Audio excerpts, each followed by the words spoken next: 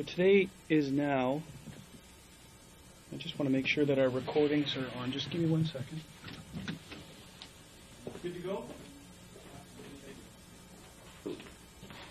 So today's the 9th of November, 2010.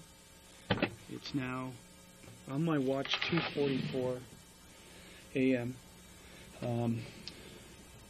You're in a room right now that's being video and audio recorded. This is a digital audio recorder, and the reason I have that there is it's more of a fail-safe, that if something was to happen to the video system in recording, that I have another, it may not be a video, but I have a digital audio recording of what we're going to speak about. We're at 5 District. I want to go through a form with you. It may seem kind of, why you're doing this, but this is it's like you're swearing to tell the truth about what you're going to talk to me about, and it's also going to explain to you the penalties for not telling the truth. I don't expect you to help me, but for a homicide investigation, anyone who's very close to the investigation, we do this with. Okay? So this isn't suspecting that you're not going to tell the truth. This is more of a feature that you understand the importance of telling the complete truth. Okay? As much as I can remember. That's all I asked for. But so this form, please don't take it personal. Okay? But it's something we go through with everyone. Okay? If you have any questions about the form, so I'm going to read this form to you. Then someone's going to come in here with either a Bible or affirm, whatever your choice is, that whatever you tell will be the truth. Okay? And then from that point, I'm going to go on and we're going to ask questions. Okay? So, first off, I want you to identify yourself. Speak loudly. There are mics in here. I just now this is a new room for me. I don't know where they are, but I need to hear a nice clear voice. So if you can identify yourself for me. My name is Jennifer Pan. Can you spell your last name, Jennifer? P-A-N, Pan. Pan. Okay, do you understand that everything that is being said in this room is being videotaped, audio recorded, and digitally audio recorded? Yes. I would like, I ask you to introduce yourself, which you already have, and that you consent to this tape being made. My name is Randy Slade. I introduced myself to you at the hospital. My badge number is 531, and I'm a member of the York Regional Police Homicide Unit.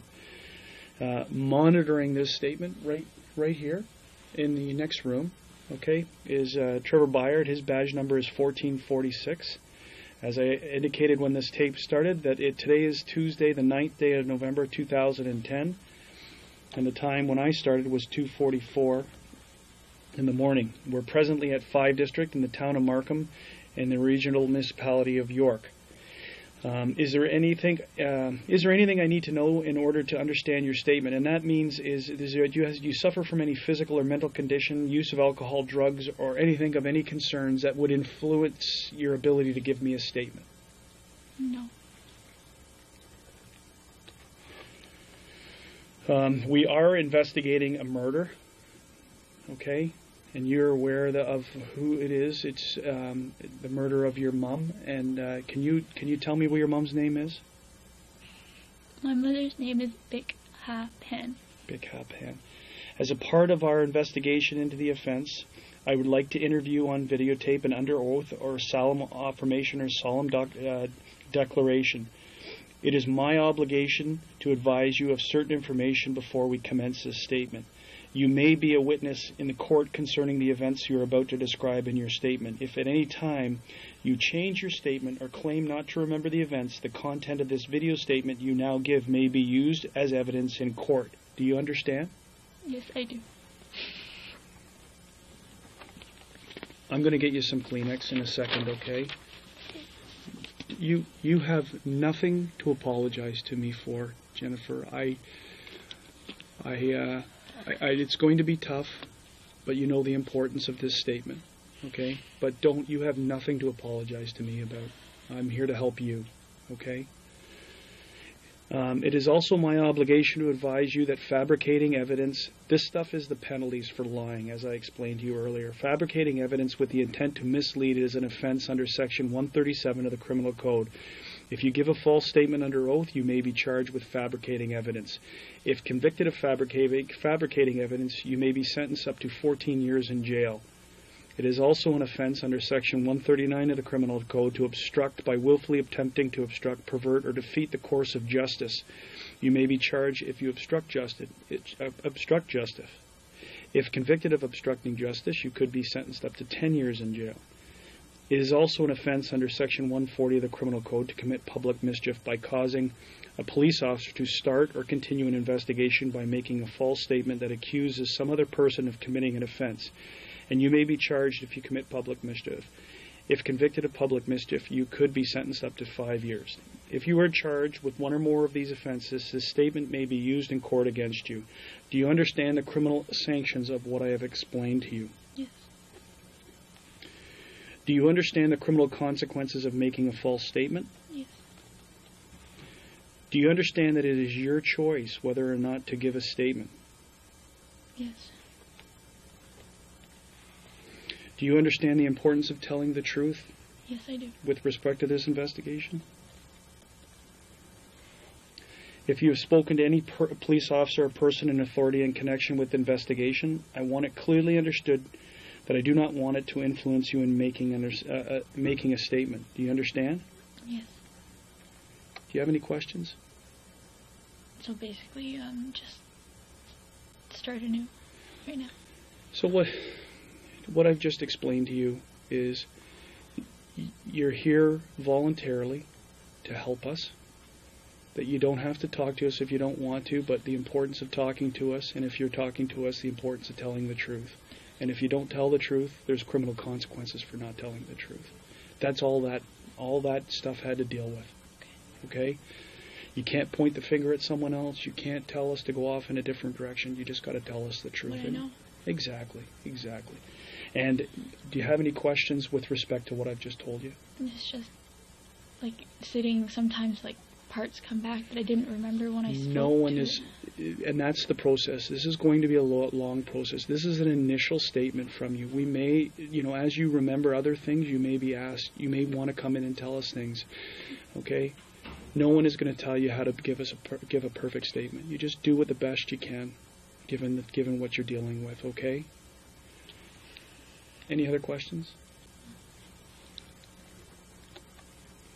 Are you prepared to give a statement under oath or solemn affirmation or declaration?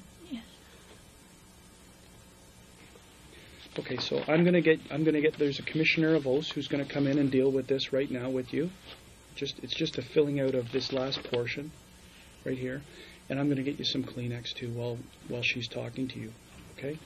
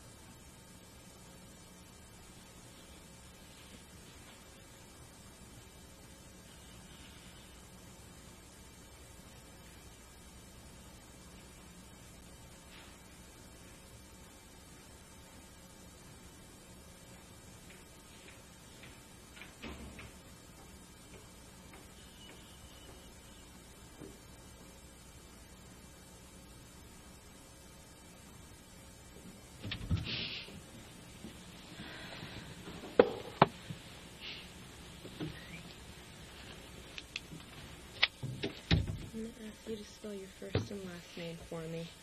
Jennifer.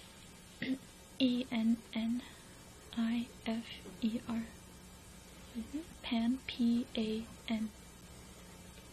Hello, my name is Andrew Laspiro. I'm a Commissioner of Oaths with York Regional Police. I'm here so you can give a truthful statement, either by solemn affirmation or swearing on the Bible. Which do you prefer? Swearing on the Bible. Okay, just put your hand on the Bible. Do you, Jennifer Pan, swear that the evidence you shall give on this investigation shall be the truth, the whole truth, and nothing but the truth, so help you God? I do.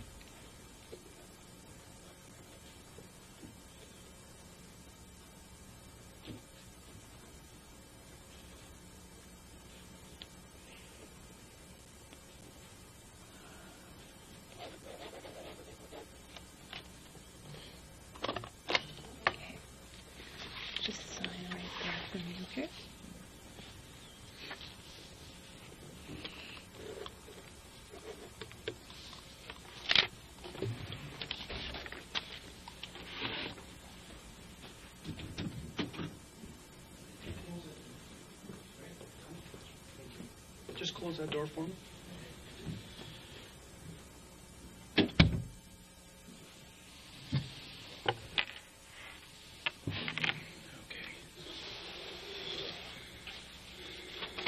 So we're through the forms. That's the administrative process about this. Now I want you to sort of take yourself back to earlier on today, yesterday, meaning the 8th of November, and tell me about your day. Okay, start at any point in time, wherever you feel comfortable, and then we're gonna move forward. Okay. Yesterday, probably around 9 o'clock in the morning, 9:30, my mother, she woke me up and she told me that she was going to visit my grandfather, who was ill, and that she was going to go over pick up my aunt to go. Once we stepped out of the house, there were a few police officers barricading the driveway. And so she called me down, and when I came down, the officers just said that there was like a gas leak in the area, and they were just as precaution evacuating. And before we could walk over to a safer place, they said that the evacuation had been moved to somewhere else, that it was safe to go back home. With that, my mom decided for me to stay home, and because I have some piano history stuff that I'm working on, so I was doing that on the computer, played a little piano. I forget what time my mom came home, probably around like 3:30. My father came home later than usual. He said that he had forgot to lock a toolbox and had to turn back, but I'm not exactly sure. He just was home later than usual. Okay. And once he came home, he phoned up my uncle and asked him to go to buy USB pen, I think, just to go shopping with him, because my uncle doesn't drive. They left, so my mom had prepared dinner because she was heading to go dancing that night, line dancing. She does it every Monday, and so her and I sat down for dinner first, and then after my father came home, he did that, and then a friend of mine came over. We do TV night every so often. So my dad, I guess, went up on the computer as he always does, and I was downstairs with my friend watching movies, and my mom was out dancing. My friend left around 9, I believe. Mm-hmm. And then I upstairs in my room, called it a night with the TV on, talking on the phone with a friend of mine. And then shortly after, my mom came home. I believe that was around 9:30 or so. She was rummaging downstairs. I didn't think anything of it. And then suddenly I just heard my mom calling for my dad to come down. And that's when I lowered the volume on my TV. And I could hear the voices weren't any voices I was very familiar with. And so I was scared and I couldn't move. I just sat in my room for a while. And then I thought I heard them all leave the top floor, and I peered out of my bedroom door. And a guy was there, and he came at me and had string in his hands and tied my arms back and said, "I have a gun behind your back. Do what I say. If you do what I say, then no one will get hurt. Where is the money? Show me where your money is."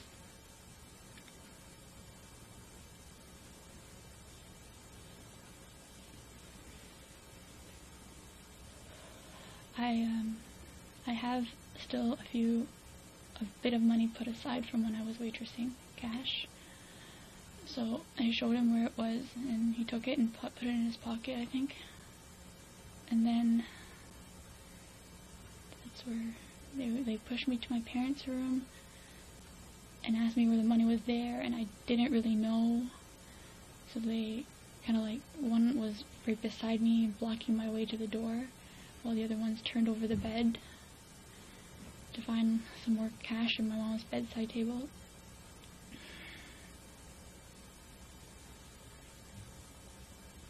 In which then they dragged me down the stairs and made me kneel at the bottom, telling me to face down on the floor while the other guy had a gun behind my head and asked my mom where her purse was. My mom kept trying to get up, and they kept telling her to sit down, and so I didn't want her to get hurt. I told her, Mom, sit down. They were trying to find her wallet, but her English isn't good, so she kept saying purse. They kept pushing her down onto the chair. Okay. Take your time. Take your time. All this is very important, so take your time. They kept all the lights off on the main floor. The only time there was light was when they opened the fridge door to see if they could find where my mom's purse was. At that point, I saw 3 figures of men. One with a hoodie, like the one I could see the most clearly, he had a hoodie on, and I believe he had a bandana of some sort covering from like his lower, under his eyes down.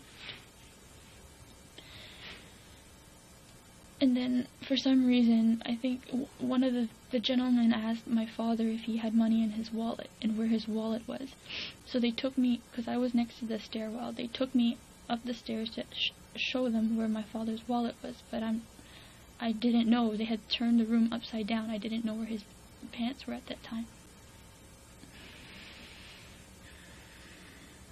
And then after they had gotten that, they had taken me and they tied me to the top of the banister.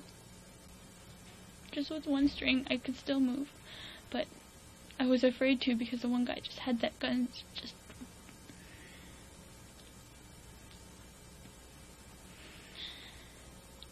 next thing I know, I think I heard my parents going down the stairs, and my mom was asking them for me to come with them. They wouldn't let me come with them. And after they said, the last things I heard them say was, "You lied to us.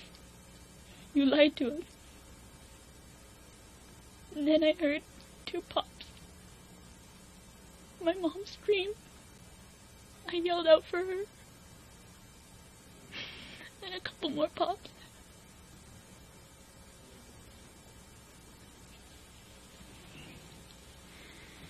Take your time.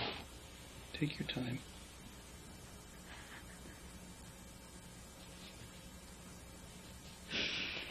And I think I heard my mom say or moan or something, and then they did one more before they left, and then one of the guys said, "We have to go now, it's been too long."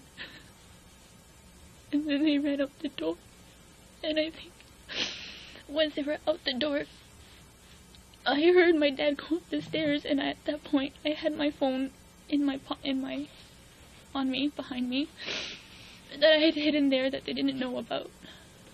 So when I thought that they had heard them all leave and my dad ran up the stairs, I whipped up the phone and I called 911. But I still hadn't heard anything from my mom, and all I could hear was my dad running on the street, just moaning and making sounds.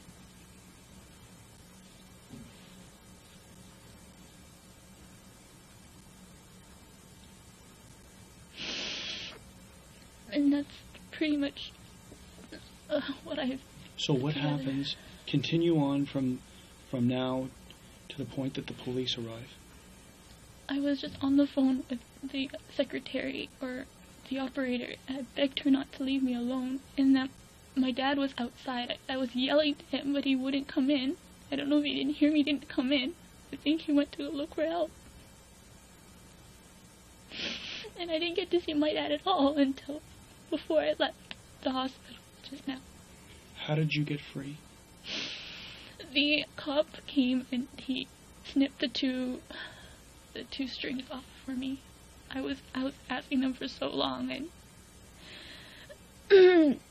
and they said they couldn't untie me until they knew how to properly untie the string. Okay. So we've gone through a very tough portion, and now we're sort of going to go back clinically.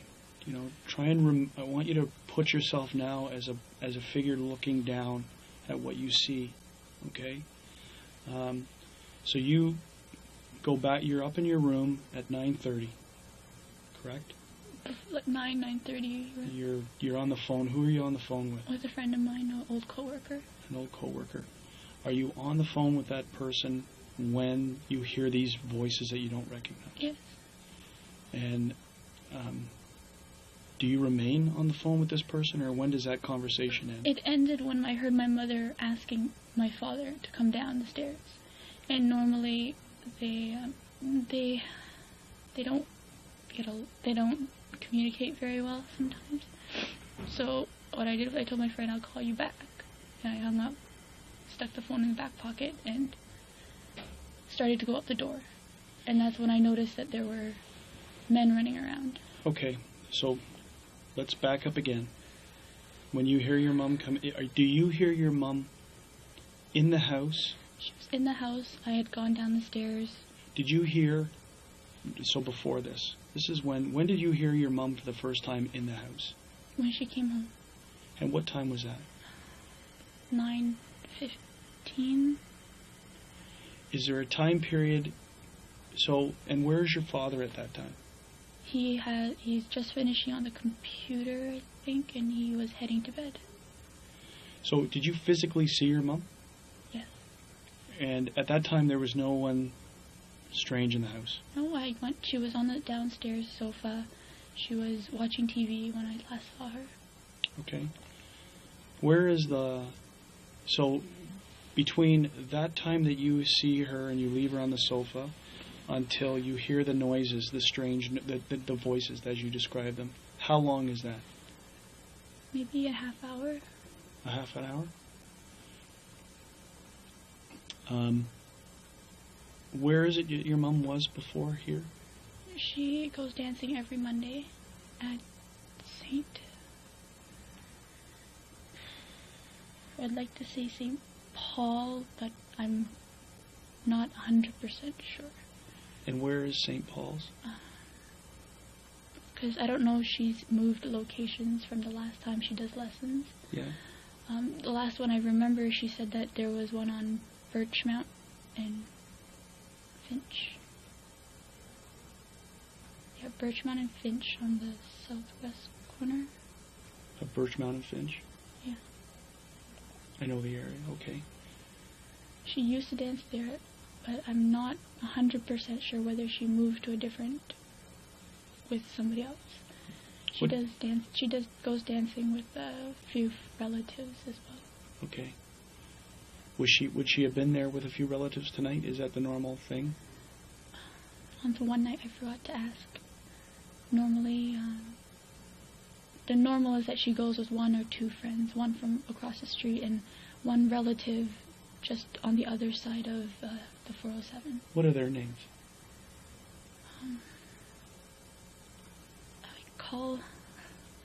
I only know their names by what I call them. Okay. I call one Bak Moy, and then the other one is my cousin, and her name is Vong. And the one who lives on your street, what number? The neighbor who lives on that she usually goes with? Across the street, about 2 houses down. I don't know the exact number, unfortunately. Okay, we'll find that out. And so she's been going there for how long? She's been dancing for a long while. A long time? Maybe more than a year. Okay. What does your mom do? What does she do for a living? She used to work for Magna. Okay. But due to the job cutback.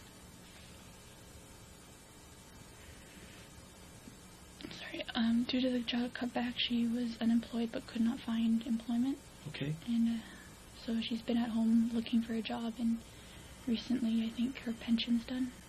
How long is she been out of work with Magna? I'd say at least a year and a half. Okay. And what about your father? What does he do for a living? He also works for the car company, they just changed their names. Something Cobel and What does he do?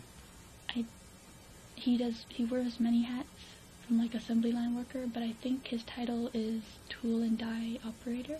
Okay. So, 9:15, you see your mom down on the downstairs couch, and you see your dad.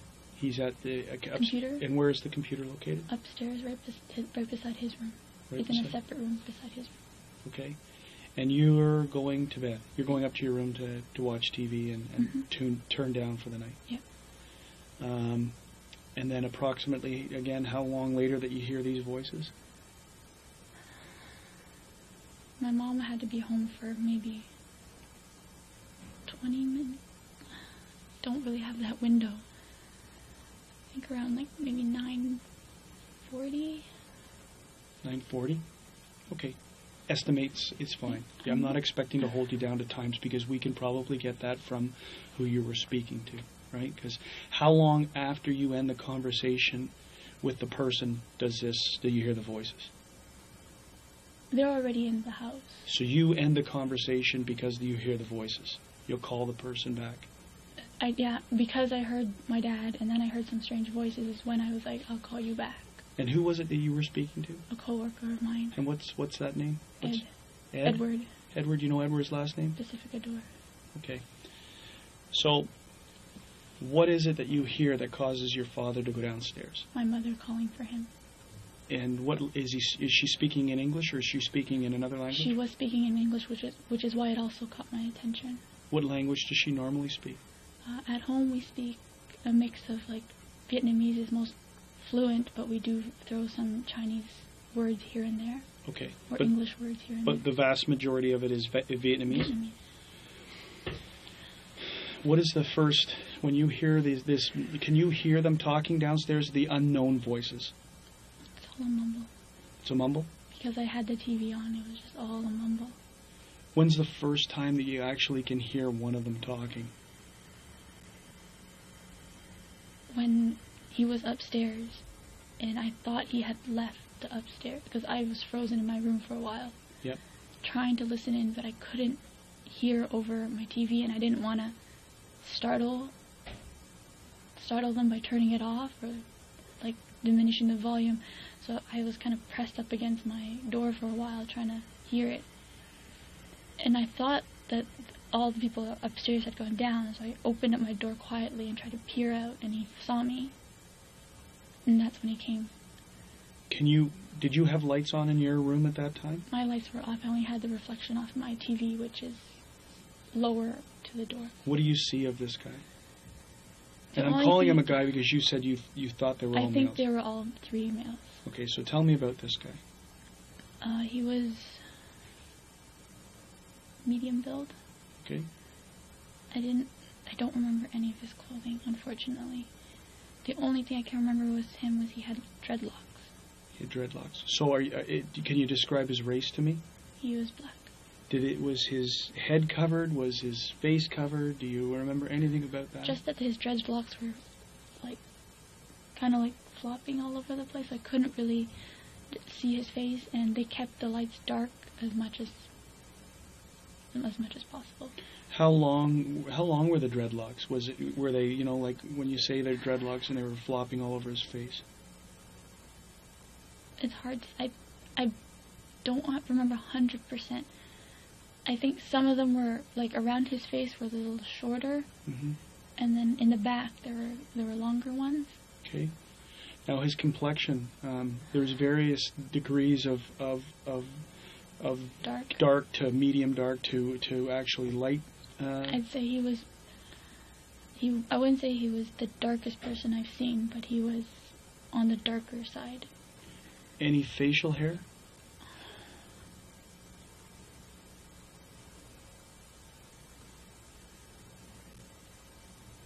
I'd like to say maybe.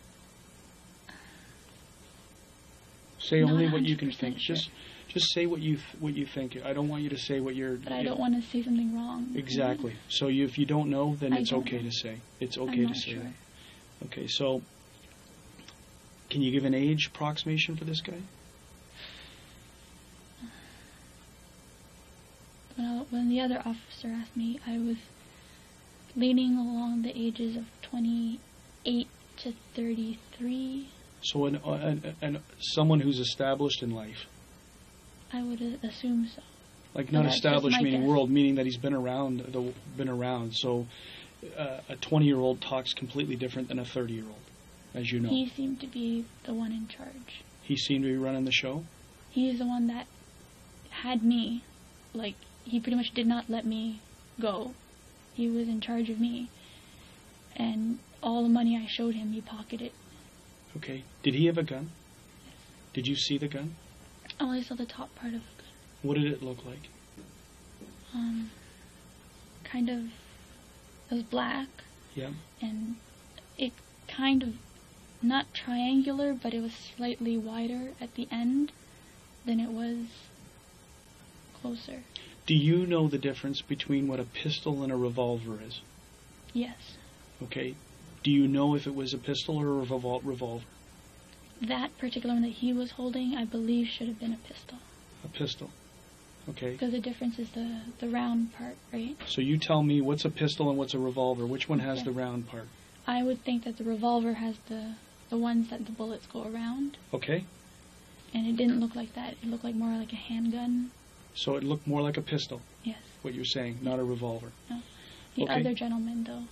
We'll go to the other gentleman. We'll go this in stages so that we're not dealing. We'll call this guy number one, Okay. because you're saying that he seemed to be running the show. He was in control. From my perspective, yes. He was in control of you. Yes. Is this the gentleman? Is this the guy who tied you up? Yes. Okay. I want you to But he was the one that tied my wrist together. He wasn't the one that tied me to the banister. Okay. So where did he get the shoelaces, or whatever the laces were, or whatever it was that tied you up? I'm not sure. It might have been from my mother's room or the study room, or because my mom has a sewing table next to her bed. So when you open the door, where is this guy? He was just stepping out of my brother's, well, what formula would be my brother's room. So he's already on the upstairs. Yeah. Do you know where the other guys involved in this are? I know one stayed with my parents downstairs. Okay. The other one, I'm not, at that point in time, I was more focused on him, like, he was seeing me and he was coming after me. So you're I saying didn't- there's 3 for sure? Yes. That's all? You saw a total of 3 at one time? You saw 3 people Yes. together? Yes, when I went downstairs, I Okay. saw 3 shadows. Okay, so this number one guy, and we're calling him number one because he was the one who tied you up, and he's the first one that you actually are confronted by. And he comes out of your brother's room, or what was formerly your brother's room, and he comes into your room, Mm-hmm. and what happens in there? He tells me to sit down, And and, he's- he shows me his gun. So it's not pointing at you, but you see Not it, and yet. where is it? It's like in a holster almost. Okay. And then he showed it to me, and he's like, "Don't move." And then someone else brought him the shoelace. Okay, can you describe the other person who brings the shoelace? He was the second person and the only other person that I encountered with. Okay. I only saw the third guy, but he didn't encounter with me at all. Okay. He had a hoodie and like a bandana over his face. Yeah. His complexion, and it was really dark, but I could tell that he was darker than the first guy, So he's a male black as well, but thinner build. but thinner build. So we got a medium build, thin build, and what about the height? Where are we in height scales? How tall are you? 5'7". So where are they in comparison to you?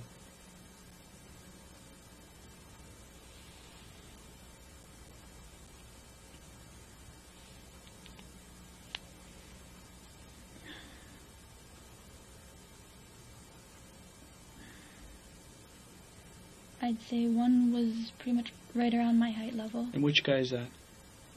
The medium build. The first guy you encounter, who shows you the gun, Yeah. and eventually ties your wrists together. He's about your height, so he's somewhere in the area 6 to 5'8", 7. 5'6" to 7. 7, I'd say. Okay. And the other guy, I'd say around 5'8", maybe smidget higher, lower, and 8. So he's taller than you, but not much. Not much. Okay. Now the first guy who spoke to you, did he have any accent?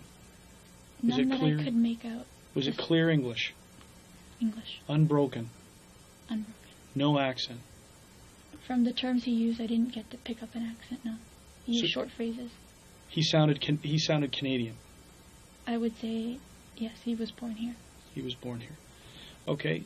So number 2 guy you see with the bandana, and he's got a darker complexion, and he's thinner. Yes. And he's about 5'8". With a hoodie. With a hoodie. Is it black hoodie, or what color is it?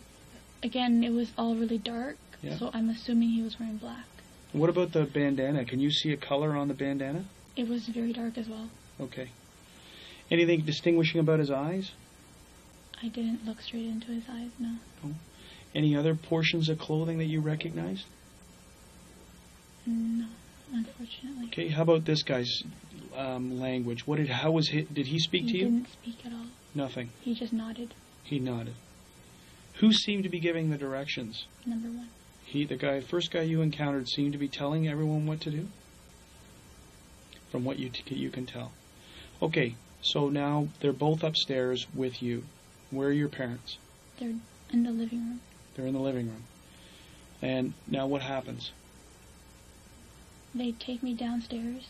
Have they tied you now? Yeah, the number 1 has tied me, okay. And now they're taking me down the stairs. Describe first how he's tied you. He grabbed my arm, and he pulled it to the back, and said, give me your other arm as well. Okay. And then I was trying to make a wide X so that I could later loosen if I needed it to, but he had pulled really, really tight. And okay. I guess he felt my flinch, and that's when he quickly tied the second knot, I think. I don't exactly know. All I know is I flinched, and then it got tighter. So you were bound behind you? Behind me, yes. Okay. And then you're taken downstairs. Tell me what happens down there. They sit me right at the bottom of the stairs, slightly out, not exactly directly at the bottom of the stairwell, but just slightly over a little. And the third guy, who I didn't encounter, but he was there, he was like, where's your money? Cooperate with us. And then my mom's yelling, and don't hurt us, and my money's in my wallet, just please leave my paperwork. This third guy who you're now describing, do you see him ever? Only as a shadow? Because there's a wall, okay. Partial wall, and he was right in that vision, over my father, but partially in that vision. Describe his voice to me. It had just a very, very slight accent. Do you recognize the accent? I can't definitively say which accent it was. So it was more like a Guyanese or Jamaican accent. Okay. So it's an island accent. It's not what you'd call. It's not an Asian accent. No. It's not like a Western European German or anything like this. This is something you recognize as being South Asian or Caribbean. Caribbean, yeah. Caribbean. Okay. When the guy upstairs, number 1 guy, who we described as our number 1 guy with the dreadlocks, or with the dreadlocks, right? When he shows you the gun, do you see anything on his hands? Gloves. He's wearing gloves? Number 1 was wearing gloves. What about anyone else? The other guy, the second guy? I don't remember. He must have been, but I can't 100% say. All I saw was that number 1 had gloves in his hands. Do you recognize, or can you describe the type of gloves he had in his hands? Leather gloves. Leather gloves? Okay, so they're not like surgical gloves? They're not surgical gloves. They weren't like our skating gloves or like wool gloves. I'm pretty sure they were leather gloves. Leather gloves. Okay. So now you're downstairs. You're sitting in the stairs? They told me to sit at the bottom of the stairs. Are you on the floor or on the floor? On the floor. Your parents are in the living room? Yes. How many people are with you, and how many people are with your parents? 1 with me, the guy in the corner with my parents, and the third guy kind of going between? Going between. Where's the purse? Sit down. Where's the purse? Sit down. He's the guy who you describe as the thinner build, medium, and he was upstairs with you. Okay. where do you go? What happens from this point? Now you're down on the stairs, and there's a guy going between. There's two, obviously, your parents in the living room. You're on the They're floor. looking for my mother's wallet, but she can't. She's.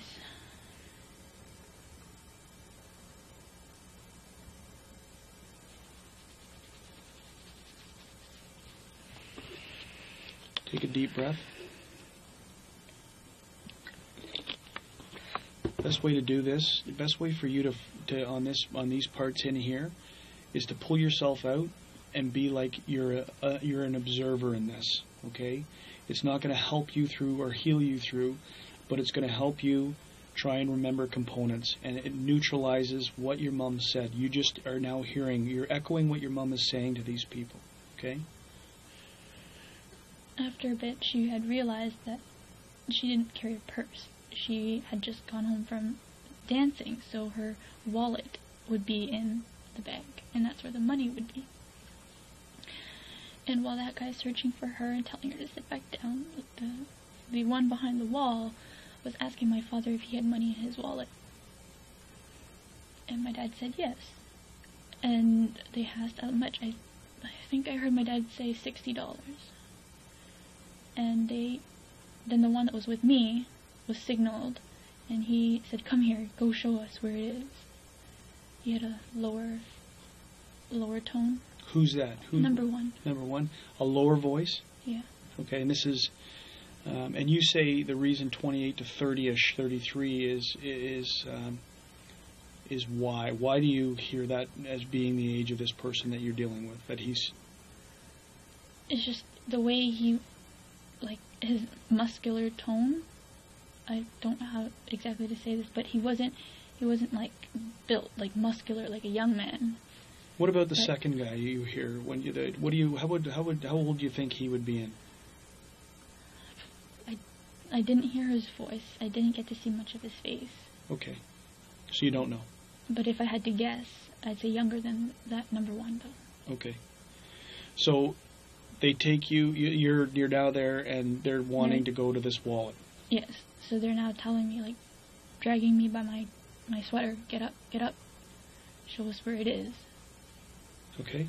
And one kept me at the door while one was inside, looking. When you looked inside that bedroom, had it been, you said it was tossed, had it already been tossed? So, they were in, so the room had been tossed prior to you opening the door to see? See, yes. Okay. Because that's when I figured out what was happening, and I kind of froze. So I heard them moving stuff around. And how long do you think that they were in, that you heard between the time? I guess it's tough in the freeze time, but how long do you hear it and then moving around before you're confronted by one of them? Less than 5. Less than 5 minutes? Okay. It's just time's all over the place. I understand that. It's your estimation. It's about 5 minutes, maybe. Okay, so you're now upstairs, and who's inside the room looking for this wallet? In your dad's. I'm guessing number 2, because by the time I was found, number 2 wasn't on the first floor. He had gone back down. Oh, no. I mean when you're back up. Back. When you're now back upstairs and they're looking for your dad's wallet. Mm-hmm. Who's with you and who's turning the room? Number 1 has me. Okay. And number 2 is the one looking and flipping, and where is it here? Is it over there? And number 1 keeps saying, "Time, we're running out of time. Faster, it's taking too long." Okay. How long is he in that room for? Maybe just a few minutes, a few moments. Okay. Not that long.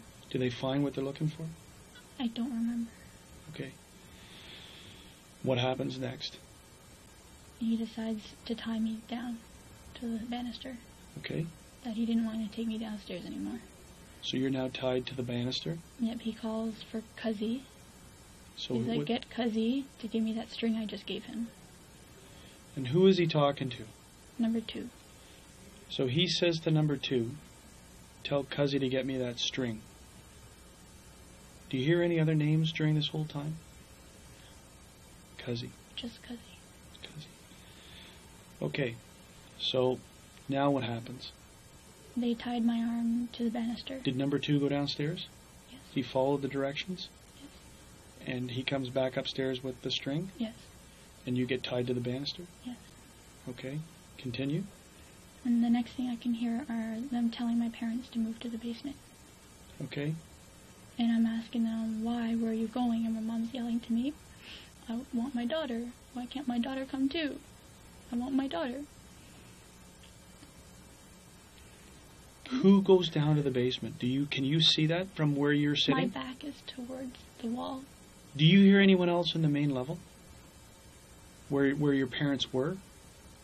Like, you can hear, if people are trucking down the stairs, you hear your parents going down the stairs. Do you hear like 5 sets of footsteps going down there, or can't you hear that?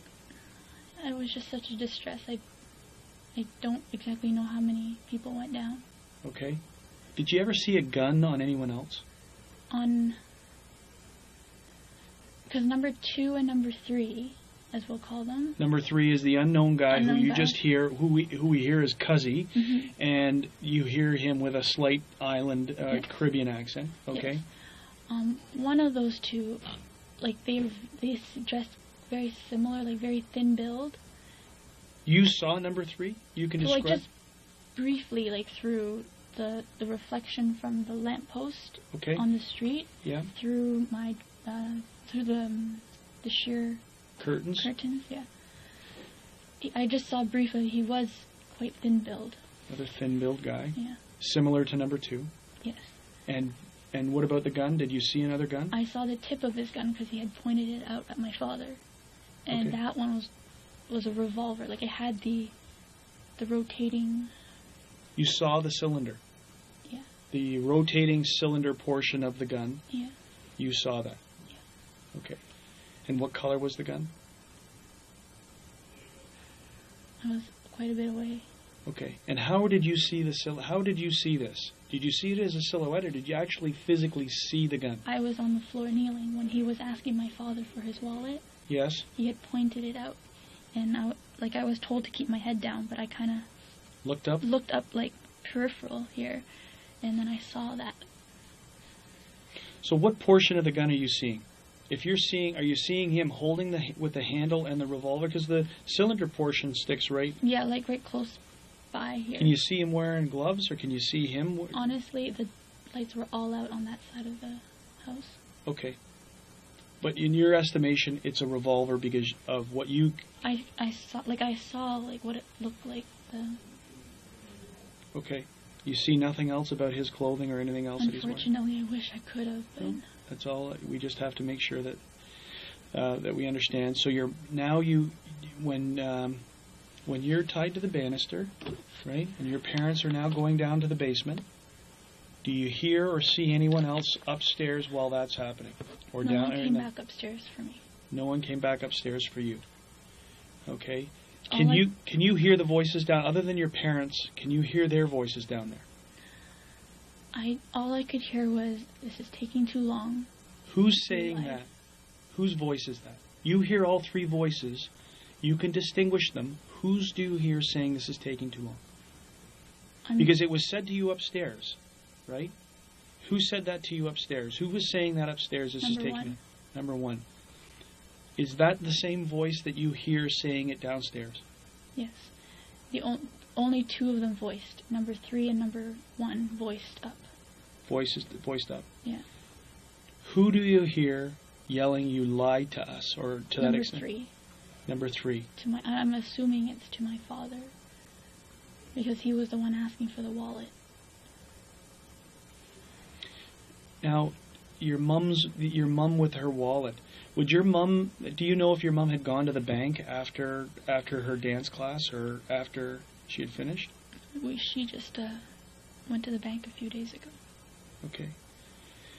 What type of car does your mum drive? And first off, did your mum drive tonight? What type of car does your mum drive? A Lexus. ES 300. And she drove tonight? Okay. So now you hear this commotion downstairs. You said you heard 2 pops. And you heard who scream? Your mum. And what was she screaming? Do you remember? I couldn't make it out. It was kind of like a cry yell, so it was just... Okay. Are they still talking? Do you hear them talking? I was focused on my mom. And No, I understand. I'm only going to ask questions that I can try and tweak your memory for, okay? So you hear the 2 pop noise, you hear your mom screaming, or crying, or screaming, or yelling, and then you hear some more. I hear you. Do you know how many more you heard?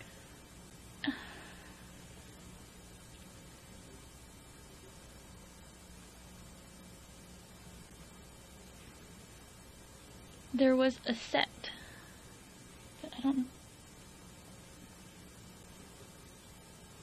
I don't want to say this wrong. Say it what you think and what you believe. So you're not, whatever you say isn't going to be wrong. Something for sure is, I don't know if it was 1, and then what I'm going to tell you, and then 1, yeah, or if it was 2, and then what they said I'm going to tell you, and then another 1. Basically, they had made the first round, or pop, and they had said, okay, that's enough. Let's go. Who said that? Whose voice is that? Number 1. Okay. And then I heard 1 more after that. And they were like, that's enough. Let's go. Okay. And again, that's number 1. Yes. Do you hear 3's voice at all? Not at that. After he had pretty much said, you...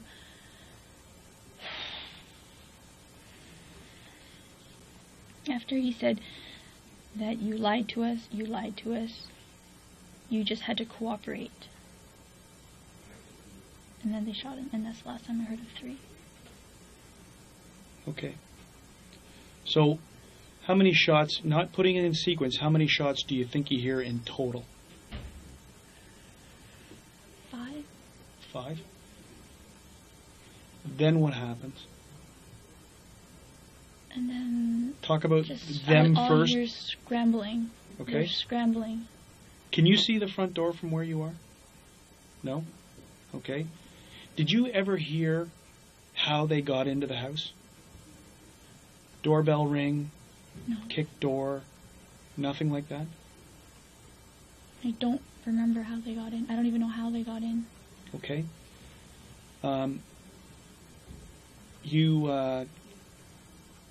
You hear scrambling noises. What are you talking about right now? Right at this point in time. So we're back to the time they're leaving. Okay? Or you hear the scrambling noise, and I'm only assuming they leave because they're not there when we get there. Do you know which way they go out? You can't hear that. I'm pretty sure it was the front door. Yeah. But I'm not 100%. I didn't get to see anything. Like, my arms were behind my back, and I was against the banister.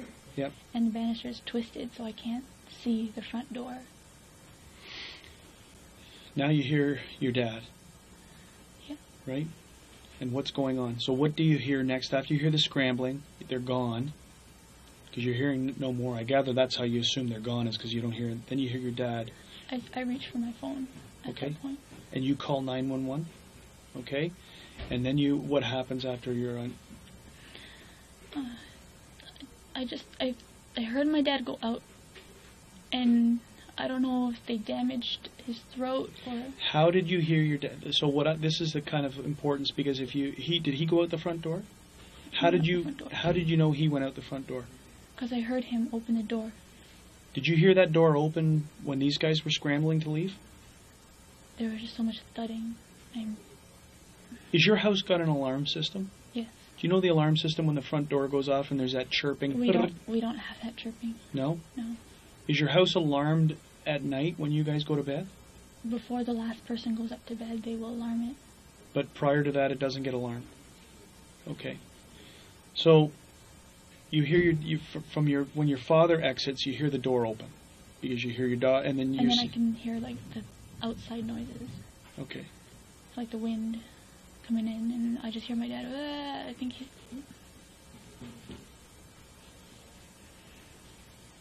You think that he's sustained some kind of injury because you can't understand what he's saying. Okay. What about, can you hear your mom? Okay. Where does your dad go? Do you know where? You never see your dad again until when we're at the hospital. I think that's what you said, right? I saw him when he was on the gurney, but the officers walked me around, so he really didn't. Okay, so now you're upstairs and you're on the phone with the 911 operator. Okay? Do you remain on the phone until the police arrived? And the officer is the one who gets you free? He first had to secure the place. Yes. It took me a while to get somebody upstairs. Okay. He And just kept screaming. okay. And I guess they went into my bedroom, and I have a pair of scissors that I cut my hair with. Yes. And they said that they cut it for me, but it was still a while longer until after they cut the string so that I could be free. Do you understand that they of the importance to clear that what they were doing? It wasn't to leave you in any kind of trauma or anything like that. I understand. It's just it's a very tough question considering all the things that you've gone through tonight, Jennifer. Is any of the tying up, any of the binding, any of the things, were you sexually assaulted in any way? It wasn't that. This was strictly they were after money. from what I saw, they were after money. They wanted it now. How much money did you turn over to them? From my personal, I had about $2,500. $2,500? And where was that? Roughly. And where was that? In my nightstand underneath the TV. Okay.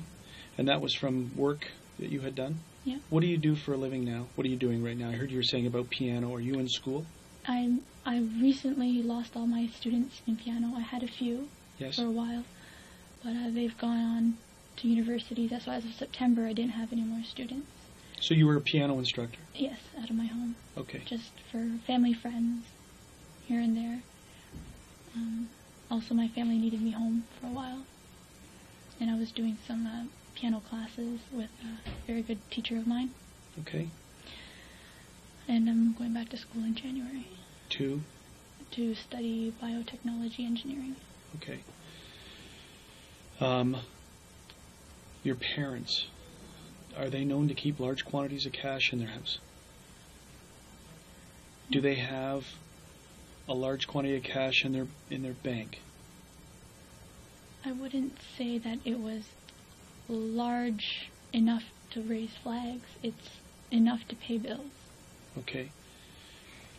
My mom's very diligent on making sure just enough. Just enough. So she wouldn't carry around a lot of cash, is what you're saying. We did just come back from vacation, so we did have not a large sum, but a sum that we didn't spend over in the States. And when did you go away on vacation? It was the weekend. My cousin got married on 10/10/10. Okay. And where did you go? We went over to Buffalo. That's where the wedding was in Buffalo? Well, just within Buffalo. Yeah. Within the area of Buffalo. And when you say that you came back with a quantity of cash, how much money are we talking about? At least $1,100 in U.S. funds that my mom was going to go to the bank and put it in immediately, but family circumstances that we've been dealing with when we got back. So what are those family circumstances that you were dealing with when you came back? Well, my mom's sister was in town for the weddings, and then my mom, the weekend after that wedding, we took her to Montreal for like one last visit before she went home to the UK to her son. Okay. And then, honestly, I think probably like a day or two after that,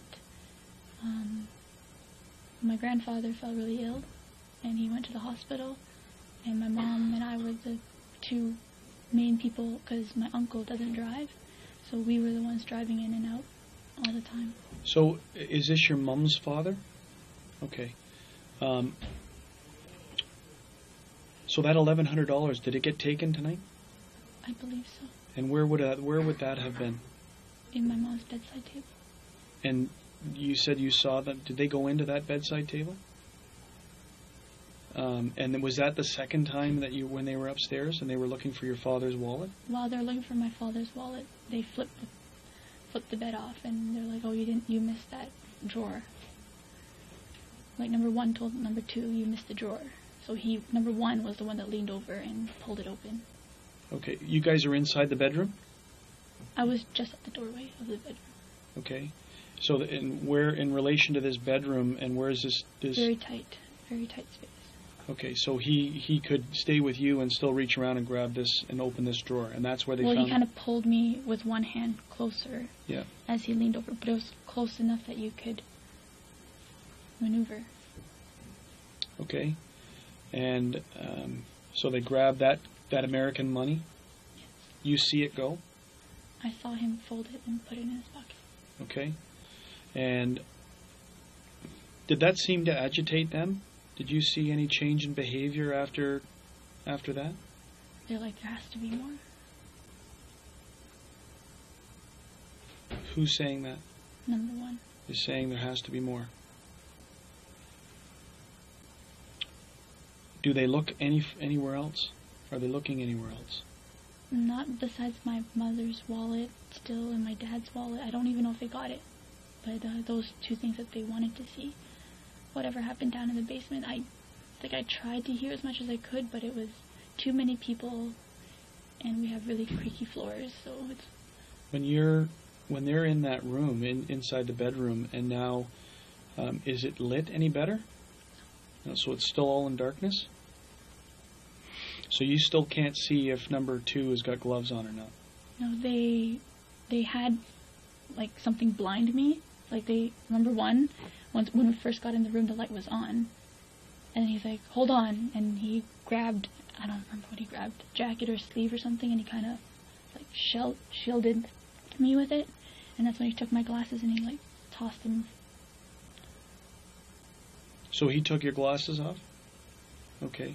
How did you get your glasses back? I asked the officer. Okay. And how bad are your eyes with your glasses off? Degree-wise, I'm about high 4, I think 475 and 525. Okay, so you have, with your glasses off, it's difficult for you to see things, right? I can see shapes, but no definition. But prior to all of this, you had your glasses on? Yes. So when you described the gun, and you described the dreadlocks, and you described number two, what about when you saw the revolver? Did you have your glasses on at that point in time? Yes. So all of these observations are made with your glasses. It's not until you're tied upstairs, they're right before they tied me to the banister. Like when we went up the stairs the second time. Okay, and who ties you to the banister?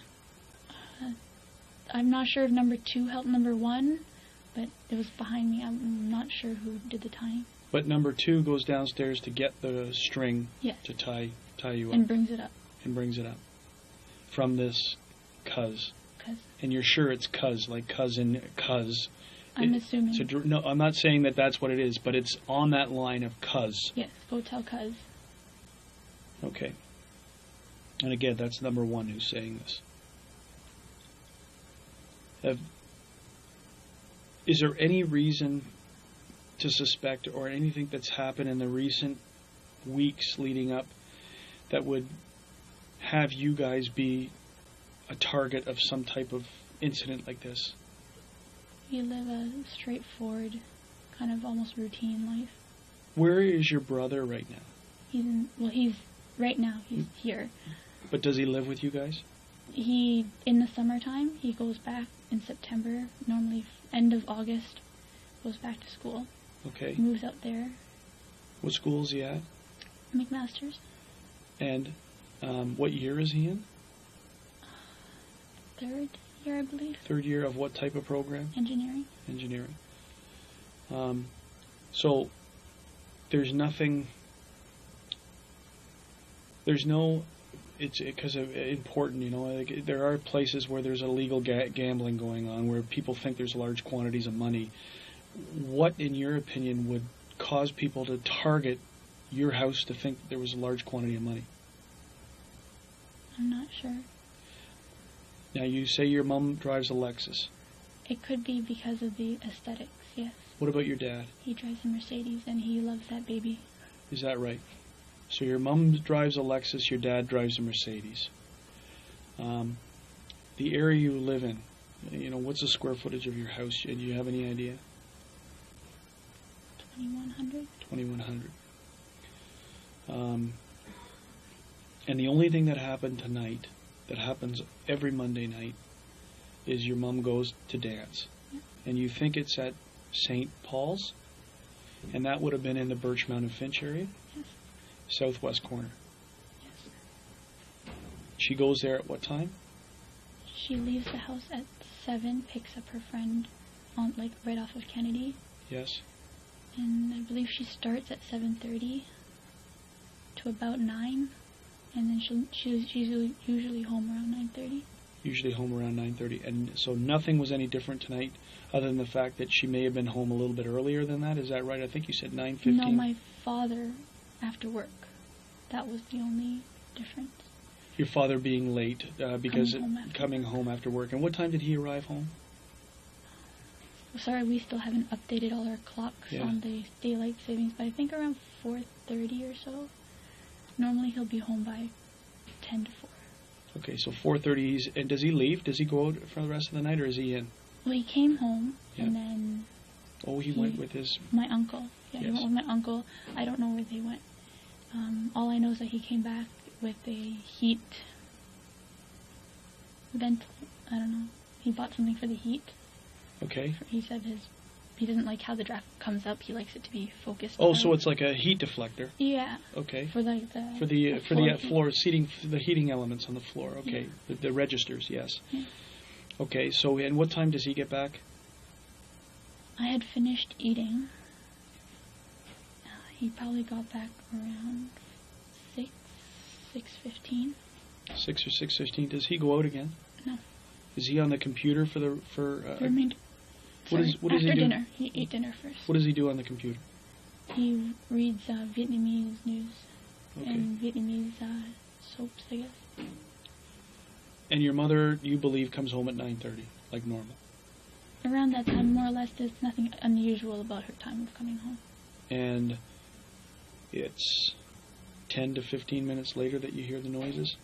You hear the different voices? I'd say. Or Okay. maybe a little later. It could be closer to... It could have been 45. Is there any way of finding out for sure where your mom, where this place was that they did dancing tonight? I believe my cousin might have gone with her. Okay. Might be very important for us to find out exactly where she was, where this was tonight. Okay. Okay. You just sit tight for a minute, okay, and think about anything else that you can that might help us in this. We've gone through a lot of the details, and I just want to talk. I just want to talk to the officer who's monitoring it, and I also want to talk to the lead investigator just to see if there's anything else I need to ask you about. You've explained the scissors which were found upstairs in the area. They were used that you had cut your hair, but an officer came and brought them to you to cut you free. Okay, is that correct? Okay. Did you ever go down into the basement? No. Well, and where did you go I once? went to the basement earlier in the night when I was with my friend watching movies. No. I mean... during that? During the time. And who was over watching movies with you? What's her name? Oh, his name, Adrian. Adrian, and Adrian's last name? Timkovitz. Tinkovitz. And where does Adrian live? He lives on Birchmount. No. Sorry, Brimley. Brimley and Finch. Brimley and Finch. Okay, and how long have you known Adrian for? More than 10, 15 years. So this is high school. kind of a regular occurrence for you guys? Yep. We meet up once a week, if not once a month, depending on how busy our lives are. Yeah. And we sit and we watch our usual shows. Okay. So that's what happened tonight. Mm-hmm. And what time did Adrian leave at? 9. At 9? 10 to 9, 9 o'clock. Okay. And Edward is who you were on the phone with? Yes. Okay, until you got off the phone because of the noises. Did you tell Edward what was going on? No, I basically just told him, I gotta go, I'll call you later. Okay. Do you know what show you were watching when this was going on? What you had on the TV? Sorry, multitasking. I was watching Gossip Girl, and then I was watching Kate Plus 8. Kate Plus 8. It's just the time, what we're doing is to time stamp things, right? Not only the phone and whatever else. Now, as part of the investigation, we have your cell phone right now. Mm-hmm. We're going to ask you if you would consent to your phone records to help us on the investigation, and that will, again, that's part of the time stamping of things, of who you were on the phone with, who you were talking to, and when this happened. I just don't, I talk to people on the phone, but I don't really want them to know what's happening with my... The unfortunate thing is that probably Edward and Adrian are people who were probably going to be interviewed because they were in the house and they were on the phone with you. So as much, and I'm telling you that the media is going to be around this case, and that's that. We have no control over what they say and what they do. My only advice to you is don't read the papers and turn the TVs off. Right? They may not. They may come and go and very quietly disappear because something else pops onto their radar. But,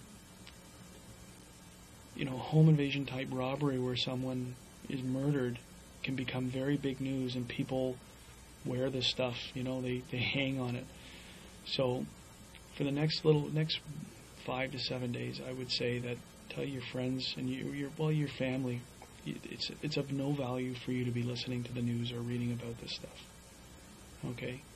Because it's just going to upset you even more than what you feel right now. So just bear with me for a minute, okay? I'm going to go and it may be a little bit longer than a minute. I'm just going to go and talk to the officer who's monitoring it to see if there's any clarification questions, and also the guy who's investigating it, if there's something else, when I brief him, if there's something else I should be asking you about, okay? And we're very close to being done.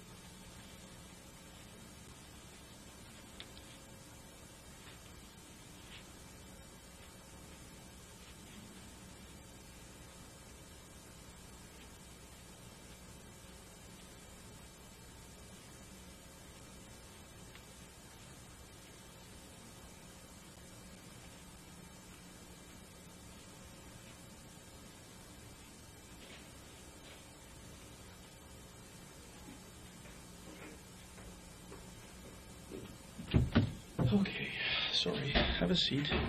We got just a couple more questions. We're going to give your phone back to you. Okay? And your brother is just being interviewed next door.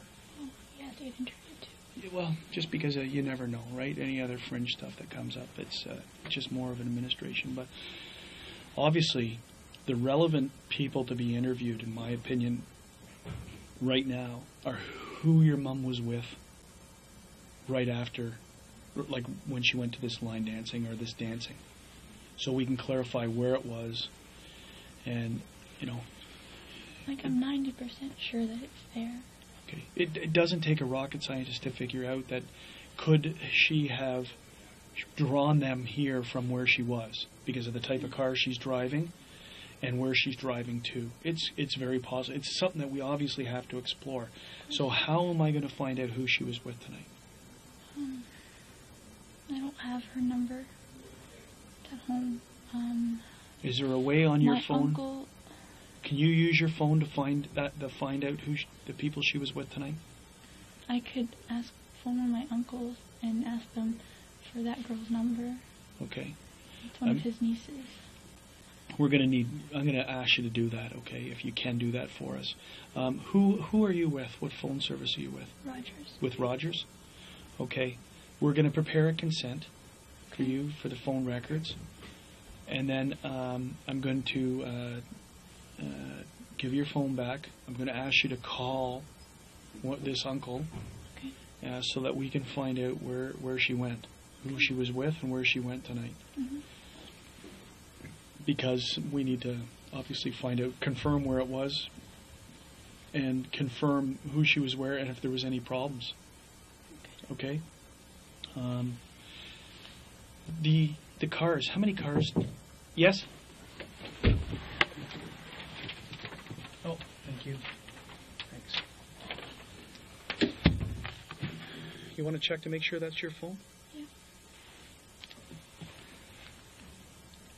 Are you the owner of that phone? Are you the on the plan? Is it under your name? Okay. I just asked them to put 2 initials on because I just, like caller ID when I call in, it's not my name. It's not your name, but it's still your phone and you use this, and right? I pay it. And Okay, what's your cellular phone number? 647 965 2118.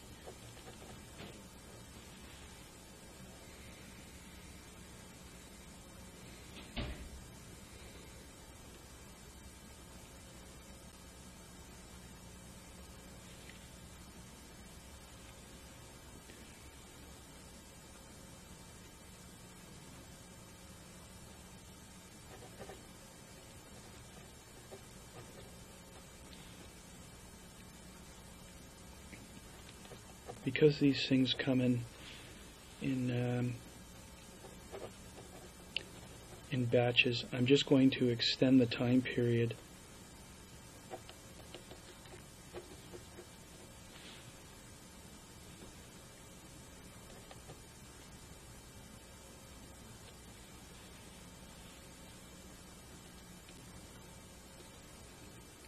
Just because I give it from the 1st to the 9th, because they may even give us more time. It's just the way that the information comes off of their reading, okay? But I'll explain that to you.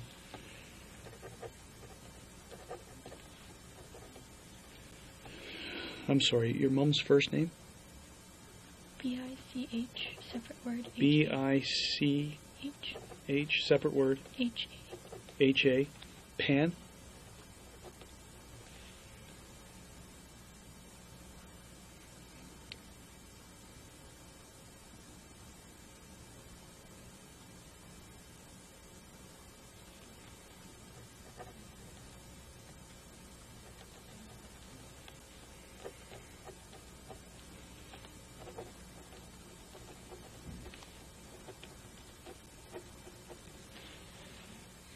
So,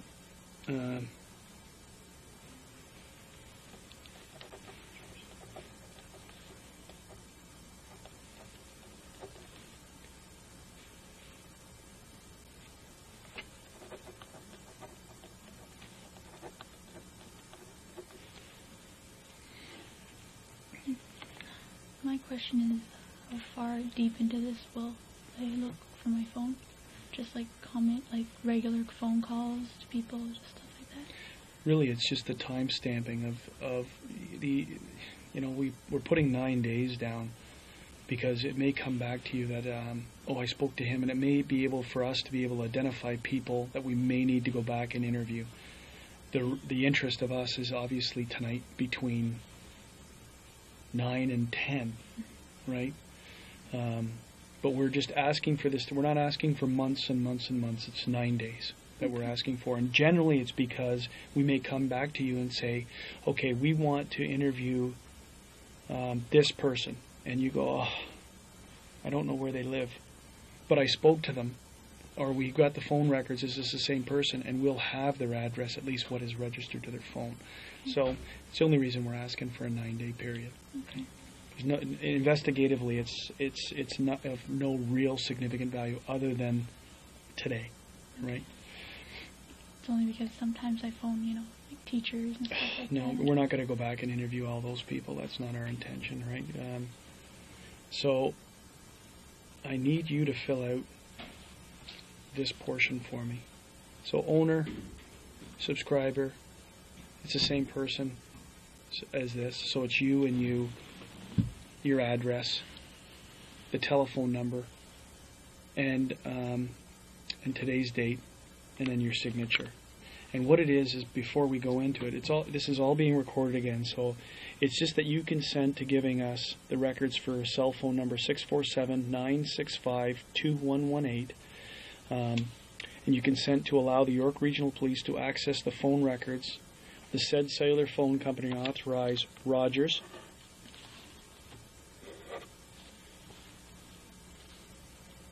for the following: billing records, incoming and outgoing numbers dialed, registered owner information including credit and payment history. This is really how we link phones to people, how we confirm that it's your phone, and the tower site location if requested for the above mentioned times and dates. And towers now become, I just dropped that. Towers become relevant in this case because of where you are when the phone call comes in on today's date, right? Is that it firms your story to saying that I was in my room when the calls came in, and that will show up on the tower site information. That's the relevance of the tower site information. It also may turn out that maybe during this time period you were targeted and you were in an area, and this enables us to go back and try and look for cameras and other things through the towers. I'm not saying it's going to happen in your case, but it's why we ask for tower sites, right? Tower sites always show, when you're on the phone, they show you where you are when you're on the phone making calls. And that the above-mentioned records are to be released to the York Regional Police for the purposes of an investigation of murder of your mum, and for the time period as stated, November 1st to November 9th. This is the part of the consent. I am voluntarily giving consent, and I know that you don't have to. You don't have to do this. This is you volunteering to do this. You may withdraw your consent at any time. I understand that these records may be used as evidence against me and may become any part of a criminal proceeding. Now, if you were lying on this, as a part of this whole process that I explained, you're telling us fictitious information, and it comes back, now the records can also be used against you. If you're telling the truth, really 0.3 means nothing, okay? But we have to let you know by law that we could use these against you if you're lying to us. And in consideration for Rogers Wireless, disclosing the records of the identified person above, I hereby release and discharge Rogers and its employees from any liability whatsoever in regard to disclosure. So this is what the phone companies have asked us to say, that because we're giving you this thing, the people who we got it from can't come and sue us. So it's a preamble, a legal preamble. And by doing this, the owner subscriber, you're printing your name, you sign here, you print your name, your address, your subscriber number and the date, and I sign where the witness is to state that I witnessed this. And then I'm going to ask you after this to try and contact that cousin to get us the name of the people who were with your mum tonight.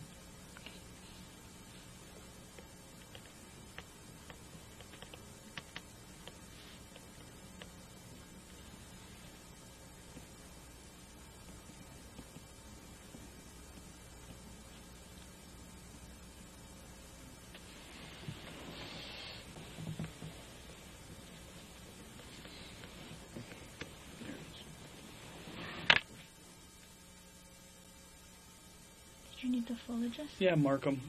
Yeah, Markham, Ontario, just to state.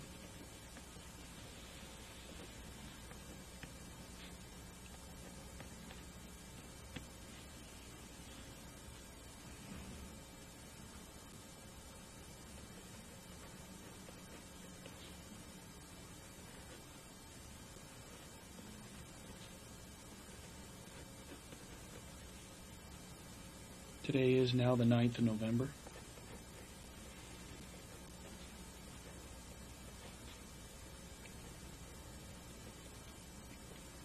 And I'm going to sign to witness it. So will I be informed of who of my, if anybody, if they're contacted on that? The chances are, if you're going to be, so you can almost guarantee that Adrian and Edward are going to be, we're going to need to speak to them, right? Because Adrian was in your house. Remember, if they're doing forensic testing in your house to try and get DNA and anything else in there, they're also going to need stuff to eliminate people, right? So Adrian was in your house. Yes, he was. So we need to try and, when we shut this down, I'm going to, because it doesn't need to be disclosed on video about their personal information, I need to get Adrian's contact information. I need to get Edward's contact information.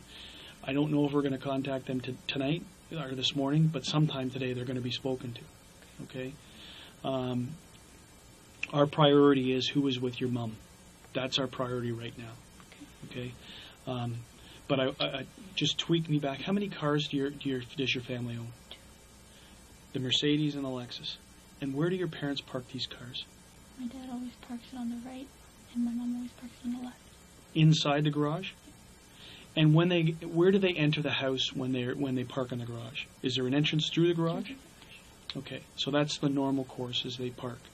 Unless we plan on going out somewhere, we leave the car in the driveway instead of having to go through the garage. When you left tonight after this incident had happened, did you see the cars in the garage? I did not, but I believe that one of the officers went and checked and said that the cars were still in the garage. The garage doors were closed? Yes. Okay. Is there any video equipment, video cameras, or any video system in your house? To record? No? No. Okay. Is there anything else that you can think of that might help us right now in this investigation?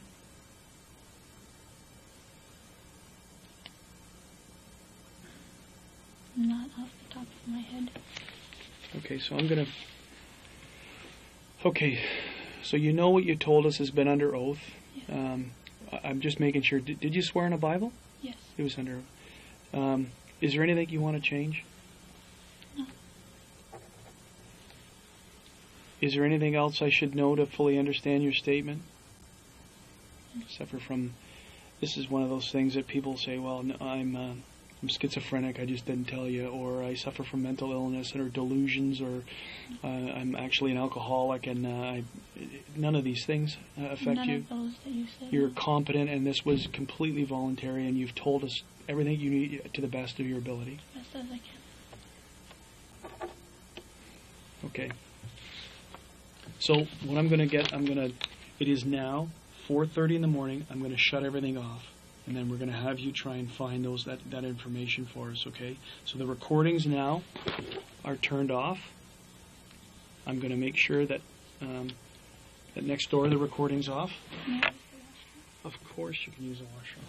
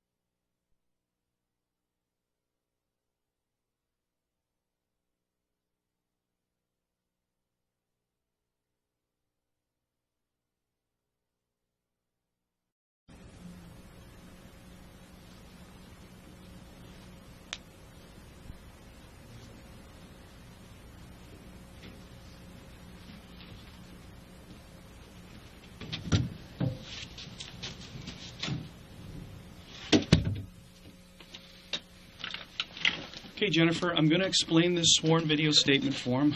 And as we're now being recorded, this is not new to you. We've done this once before. Okay? I want to take, before we get this, try and take that first interview that we had, which was, hours after what had transpired, put it aside. It's almost like we've never spoken before. Okay? So we're starting afresh. We're starting from new. That way you're not going to say, I think I already told him that. Don't worry about what you've already told me. So, this is a statement of Jennifer Pan, and the incident number is, for the murder investigation, is 310188 of 2010. Jennifer, do you understand that everything that's being said in this room is being videotaped? Yes. Okay, my name is Randy Slade, and I'm a detective with the York Regional Police. My badge number is 531. There's no one else present in the room other than you and I, and monitoring this statement next to us is Deborah Gladding.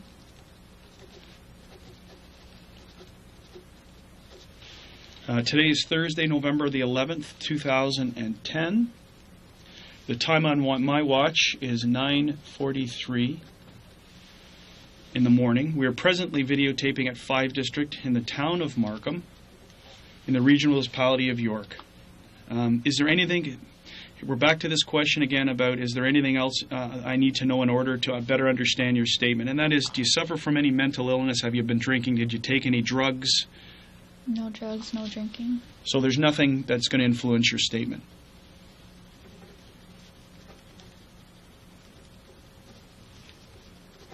I'm just a little nervous. Don't be nervous. Okay? I know that's tough to say, but don't be nervous. The truth is always the best way to relieve anxiety, okay? We are investigating an allegation of murder of your mom, Vietnamese Pan. As a part of our investigation of this offense, I would like to interview on videotape and under oath, solemn affirmation, or solemn declaration.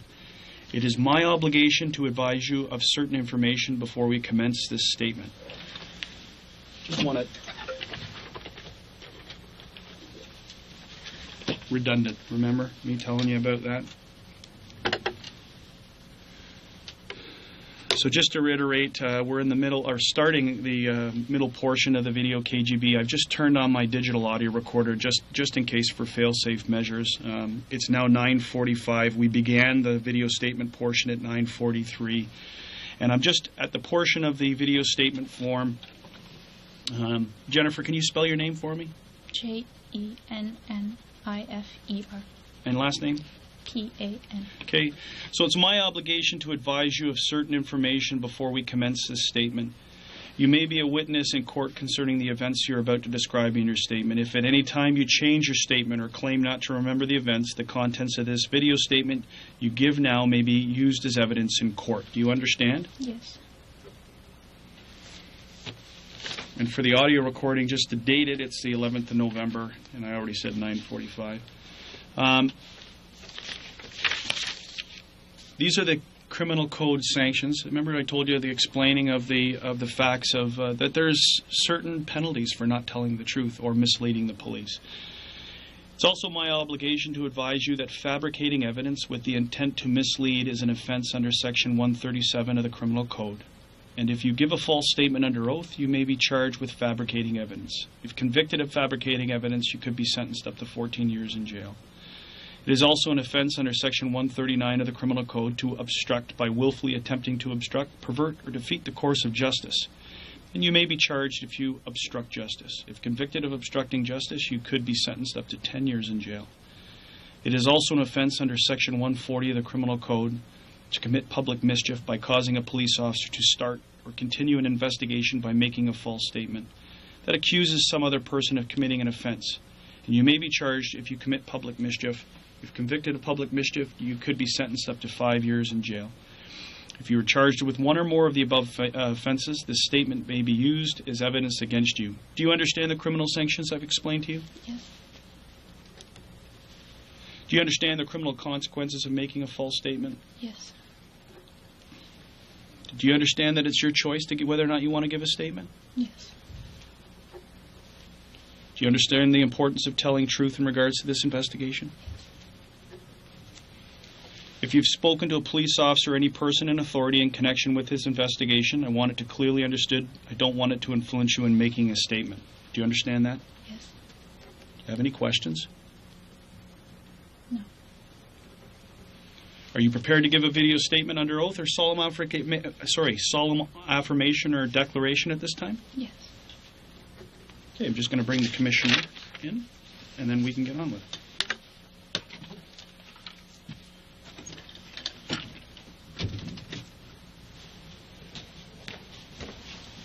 Hello.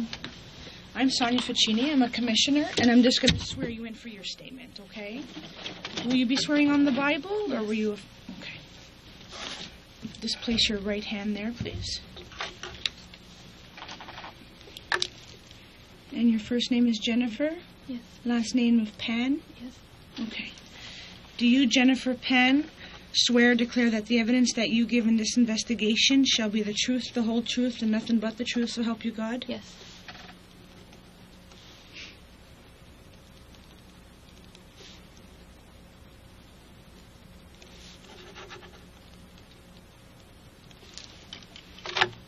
Okay, thank you. Thank you, Sonia.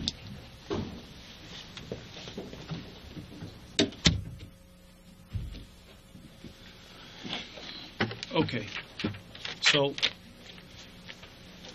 what we're going to do now is, as I said, what education level do you have? Just a high school. High school? Have you gone to any other like after school, a higher level of education? Have you been working towards anything? I'm going back to school, and I have been working on a piano education. Okay. There's no other education that you've sought, like you haven't gone to university at this point in time? Okay. So, I want you to forget or put aside the first statement that we had talked about. Okay?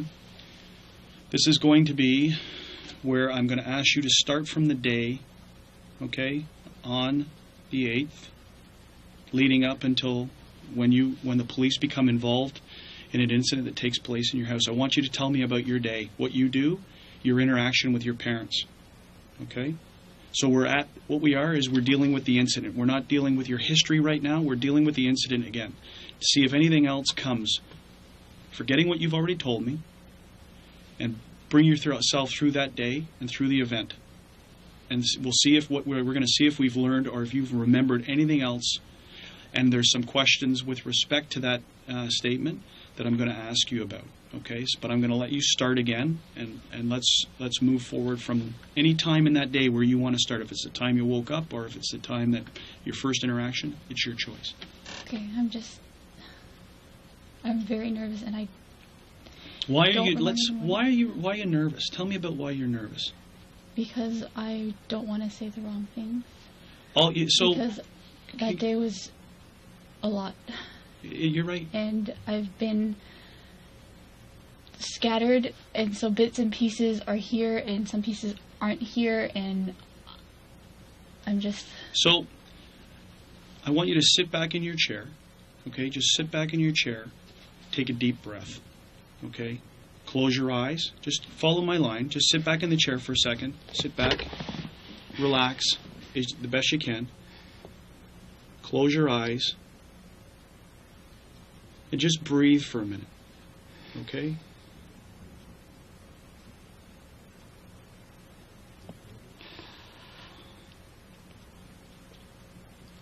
We're not in any type of danger. We're nowhere. We're in a very safe place. Okay? And we're going to work through this. And don't worry about what you forget or what you mix up or whatever you're doing. Is you start and push the play button for that day. And if you stick to everything that you remember happening that day, it will come out in sequence. Okay? And I'm going to show you a technique after we go through this that will show it to you. Okay? So let's just start. You've taken a deep breath. You've relaxed. You're in a good position right there. Let's start from the beginning of the day. when you wake up, and let's start moving forward from there. What I can remember is when I woke up, had some breakfast, and I went upstairs to do some piano history, and I was on the computer. What time is that around?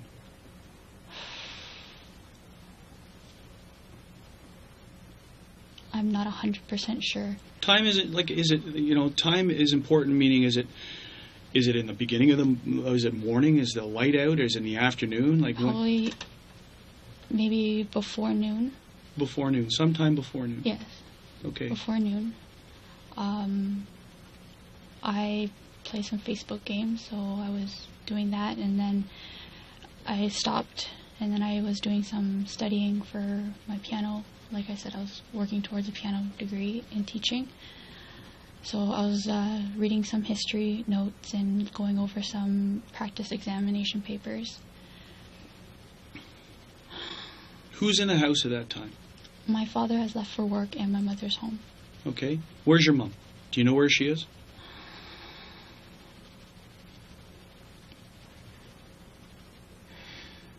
Don't remember at this point.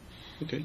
I'm getting the last few days all mixed up together. I believe she had left with my aunt to go and visit my grandfather that morning. Okay. Or early afternoon. He is residing. He resided at Manchung Nursing Home, and he had just gotten back from the hospital Saturday. Okay. So she went in. I don't remember if she took my aunt, but she went in to see if she could see how the nurse got any updates on him and see if she could feed him. When she had left, she had called me, and she asked me to come out because there were some police officers on the street. And I went out, and I asked, the police officers came up, and they said that there was a gas leak on our street, and to exit our house. So I said, if it would be possible, could I go in and grab a jacket, because I was still in just regular clothes. So I went in, and when I came out, my mother said that they wouldn't let her take out the car either. So we decided we were gonna walk across the street to a relative's house there. And before we could get to our relative's house, the officers got a message or a memo from their fellow officers saying that our side was secure and that it might be from another area. So from there, I went back into the house. Do you remember what time that was? Again, it was before noon. Before noon, okay. I'm pretty sure it was before noon. So before noon, and now your mom's come back from... No, not yet. She's on it. She was... Leaving to go out, yeah. Okay. So she left to go pick up my aunt and go in to my grandfather's, and I went back up on the computer to do a little studying, taking a break, and playing some games.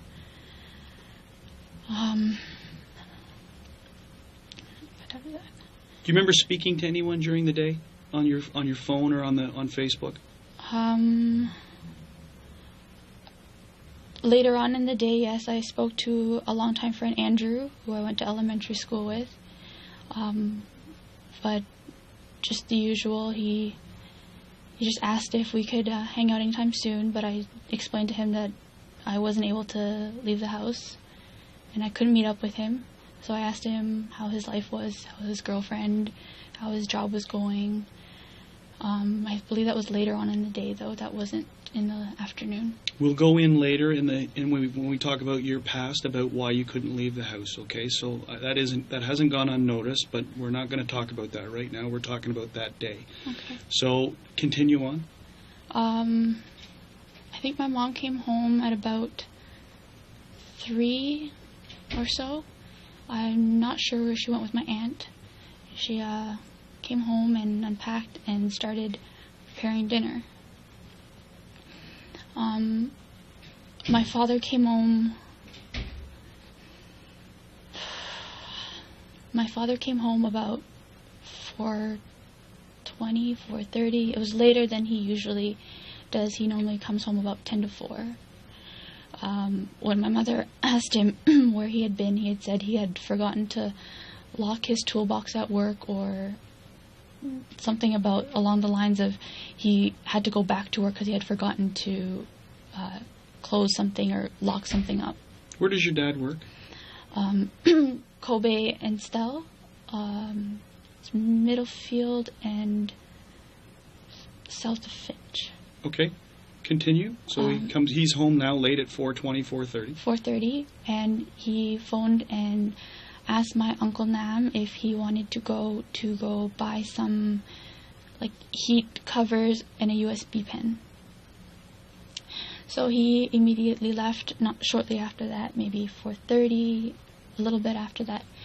And on Monday nights, my mother goes dancing. So she had finished dinner, and me and her ate dinner first. And what time did you guys have dinner around? 5:30. Mm-hmm. And then my father came home and he had dinner. And what time did your dad get home?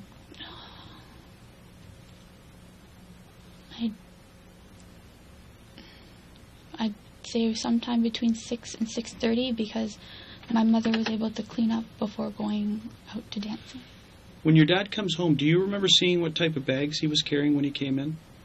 I wasn't downstairs when he came through the door. I had gone upstairs already. Okay. So you don't know where he went shopping at? All I know is that when I came down to greet him after he'd come home, he had shown me this heating cover that he had bought for the house. Didn't have a label on it. He took it out of the bag, or he just showed me the cover itself. He didn't. Did you see the USB stick? I believe the USB stick was for my uncle. If they bought it or not, I don't know. I'm not sure. Okay, so it's now 6 to 6:30 because your dad's now home and eating, and you say your mom cleans up. Yeah, and then she leaves at 7, and my father goes up to his computer like he normally does. Yes. And he's on the computer watching like news. I'm not sure what he's doing. I'm in my room. Well, I believe at this point I had called my friend. Hang on, let's make sure. I got to make sure that the tape recorders didn't just click off, okay? Because we had a bit of a power flicker. So just give me a second.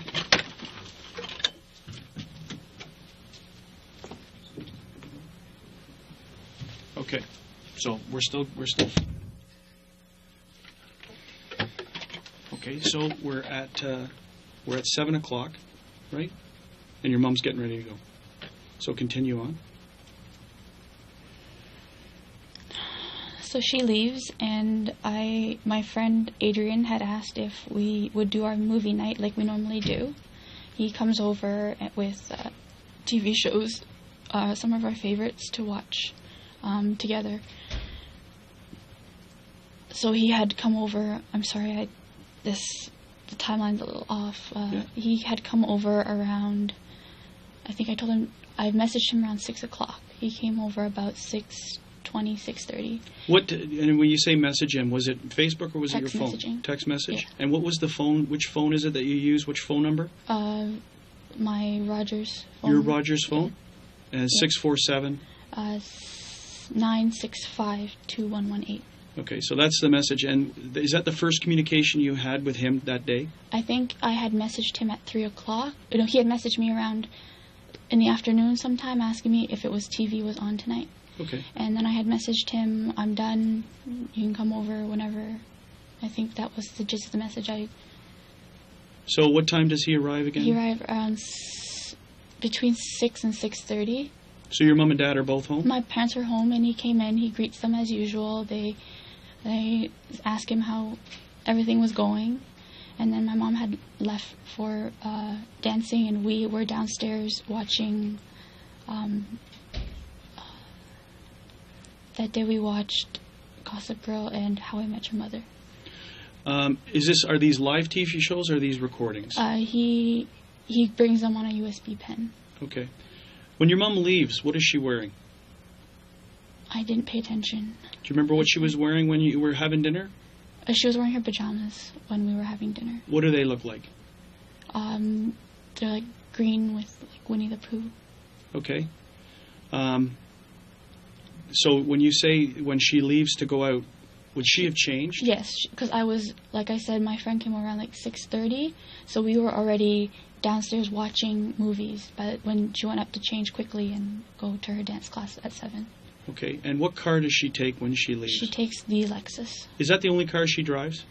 Pretty much, my father drives his Mercedes, and my mother drives the Lexus. Do they have, like, parents have different kinds of routines? Do they have a routine where they park the car? In the garage? Out of the garage? Or Normally which side? inside, but if we plan to go out again, we park our car outside, but only the Lexus. So my mother, when she came home from, like I said, going out with my aunt, she had parked the car outside. Okay. So when my friend came, he parked it beside her. Okay. Closer to the door. And where do they usually, in the garage, do they just take out either side? No, or do no. The Lexus is normally on when facing the house. When looking at the house? Left side. Left side is the Lexus. And the Mercedes is on the right, closer to the door. Front Okay. door. No other cars in the house? No, just the two belong to cars. just those two. Okay, so your mom's goes. Did you see her change her clothes? Unfortunately, I was watching. I was just watching my TV shows. And where with were my you friend. watching? In the basement. In the basement. Yeah. So when you say that she's wearing her pajamas and she goes upstairs and change, is that something you know or you're speculating? No, for sure she has to change into regular clothes to go and to go dancing. Okay. That's something that I didn't see it, but I know for sure that that's what she does. Okay. So your mom goes, and where's your dad at this point? He is, well, like I said, around 6:30 he was just finishing up dinner, and after he finished dinner he goes upstairs and goes on the computer. So let's talk about the layout of the house before we move on any further here. You're in the basement. Yes. Okay. And it's just the two of you, you and Adrian. Yes. The main level, the ground level. What's Okay. on the ground level? What we call our living dining room with my piano. Yes. And then behind that is my family room. Okay. And then beside the family room is our kitchen. So, are they in separate locations, living room, dining room, or is it dining room, dining room? By more than a half. There's a wall, but there is a way to walk from living room, living room are combined. Sorry. Okay. But to go to the family room, there's like a wall, but there is like a not a doorway, but like an archway opening. Yes. To go through to the family. And the kitchen is where? In the front, back, side? The back of the house. The back of the house. Yes. Okay. You go up the stairs. What's on the stairs? What's upstairs? How many bedrooms are up there? 4 bedrooms, but one we use as a study. And where's the study located? That's the front of the house, beside my parents' bedroom. Okay. And where's your bedroom located? The back of the house. And is there another bedroom back there too? There's one more bedroom back there, and that's used for my brother or my cousin, depending on who comes home. Okay, and your cousin, who's? His name is Curtis, and he goes to school in Waterloo. Okay. During the last co-op season, he co-oped in Toronto, so he stayed with us for 4 months. Curtis's last name? Leon. Leon. Okay. We'll get to Curtis after. So now we're back. Your dad is upstairs. Did you see him go to the computer room? Like I said, You're speculating. Yes. That's what his normal routine is? That's his normal routine. You're in the basement? Yes.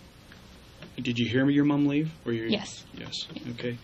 And how do your parents leave when they're taking their cars? Now, this time you say the car was out in the driveway. Did you hear when you say you heard your mom leave? Where did she go out? Because how the house is laid out, the stairwell is in the middle of the house, so she would have to walk. She would have to walk across the stairs to go to the front door. So I heard her pass through. Okay. And leave through the front door. If you park your cars in your garage, how do you get? Do your parents come close the door and come out and into the house, or do they? No, if they park in the garage, they come through. There's an entrance from the garage to the house, inside the garage. How many ways are there to get into your house other than breaking a window? Like how many? Doorways, 3. So there's there's a door from the garage. Yes. The front doorway and the backyard. In the backyard. Okay. So, It's now 7 o'clock or beyond. Your mom's gone. Your dad's, you believe, upstairs in the computer room, in the office, and you're downstairs with Adrian watching either the How I Met Your Mother or Gossip Girls. Well, a few episodes. Do you talk to anyone or text message anyone throughout the time that you're with Adrian? No. Does Adrian talk or text message anyone throughout the time? No, his phone wasn't. I believe his phone was aside. Okay. And then what happens? 9 o'clock comes, and he says, after that final episode we watch, he's like, it's time for me to go home.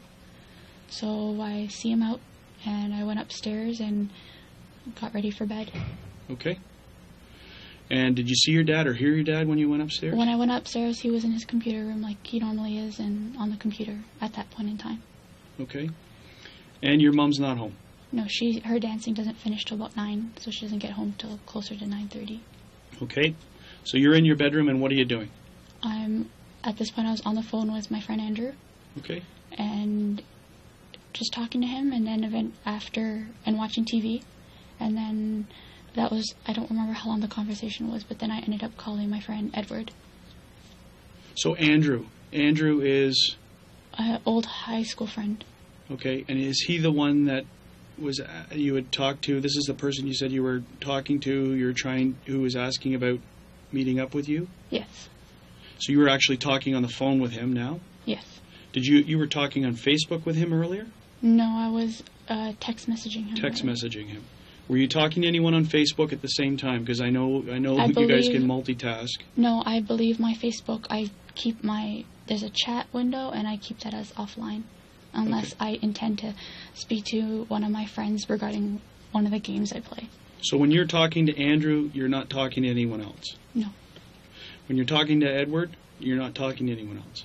I don't have a computer in my room. Okay. So that answers the question, is that there's no computer in the room. No. How many computers are in the house? There's one computer. I'm not sure about towers because my brother recently took one to school with him. But I know there's one fully working computer, and my mother has a laptop. Do you use either? Like I said, I was on the main computer earlier. Yes. And the laptop I use occasionally, but not too often. Did you use it that day?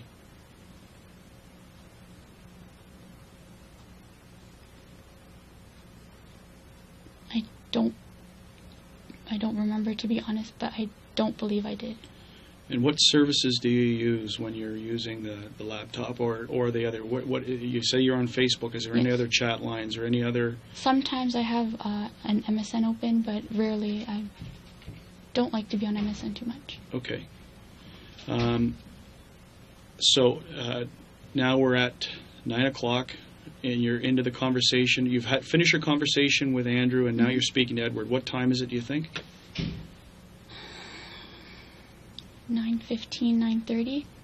When you're talking to Edward, have you heard your mom come in yet? I heard my mom come in, so I asked him to hold. Okay. He had hung up.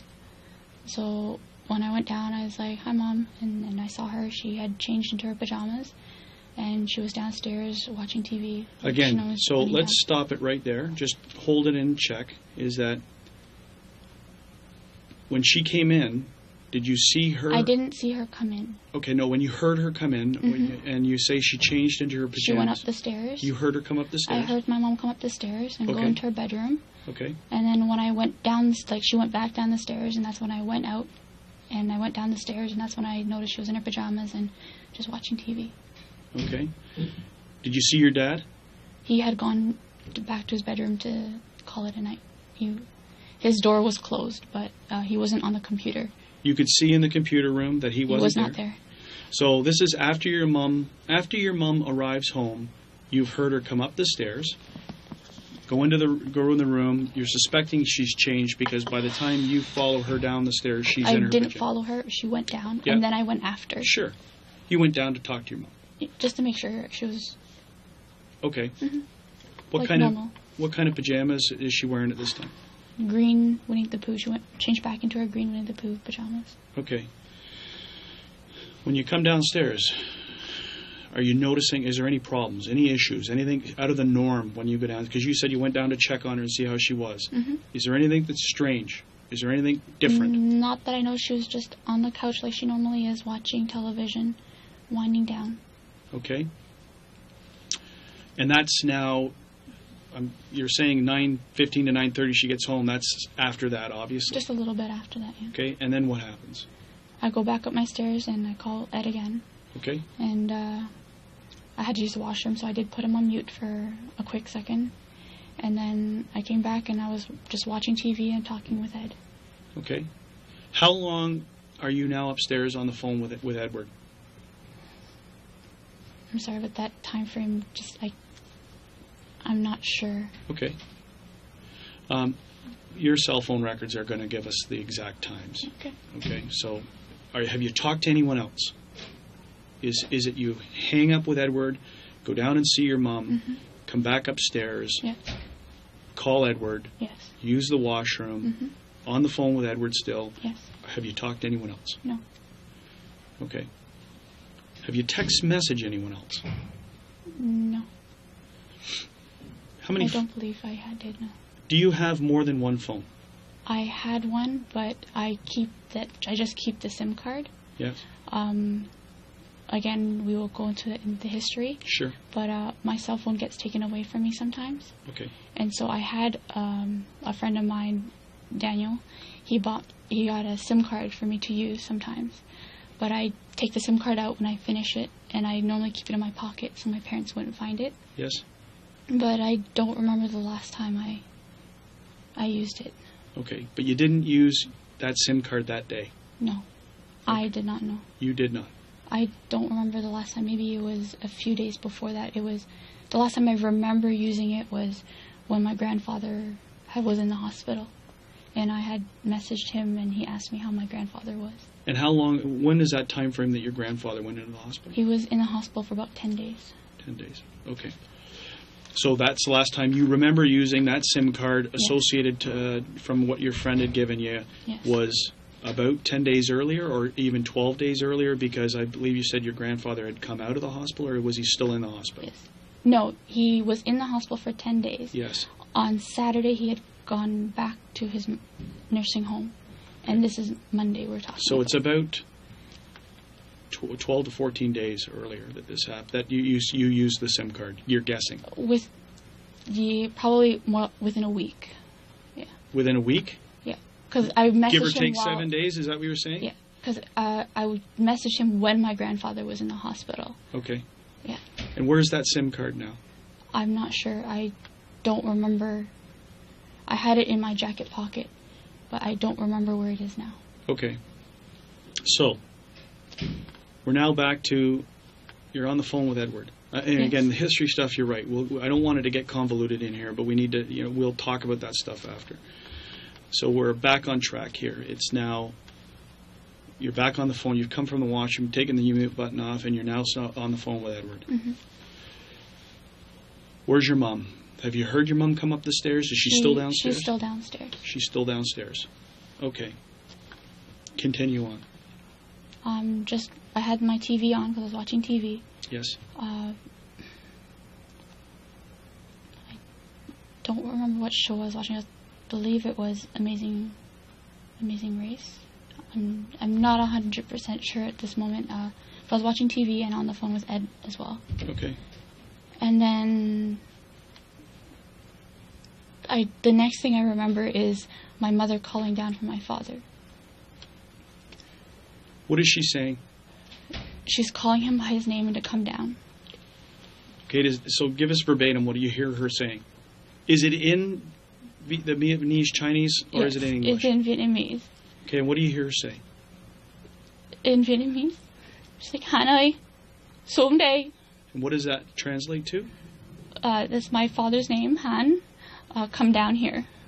Does she say anything else associated with that? I can't hear clearly because, I was on the phone and the TV was on, Sure. but that's what I heard. Is she yelling? Or is it normal? It's a loud, she's not yelling, but it's a loud tone. Okay. And normally that tone means that I need to go down and see what's happening, usually. So that's when I told Edward, I was like, okay, I gotta go, I'll call you later. And I hang up the phone with him. Have you heard anything else at this point in time? As I'm hanging up the phone with him, I hear footsteps going up the stairs. Okay. But they're not they're heavier footsteps than what is to be expected from my parents. Okay.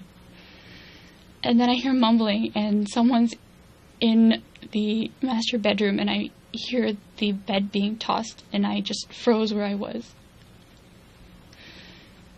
I have to say, I don't know how long they were in there, but I heard somebody go down the stairs.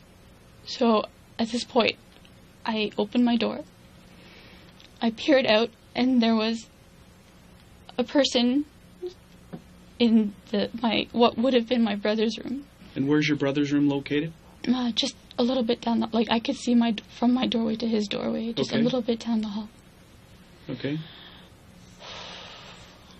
And he looks at me, and he pulls out his gun. And he walks towards me and, sits me down on my bed. Because my bed is within a step from my door.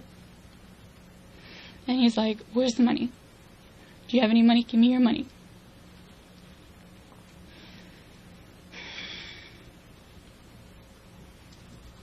So I had some money that I had saved up from serving, and I was also planning on buying a new cell phone because my contract was finishing with Rogers. And the phone I'm currently using has not good reception, so I had about $2,000 saved up. And so I opened my drawer and I pointed at it, and he picked it up and took the cash and put it in his pocket.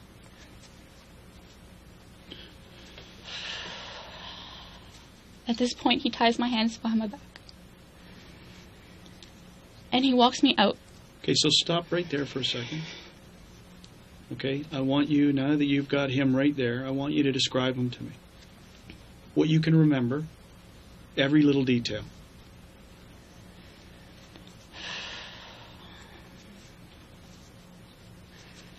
He was black with dreadlocks. How long are the dreadlocks? About. Show me on your own body where you would see them. About shoulder length. Okay. But they were long enough that they were able to move. He's medium build, and he is slight. When I was standing, I was almost eye level with him. And you're how tall? When he came up to me, I'm about 5'7". Okay.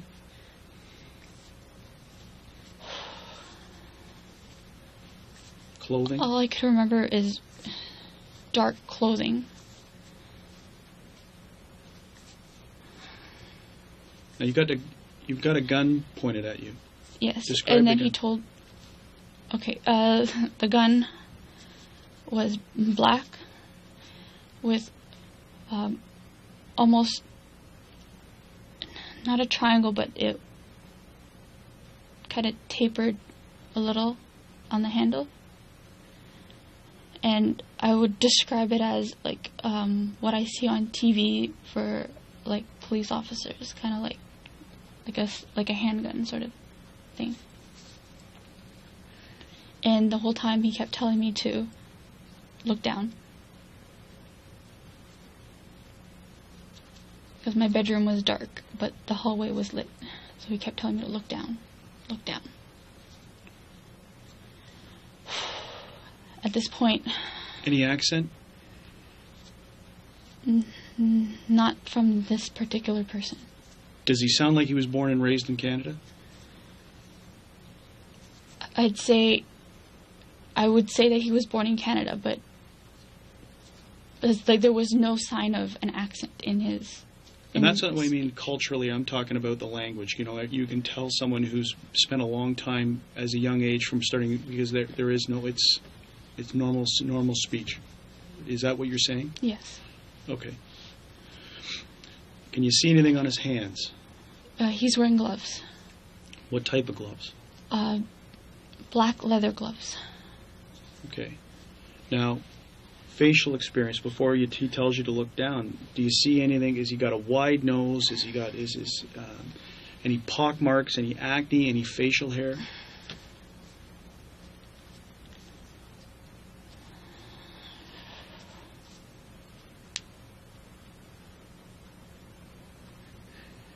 The only thing I could really make out is just the general shape of his face. Which is? Because the only thing the thing that caught my attention was Which was? the gun. Okay. What about his facial? What about what he looks like? Tell me about that. You said about the size or the shape of his face. It's not round, but it's not a narrow face.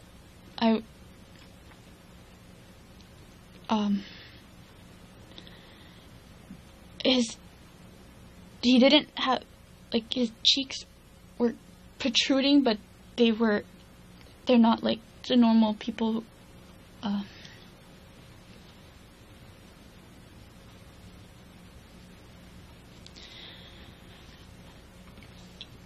It almost like a roundish, squarish face. Mm-hmm.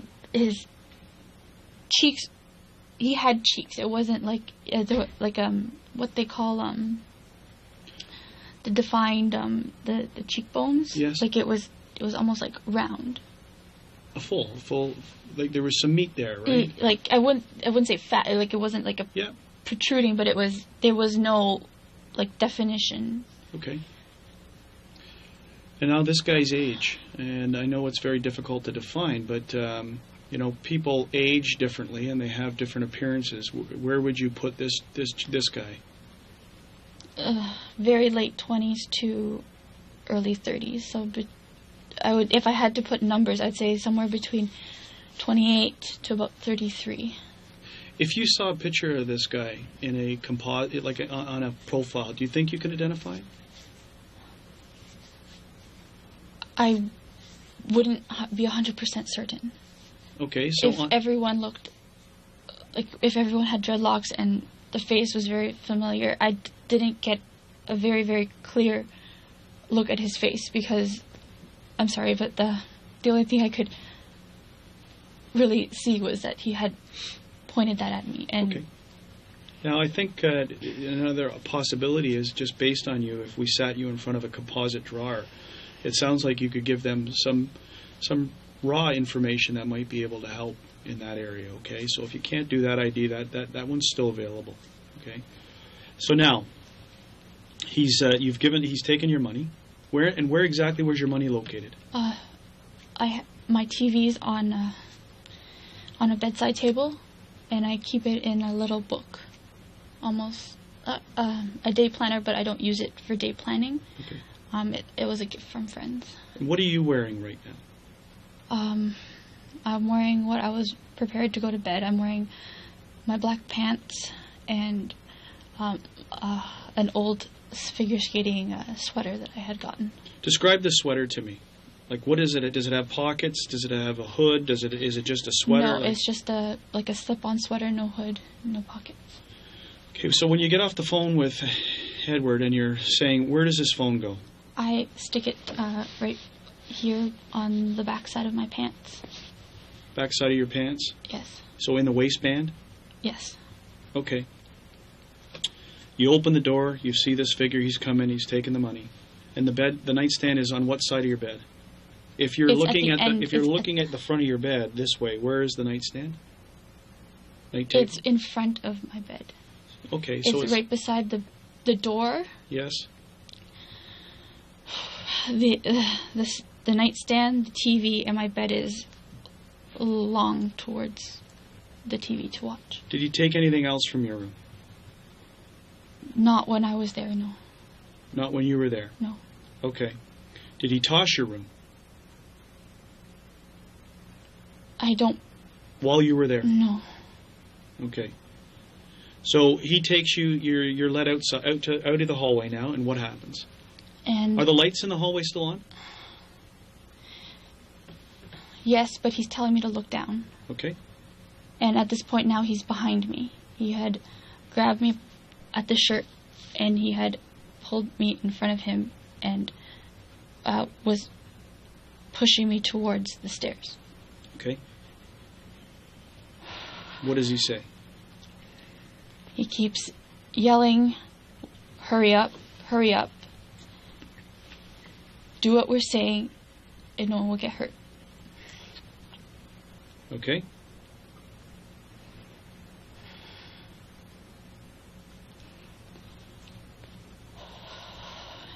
And then he takes me down the stairs. And the lights on the main floor were all turned off. We take... My stairs are a little curved, and we just went... He pushed me down by my shoulders and told me to sit on the floor. Do you feel the gun? Is he using his hand? He's using his hand to lead me down the stairs and force me to sit down. Only one hand. Okay. You see the gun again? At this point, I'm looking down and he's behind me, so okay. I don't see his gun. But I can see there's two other shadows, and I can see from where I was standing, my father was sitting on the right, and my mother was sitting on the left. Sitting where? On a couch. On our couch. Sitting on the couch. Are they looking out towards you? No, their backs are towards me. Okay. And you're now on the ground level? Are you on the floor? Or on the I'm sitting on the stairs? floor. I'm sitting on the floor. All right, where are your hands? They had tied my hands, so let's as go, I said. Let's go back up to the stairs. Remember we said take the other statement and whatever we've said before. No, I said it earlier. Okay, then we must let's get back to that area. I think you might have touched on it. We went back into the description. So where do you get your hands tied, and where does the string come from? I'm not sure where the string comes from, but he had the string. Okay. And after I gave him my money, that's when he tied my hands. And how did that happen? Where were you, in the room, in the hallway? Where did that happen? He told me to sit down on the edge of my bed. Yes. And that's when I opened.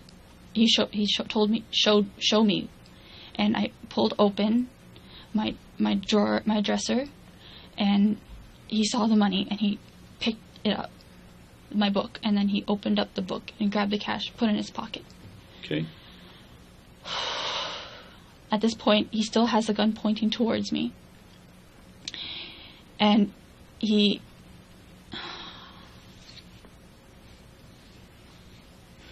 You're doing great. You're doing fabulous. Okay? So he's got the gun pointed at you. And how do the hands get behind your back? He told me to put my hands behind my back. Okay. Continue.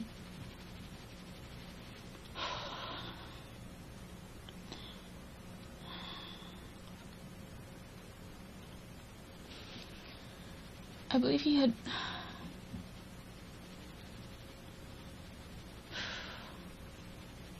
I'm sorry, I'm just trying to be 100% certain. Mm-hmm. And it's pieces that I'm... Then roll through them. We'll put the pieces together.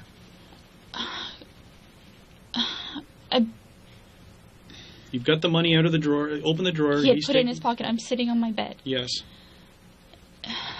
And he had told me to put my hands behind my back. Okay. But it was dark. So I believe he told me to stand up so he could tie my hands together. And I was trying to make it loose so I could do something. But he had pulled them so tight. And he made sure I squealed before he let go. Is your TV on? Okay. My TV's on the whole time. Okay. So you've squealed, they're tight, and they're behind your back. And that's when he grabs me and starts leading me down the stairs. Okay. Does he pat you down or search you or do anything? Thank goodness, no. Because if he had pat me down, he would have found my phone. Okay.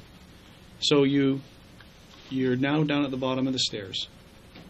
At this point in time, you've only seen one person, or have you seen the others before you get to the bottom of the stairs? Before I get to the bottom of the stairs, I had seen one person. Okay.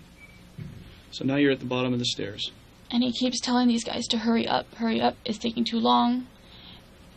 And he told me to look down, but I was able to see out of my peripheral.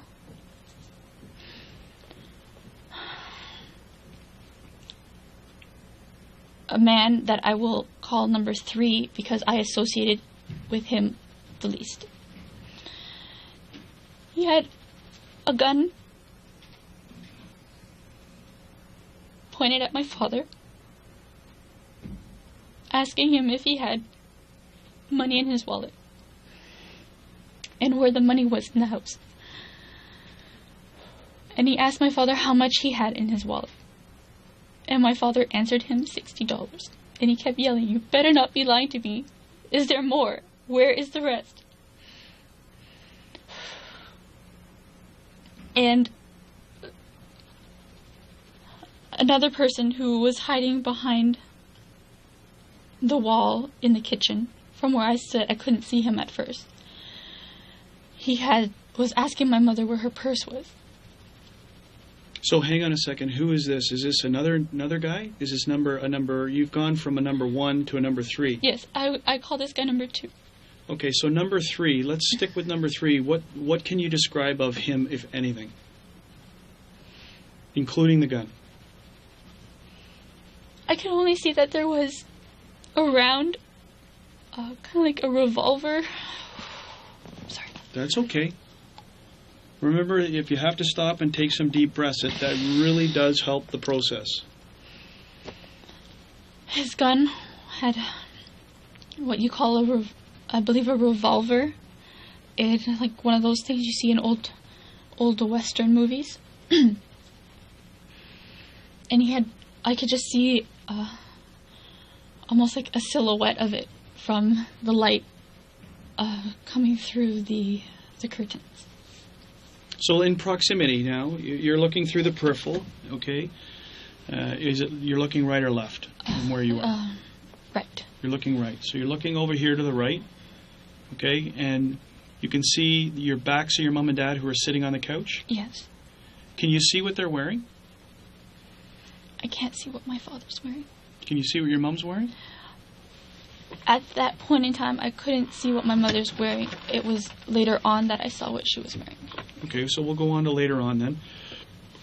So there you can see them in the back. And where is the silhouette in relation to your mom and dad? Standing in front of my father. Okay. So is a house what lights are on the ground level? None. They cracked open the fridge a few times for light, but the only light on the main floor was the one shining through the windows and doors.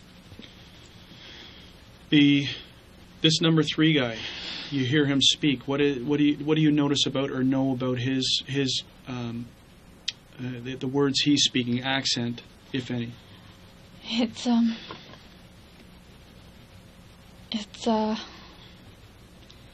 He's not from. Well, he wasn't. The accent's not what I normally hear. It was almost Caribbean, like Jamaican or Guyanese, or like that kind of accent. Yep. Have you got friends who? The reason I ask you is the Jamaican accent or the Guyanese accent. Have you got friends who have that accent that you recognize it? Growing up, there was. One of my friends was from Guyana, and I remember vaguely, like, when his parents came for school functions. It was sort of something like that. So it's tweaking you to like a Western Caribbean island area, like Jamaica or Guyana, something like that. Okay. So you hear him talk, and describe his silhouette to me, what you see of it. All I could see is that he's slim and tall. Again, I was sitting on the floor, but... No race. It was dark, but You can't put a race to him. I don't want to put a race with voice. I want a race by color. I could not see... It was dark. I could not see his face. Okay. And now, number 2. Okay, you say that fridge doors, where does he come into play? Where do you first see him? I first see him when he's asking my mother where her purse is. And they kept telling us that if we just cooperated, everything would be okay. Just interrupt you because I want to get back to 3 before we move on to 2. Is number 3? How is his interaction with their father when he's telling him about demanding the money and the only money and not lying to him? Is this is he talking in a low monotone voice, or is he yelling at him? How's the interaction going? A stern voice. Stern, but not screaming. Not angry. Okay, so I interrupted you. Now back to number 2, where he's asking your mom for her wallet. Her purse. Her purse At first. And this is at the point where my mother stands up, and that's when I saw her clothes again. Okay. At this point in the night, obviously. And what is she wearing? She's still wearing her Winnie the Pooh pajamas as she was when I had come down earlier. Okay. And all I could see was that he had pushed her back onto the couch, and she Who pushed her? Number 2. Okay. He was pushing her back onto the couch, and she kept saying, "Where's my purse? Where's my purse?" And the guy kept telling her to sit down, and I didn't want my mom to get hurt.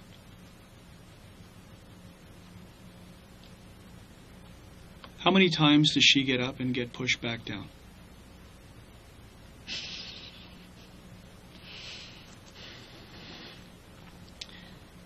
I'd say she got up twice.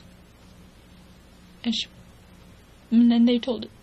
The first time she stepped back and sat down, but the second time she was pushed back onto the couch. This is only by number 2? Yes, because number 1 was standing behind me. Is he saying anything during this process? He keeps uttering that we have to hurry up. It's taking too long. At that point, he kept saying, "Hurry up. It's taking too long." Is there any other demands from either 2 or 3 or 2. 1 about wallet or purse? Is there any other? 2 was the one talking to my father, asking about his wallet.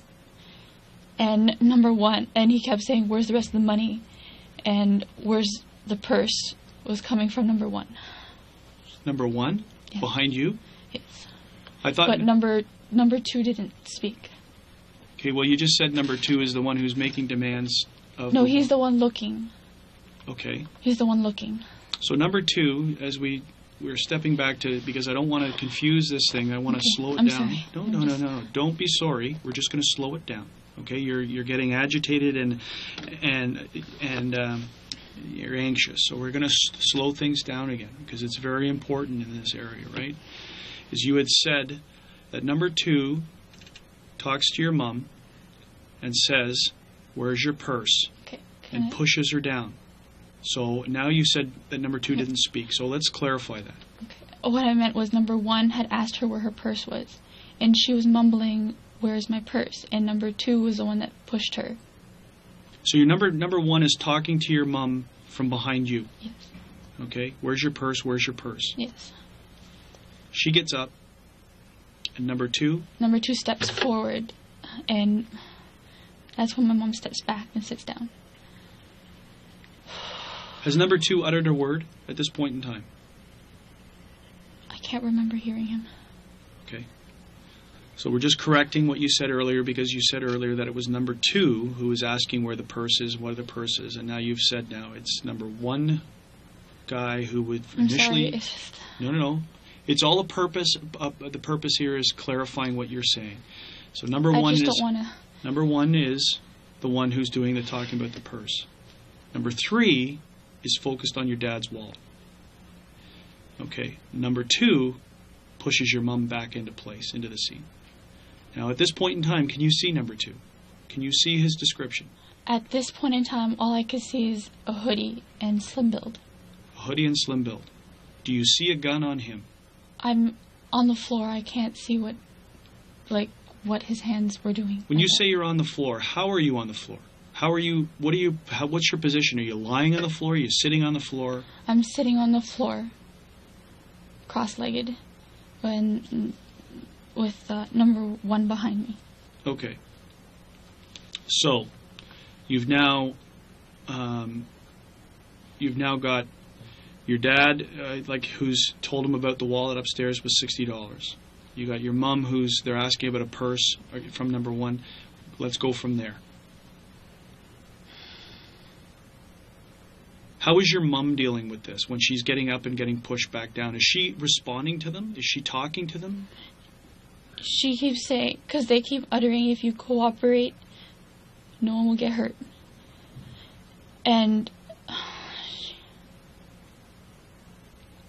she keeps asking herself, where's my purse? Where's my purse? In English. And then I believe she remembers that she didn't take a purse out, she only had a wallet that day. After she came home, she had a wallet. She was trying to find it, and number 2 was looking around for it. Was she up helping to look for it? That the second time, that's when she stood up to help, and that's when she got pushed back down. Okay. Are they bound? Do you see their hands, or? My mother, when she got up, she was not bound. Okay. So do they direct number 2 to where where the wallet is, or does he find it that you know? I don't know. Okay. So then what happens? And then number 1 tells me to stand up, and because I'm cross-legged on the floor, with my hands behind my back, I couldn't get up very well. And so with one hand, he kind of pulled me up. And he said, come here. He didn't say who or what, he just said, come here. And he brought me upstairs and he said, you're going to take me to the wallet. Show me where your father's wallet. Where does he keep his wallet?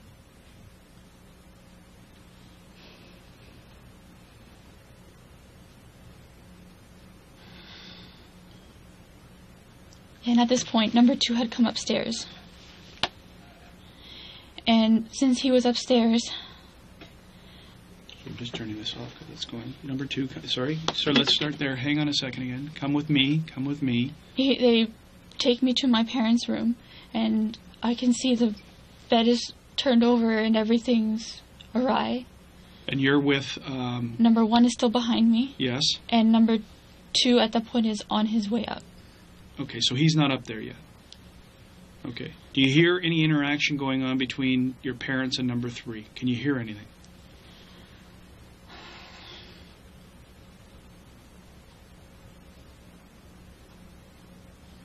I don't recall anything. Okay, so you get to the top of the stairs. And he takes me to my parents' room. Where are you standing? At first I was standing at the doorway, like in the middle of the doorway, and then he pushed me aside to my left a little, so that number 2 can come in. Okay. Do you get a good look at number 2 now of what he's wearing? All I could tell was he had a vest, and his face was like a long oval face. He had a vest? No, hoodie. Okay. Dark hoodie. Okay. And was there anything on his face, or could you see his face? Again, he kept telling me to keep my head down, and every time I tried to, he used his hand, and because he had me by my shoulder, he kind of just let go for a second, pushed my head down to make sure I wouldn't look up. Okay. Is the lights you said in the hallway upstairs were on? Are they on still? Yes. Okay. When you're looking down, can you see what number 1 is wearing on his pants or his shoes? He was not directly behind me, and there was just so much in front of me that had happened, and I don't recall. Okay. So where are you facing? If you're at the doorway, when you're looking in, are the lights to your mom and dad's room on? Are you now facing into the room? And what do you see? You said you saw the bed turned upside down. So the room has been rummaged through. Is that the state of your parents' room? No. Okay. It like they had flipped the bed. Okay. And when you say you moved to the left, are you still able to look inside the bedroom? Where do they have you look? Where are you looking now? Almost like I'm right beside the wall, and my mother has a sewing table there. Okay. So I'm just pretty much staring at, I'm like looking down at the table. And peripherals you can't see where No.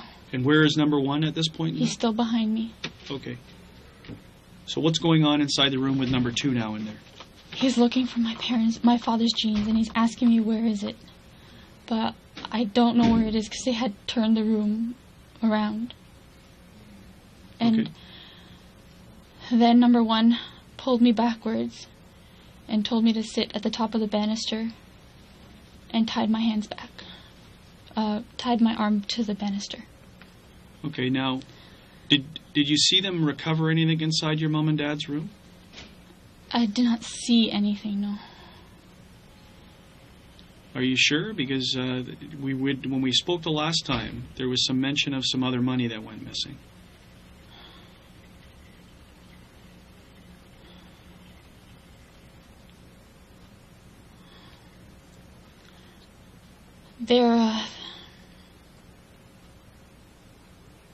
Yes, the U.S. currency. So how did that get found?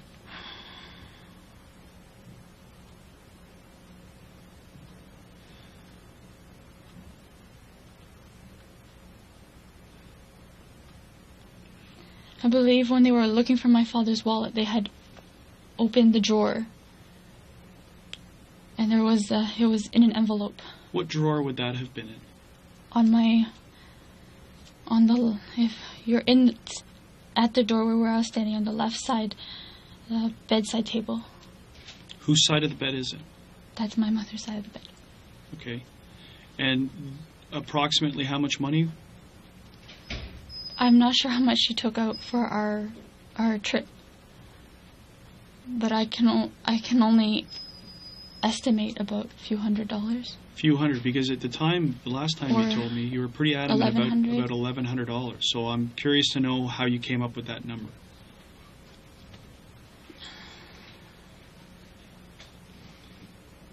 I believe because when we were at the border, we stopped at the duty free. My mother was deciding whether to use her U.S. currency or her U.S. currency or her Canadian currency. So it was at that time you remember hearing $1,100? And is that the inference you're saying? Is that, because you're pretty solid saying that it was $1,100 that went missing, that was taken. And that you saw it when we spoke. And who took it? Who took possession of the money? I'm sorry. It's all right. Were you ever inside the room? Did they ever take you inside the room? Did you ever make it past the threshold of that door?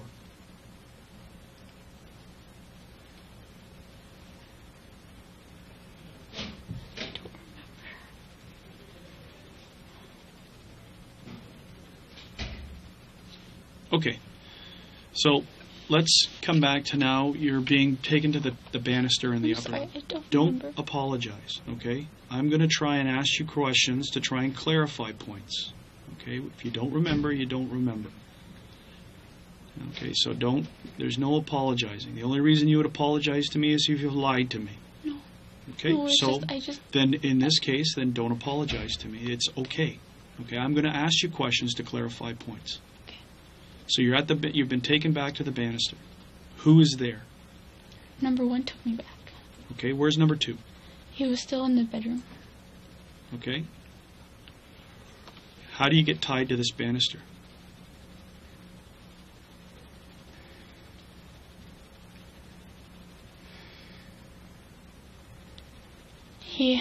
Number one.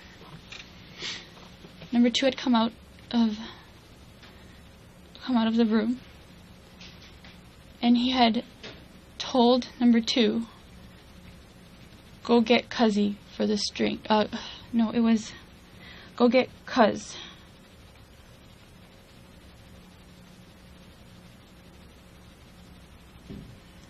He had said that, I need the string, go get Cuz. And number two ran down the stairs and he came back up shortly after. And then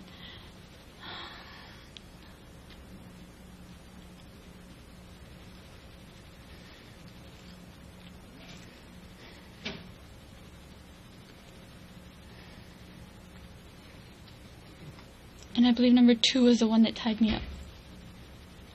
Because number 1 was still holding the gun in front of me. So number 1 is now in front of you? He has been in front of me since he pulled me out of the bedroom. Okay.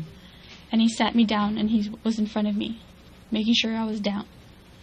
So on this gun that you're looking at that's in front of you, can you see what type of gun is it? Does it have a cylinder or a round thing like an old gun, or does it look like more? It just reminded me of the television police, like the handguns. Yeah. Yeah. Okay. And it's black. Can you see from there? Now you're in front of him and you're looking down. Can you see his shoes? Can you see anything else about him? I want you to think right now. It's tough to put yourself back in that spot, but you've never been tied up, I suspect, or bound like that, and now you're sitting there staring down.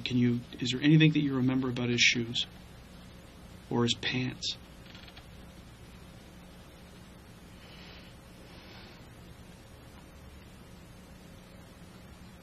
Any idea where this string came from? Does it when you're seeing it come around because it's now lit? Does it look like it's come from clothing or from shoes that you might have in your house?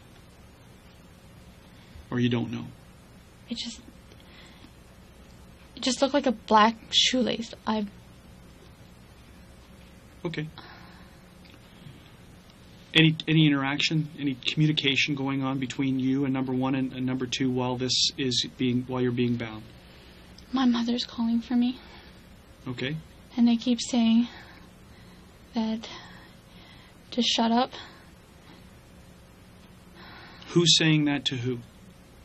Number 3 is downstairs and she's telling her to shut up. She's telling her to shut up. What's your dad doing? I can't hear my father. Okay. You're now bound to the railing. Can you show me? Can you stand up and turn around and tell me? Just show on the camera how your hands are bound and how you are against the railing. You don't have to sit down. I just need to see how you were.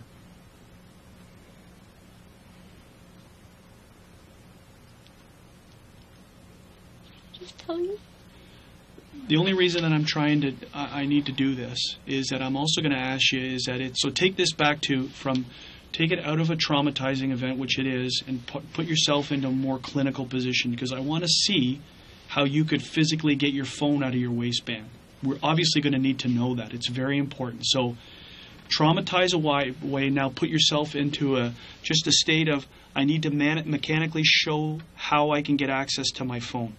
Okay, because that's obviously very relevant. We know you made the phone call, but questions are going to obviously raise is that if my hands are bound and I'm against the railing, how do I talk to a 911 operator?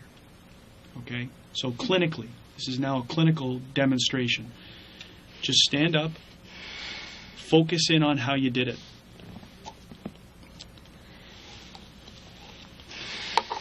And I want you to stick that in your waistband as an example.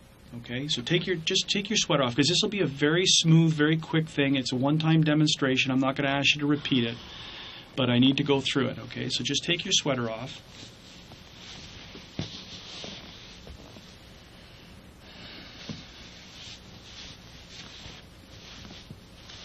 Stand up and turn around. Put this in the side that you believe it was in. Great. Turn around. So that you're looking away from me. You're looking exactly like, now here is where the banister is. Put your hands back behind your back, exactly how you remember they were. Okay? Now, are you restrained from movement? How far can you move your hands from the banister? They tied my upper arm. Yes? Around the banister. Yes? But my hands were bound together. So your hands bound together, and this is the arm that's the strings wrapped around against the banister? Mm-hmm. Okay, so now how can you get to the phone? And how do you make the phone call? 911? Mm-hmm. And do you talk down like that? Yes, I'm yelling at the phone like this. And how can you hear? I turned the volume on max. Yes? So that's exactly the way that you're talking to her against the railing. Mm-hmm. Okay, that's good enough. Sit down. Put your sweater back on. You just put your sweater on. Yeah. You want some more water? I'm okay. Okay. I really appreciate that. Obviously, it's very important to see it because we can't put you. It would be absolutely physically impossible to put you back into the same position, but we just needed to see how you get the phone out and make the call.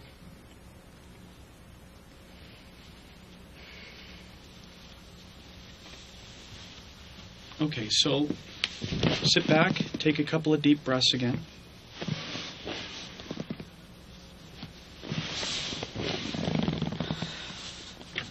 When you're up against the railing and now you've been bound, and is number 2 and number 1 still there, or are they gone? Number 1 was there for a little bit. Number 2 ran down the stairs. What is number 1? Is he saying anything to you? He's saying you obeyed and just shut up and don't move. And he continues yelling downstairs, hurry up. Hurry up, it's taking too long, hurry up.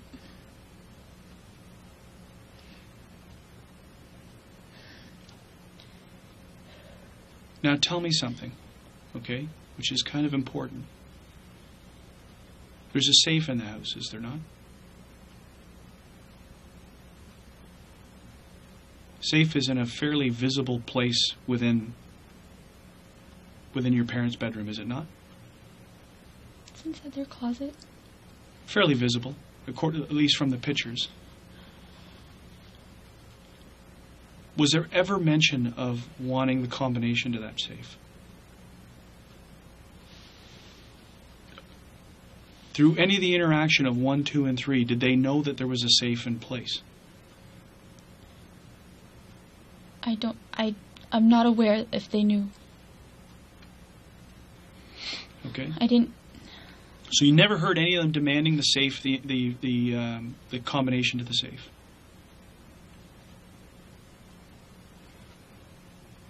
Was there anything else they were demanding in their yelling? What was the focus of what they were looking for? Cash. Cash. Okay. So number 1's talking to you, you obeyed, and we need to go, we need to go. And where does he go from that point in time? He's yelling down the stairs, is there more? And number 2, I can just hear him muffling something. I don't hear him clearly. Number 2 or number 3? No, sorry, number 3. Number Okay. 3. I'm sorry. Number 3. Okay. It's just a murr, but I can't hear what he's saying. Okay.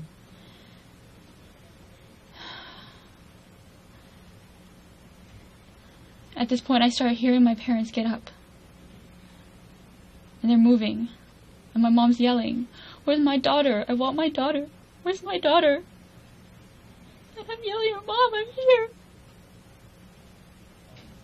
Are they saying anything to your parents? I know she's yelling to you. Okay, she's yelling to you. Are they saying anything?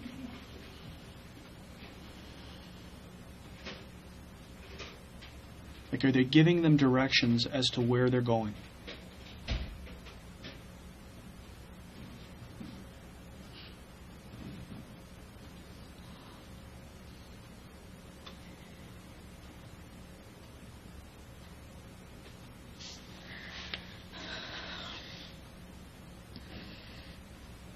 Or can you remember? All I can hear is my mom right now. Okay. So you hear them get up and you're moving, and they're moving in what direction? Towards the basement. Okay. Are you still hearing 1 and 2 or 1 and 3? Are you hearing all 3 of them? Number 1. And what's he saying? Hurry up. Is there more?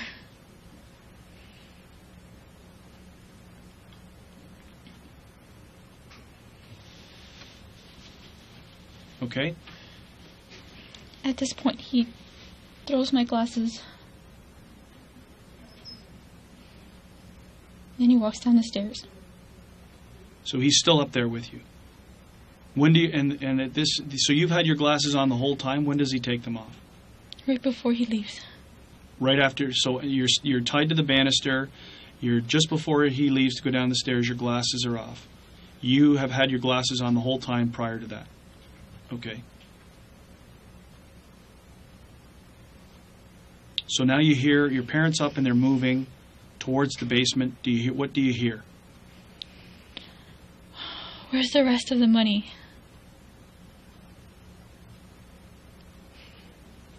Whose voice? The one with the Caribbean accent. Number 3. Who we've called number 3. Yes. Where's the rest of the money? Is that as you hear your parents moving?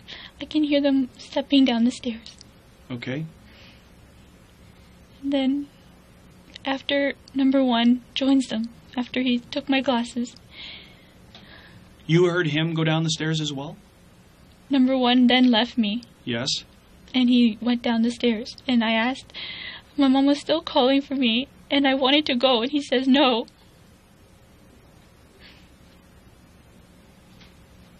Should have taken me.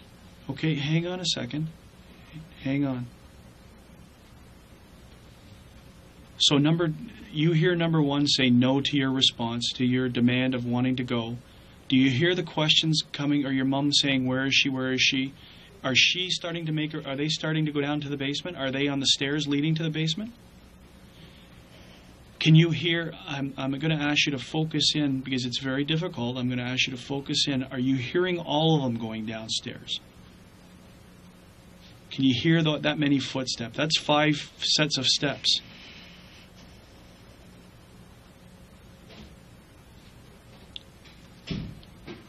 Because if your mom is moving down to the basement with these guys, and number 1 is walking down to join them, he would be later. He would be walking down. Does he go down to the basement, or do you know? Can't tell.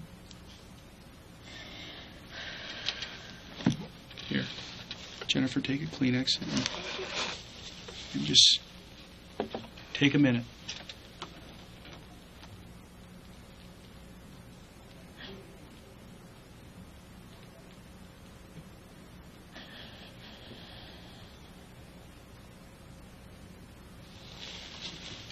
Okay, so we're now down in the basement. They're down in your parents are down in the basement. You don't know who's down there with them. You can't tell how many people went down. You know that number 1 left and was heading down in that direction, but you don't know by footsteps who's down there. I wasn't paying attention. That's all right. Whose voices can you hear now down in the basement?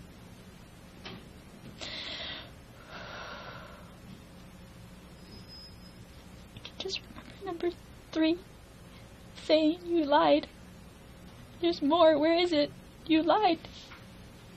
You're lying.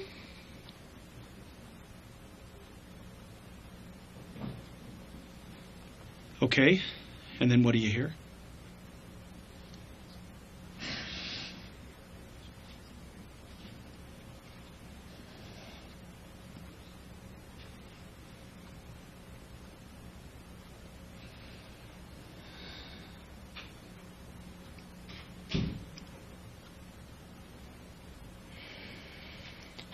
I heard pop. And then my mom, I heard her squeal. So do you hear 1 pop, or do you hear 2? That's what I can't remember. Then don't. It's 1 or 2? Okay. And then you hear your mom squeal. And then what do you hear?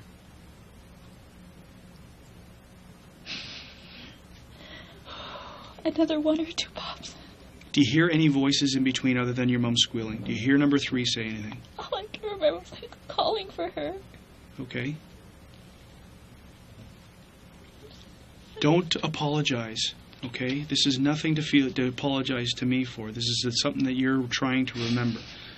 So you heard a pop, you heard your mom squeal, and then you heard another. Any idea how many more pops you heard? I just remember that I heard one or two, and then there was a slight break. And there was one more. I don't remember if it was two and then break and then one, or if it was one and then break and then one. Okay. So you're saying that you heard a total of how many pops? Guessing.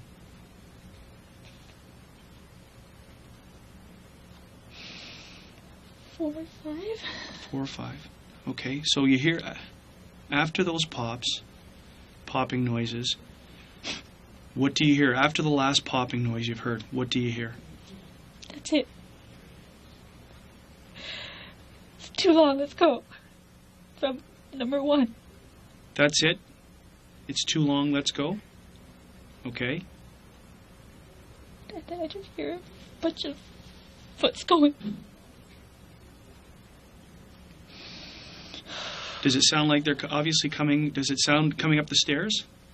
Do you know where they leave?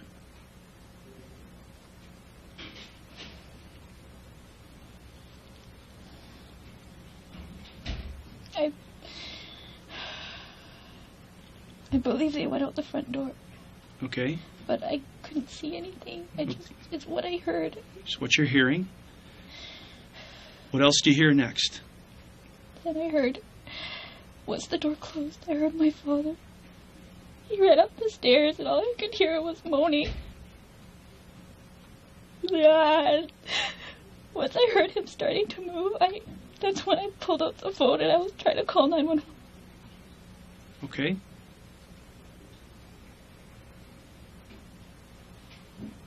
Did you hear, after you hear that's it, let's go, do you hear any more communication between the 3 guys?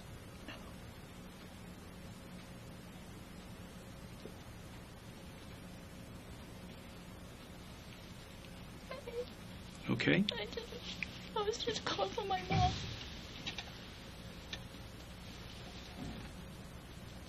Okay, so you're dialing 911, you've called the police, you're on the phone with the dispatcher, you're updating him as to what goes on.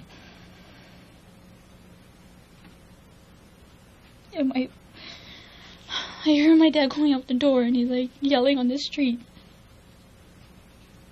Okay. And I'm calling for him, but this dispatch lady, I'm trying to...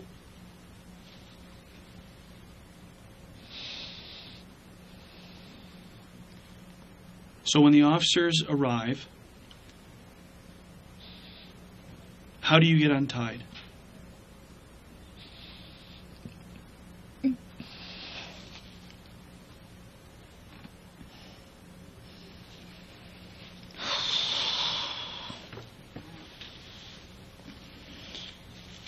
Do you remember? At first, they were all outside and I was screaming for them. Yeah. And finally, someone heard me, and they came up the stairs.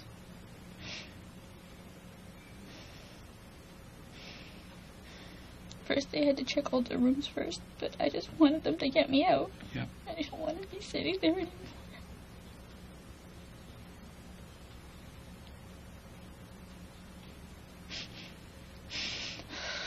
So how did they get you free?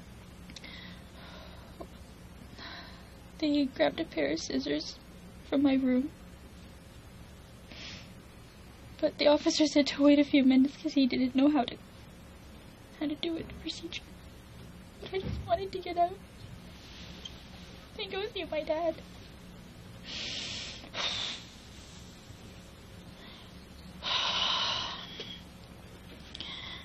He cut me.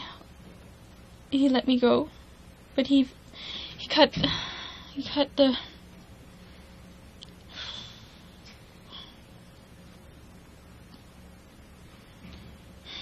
Now when you took off your sweater to show me the demonstration, there's still some marks on your arm.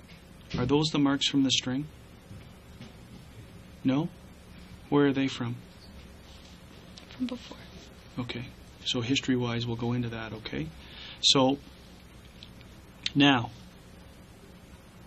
as an event, as to try and see, this is the little technique that we use to try and see if there's something during the course of what you've told me that boom, I trigger something, another memory. Okay, we're going to start right now. We're going to start at the point that the officers arrive. Okay, and we're going backwards. Not nearly as, I don't need you to go into we're not going to be stopping here and going through to, well, what about this and what about this? It's, you may come across something. It's the reverse chronology of what you just described. Okay, leading us back to the time you're upstairs talking to Edward. So I want you to start right now with your police officers arrive and they're cutting you free. And now let's start going backwards from that.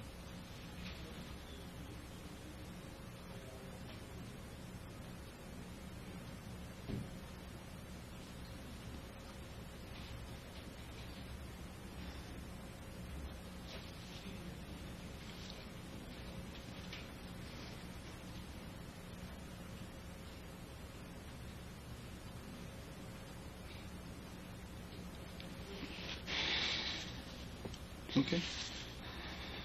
Just don't want to see wrong things. So I'm just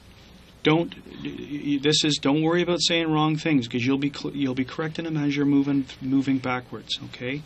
It's a very well practiced technique to help in memories. So especially in traumatic events.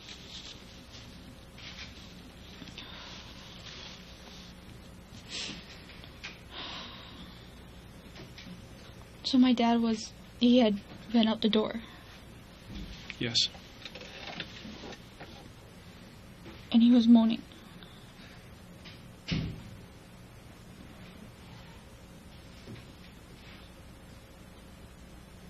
And just before that, they had left. The people had left.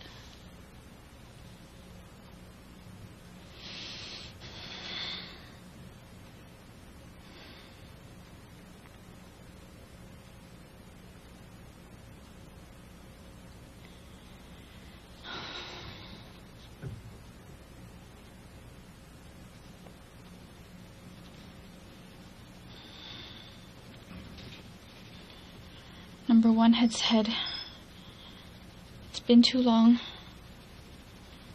Let's go."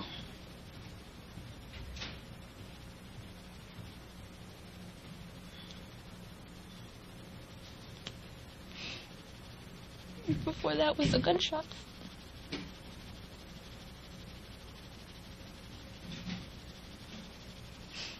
Before that, they were scolding my dad for lying because that there was more money and he wasn't telling them where it was.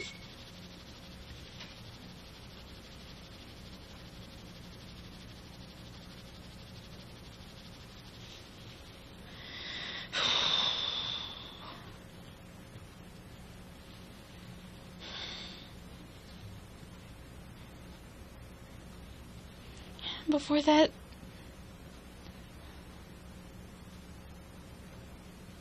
they were going down.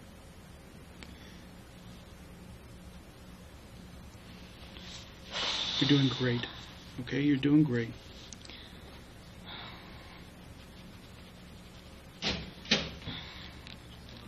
Just before that, they were going down the stairs. But I could just hear my parents' footsteps and my mom. So I don't know how many of them went down. But I know for sure number one was upstairs with me while they were starting to go down. And then number one, that's when, he was taking off my glasses and that's when he went down the stairs. Am I saying something?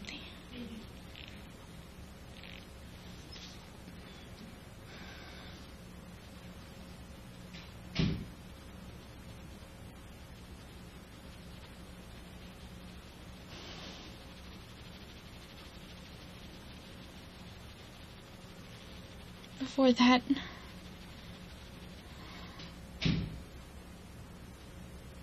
they tied me.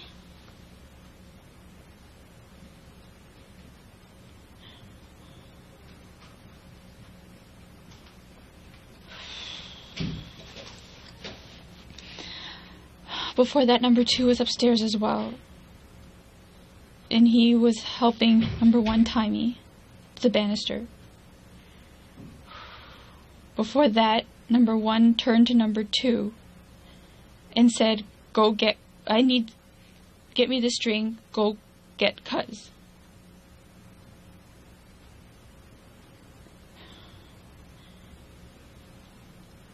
That's when number 2 went down the stairs and came back up with the string.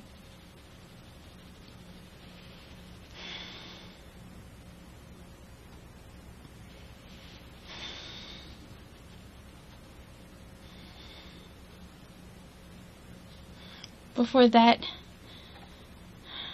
number 1 had taken me and told me to sit down at the top of the stairs.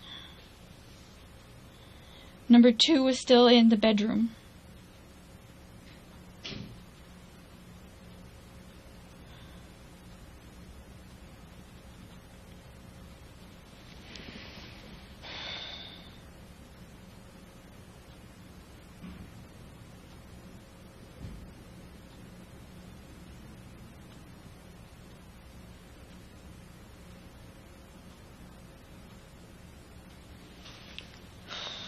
Before that,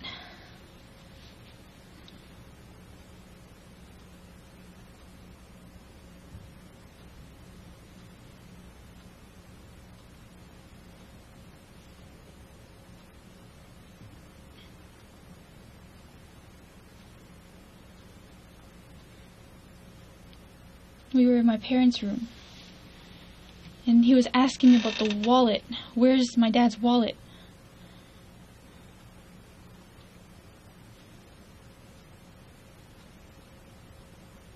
I don't remember how they got the money.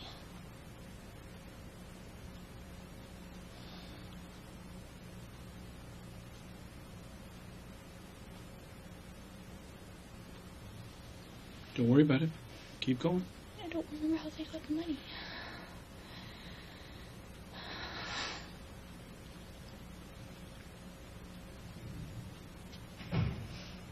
Before that, I was downstairs. They were looking for my mom's purse. Number 3 was asking about the wallet. Number 2 was looking for my mom's purse. My mom kept standing up and sitting down, and they pushed her.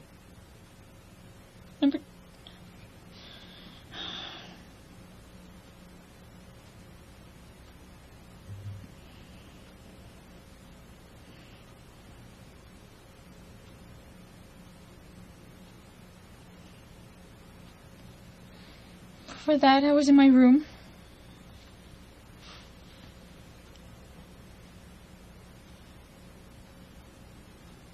That's when he tied me up.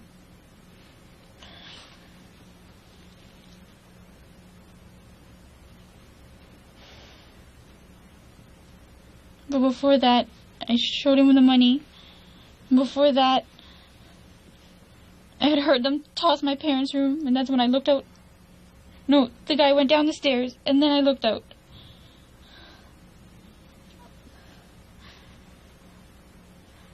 That's when he came, and he pulled out his gun and told me to sit on my bed.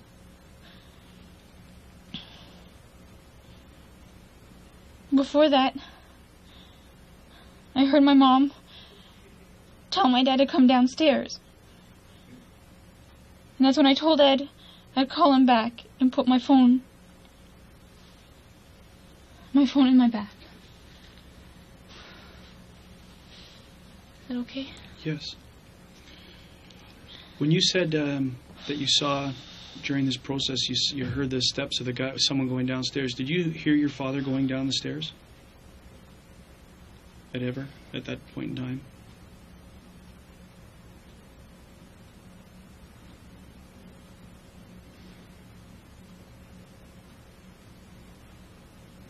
I heard him get out of his room. But then that's when I was telling Ed that I'd call him back. He was responding to your mom's command? Yes. Okay. In your kitchen, there is rear sliding doors. is there not? In the back area to get out to the back of your house? Is it sliding glass doors? Yes. How is that normally? What is the normal position of the blinds or whatever during the day? Do you keep them covered? Are they exposed? Can you easily have access to get out to the backyard, or do you have to open them? Like, how is the normal routine?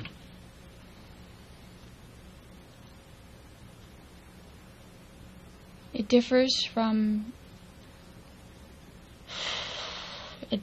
time of day and time of year. My mom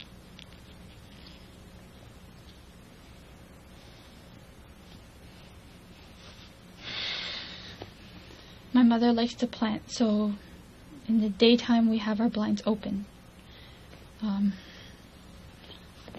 They're all the way out, but they're open to let sunlight in. And at night we close them because of our backyard neighbors. Okay. The sliding glass door, is it locked all the time? Occasionally it's forgotten to be locked. But for the most part we do check it before we go to bed. Before everybody. The last person is supposed to check everything before turning in. But on some occasions, how do you know that it's been unlocked? When my mother goes out to water the plants the next morning, it's open. And she makes a comment about that? She comments to my father that he had forgotten when he went out to water his grass the night before. What about your front door? What is that when you guys are home, or when you guys are home in the house? Do you lock your front door, or do you keep it open, unlocked? Occasionally it's left unlocked because the way our family is, we have family that come over after dinner, so sometimes we leave the door unlocked, but it will always be locked before bed, the last person going into bed. The last person always locks it? Yes. And you said something about activates the alarm as well? We activate the alarm before we leave the house. So it's not activated when you're in the house and you're going to bed. It's only when there's no one in the house. Yes.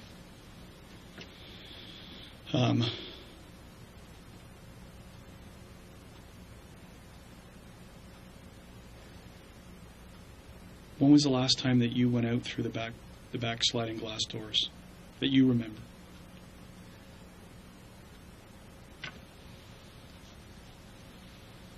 Oh, a while, I'd say. The only time I go back there is if I'm barbecuing.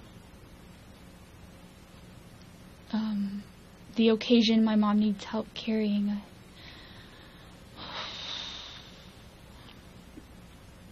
if she needs help carrying something heavy. Okay. What about if strangers knock on your door?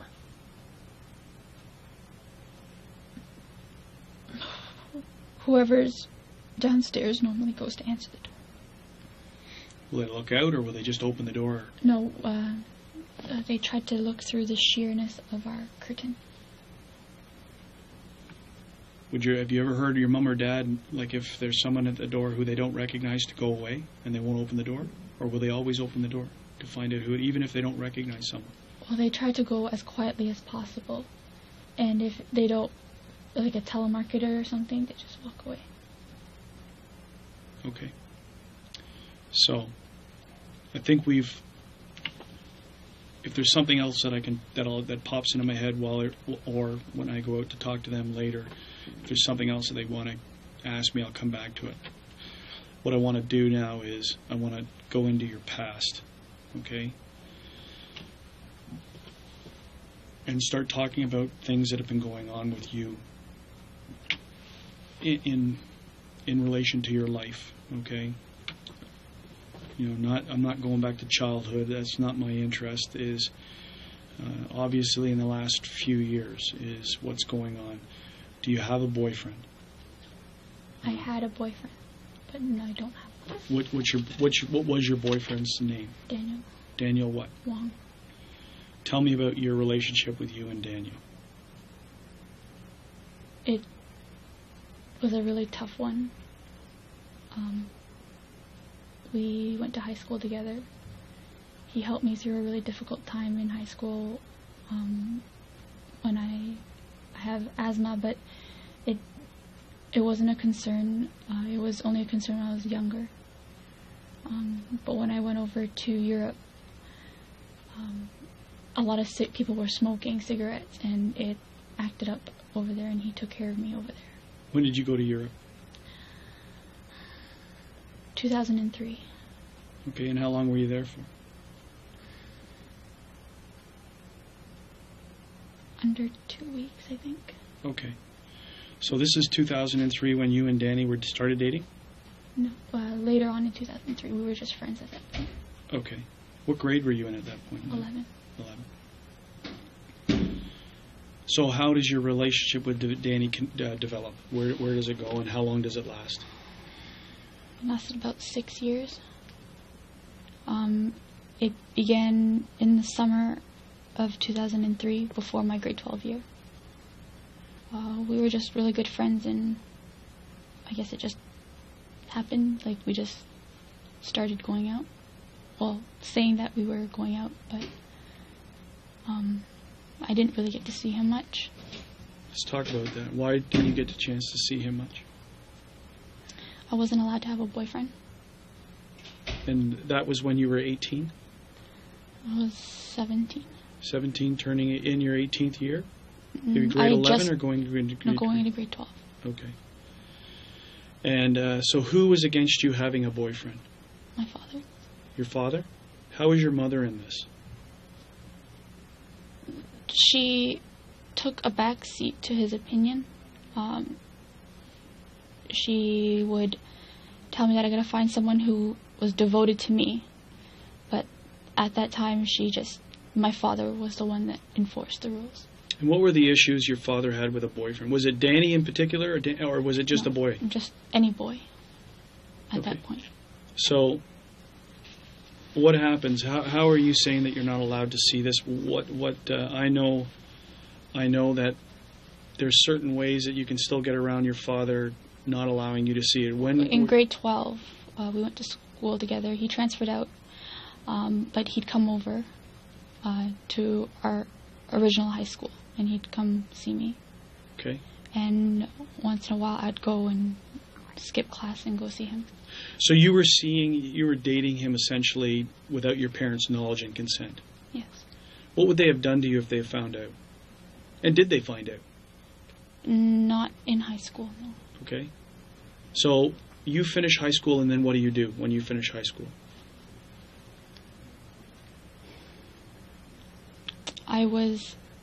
I wanted to do kinesiology, but my father was very adamant on doing something in the medical field that was a little bit more, in his opinion, more like a more successful, I guess you can say. He knew I didn't have the stomach for being a doctor, so he wanted me to become a pharmacist. Okay. Did you go to school for pharmacy? Did you get into university for pharmacy? So if you finish your grade 12, you go to your OIC year? Like grade 12 is you finish your OIC year. I didn't have OIC. I finished my grade 12. And then what do you do for the next few years? While your dad's wanting you to get into the medical field, what do you do? I was trying to get into piano. What school? I was still taking classes at a school, but it's still recognized in the community as a teacher's license. Through the Royal Conservatory? Yes. Okay, so how is this going with your dad? How is your home life with you're not living up to his expectations? He didn't know. I lied to him. What did you lie to him? What did you tell him? That I was going to school. For just science. For science. Bachelor of Science.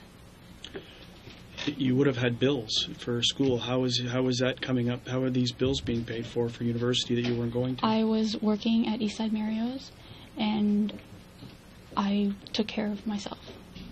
So financially, my father was never he never took hand in bills, so he didn't know anything about bills. Did your mom know that you weren't going to university? No. So both your parents thought you had gone to university? Yes. Okay. And how long did they still to this point in time think that you had gone to university for sciences? Yes. And how did you feel about that? How did you feel about having to lie to your parents?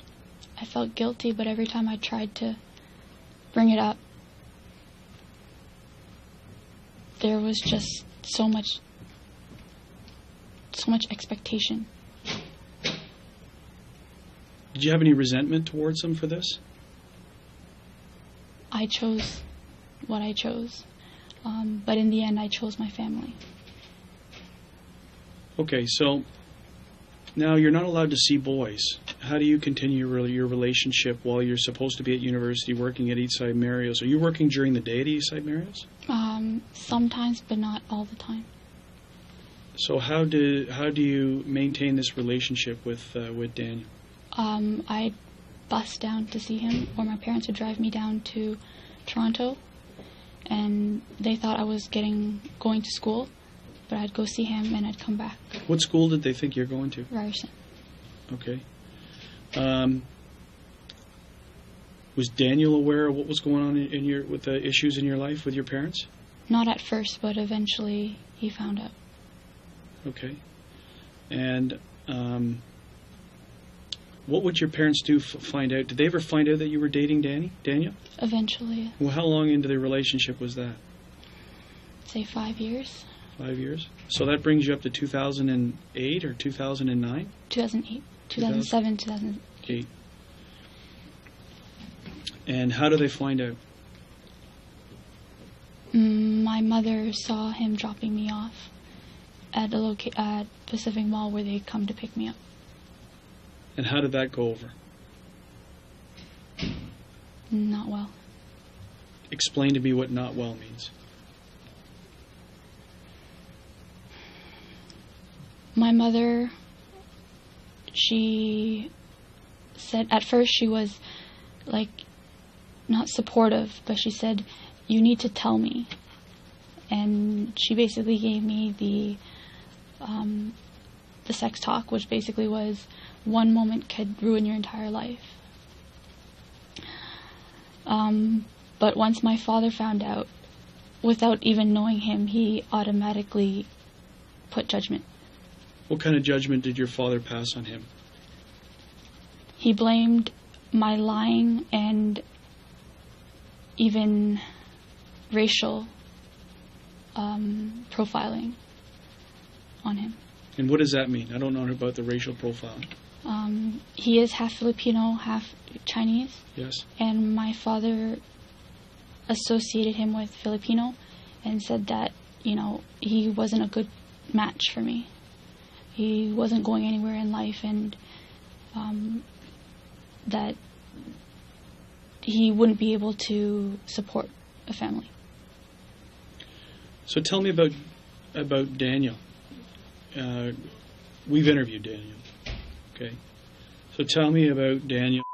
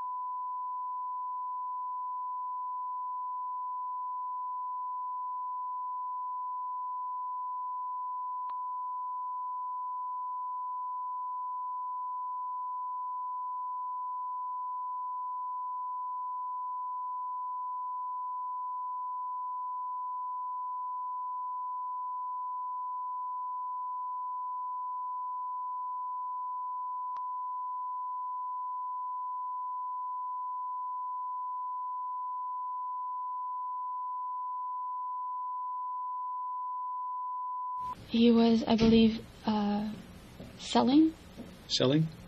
some marijuana, I believe. Okay. You weren't aware that he was up to this type of business? No. Is that what you're saying to me? Yes.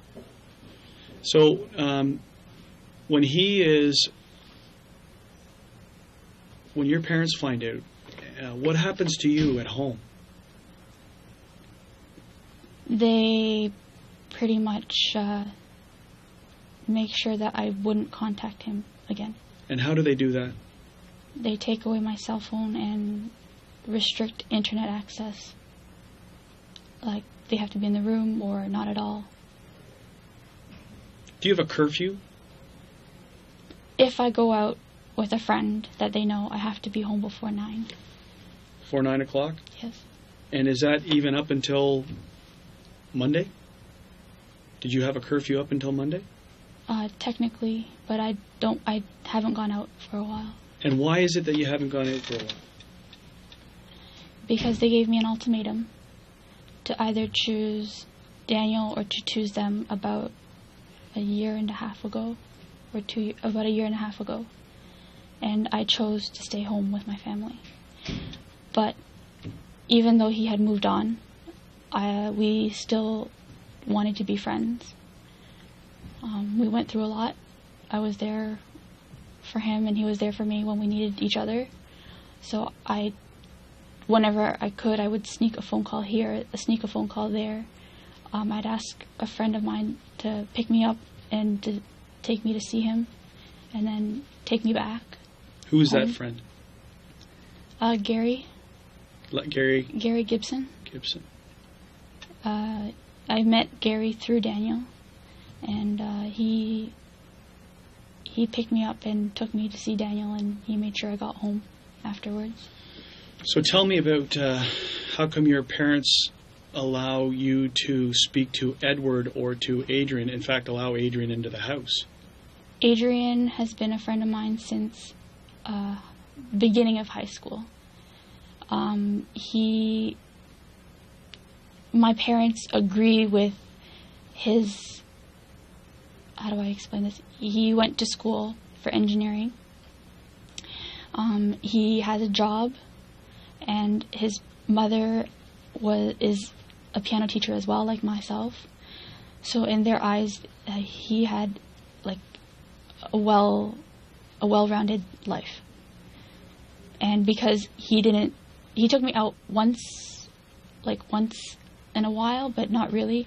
But because he has a car of his own, so he comes over, therefore they were able to interact with him and accepted him.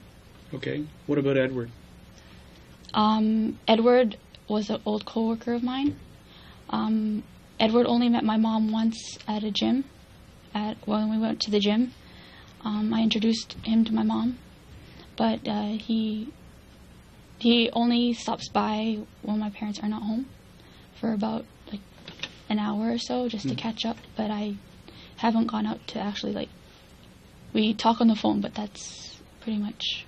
I tried to meet him at the gym, but that's all. So for the last year and a half since you chose, the ultimatum was given to you, in your words, it's either Daniel or your family. Yes. And you say that you chose your family and you stayed home. What have you been, when you say I stayed home, what is your routine? Tell me, for the last year and a half, what have you been doing? I have been continuing my piano studies, and my parents enrolled me back into school, into college. Into college. At first, I didn't have enough marks to get into the program I wanted, so I had to do 1 year of refresher course of a calculus high school credit. And they never said to you, you can get in and graduate with a science degree, but you can't take that and now get in. They never question you about college now that you don't have the marks to get into college? How did you get around that? I lied to them and said that calculus wasn't a big thing when I first applied, when science, but now calculus is more of a mandatory course. And when was this happening that you were going back to school? I went back last summer. Which college? I went to high school, Yes. summer school program. It was at I believe it's Brébeuf. Brébeuf. On Steeles in Bayview. And you graduated with that? You've No, finished? I completed the credit at upgrading my mark. And did you apply to college? Yes. And you were accepted? I'm accepted for January, yes. At which college? Centennial College. Okay. In what program? Biotechnology engineering. Okay. So, the last year and a half, you've been doing your piano studies. Yes. What is your routine, like daily routine for the last year and a half when you say that I chose my family, I chose to stay home? Well, at first, I continued phone contact with Daniel, but that only lasted about one time. Like I told you, Gary came to pick me up to go see Daniel, and I got caught. And that's when they took away my cell phone, and they said that they'd drive me places. And so pretty much I wake up, I do my piano studies. I may go see my teacher for lessons. At first they took me, but then once my teacher was like, yeah, she's with me, I was able to go and see him at his house once a week. Sometimes it was once every other week if he was busy. And then I had another studies at a place called Euro Music for the actual pedagogy course, which is the actual teaching course. Mm-hmm. And I went to those two classes once a week as well. And pretty much it was home, help out with housework, and practice my piano, and just wait for the college application, college acceptance. And did you go out? Were you allowed to go out at night? I don't go out, no. The only time I went out was... last time I went out was for my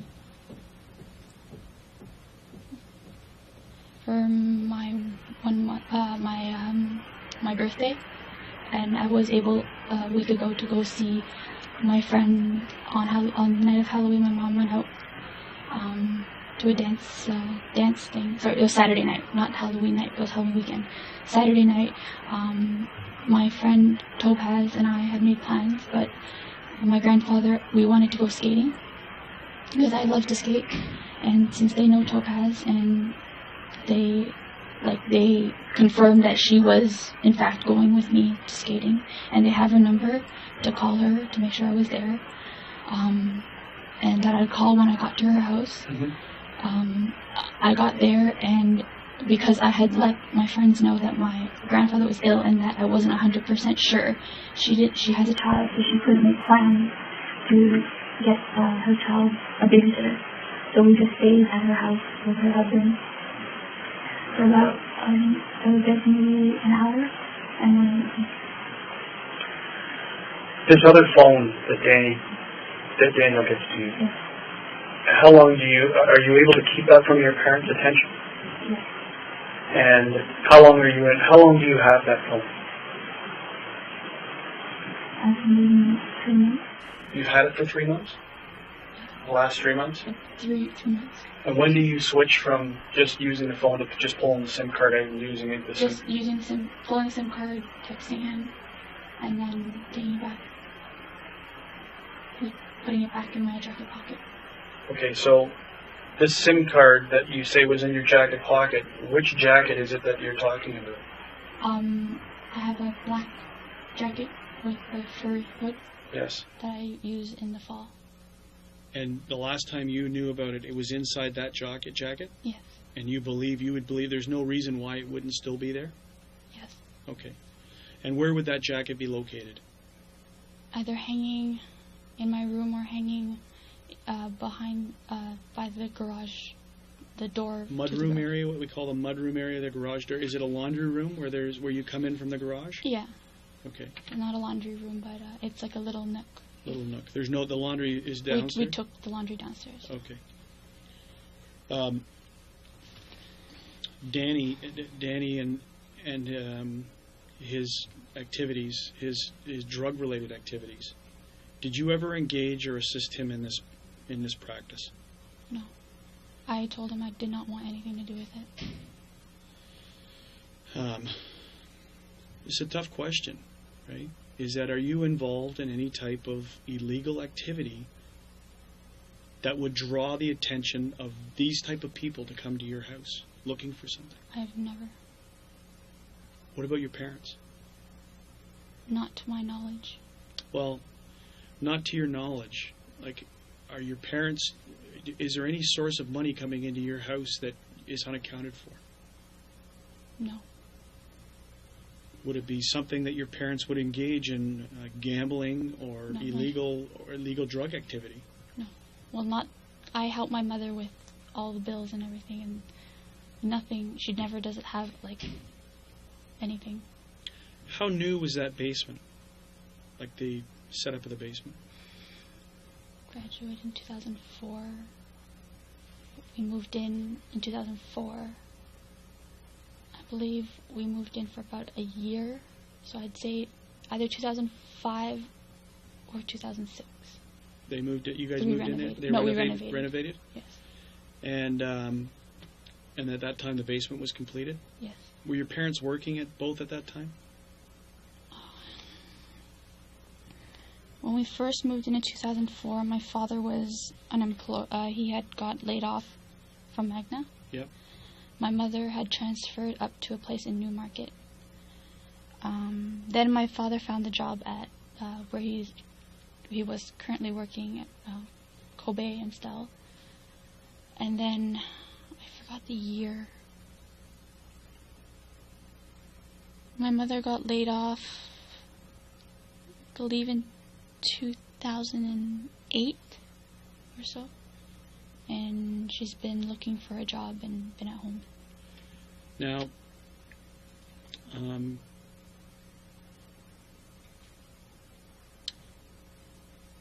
after talking to Daniel, and when's the last time you text messaged or communicated with him? Was when my grandfather was ill. Have you been experiencing anything, what you would call in the last little while, of any type of threats or threatening behavior? Yes. Tell me about that. He says it's just a friend, but everyone says it's his girlfriend. She has messaged me telling me to back off, to leave Daniel alone. And he's messaged me and he's like, "Is that you calling?" But I wasn't calling. Or I'd be on the phone with him and he's like, my Rogers line, because I called him on the phone that he gave me. Yes. And he'd say that my Rogers line was calling him. And when I looked into it, it was like on my bills, those phone calls were made, but I know I didn't make them. So I couldn't explain it. And I did get a letter in the mail saying that you're a dead person walking. Now, why didn't you tell me about that when I spoke to you the other day? Everything had just happened. I wasn't. Was it just simply a letter? Yes. It was cut out. Where is that letter? It's garbage. It's in the garbage? Yes. I didn't think too much of it at the time. And what did you equate it to? Just jealousy. You still are equating it to the friend or the girlfriend? Well, I don't want to, I don't know 100%, so I don't want to point fingers. Why? So if you're not 100% and you don't want to point fingers, why do you believe it's her? Because she has personally messaged me on Facebook telling me that I'm stupid and to back off and to leave Daniel alone. Okay. And sometimes when I text him, she texts me using his phone, telling me that he's with his girlfriend Christine and to leave him alone.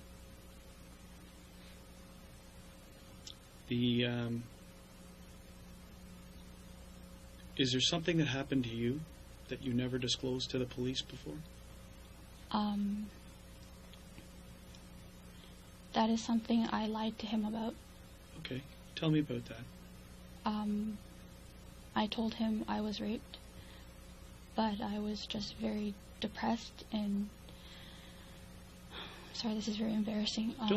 You haven't reported it to the police, right? This is an interaction between you and an ex-boyfriend, okay? So you're not in any trouble for this, and it's important that we clear it up because he's telling us stuff, yes. And then we're coming back to you. So, yes, but this is something I lied to him about. Okay. And and you say you were depressed, and when did this happen? When did you tell him about this? Maybe a year ago. A year ago. And what was it that you told him? That someone came to the door, and when I went to open the door, they pushed me down and raped me. Did you give descriptions? Did you provide descriptions to him about it?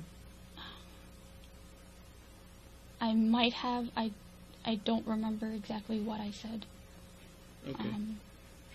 But you're telling me to my face that this never happened. This never happened. Okay. So this isn't something that we need to be looking at as something that's tied to this. No, that was my lie to him. Okay. For attention, isn't it? Now, what was his reaction to that? Report it. But it wasn't real, so I didn't report it. Okay. Now, did you ever have a figure if Daniel stopped being a drug dealer or engaged in, or is he still dealing with that? Again, this is not criminal. It's more in lines of, what would link someone to think that they're coming to your house for a large quantity for money, which is an obvious question.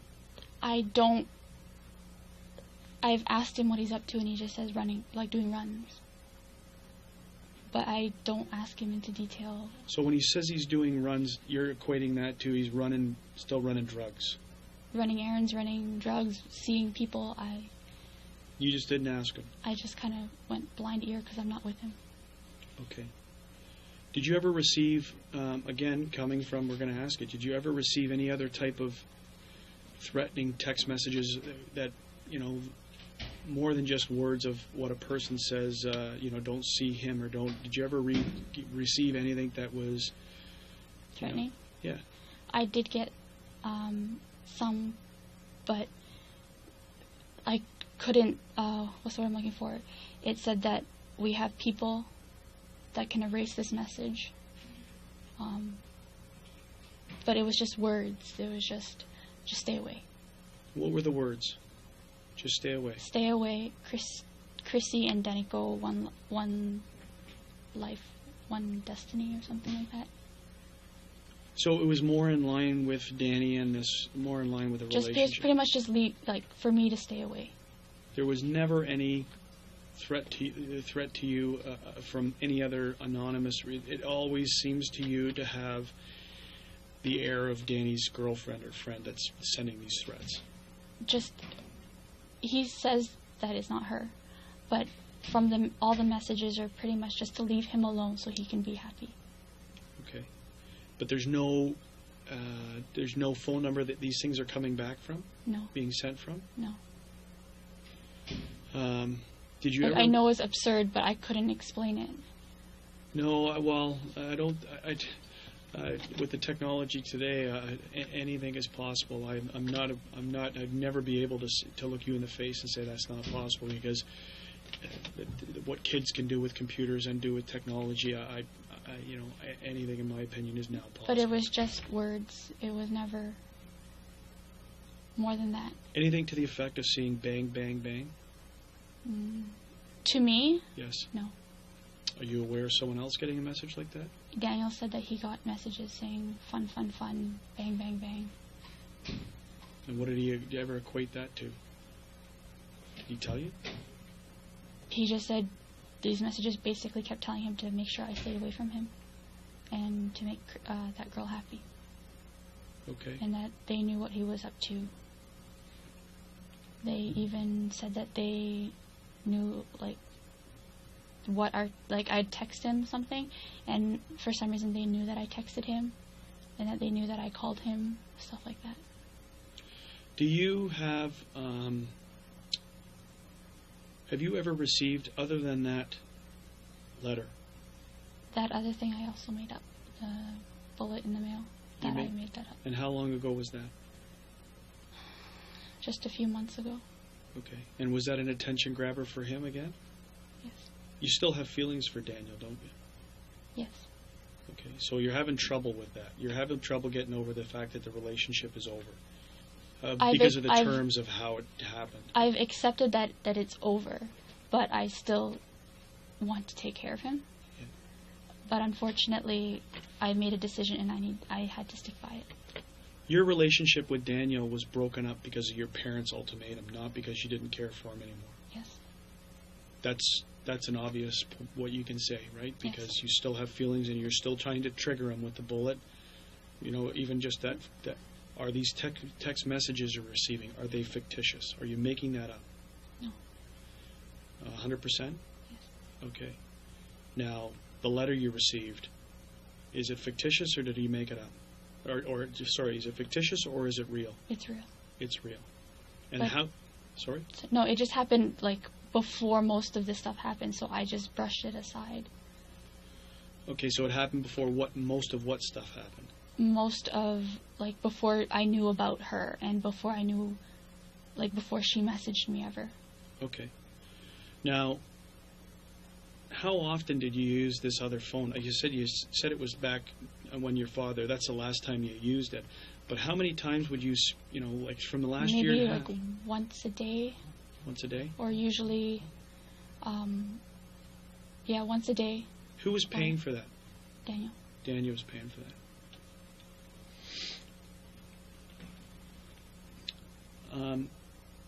So the incident, those two incidents that you made up, the bullet and the yes. the being raped, those yes. never happened. No. Is there anything else you can think of in this? Were you dating anyone else? Did you see anyone else during no. this year and a half no. layoff? Dating, no. No. No. I saw Adrian because he came over, but I wasn't seeing him like romantically or anything. I saw just my tight-knit group of friends, which are my girlfriend's Topaz. Topaz? Yes. Topaz's last name? Chu. Topaz Chu. Her husband, Chihei Tong. And where, okay, we won't say where they live because it's being videoed, but I need to get an idea. If we haven't spoken to them, we'd like to speak to them. Okay. Who else? Adrian Chung, he lives away, but sometimes he comes into town and he'll come to my house and ask my parents to take me out just for a coffee to catch up about half hour, and then he takes me back home. Okay. That's three. Who else is tight? Adrian. Adrian, who we talked about earlier. Timkovitz. Tinkovitz, you've spoken to. Yes. We've spoken to already. Edward Pacificador. And yes. So he's in that loop of tight-knit friends? No, he's separate. Okay. Who else is in this other tight-knit group of friends that you... Well, we're tight, but I don't speak to them often.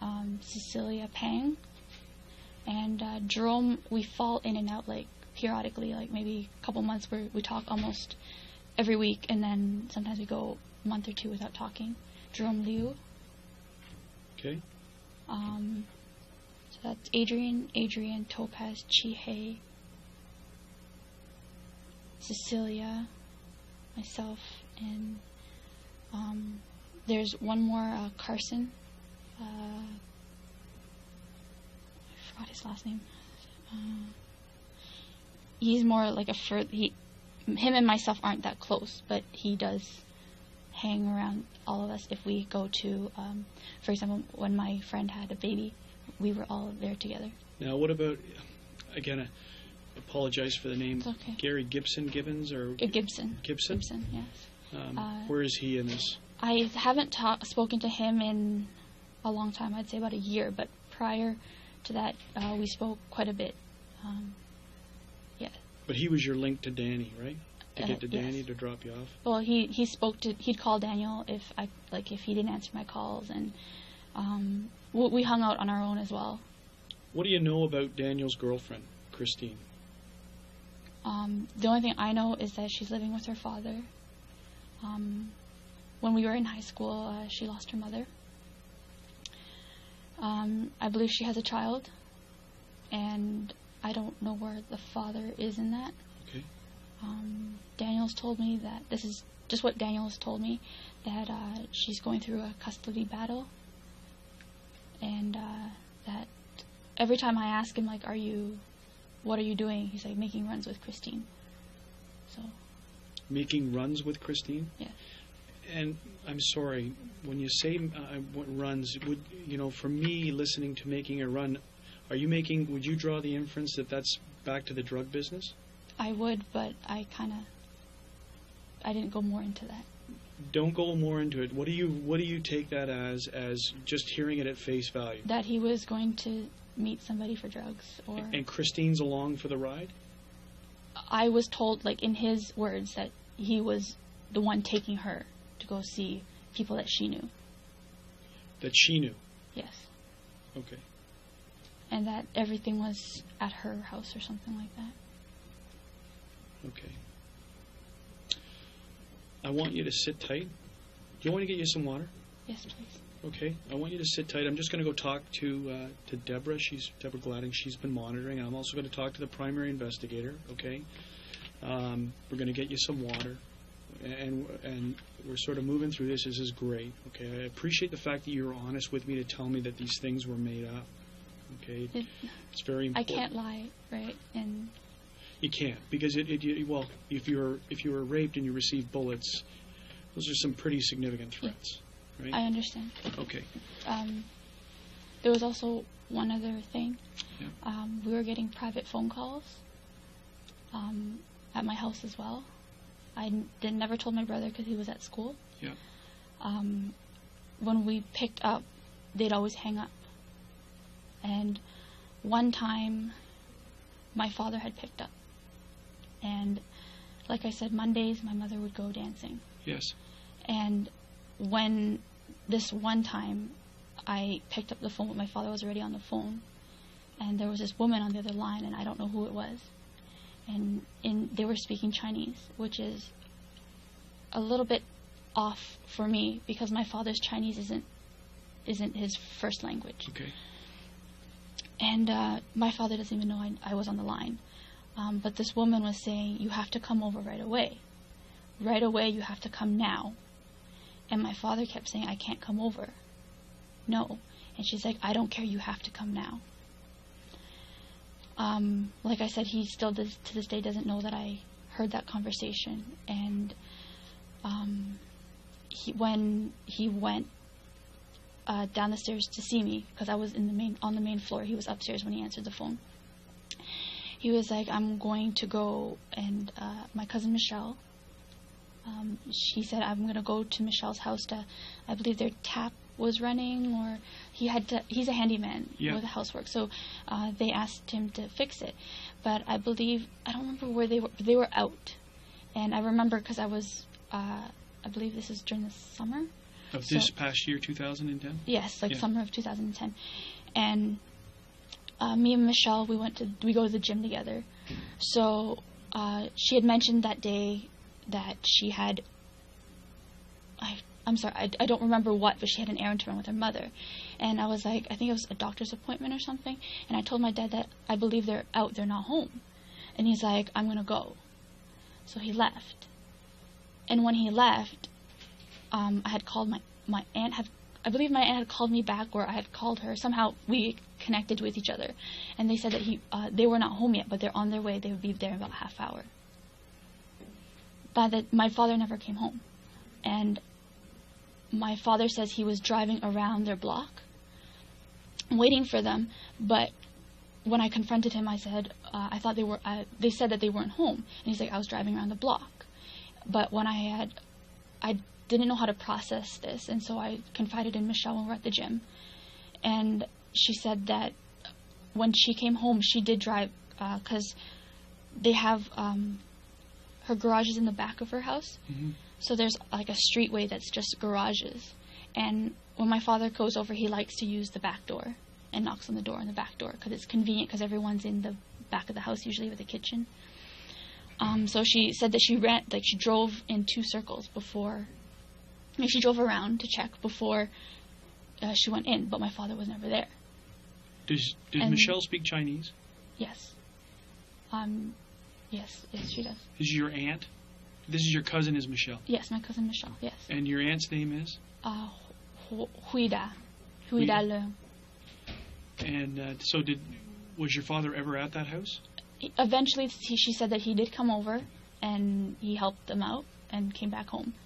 But when you listened on the phone line, did you recognize the female as being Michelle? It was not. It was not her and her mother. I know that, but it was a voice I've never heard before, a lady's voice that I've never heard before. And like I said, these phone calls were happening periodically, but every time we answered, they'd hang up on us. Meaning you or your mom? Yes, because my mother and I had voiced it, and we voiced it. And a few days later, I was home by myself, and I got a private call, and I didn't hear them click, like hang up clicking. So I yelled in Chinese, "Do not call this number ever again." And they called probably once after that and never returned, like the private call stopped. And so when did this stop? When did this happen? And so you said the summer is when that By happened. the end of the summer. The summer, so August, September? Like late August, early September. And is this to the house line? Yes. And what's the house line phone number? 905-477-3867. Okay. Okay. Sit tight. Is there any other incidents that jog your memory?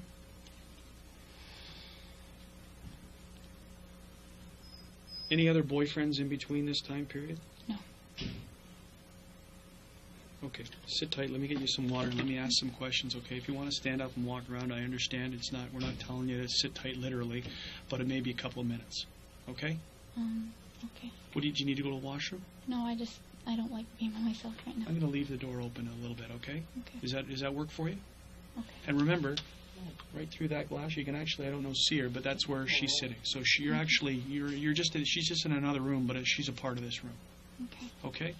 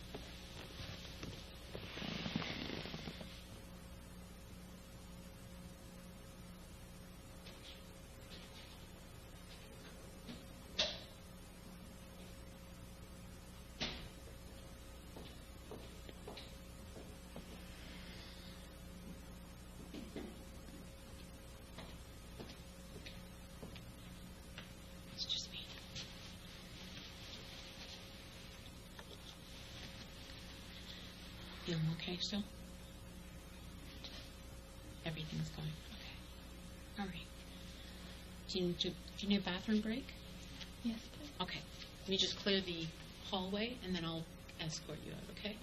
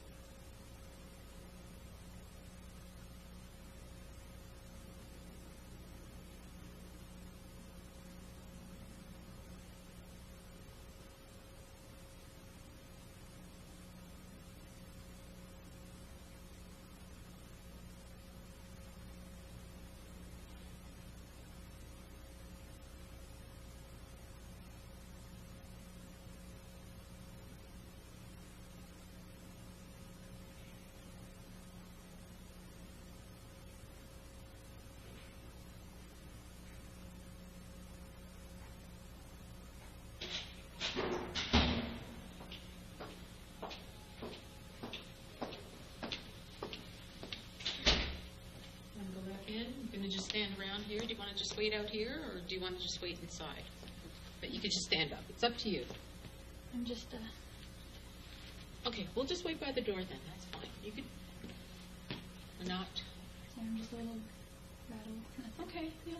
You're doing fine. I'm just trying my best. You're doing good. You're doing good.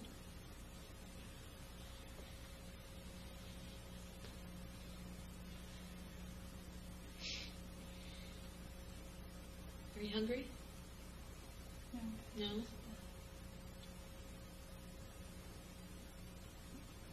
The choices I've made haven't been the best, so it's just... You know what? It's just part of life. I mean, it's you know, we learn, and you know, we make mistakes and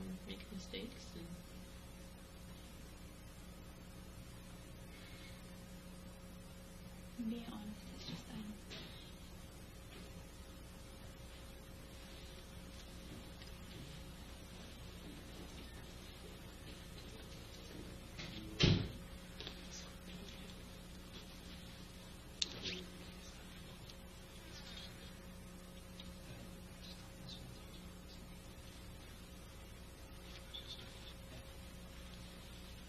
it's okay.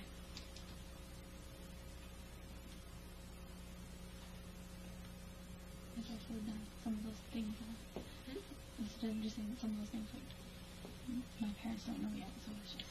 You know what? Can't worry about that.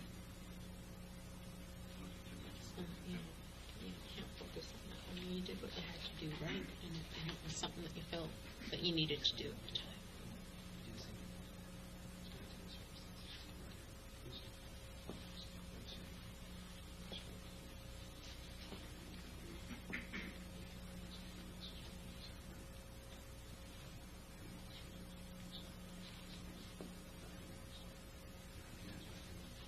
Let's just hang on here just for a little bit until that way is clear. I won't close the door too much, okay?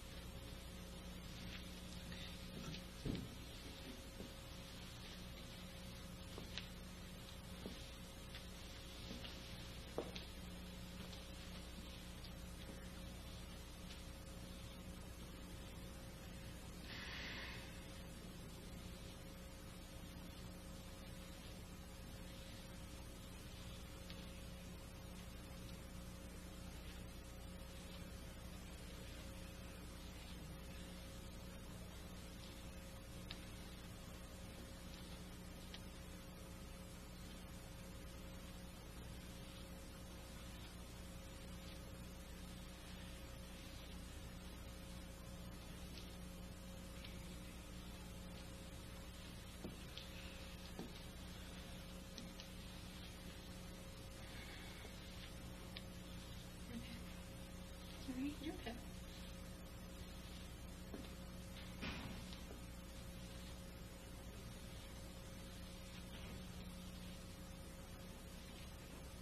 I'm just going over everything in like pieces and I'm just going through everything and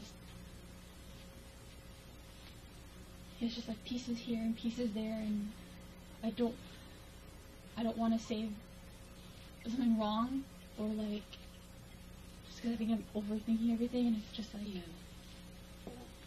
Well, I don't think you can. The truth is the truth, right? It's not, and it's not going to be wrong. no. Okay, it is what it is, and No, just like with the details and everything, like I want to get it right, so like everything could be right. okay. But it's just like it's pieces and Yeah, but I mean, then all the pieces are they're all gonna come together, and it's all gonna fit, right? Because what you're saying is the truth. I'm just trying to like every time I think of those things, it gets me all worked up. But I have to think about it, but I don't want to. As in like it brings back everything. Okay. And that's going to happen for a little bit, though, too. You realize that, right? I know. That's gonna It's happen. just it's a lot. Yeah. And it's just like I did it. I don't want to do it again. Yeah. But, I mean, even when you least expect it, it's going to happen. And now it's just like he's asking me these questions like I should have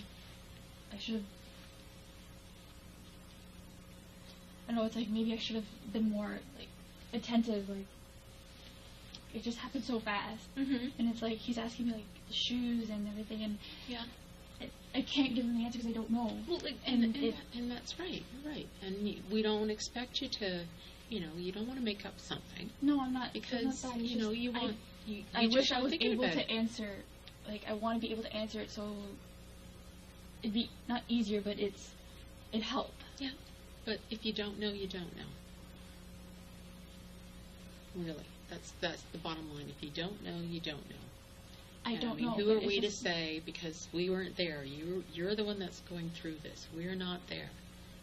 So, and like Randy was saying, what you remember back then, you've had a couple of days, and things start to come back in your mind. It does, it happens.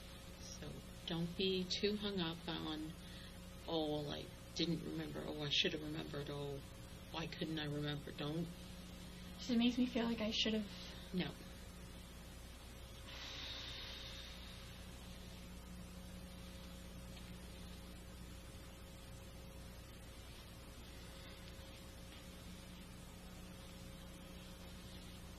Honestly, I'm still like beating myself up like I should have. No, don't do that. You don't there's no apologies needed. There's none of that. There's none of that, Jen. You don't need to be beating yourself up over this. Okay.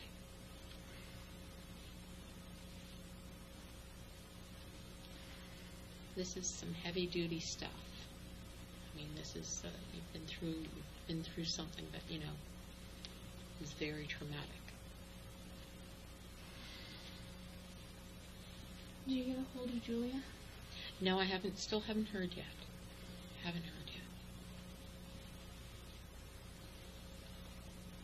And I kind of want to be here if you need me right on the go. So, but what? Once I'm able to touch base with her again, I'll do that. And I know that she'll get in touch with you.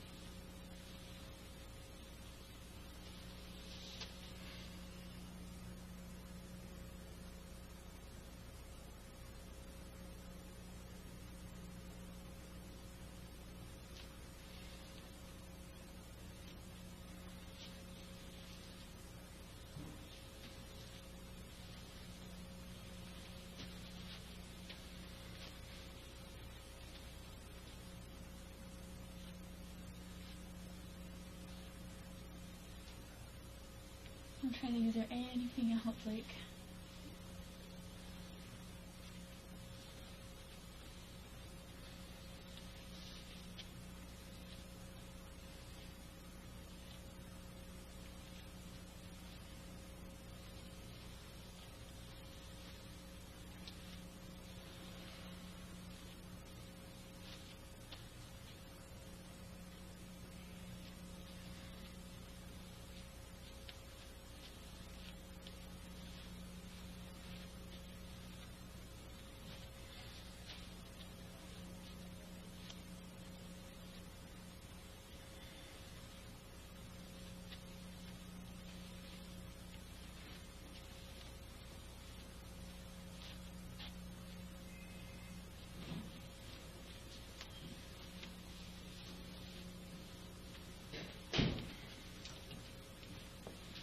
Closing the slate.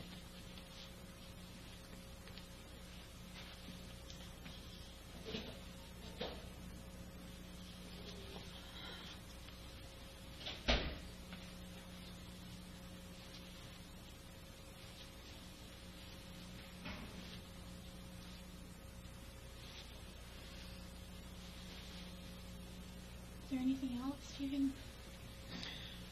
You know what, I'm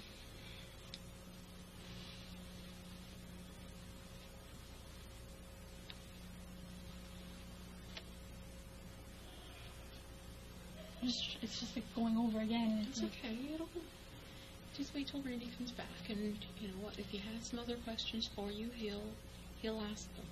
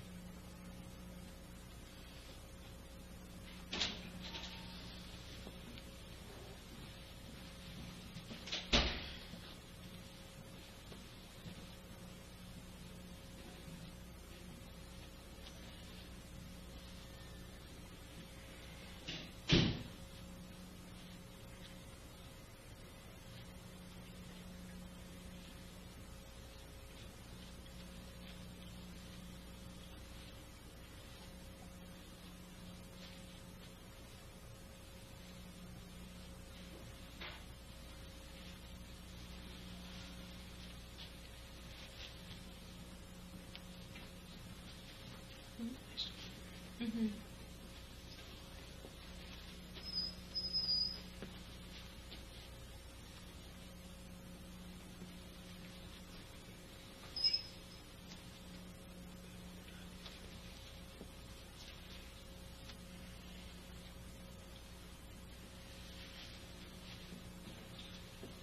Yeah.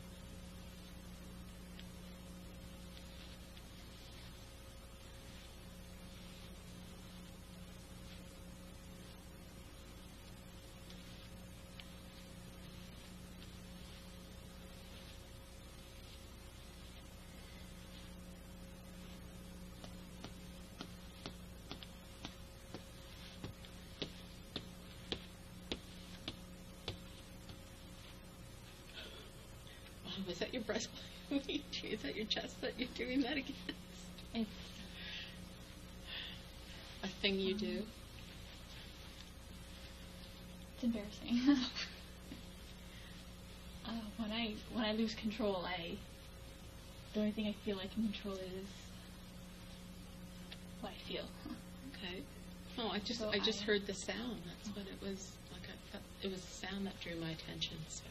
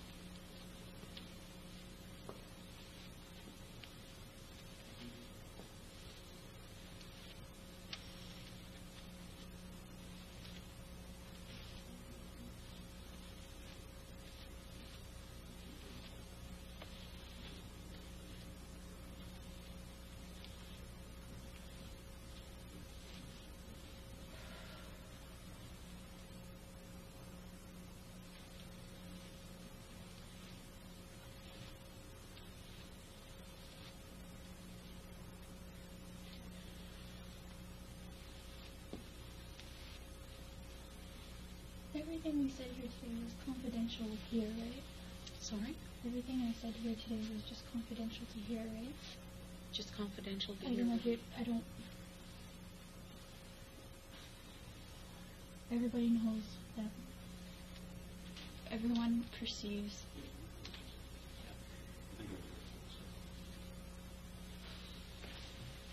I don't want to disappoint my mother. Like, I don't want to... Like I said, I haven't told her... Like, they don't know about that university stuff. Mm-hmm. And I don't want people who saw my mother as a good person to think wrongly of her. Okay, well, what you're saying in here is not going to go anywhere. Because everyone says she's such a good mom. Yeah. And I don't want that to change. Okay. Because of my decisions and my actions. What you're saying in here is within the confines of this police station and our investigation. So it's not, that's not something that we would release out to the public.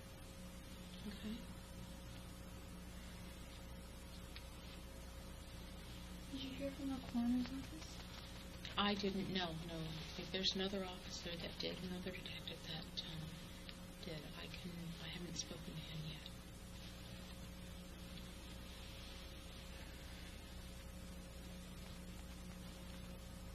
Have they been able to find out anything? And that I don't know. Chen, I don't know. When Randy comes back in here, you can ask him those questions. And as well, he's not the lead investigator on this. There is a different individual that's the lead investigator. So if you've got some questions, I'll certainly try to answer them, and then we can take it from there. But I don't want to give you information that is not correct. So I just want, if there's something specific that you want to know. No, like, do they have any, like, leads or suspects, or did anyone say where the car went after? Or? And that I don't know. So that would be something that, I'd have to find out for you. Cause, like, is there anything?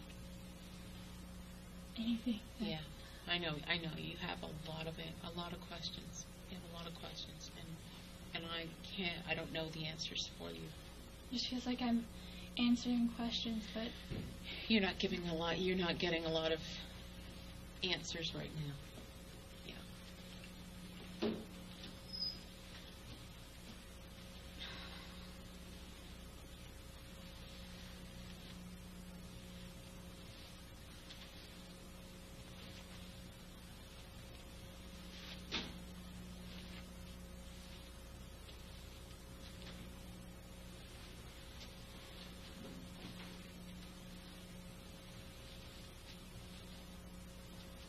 this part. The waiting? Yes, I can understand. I don't like it either. Like, if he was here, he could ask me. I can give him anything I can think of. But I know.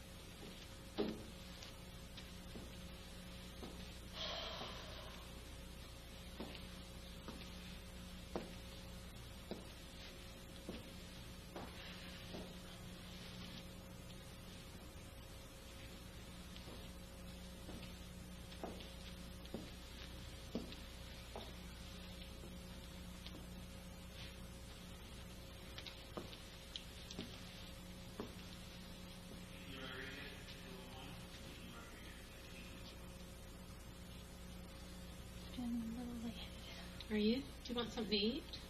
I'm starving. I don't know about you. I don't know how you can go without. I can get you something to eat. Even if it's a bagel. Okay. But you're feeling a little lightheaded. Do you want some chips or something like that? Do you need some junk food? You sure? What can I get you? If you could eat something right now, what would it be? I'm not hungry. Yeah, but you're lightheaded.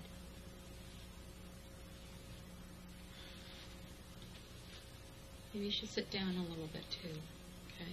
Because you've been doing a lot of pacing. Maybe you need to just sit down for a bit.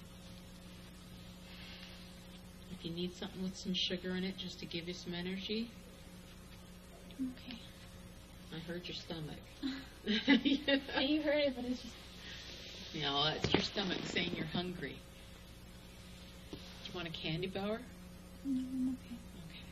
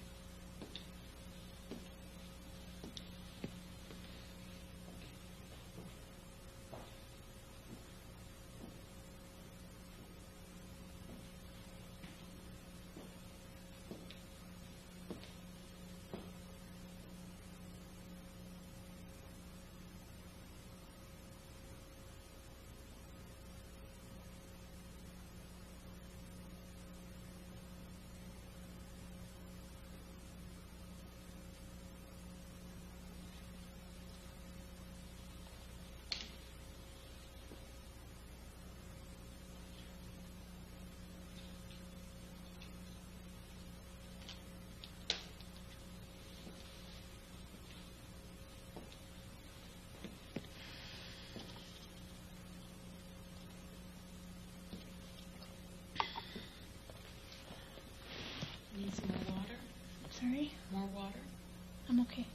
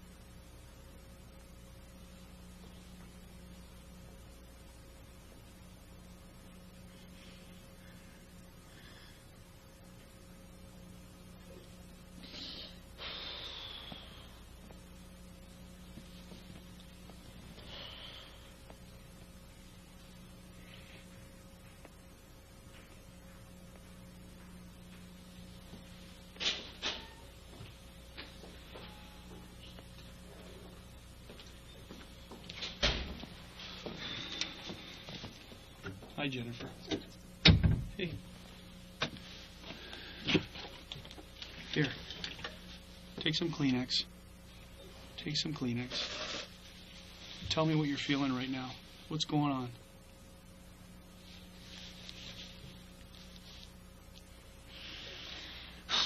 You might as well get used to this. You got to get it out. So tell me what you're feeling right now.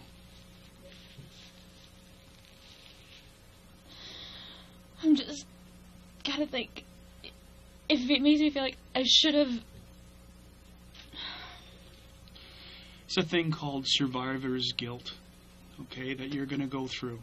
That you're gonna need, and this is like the stuff about the therapy and getting to speak to someone, because there's stages of grieving that you're gonna go through.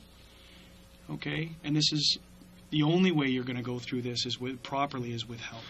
I think victim services is engaged, right? They're trying to help you, so just stick with that. Okay, it's a long road, but it can be a very successful road. Okay, and what you're feeling, I hate to say, is normal, but it is. It's something that a lot of people who are in the same circumstance will feel. Okay, but what I want to do is I want to finish off on this so that we can let you go and get out of the police station. Okay, because I appreciate your time and I appreciate your help. So, what is in the safe?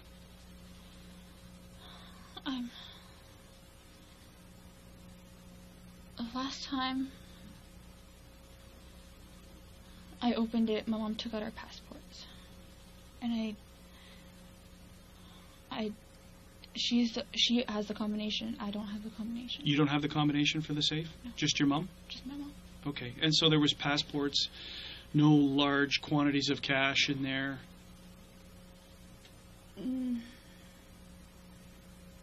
Not that I know of, because she asked me to help pay for our 2 trips. Okay. We recently went on. And what did you get? What did you have the $2,000 for? Where did you make that money?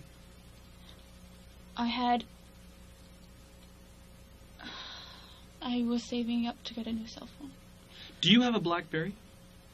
I gave it to Daniel. Okay. My brother gave it to me from his friend. But you have, so the BlackBerry, is it in your name that you've given to Daniel? So it was yours and you've given it to Daniel? My brother's friend didn't. It was an old BlackBerry, and my brother's friend gave it to him, and I gave it to Daniel. When did you give it to Daniel?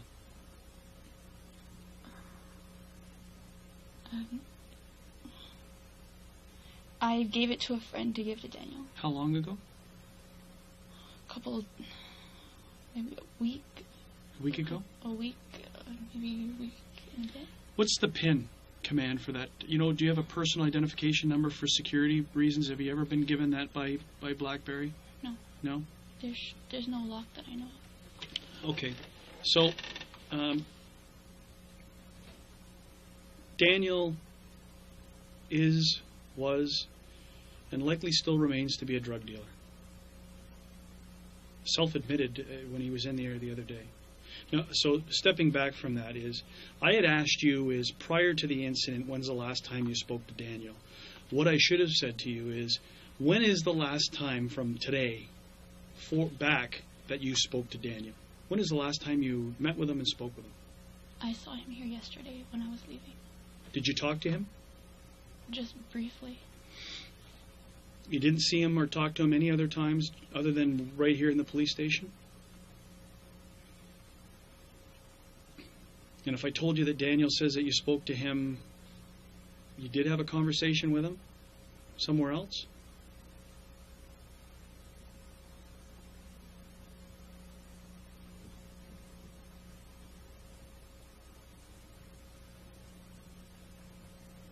He would be lying?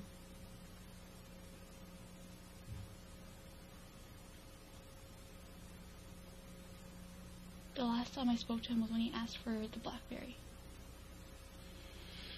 And that was a week ago?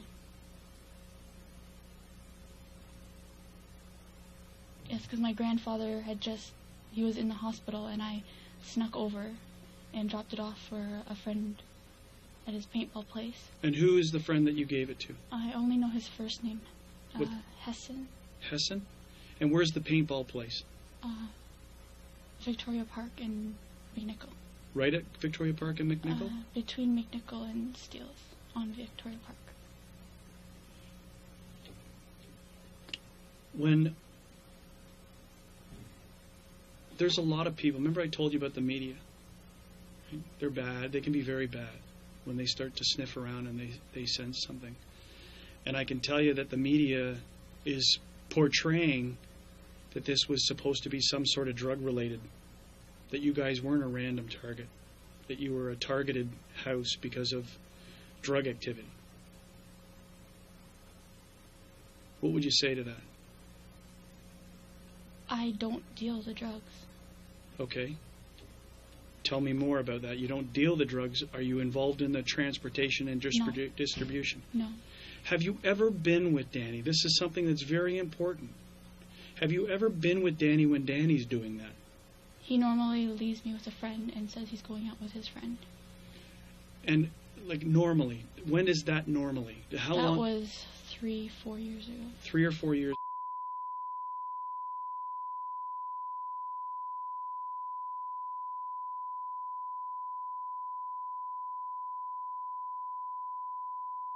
Was he dealing in big quantities? Were you aware of it? Honestly, I wanted nothing to do with it, so I refused to know what he was doing.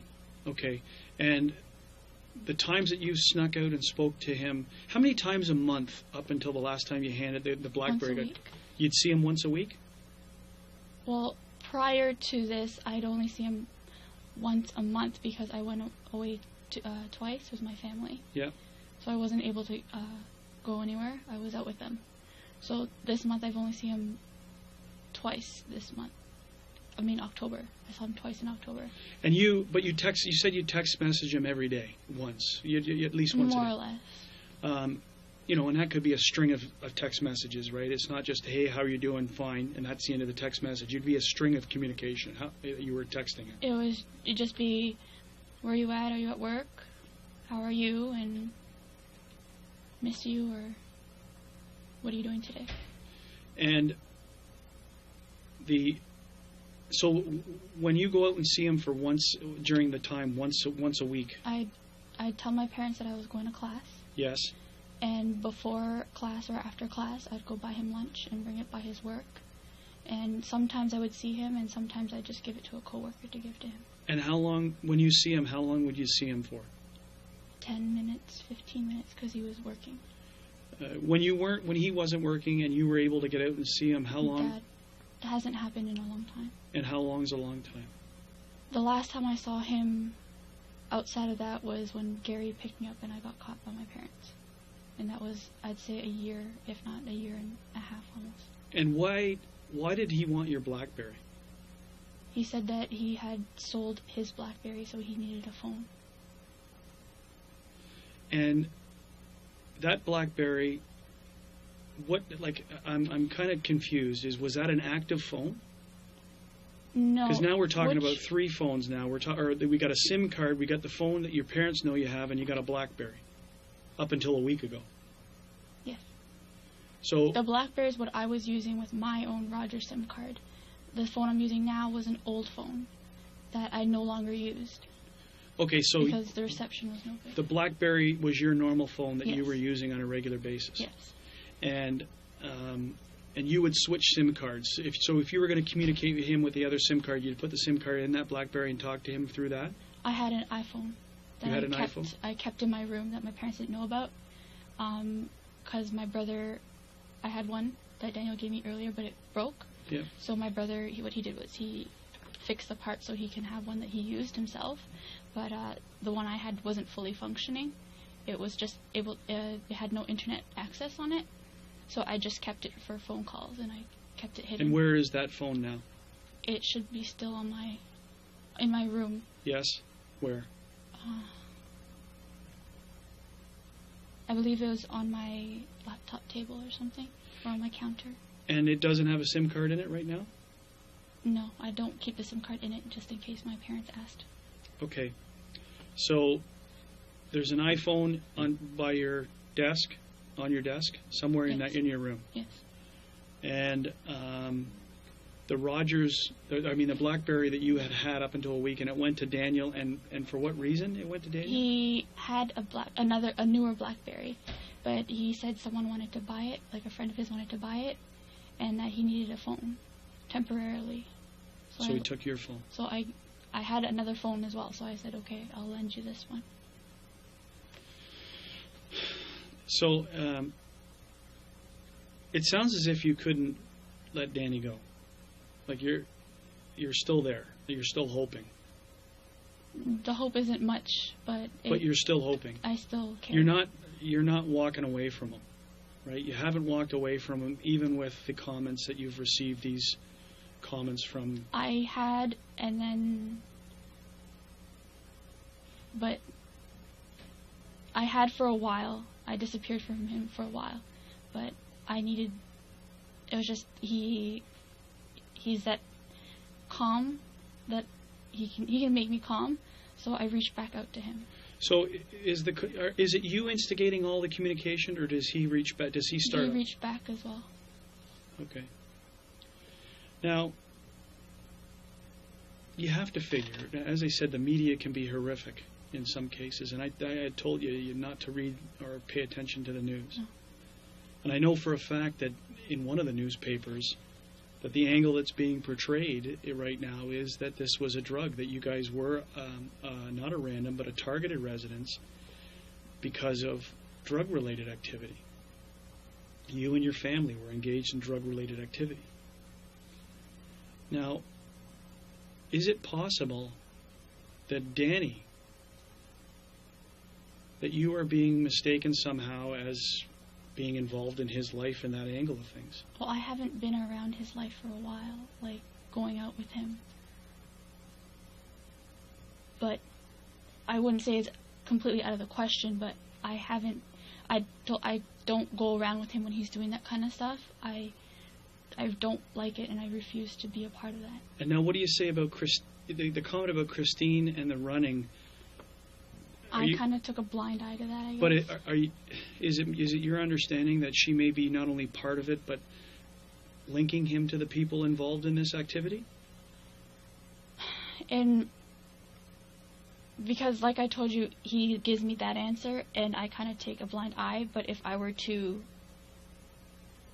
tell you what I thought of what was that, I would think that she also has her own thing going. Her own business. Does she work for a living? What I know of her is that I think he mentioned that she worked at No Frills, but it wasn't like she didn't work often.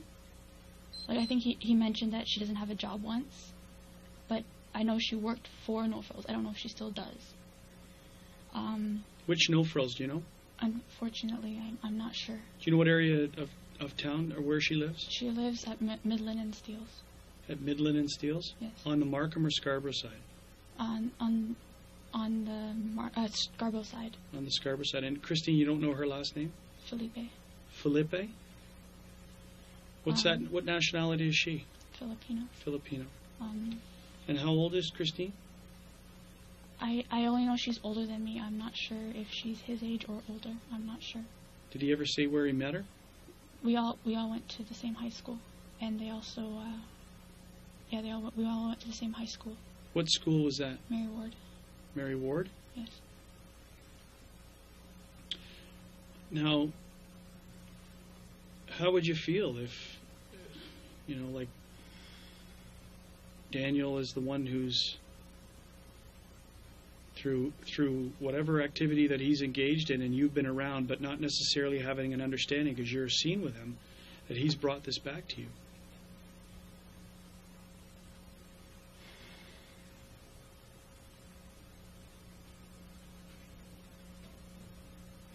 I don't know if that's in fact happened. I'm trying to find a rhyme or reason for why your house was targeted. I'm still trying to figure out how they got in your house. Like you didn't hear a doorbell, you didn't hear a door knock, you didn't hear a door kicked in, you didn't. I was watching TV on the phone. I don't know how. Yeah, I know. We went over that back and forth. We don't know how. So somehow they got into your house by getting through your mom down on the lower level, right? Because she's the only one who's down there. She was the only one down there. So it's very confusing. We do have surveillance cameras from the area, right, that explain that, well, hopefully, but that's still in work in progress. But generally, random events are not, in most cases, random. There's a rhyme or reason why they've come to your house. But from what you've told me inside the house, the only thing that you hear them saying to you is they're looking for money. They're not looking for a specific quantity of money? No. Do you ever hear number 1 telling number 3 about the quantity of money that he's recovered? No. I don't hear that. All the comment you hear from number 1 really is it's time to go. We've been here too long. We've been here too long. Yes. And number 3 was the one that says was my father, and all I could. What I heard from him was basically, "Where's more? You're lying."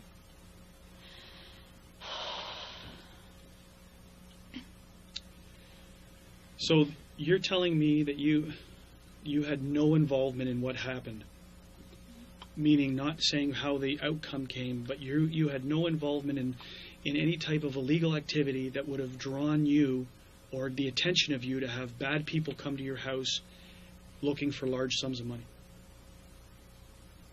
You're not involved in this any which way.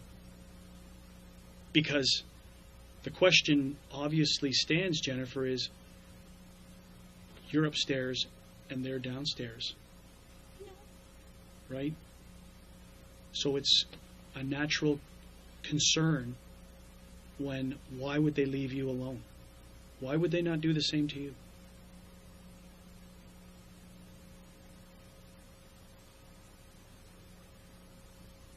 You can't answer that question?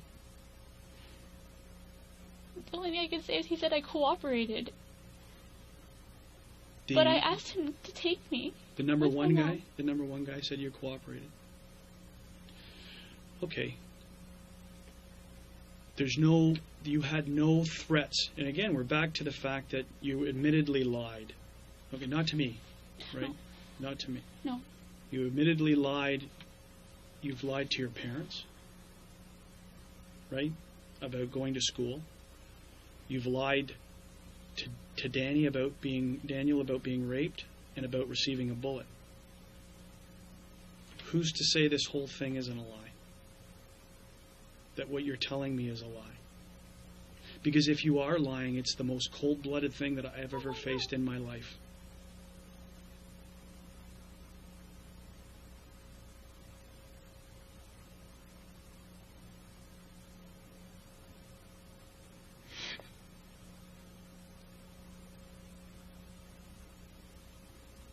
There is nothing that you've said to me today is a lie. And I want to just put a little preamble. Nothing in here that you might have mistaken because of order of events. I'm saying to you right now, is there anything throughout the course of your statement today where you've lied to me?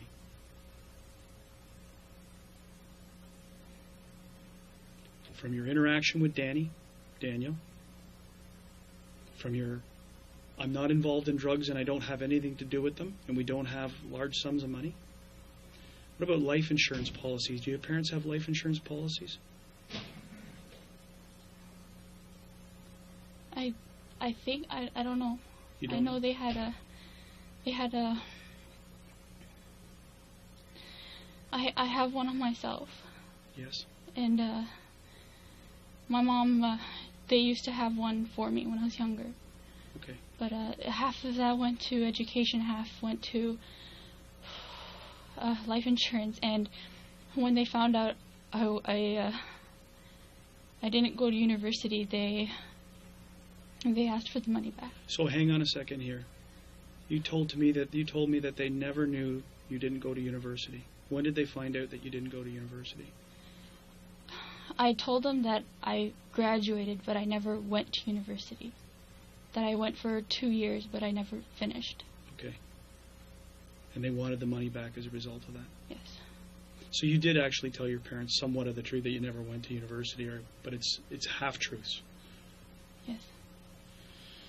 So, back to this line is where we're talking about the fact that of the lying, right, is that it's... I don't deal with the drugs. I don't associate with that. Okay. I don't. Now, back to another very difficult question. But if I don't ask it, I'm going to be... It's an obvious one. The resentment that you may have had towards your parents for the interference in your relationship and your life and essentially locking you down in your house. At the end of the day, I love my parents and I chose to be with them. And if I wanted to, I could have just left, but I didn't. I wanted to stay with them and take care of them. So this wasn't some evil plot that you thought up to... Oh my God, no. No interaction, no belief, you didn't have anything to do with this thing at all whatsoever. No. You don't engage in illegal activity? No. Because you know that it will be a very easy thing to discredit you on, right? We're in the process of trying to add credibility to what you tell us, and that's through the process of asking people and doing whatever. Through that same process, it will be very easy to find the flaws in what you've said, which again then turns the focus back to you. Okay? It's a natural progress. It's a natural thing that investigators do. We eliminate people, or we draw our attention to them. It's a natural thing. It's not brain surgery. Okay? What did you talk to Michelle about? Did you talk to Michelle last night, or the day before, that you were about talking to the police? I just asked her how she was feeling because she was nervous. What did you tell her? Just tell the truth. Tell you what you know. And the threats that you say that you've received, the threats that you've talked about, are the same threats that you're mentioning from the text messaging. They're not really... Did you receive any life-threatening, or are they basically to stay away from... Just the email saying... The messages saying stay away. From Danny? Yes. Okay, I heard a knock on the door. Bear with me.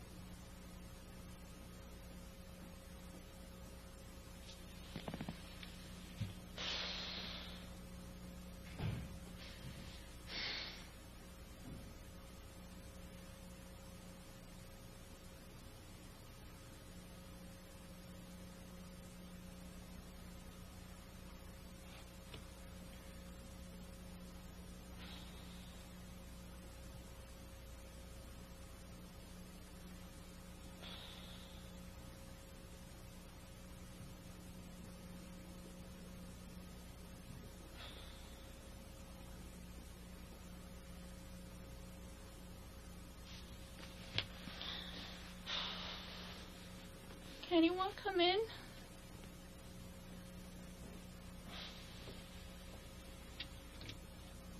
I'm here. I'm right here.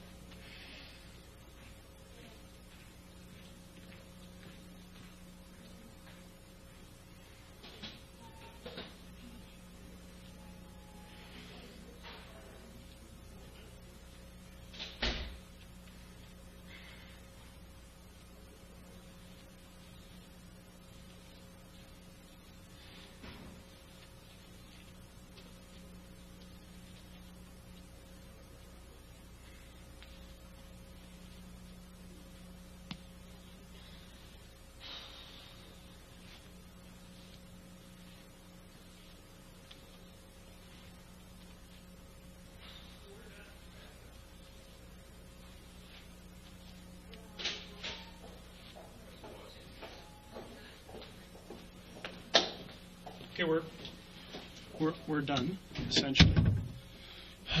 How you feeling? Sorry, you really scared me. Did I? What did I scare you about? Sit down and take a load off. Tell me how you're feeling, and how I scared you. I don't want you walking away from here thinking I'm evil. I want you to walking around from here thinking that this guy is helping investigate my mom's murder, and he's going to turn over every stone possible to make sure that we catch the people who do that. That's what I want you feeling. So I don't want you walking away from here thinking that I scared you, or I'm a bad man. Sometimes we have to ask very, very difficult questions, but it's my job. Okay? And you would expect that from me. And you're not the only person that we're asking this stuff of. Right? But you're the most obvious person that we have to ask this stuff to. And it's just the way we operate. It's the way we have to operate. It's a tough job to deal with someone's murder. And there's some very bad people, and there's some very tough questions that need to be asked. So I hope you understand that. I understand that. It's hard to take. Have you lied to me? No. No? You haven't lied to me about anything? I said whatever I could to help. Okay. So, if you've always told the truth will never hurt you. It may get you into a bit of trouble, right? The truth can get you into trouble if you've done some things wrong. But generally, in most cases, if you tell the truth, you'll always be fine. So, that's the avenue. That's the avenue you have to think about. And what I never do anything wrong if I tell the truth. And if I've said some things that are lies, or I've held something back because I think it might hurt me, those are the things that will cause people to look at you more intently. Because the question is why would that person do that to me? They've got something to hide, right? So, the fact that you've lied to your parents over a long period of time, the fact that you've lied to Daniel about those other two events, those are disturbing. Right? But I don't live in your shoes, and I would never judge you on that fact, but from an outsider looking in, to have to live under those conditions, to have to lie continually, you're going to ask the question why.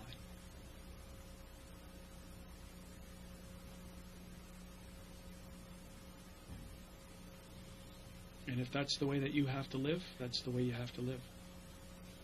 But people will judge you on your lying. Right?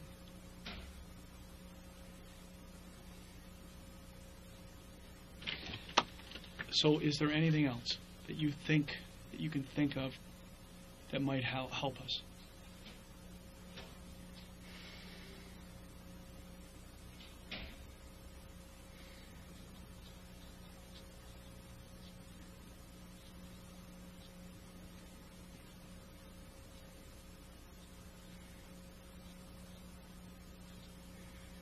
There was this one person who added me on Facebook.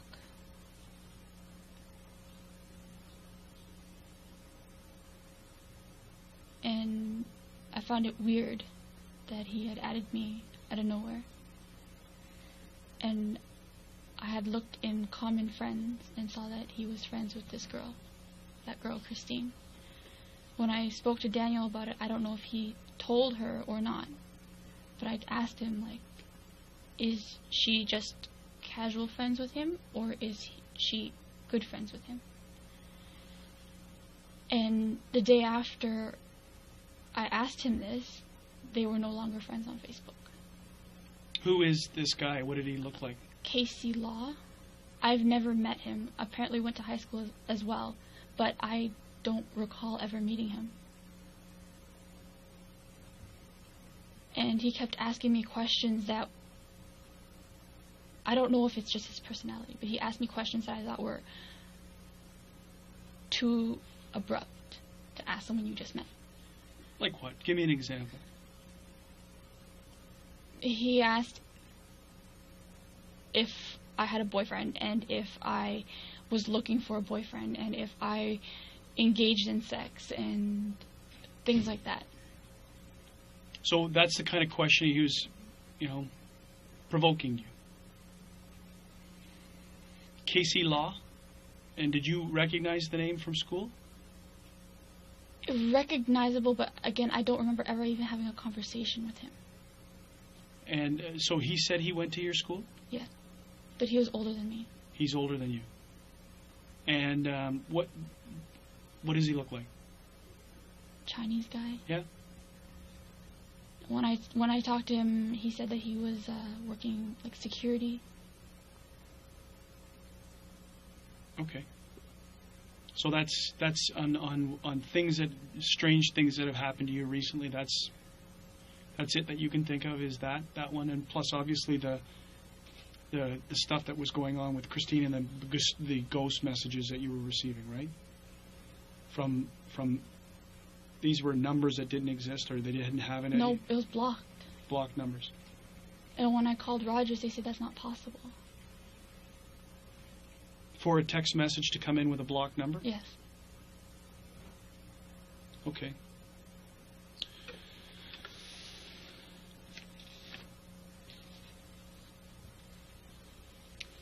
So, you know that everything you've told us has been under oath. Yes. You know that part of our job is to go back and look at what you've told us to try and match up to the reality of what we have, evidence that we have, right? You said you said essentially nothing. You didn't really change much from your first statement to your second statement, right? You've explained more. We've covered off more. But is there anything in this course of these that you think you want to change?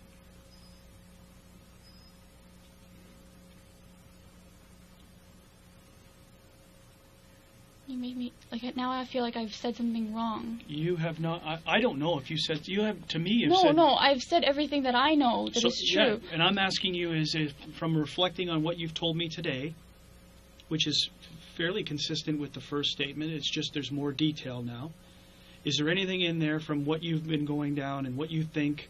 It should be right on the tip of your tongue. If you want to change something, it would be like,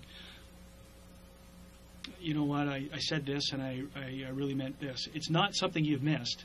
It's something that you knowingly have said that you want to change, that you know was wrong or could be taken wrong. Okay, well, first thing, the school thing. Yes? I didn't go to university, but I told my parents that I went for a few years. Right? How long did you tell them that? How long ago did they find out?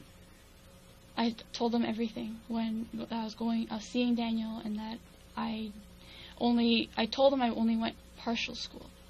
Okay. And I told them all. And when was that? What year was that? How long ago? A year and a half ago. So is this when the ultimatum come down? Is that at that point in time? The ultimatum came about there's always been ultimatums.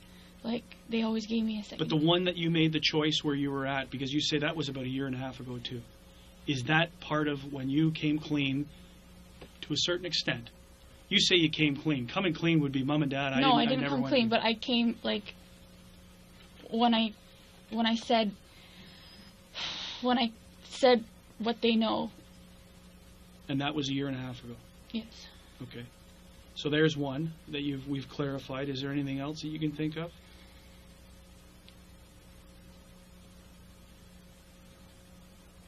Is there anything that, everything I said is what I said. That's all. That's all I know. Yeah, you but can't. You're just making me feel like you're looking at me for me to try and tell you what I think you've said was wrong. I don't know. I'm telling you that I've heard everything that you've had to say. I don't have this miraculous TV ability that says I can pull out a chunk of this and say to you, that portion's wrong. I can tell you from what you've told us, we're going to compare it with all the evidence we have and see how consistent it is. There's no way you're expected to be 100%. It's impossible. Okay? Eyewitnesses for every event we know don't have the ability to recall everything. So that's why we ask you do to the best of your ability. My concern lies in the fact of your lying. Okay? You've come clean. You've never lied to me before, right?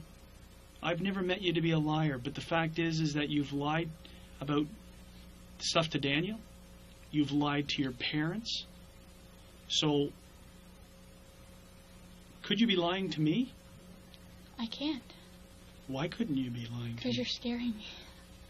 Doesn't mean that you couldn't be lying to me, right? I don't know you. I've known you now for probably 5 hours intermittent. I hope you're not lying to me, right? That's all I can hope for. But the fact of the matter is that those 3 things are sitting there saying, you know, like, you have the ability to trick your parents for a long period of time. They just weren't in tune with what I was doing. Very explainable, and I also I wasn't living where you are, right? And I'm not going to prejudge you because people do what they need to do to survive. So it could very easily be justified as a survival mechanism. This is the best avenue that you sought, and you were stuck in it. Okay, but the fact is that my job is trying to get the root of a very serious crime, and I have to explore every avenue that we possibly can. So I'm going to do everything in my power to either prove us as our police agency, prove or disprove what you've told us. The more we prove or can corroborate, the more credibility you have as a witness. Okay? That's going to happen. We may even ask you to come back again. Again, it will be you will not be explaining what happened in a grand scheme of things, because you've done that up and down and backwards. It may be for points of clarification, okay? Because again, we're going to be going and likely speaking to some of your friends and your relatives, and it's just points of clarification. It may not happen. It may, I'm only saying that it may. I told you I didn't want to do the 5 and 6 and 7 interviews with you. Well, after today, that's not going to happen. But we may be contacting you to help us for some other points that we come across. Okay? Again, it goes back to your credibility. But no one's going to sit you down and crank you through the events unless you were involved in it. Right? And then all promises everything comes off. If you had some involvement in this, then I'm just saying all the rules. If you didn't have anything to do with this, and you're telling me the truth, then we may be calling you to add, is this true what this person's saying this way? And we may be asking you points like that. Okay? You're our only link. You're it. Until your dad is back and being able to be spoken to, right now you're our only link to this case. So we may rely on you heavily until we can speak to your father. Okay? So don't be afraid. If you've told the truth, the last thing you should be afraid of is anything. If you've told the truth and you've been truthful through this whole process, then you're helping. You're doing your part. Okay? And don't be afraid of me. I'm just afraid because, I know everything is just all pointing negatively right now, and I don't understand why. It's not all pointing negatively. And you know what? You're misunderstanding things, that you're thinking it's all negatively pointing anywhere. It's not pointing anywhere right now. We are still gathering and gathering and gathering. There is no direction there's nothing.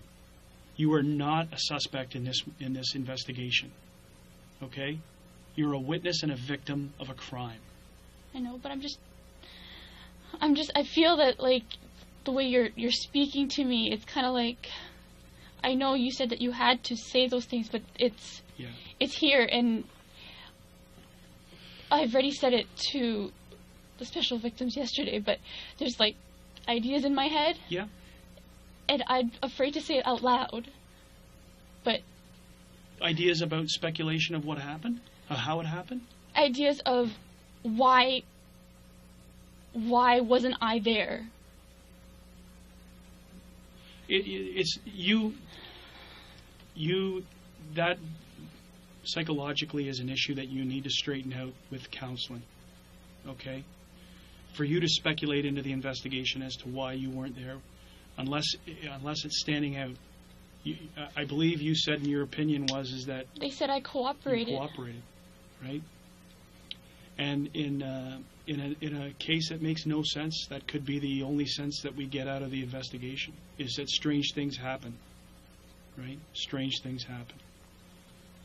So, yeah, unfortunately, at times some of us have to point the finger, seem like we're pointing the finger, and it really is just to provoke you to see what you're going to do, how you're going to respond.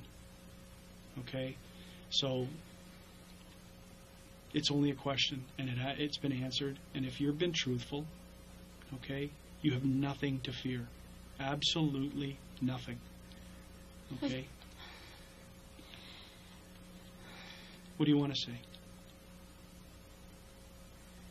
That I got a phone call once, and like I said earlier, I don't know if it was like zoned in, but they said that they can make everything disappear, and that's what I'm afraid of. Because you're asking me all these questions, and I'm answering them truthfully, but I'm afraid that I can't answer them for you. Well, there's some, the technology exists, there is some technology out there, I'm sure, that can make things disappear, and I know that not everything is captured. So, we go back to interviewing someone else who may say, yeah, well, she told me about this, and or I had similar things. So there's other ways around it. It's not, this case isn't going to hinge on small inconsistencies. Right? It's not going to hinge on small. It's not the inconsistency. I'm afraid of what is out there. Because you shine a light that it could have been because of what he's involved in. Is it not a possibility? I know, like, you have given me that, and with that, I'm just like, I'm scared because it could be anybody out there. Right now, it could be anyone. And that's the reality of it. Right? We're at the same position as you, as speculating as to theories and reasons why. And you can't be confined in your theories, because, if you're sitting here looking like this, at a small with the blinders on, that this is, it's like this. We got to think at every possible way that that this crime could have been happening. And, saying that it could have been Daniel, yeah, it could have been Daniel. Could have been a random act? Yeah, it could have been a random. Could they have been targeted because of something did? Yeah, it could have been. We've got to explore them all. And then try and figure out which one, through motive and opportunity and means, was likely to have occurred. And hopefully we start to focus down on suspects. But right now, there's no fingers being directed at anyone. It's just I feel... That's what you're meant to feel. Okay? That's what you're meant to feel. But there's nothing right now other than what you told me about the changing, where you fixed it at the end about your parents. I just wanted to clarify that. Yeah. Okay. So is there anything else? Not off the top of my head.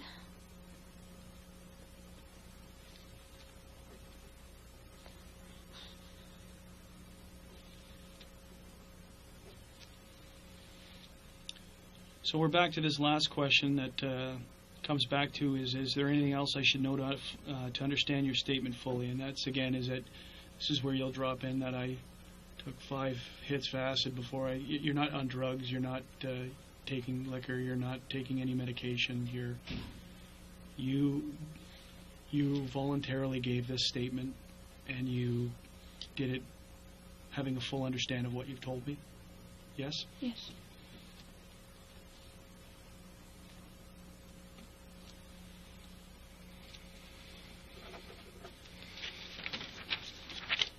Okay, so the recorders are being shut off as we speak. The time...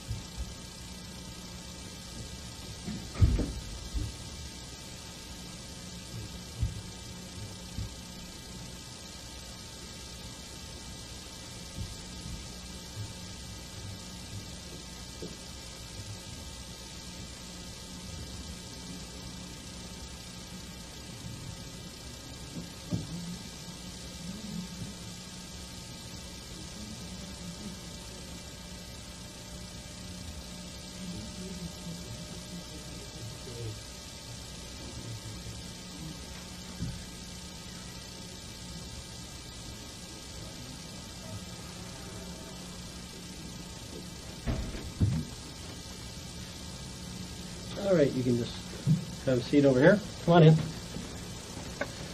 Have a seat over here. Yep. Kind of odd in here, actually, so there's something massive there. All right. So just to let you know right away, Jennifer, everything in this room is being videotaped and audio taped. Okay. That's actually for your protection and mine. If anybody ever asks us what we talked about, there's a record of it, okay? So just for the record, it is the 22nd of November 2010. We're at the 5 District Station in the town of Markham. My computer right now says 2:39 in the afternoon, okay? Just for the record, my name is Detective William Gates. You can just call me Bill here today. And what do you like to be called? Jen, Jennifer. Jen? Yep. What do you prefer, Jen or Jennifer? Doesn't know. Either or? Okay, so Jen, you're aware that the audio tape and everything's on. It's the same as last time. Okay, you've been here on 2 other occasions, I understand, on the 9th of November and I believe again on the 11th of November. Is that correct? Okay. And do you know why we're here today? Just to discuss stuff. Yeah, regarding what? The,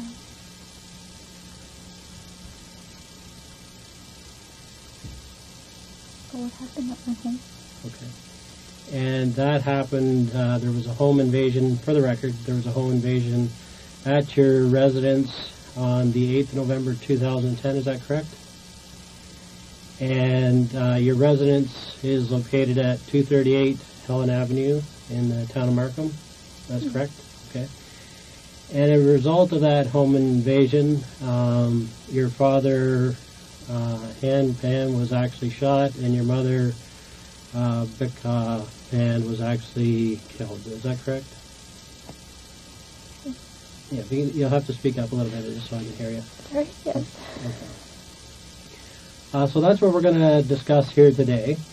On previous occasions, a commissioner of oaths has come in and you've sworn the video statement. Is that correct? Okay. And on those sworn video statements, you promise to tell the truth. Yes. Is that correct? Yes. Okay. And I'm going to have to get you to speak up or we can't pick it up. Yeah. And what was your understanding that if you did not tell the truth, what would happen? That there would be jail consequences. There could be. Okay. There are specific charges for fabricating evidence, for public mischief, for obstructing police and a police investigation. You understand that, right? Yes. Okay. So the same thing applies here today, okay? That if you were to make a false statement, if you were to lie to the police or mislead the police in an investigation, you could be charged with those offenses of public mischief, fabricating evidence, or obstruct police. Do you understand that? Okay. Then, of course, if you had anything to do with the actual homicide itself, of course you could be charged with murder. You understand that? Yes. Yes. Okay. Now, do you understand what your rights are here today? Do you understand what your rights are here today? What do you mean? Everybody has rights. Do you know what your rights are? As a citizen, do you know what your rights are? That you don't have to speak to the police? They went through some things with you before. You don't have to give a statement if you don't want to. Do you understand that? No, I do. Okay. And it's your choice whether you give a statement or not? You understand that? That was on that form that they read out to you, and it said that it's your choice. You understand that, though? I do now. Okay. All right. And what I tell everybody that I speak to is that all of our rights are guaranteed, and they're guaranteed under the Charter of Rights and Freedoms, which states that when a person's been arrested or detained, well, they must be advised of their rights to counsel or rights to a lawyer. So first of all, you're not under arrest here, okay? You're not being detained. That door there, that's not locked. It's just closed to ensure our privacy, okay? So if at any time you want to leave, please feel free to do so, okay? If any time you want me to stop these proceedings, just say so and I will. If at any time you did want to speak to a lawyer, you just have to tell me, and you can speak to a lawyer in private. We can phone a lawyer, and you can speak to them privately on the phone. Do you understand that? Okay. Now, have you ever heard of legal aid? Well, Okay. I like the term. Yeah, you've heard the term before. Do you know what it means? Okay, so legal aid lawyers are lawyers available to give people free legal advice. Okay, and they're available 24 hours a day for people at a police station, and they're available to everyone. And these lawyers give people free legal advice. Okay, so that's another option available to you here today. Do you understand that? Yes. And do you understand these rights? Yes. Okay. And do you wish to speak to a lawyer? Do I need to? Well, I just advise people what the rights are, but I can't tell you that you should or you shouldn't. I think I need to know. Okay, so that's fine. If you change your mind, let me know. Okay? Now, as discussed before, okay, in relation to this case, you don't have to say anything to the police in relation to this murder, okay? But whatever you do say may be given as evidence in court, okay? And if it had anything to do with you, that evidence could be used against you. Do you understand that? You just have to say yes or no. Yes. Yes, okay. Now, we've never met before, right? No. I just brought you from the front to the back here, Yes. and we didn't discuss the case. No. Okay, so when I meet somebody for the first time, I have to let them know that I don't want what you've said to any other police officer in this case to influence you or make you feel like you even have to talk to me here today. Okay? And whatever you've said to date to anyone about this case, you don't have to repeat that, nor do you have to say anything further. Okay? But whatever you do say, that may be given as evidence. Do you understand that? Okay. Just tell me your understanding of what I've been telling you. Just tell me what you understand me to say in your own words. Take your time. That I don't have to say anything, but that if I want a lawyer, I can have one. Yep. Yeah. Yeah. And I don't want anything anybody else has said to you to make you feel like you have to even talk to me. I don't want them influencing anything that may have said previously. Do you know what I mean? Okay. Okay, I don't want you to feel forced into talking to me. Okay? All right? Do you have any other questions? You understand? Okay. Now, since you and I have never met, of course I know a lot about you because I've been following the investigation. Okay, but I don't know everything about you. And I hate talking to people when I haven't formally met them. Okay? So if I were to ask one of your friends about you, or you wanted to tell me yourself, how would you describe Jennifer Pan?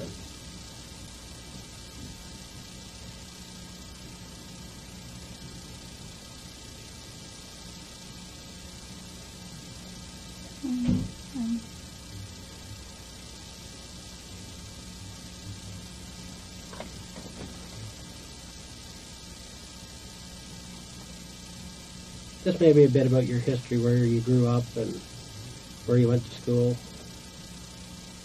I grew up here. I was born and grew up in Toronto. Okay. And I like to play the piano. Yep. I hear you're pretty good at it too. Yeah. Okay. And what else do you like to do? I like to figure skate. Yep. Okay, you're pretty good at that too? I haven't done it for a while. Yeah. But at one point it was a passion of yours? Yes. Yep. Okay, what else? I'm going back to school. Okay. And when's that? Starts in January. Okay. And what are you going to be taking? Biotech engineering. Okay. And what's your future aspirations then? Okay, just hold on a second.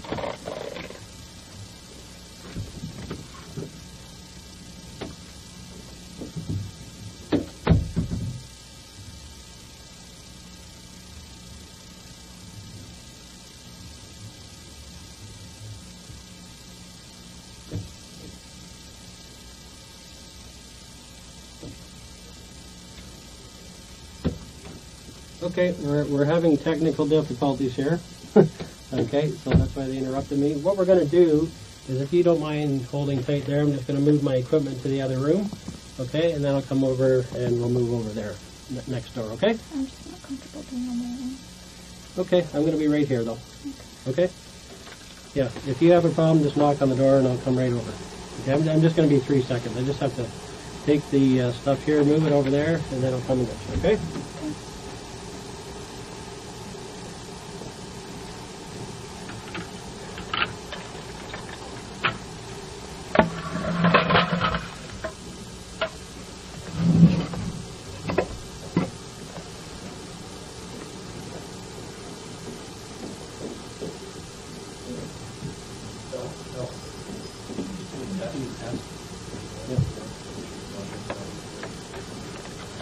It'll just be a couple minutes there, okay? Let's leave the door open.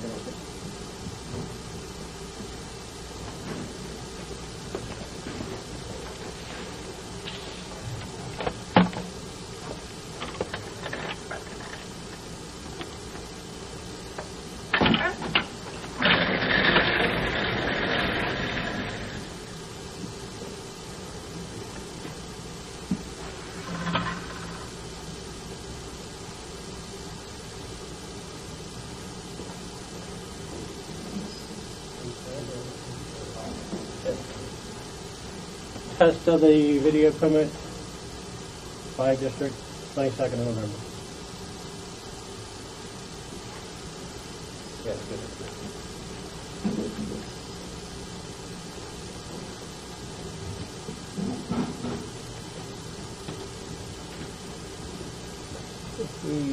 One more minute.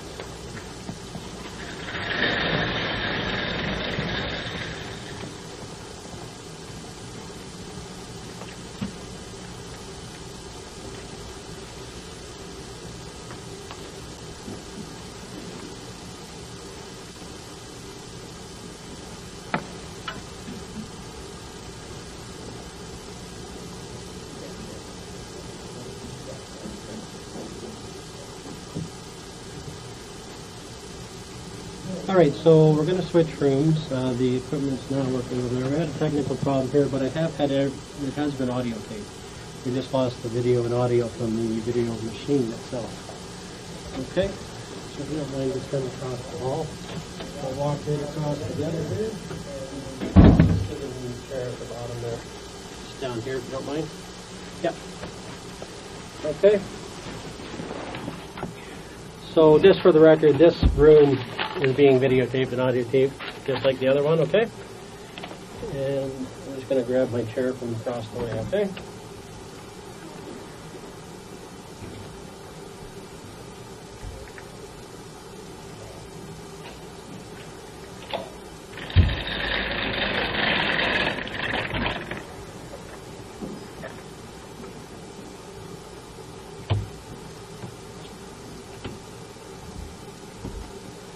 Okay, so right now we're in the separate video room across the hall from the first one.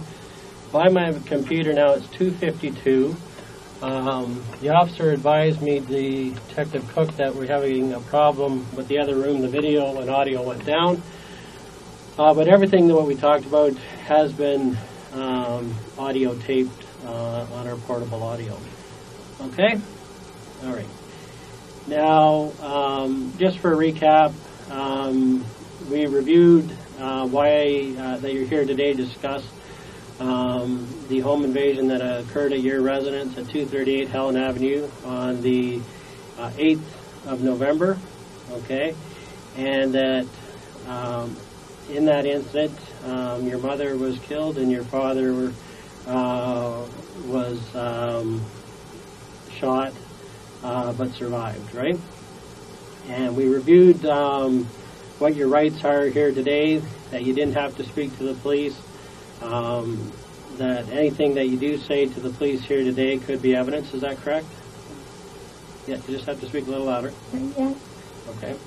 And that if you had any involvement, well, first of all, if you provided a false statement or lied to the police a person could be charged, or you could be charged for obstruct police, public mischief, or fabricating evidence. You understand that? Yes. And that if you had any involvement in that home invasion, then you could be facing charges of murder and attempted murder. Okay, do you understand that? Okay. And anything that you do say to us in regards to that home invasion is being recorded here, and that could be used as evidence in court. Okay? You understood that? And that you don't have to say anything to us in relation to this case, but whatever you do say may be given as evidence. Right? You understood that? Yes. Okay, and lastly, that we've never met before, so I don't want anything any other officer has said to you to influence you or make you feel like you have to say anything to me here today. And whatever you've said previously, you don't have to repeat that, nor do you have to say anything further. But whatever you do say, that may be given as evidence. Is that correct? Yes. Yes. Okay. All right. So we were just starting to talk about yourself, and you were telling me that you do or have had a passion for the piano, and you do like figure skating. Okay. What are some of your other likes? What are the things you like to do? Sit and watch TV with my friends. Yep. Okay. And who are your specific TV buddies? Adrian. Okay. And his last name? Okay. And anyone else? People I talked on the phone, but none that I watched TV. Okay. Now, do you have a particular best friend right now? Who would you say is your best friend? Best friend doesn't know me the best. No, who that you get along with, that you have a special relationship with, like a best friend. Who's the friend that you like the most, or that you get along with the best? Daniel? Okay. And what's his last name? Long. Okay. And why do you say that you're best friends? I wouldn't say best friend, but he's able to comfort me and calm me. Okay. And how does he do that? We've been friends for a long time, and I don't know, it's just, we used to date, and part of me still gets calm whenever he reassures me something. Yeah, okay. So you have history. Okay. And I know you've said some of these things to the police before, but I just want to go over it for my own understanding. So when did you first date Daniel? 2003. Okay. And how did you actually meet? We went to school together. Okay. And what school did you go to? Marywood. And is that a Catholic school? Yes. Yeah. Okay. And when did you start going to Marywood? In 2000. Okay. Yeah. So you started grade 9 there? Yes. Okay. And in elementary school, where did you go? St. Barnabas. What's that? St. Barnabas. Barnabas, okay. And do you practice Catholicism, or do you practice a different... Are you Catholic? I do practice Catholicism, but I do believe in some Buddhist beliefs. Yeah, okay, well, that's good. Okay, so you have Christian beliefs that are both Catholic and Buddhist religions. Okay. And how long were you baptized when you were born? Or okay. And were your parents Catholics then? My father. Okay, your father. Okay. And what about your mom? Buddhist. Okay, so that's where you get the combination. Okay. And yep.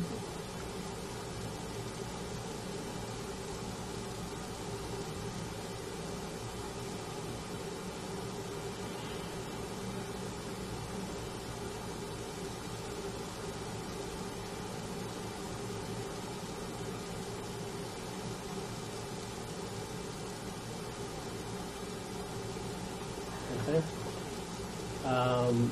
And growing up, did you guys go to church every Sunday, or how did that go? Not every Sunday, but with for holidays and special occasions. Okay. And you also had religion in school, I guess. Yeah. Okay. And did they go to church at school or not? in elementary school, I had a church next to my Yes. school. Okay. I had the same thing, so that's why I'm asking. Okay, and basically we went every Friday morning to church because we were right beside it, right? So they had a special service for us. Okay. Now,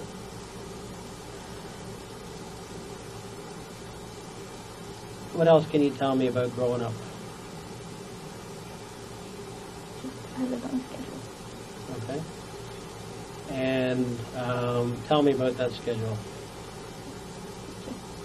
School, skate, piano, a little swimming, a little karate for a couple of years. So it was a steady schedule. Okay. And how did you get into skating? To be honest, I think my parents just applied, Okay. and I just took it. And how old were you when you started? 7 or 8, I think. Okay, so young. And how long did you stay in it? I was 16, I believe. Okay, so quite a long time. Okay. And what made you stop going? I tore my ACL a lot. Okay. So injuries. Okay. If you didn't get injured, would you still be doing it? I hope so. Yeah. Okay. So that's nice. And did you, as far as that, did you do like competition skating or? Okay. And how did you do with that? I wasn't at the top of the pack, but just was the middle average. Yeah, so that's good though. But you did actually enjoy it. It was more than just going for competition. You enjoyed actually doing it. I was petrified of the competition. Okay. All right. And where would be the farthest place you would go for a competition? Like, would you go outside of this area? Yes. Because I actually started, I said Scarborough in Toronto. That's where I trained and grew up. Yep. It wasn't until later that I moved up to Richmond Hill, just the last year or two. Right. But we went everywhere from Orangeville, Yep. Mississauga, just in and around Southern Ontario. Yeah. Okay. And tell me about the piano. When did you start with piano? Not far. Wow. Okay. And you're still doing it, I understand. Okay. And I hear you actually teach. Yeah, I taught a bit, and Yeah. I'm still working towards that final qualification. Okay. And what do you have to do to get that final qualification? I have, I believe, another 3 exams. Okay. And are the exams practical, or are they practical and Practical, practical and written. written? Okay. And like an exam, how long would that take to write? Writing exams take about 2 to 3 hours. Okay. And are you in that process right now, or? I was, yes. Yeah. Okay. And so, when do you hope to complete that? I was hoping in June. By June you would. 2011. Yeah. Okay. And so you went from a student and now to a teacher. Is what? Okay. And although you don't have your highest papers, you were still able to teach students. Yes. Yeah. Okay. What does the actual full papers give you? What will you be able to do with that? It's just a formality. An achievement? Yes. Okay. Credentials? Okay. Can you charge more? I don't know. Okay. When you've been teaching, what would you charge for lessons? Mainly they were just family friends, so it was just $10 half an hour. Yeah. Okay. And how many students would have you been teaching? For the years, just 3. Okay. Over what time period? Say 4 years. 4 years. Okay. All right. And do you have any students right now? Or? No. Okay. And why not? The students I were teaching, they went to high school and lost interest. Okay. Yeah. Too big for piano. Yeah, I took it in grade school too, but I think I went to grade 7 in it. I think when I was in grade 7, I stopped taking it, but I still remember Swans on the Lake. I didn't know how to play that. That's about it. Now, I understand. What kind of jobs have you had? Sorting jobs. serving jobs? Okay. And when was your last one? Boston Pizza at Warden Field. Okay. And when's the last time you worked there? 2 years ago, I think. A year and a half, 2 years. Okay. And was that your last serving job? Okay. And previous to that? Vietnamese. Okay. And what time period did you work there?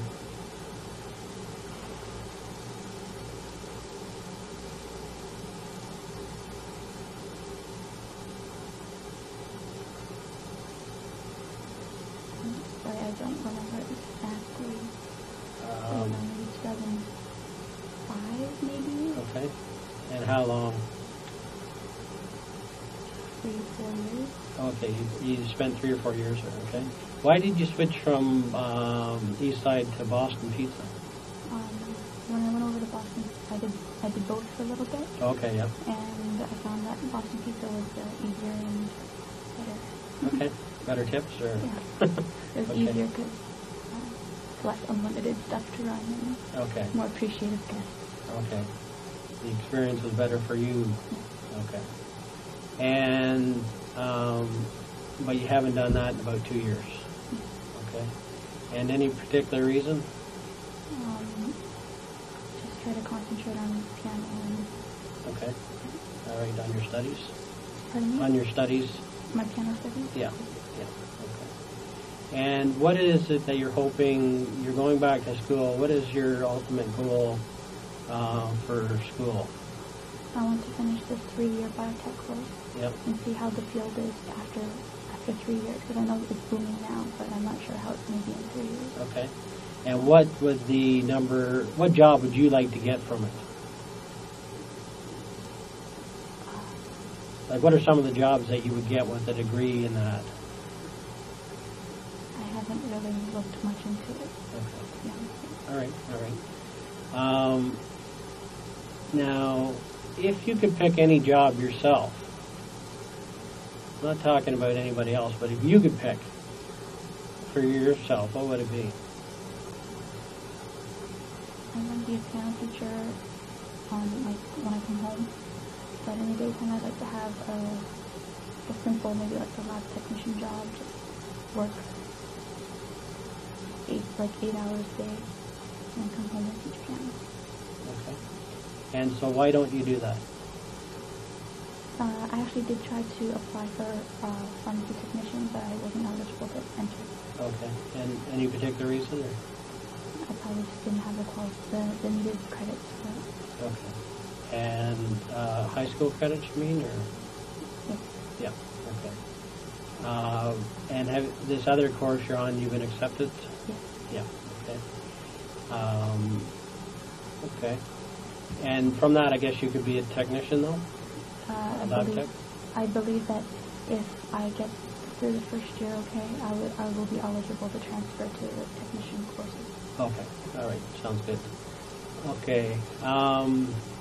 Now, I understand that you mentioned a schedule, okay?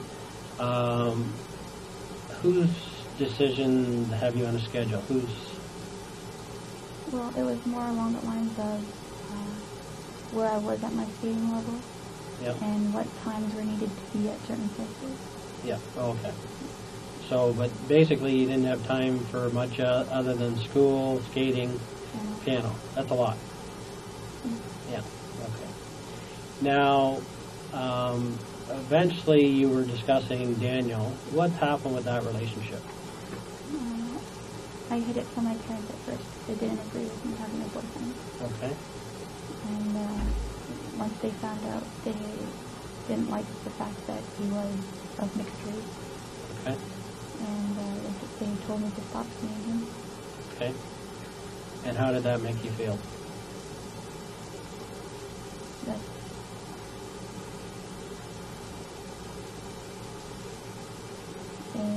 he was the person who just filled an empty void for me.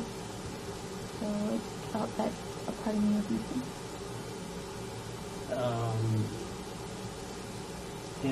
When did you feel the part was missing? Pardon me? When you broke up, you felt the part was missing? Is that what you're saying? When they first told me to stop seeing him, stop talking to him, I felt like a part of me was missing, and I fell into a little bit of depression. Okay. And how old were you when this happened? 21. Okay, so you're 24 now, right? When you're 21, they told you to stop seeing him, or 2021.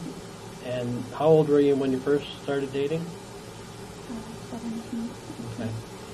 And from 17 to 2021, they didn't know about the relationship. Okay. How did they find out?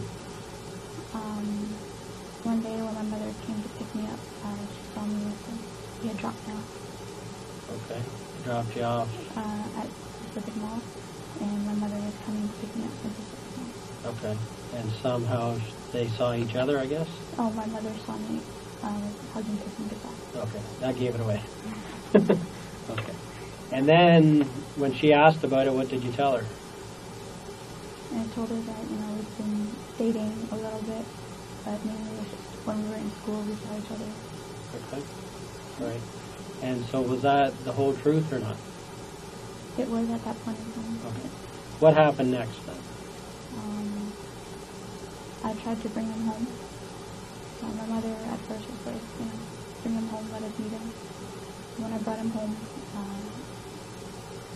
they automatically didn't like him for some reason. Okay. And that's when they told me to stop seeing him. Okay. And what is it? You mentioned already that he was mixed race. Mm-hmm. Okay. Which is what? Filipino and Chinese. Okay. And your parents themselves, what races are they? Vietnamese and Chinese. Okay. What was the problem with Chinese and Filipino? They didn't see him as a Chinese person. Okay. They thought him as a Filipino person. Okay. And they associated Filipino people with white people. Okay. So that was their personal belief or personal outlook on Filipinos, I guess. Mm-hmm. Okay. And, okay, so you were told to stop seeing him. So what happened then? At first I stopped for a while. But like I said, I just felt really empty and I felt depression, and Okay. I started talking to him again. Okay. And how would you get a chance to see him? Seeing him was really difficult. Okay. I would try to see him before a class here and there. Not much time, but sometimes I'd ask a friend of mine, Gary, who's a mutual friend of ours.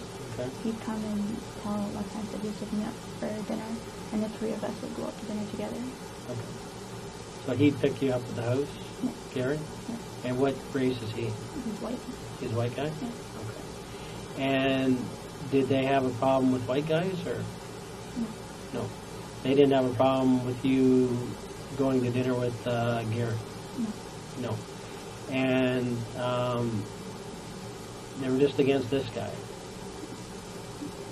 Daniel? Yeah. Okay. Now, were they against you going out with friends? A little bit, yeah. Okay, but they let you go with Gary, so... Well, it was, like I said, they didn't say yes often, but when Okay. they did. All right, so, and then what would happen? Gary would take you to Daniel. We would meet up at like our sushi place. Okay, where was that? Sometimes we'd go to Taste of Japan, and we tried sushi on 7 once. Sushi on 7? Okay. And where's that first place located? Woodbine and John. Woodbine and John? And what about the other one? 7 and Kennedy. Okay. And, so you like sushi? My friend Gary likes sushi. Okay. And how did you meet Gary? Through Daniel. Through Daniel? Okay. But he's become your friend as well? Yeah. Okay. And when's the last time you would have spoke to him? It's been a while. It's been a while? A good 3 or 4 months. 3 or 4 months. And since you and Daniel broke up, how often would you see Gary?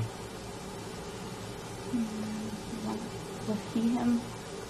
Well, he'd stop by my house sometimes if my mom was at work. Okay. And how many times do you think Gary took you to see Daniel? 3 or 4 times. 3 or 4 times? Okay. And when would the last time have been?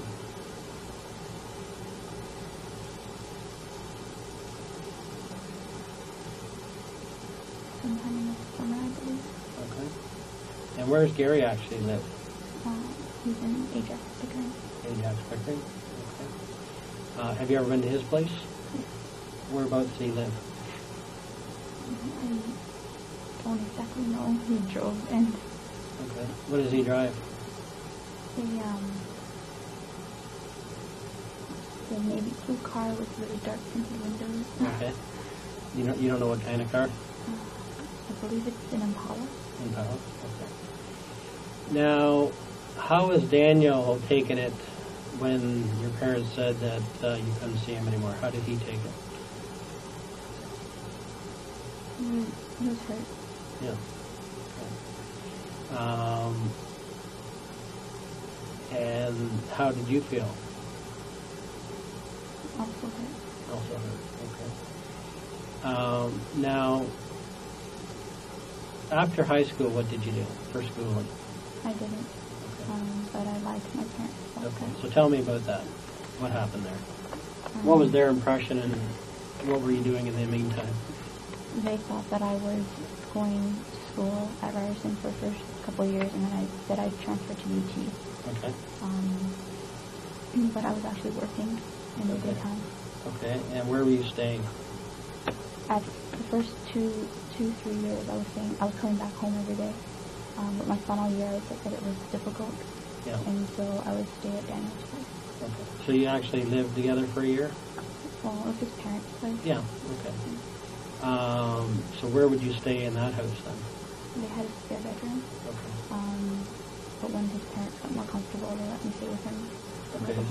All right. So you slept in the same room for a while? Yes. Okay. All right. So is it fair to say that you had an intimate relationship? Yes.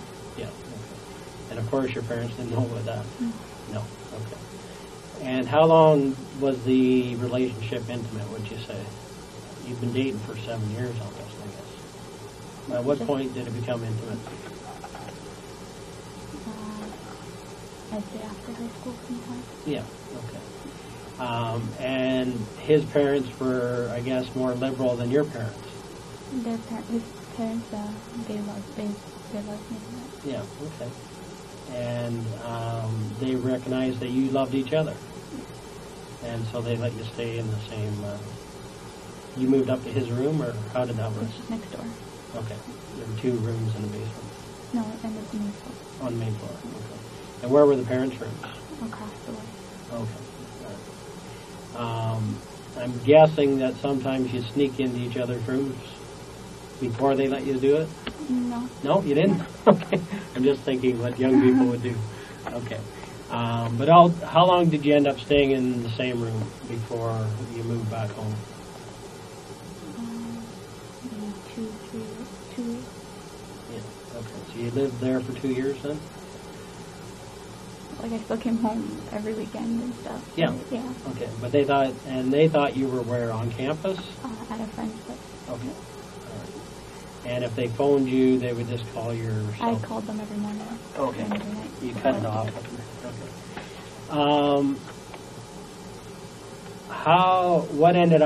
How did they find out you weren't going to school?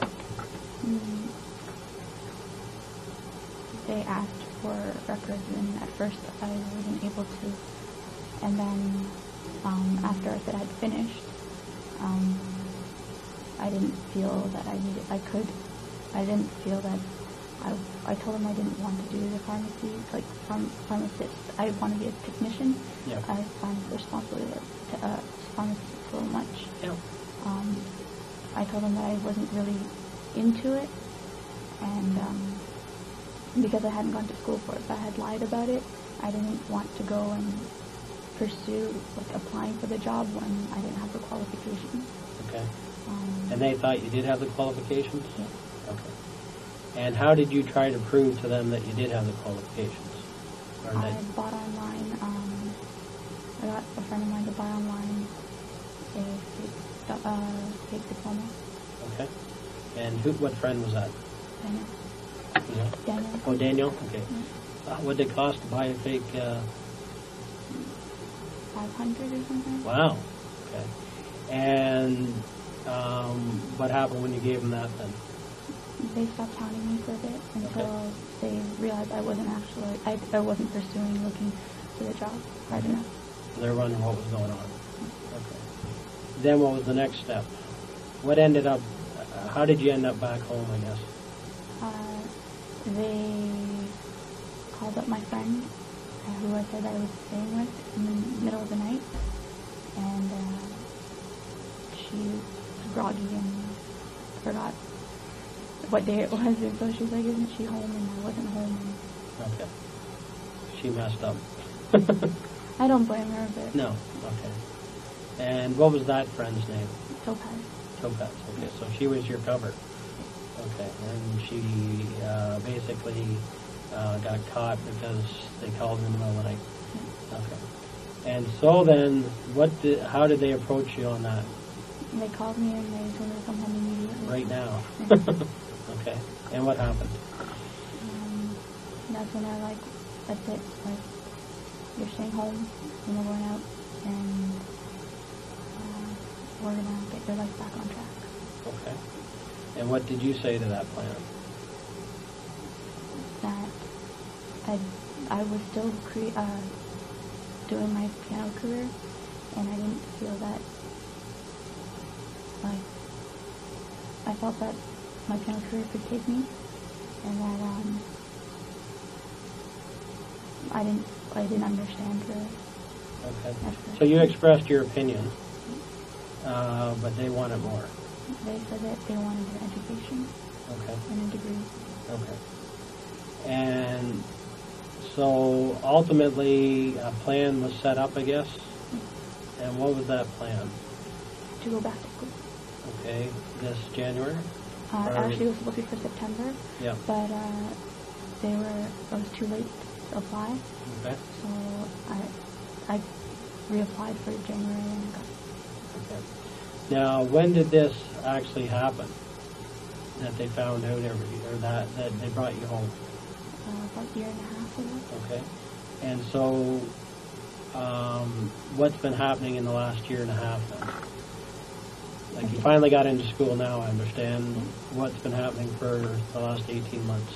Just a lot of piano, like catching up on my theories and stuff. Okay. I have been slacking a little. And yeah, pretty much piano. And then I also did a little summer school to get my high school calc so I could apply it, because I know calculus is a big thing in applying for college and universities now. Okay. So I did do that one summer as well. Okay. And what's your math skills like? They were pretty good, but they've gotten rusty over the years. Yeah. Okay. Yeah, you're not 18 or 19 anymore. Mm-hmm. And you haven't done it in a few years. Okay. So do you just, is it home studies or is it internet studies? No, I did it at a summer school. Okay, you did it, but are you doing any correspondence? No. No, okay. And so what was when they said this is what's going to happen, what were all the rules that got put in place to make sure it happens? That I wouldn't see Daniel or talk to Daniel anymore. Okay.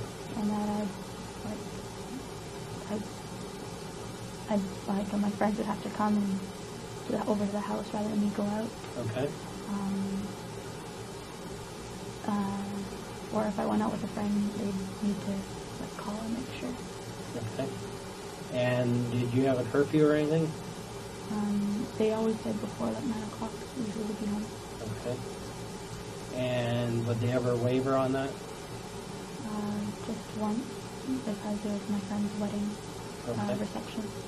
Yeah. And how long did you get to stay with them? Just 11. Okay. And how do you get to and from things when you want to go somewhere? They drive me. They drive you? Or the odd time if they know it's like a class that I always go to, they'll let me take the car. Okay.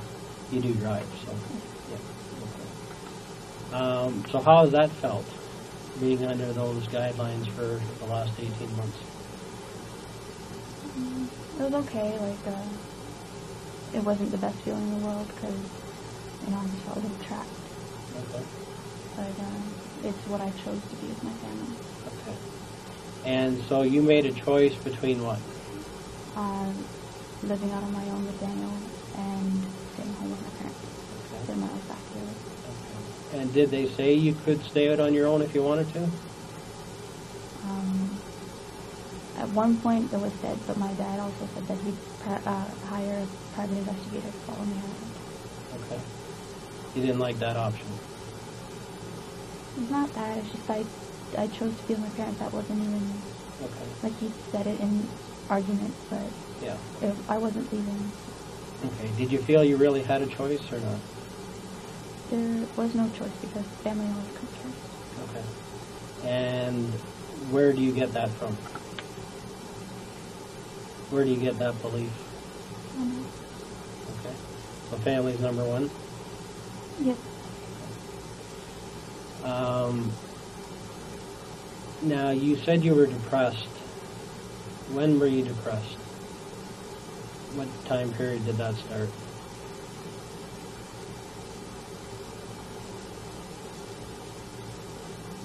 I was depressed in elementary school for a little bit. Okay. As the depression started, I'd say hard, very about 2 years ago. Okay. At the time of this, or what brought on the depression?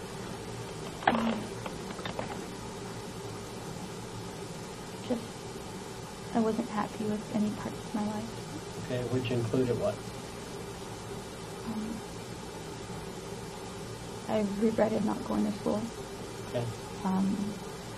My piano wasn't going as fast as I was liking.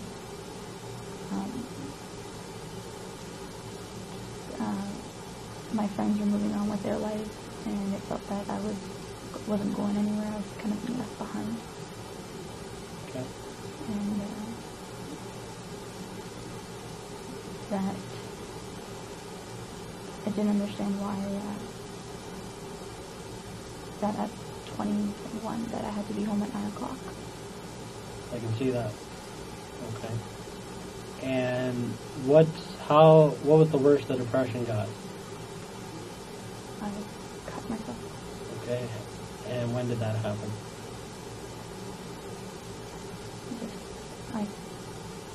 Where did you cut?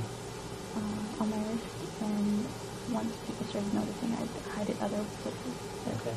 never twice in the same spot. So how many cuts do you have on you? Now, no. None? No. They've healed? Okay. And did you want to kill yourself? Yes. Okay. When's the first time that you actually thought you would try and kill yourself?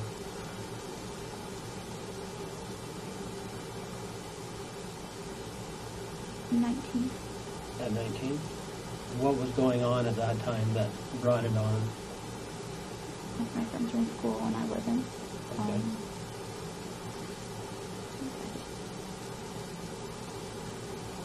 Came to the realization that,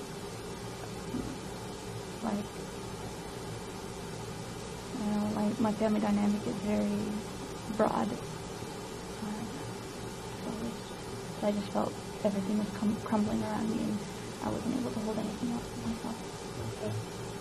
And you really weren't able to tell your parents you weren't in school. Mm. So it was tough living a double life type thing. Yes. But is that fair to say? Yes. Yeah. Okay. And did you ever try to actually kill yourself? I tried once. Yeah. What did you do? I tried to overdose on sleep and Tylenol. Okay. And what happened? I wasn't able to do it. Okay. How many did you take? 4 or 5. 4 or 5. Okay. And where did that happen? In my bedroom. In your bedroom? Okay. I guess you just got tired. Yeah. You woke up the next day. Well, I stopped myself. Oh, okay. You could have taken more, but you didn't. Okay. All right. When you were cutting, were you actually trying to kill yourself? No. No. What were you trying to do? Control one part of my life. Okay. And what did that do for you when you actually cut? I was able to feel physical pain, so I didn't have to think of other pains in my life. Okay. So it was a distractor. Okay. Did anybody know you were cutting? Not at first. Okay. Who was the first to find out?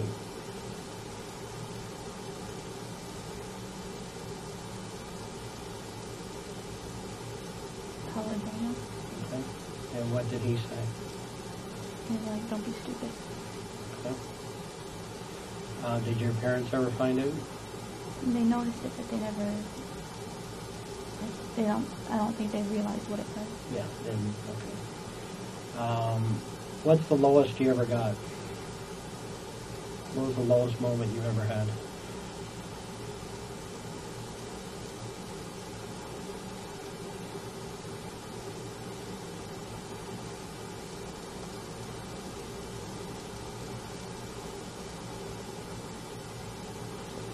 If my brother had moved out and not gone to school, and I was home alone, and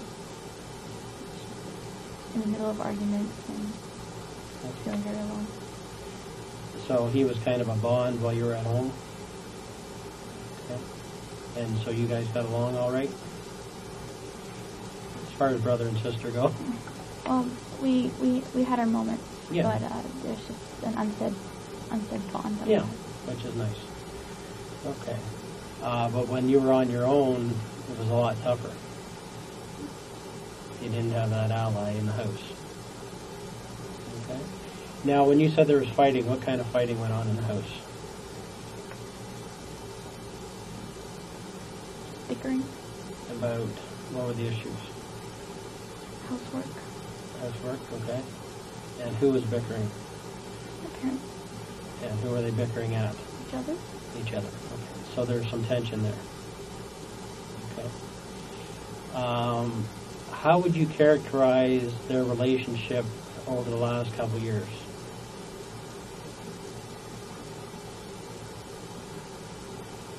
What do you mean by that? How has it been in the house for them as a couple?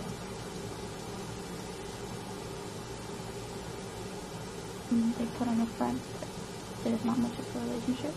Okay. And what do you think the problem is? What's the issue? What happened?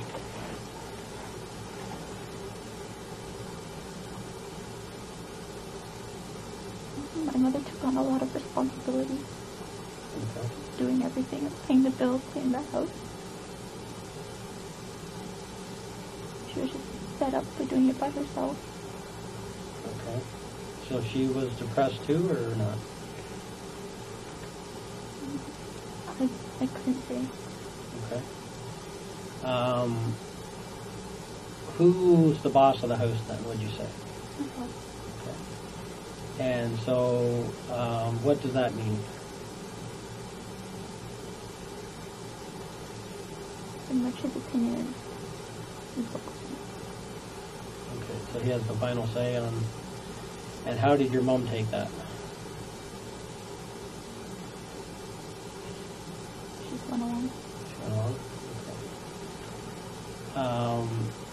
If you had a real problem, could you ever go to either one of them? I don't know. Okay. And what would you and your mom discuss? Future plans. Okay. And did she agree with your father's plans or not? Sometimes. Okay. Ultimately, they wanted you to be educated, I guess, is their goal? Okay. Did you ever feel that they expected too much of you? How so?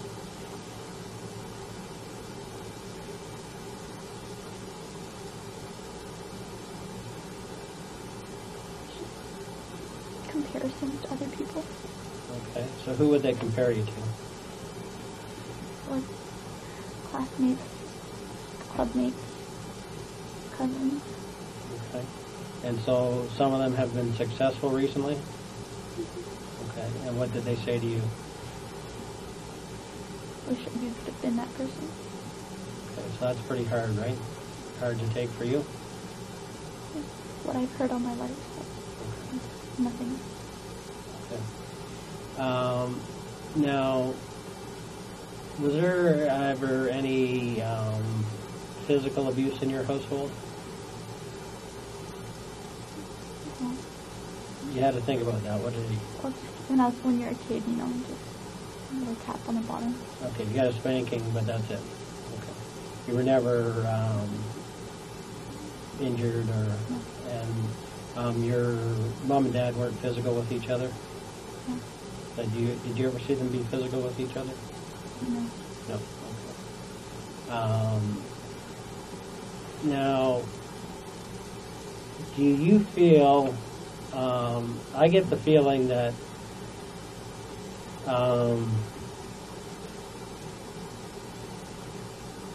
they think you could do any job there is.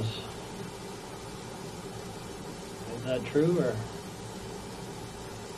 I don't know. I guess my question for you is, did you ever feel like, I know you're smart and they believe you're very smart, but did you ever feel you weren't as smart as what they thought that you were? Yeah. Okay, I get that feeling, that it's pretty tough to live up to their expectations. Okay, like your dad ultimately would like to see you be like a doctor, that type of thing. And maybe you can't do it, right? And I'm not saying you can't, but I get the feeling that those were pretty high standards for anybody.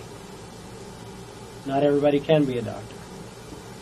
Okay, but they may have acted like you could have done it no problem. Is that fair? I guess. Like, I don't want to say something that's not accurate, but I just get the feeling that their expectations were so high that few people would be able to reach that expectation. I'm not just talking about you, I'm talking about anybody. And it started at a young age. It didn't start just when you went to university. No. It's been an expectation that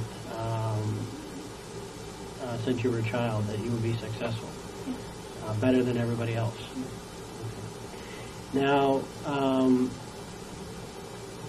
in that, when did your parents come to Canada?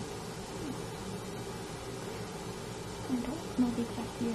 Okay, but you were born here, No. and your brother was born here. Okay. And where did they actually meet? Do you know how they got together? They met back home, but they just knew of each other back home. Okay, which Back back home means Vietnam. Vietnam. Okay. And when, and did they grow up in the same neighborhood or same town or something? I guess town, maybe, Yeah. Okay. area. All right. Okay. Okay. So eventually, how did they? What else did you do to pretend you were in school? What kind of things would you do to try and make it look like you got your grades? Or When they asked for something, I'd try to make a document for them. okay. So what type of documents did you? Student loan, Okay. and report card. Okay. And how did you do them? Using Photoshop. Photoshop. Okay. And what did they say when they saw the report cards? Did they ever question it? Not at first. No. Okay. Up until, how did they actually figure it out? When I know they figured out you weren't living with your friend, do they still, at this point, even know that you don't have any university? Yes, my father knows. Okay. When did he find out? After I told the police. Okay. So up until this event, They just thought that I didn't go to school this full time. okay, but they still thought you had some credits. Okay. How did it feel having to lie to them all those years? It's really hard. Really hard. Like, I wanted to tell them, but it just, they always looked down in disappointment. Okay. And I'm sure there were days when you actually planned that this is the day I'm going to tell them, and then you just couldn't spit it out. Okay. All right.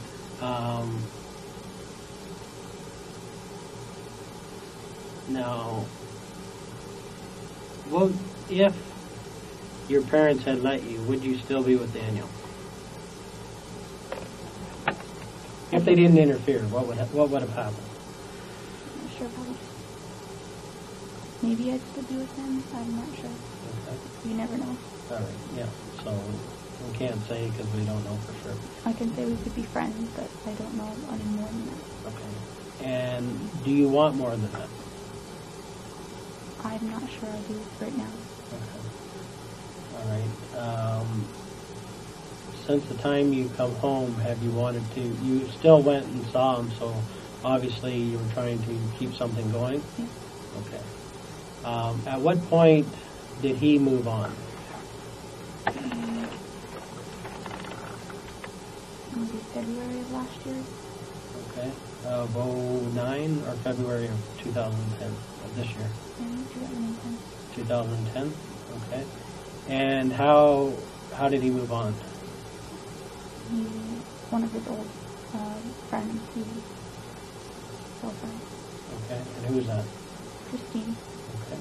And how does that make you feel? I knew that we weren't together, so Okay. but it made me feel that I wasn't good enough to be waited. To wait, you mean? Okay. So what was your kind of plan then? Go back to school and... Get my degree, make something of my life and my parents, and Yeah. then once I make my life, then see where we would go. Okay. So it was upsetting that he didn't wait till that played out. Yeah, Okay. Depressing for you. for me. Yeah. Okay. What about him? He still came back and said that, I love you, and if the circumstances were different, but it's not. Okay. Did you ever plan a future together? We discussed it, but Okay, like marriage? some days he'd say yes, some days he'd say no. Okay. So you brought it up? He'd bring it up sometimes. Okay. So ultimately, because you went out for so long, they could have ended up in marriage. Still could someday, I'm not saying. I'm not sure. Okay. All right.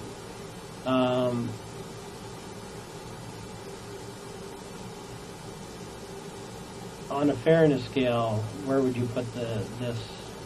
Did you feel it was a fair decision What do you mean? that at 24 you have to stay at home with a curfew of 9 o'clock? I knew I and messed no- up. I knew I Okay. messed up, and Okay. that I needed to put my life back in action. Okay. Do you think it had to be that strict though? Well, considering my past, I thought it was a little strict, but I understood. Okay. Over the years, what other things have you had to hide from your parents?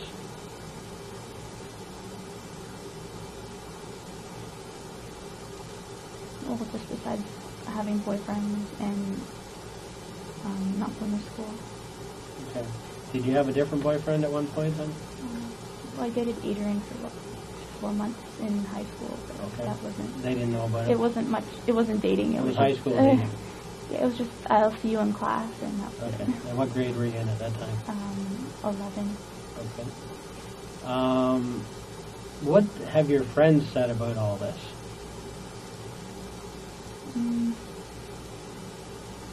Well, they don't know about the whole school thing. They just know I'm going back to school. Okay. Who else knows that you never went to school though? Topaz. Mm. She Oh, yeah, she kind of knew. She She- just thought I was staying with Daniel. So. Oh, okay. That was the cover, but she thought you were still going to school. Yeah. Okay, so she didn't know the whole story. No. But she knew she was your cover. Yeah. She just thought it was so that they wouldn't know where you were staying. Yeah. Okay. Did anybody else know that you weren't going to school? Who would know that? I didn't tell her. Daniel? Yeah. Anybody else? No. Did his parents know? No. No. Okay, so just you and Daniel. Yeah. Okay. What other things have you, in your depression, had to lie about over the last year? Just going to see him, that I was still talking to Daniel, and that I'd try to find ways to communicate with him. Okay. And how did you end up eventually communicating?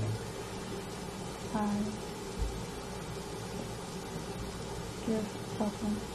Okay. How did that work? I'd text him, and he'd text me back whenever he could, and Yep. just delete them when I got them. Okay. Now, how did your parents monitor this cell phone? When I was around them, they didn't like me on it. Okay, so what would they say? Who is that? What is it? Why is it so important? Okay.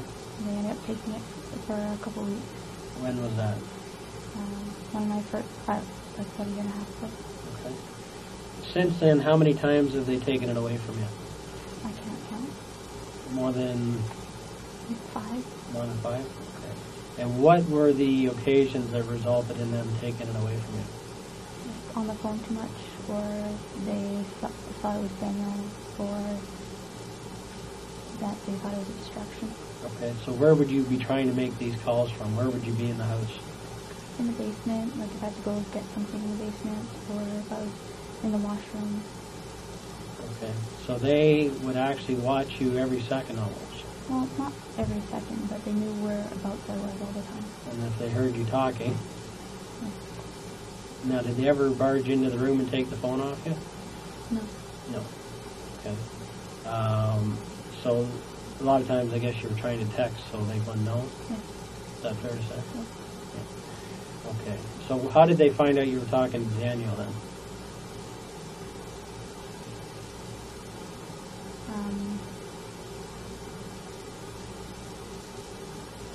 They just assumed that I still do, I guess. Okay. Was there an occasion where you said they checked the phone? Or? Oh, I told you I deleted the call history and stuff like that. Okay. And did they ever find it before you got it deleted? No. No. Okay.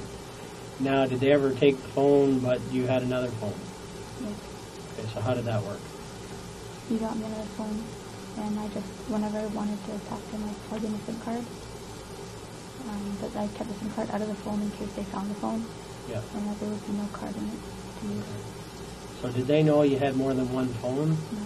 No. No. Okay. Now, how many phones did you end up having? Just the 2. And which for what? The bell line that he had, that Daniel bought for me, Yep. and then my own Rogers. Okay, so your Rogers line, what's the number on it again? 647-965-2118. And then the one he gave you? I don't remember it. I didn't give it out, so I don't remember. I'll remember like 519 was the middle 3 numbers. Okay. It's a Bell, Yeah. Bell number, and he gave it. So you can plug that SIM card into any phone and it'll work. Yeah. So you could even put it in your. Is it a Samsung phone you had? Yes, it didn't work in my Samsung. It had to be an iPhone. Okay. And so where did you get the iPhone then? Daniel, he got it for me, and my brother, he has one. Okay. We got 2 of them, and we had to fix around, and the internet didn't work on the one I had. Okay. Now you mentioned you were looking to get a new phone. Yeah. What were you trying to get? My contract was ending, so I was thinking of looking into buying another phone. Fido plans were good, but I didn't like the Fido phone. Okay. So I was planning on, I got the SIM card. I didn't activate it yet because I wanted to wait for my Rogers plan to be over. And then I was going to go to Fido and then go to Pacific Mall and buy a phone that I liked. Okay. How much would a phone be? 800. Yeah. Like the new ones. Are like What kind of phone were you hoping to get? iPhone 4. Oh, okay. Or the new BlackBerry. The latest. Okay. Mm-hmm. Now, you actually had a BlackBerry at one point, though? My brother, yeah, he gave me one of his friend's old ones. Okay. But it didn't, again, no internet, no nothing. Okay. So. You need that internet, eh? Well, it wasn't that I needed it, it was just convenient. You'd like it? Yeah. Okay. Now, did they ever take an iPhone off of you? Did they ever find it, or did they just always take your Samsung phone? Yeah, I'd always take my Samsung phone. Okay. So right now, you actually have a third chip, then, you're saying? Yeah, I just bought it, but I hadn't activated it yet or anything. Okay. And that was with who? Fido. And what's the number for that one? There is none. I just bought the box. Oh, the box. Yeah. Okay, SIM card only. Yeah. Okay. And what kind of phone can it go into? It came with I bought a $50 phone, so when I activated it, it would work. Okay. And I don't know the model, it's just a basic Okay. What kind of phone then? It's just a Fido phone. I don't know. Okay. You don't know the brand on the phone? Okay, so where's that phone now then? It was at home and my brother just brought it for me, but I'm not using it because Oh, he ended up buying it for you? no, he brought it. It was still at my house, and Okay. he just yesterday he just brought it home. Okay, so he's been back to the house. Have you been back to the house since? I can't even go near the house. Okay. All right. And where are you staying now then? At my uncle and aunt's house. Okay. And how's that going? Okay. Okay. Now, when's the last time you spoke to your dad? I saw him at the hospital Saturday. Okay. And then And he called me this morning just to see if my brother had made it into school. okay. And what have you and your father discussed about this case? He just asked me if Daniel was behind it, Okay. and I told him I don't know 100%, but I don't think he did. Okay. Why would he ask that? Because he believes that we still talk and that he would go to any length to be with me. Okay. And what do you think about that? I know that he's moved on, so I don't think he would go to these lengths to be with me when he's already moved on. Okay.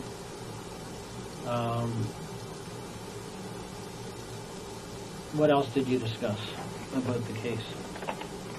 About what happened that night? I haven't spoken to him about it. Nothing about what went on? Any details? No, all he said was that was it Daniel. Okay.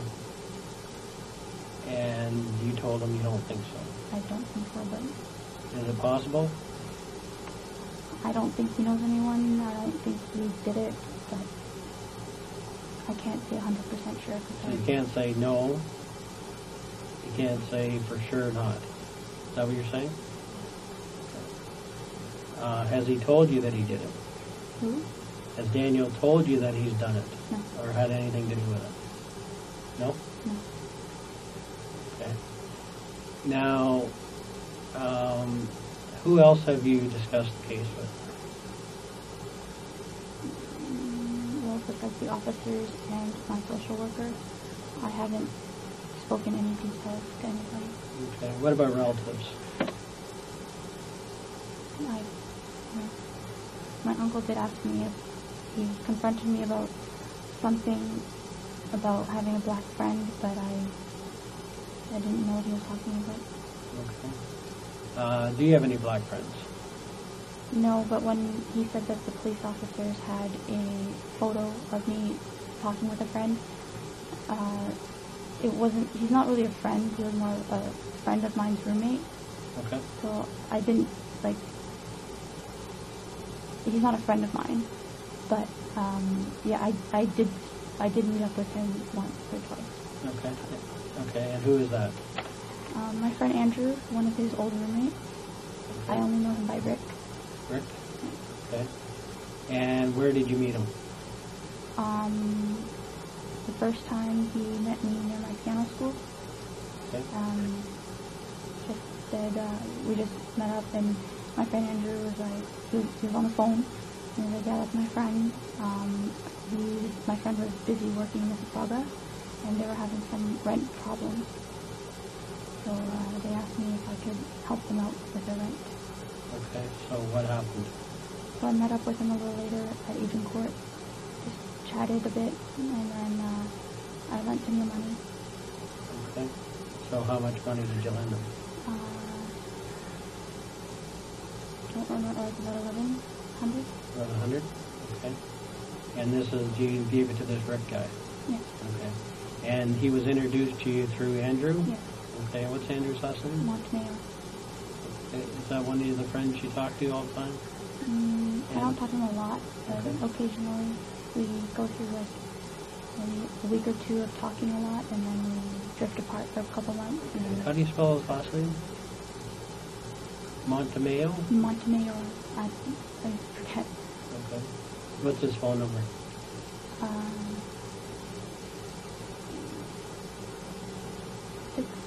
647-618-8643. 618-8643, 647 start. Is that the Andrew you were talking to the night Yes. before you talked to the other gentleman? Before Edward? Yeah. Okay. So now, Rick, you met him where? At Agent Court? Yes. And what? It was Canadian Shepherd. Kennedy and Shepherd. And what type of place did you meet him at? Like? I met him, we went for coffee, Yeah. and we walked around, and I went to the library, because Andrew wanted to meet me and see the place, because we hadn't seen each other in a while. Okay. See what place? See my house, like come visit me. Okay. And so you came back to your house? No, so I gave Rick the address so that he can go home and give it to Andrew. And I showed him how to commute because he doesn't drive, but I showed him how to commute up to my place. So you took Rick up to your place? No. You just told him where it was? And he was to tell Andrew? Yes. Who then could come and visit you sometime? Yes. Okay. And so what was the building that you met for coffee at? What was the coffee shop? Tim Hortons. Okay. And where was the location? Canadian Shepherd. And when was that? I'm not sure. Spring, summer? I don't remember exactly. Okay. This year? Yes. Okay. And second time you met him? That was the second time I met him. Where did you meet him the first time? I told you near my piano school. Okay, sorry. And where, though, specifically? Shepherd and Lima. And where, at another coffee shop, or what was it? No, I just finished piano. We introduced each other, and then I had to go home. Okay. And who else was there? Nobody. Okay. And how did he know to come see you there? We were on the phone with Andrew, and Andrew was like, yeah. And where was Andrew at the time? He was in Mississauga, I believe. Okay. And so, the first time you met him, what did you talk about? No, just hello, I'm Andrew's roommate. Hi, how are you?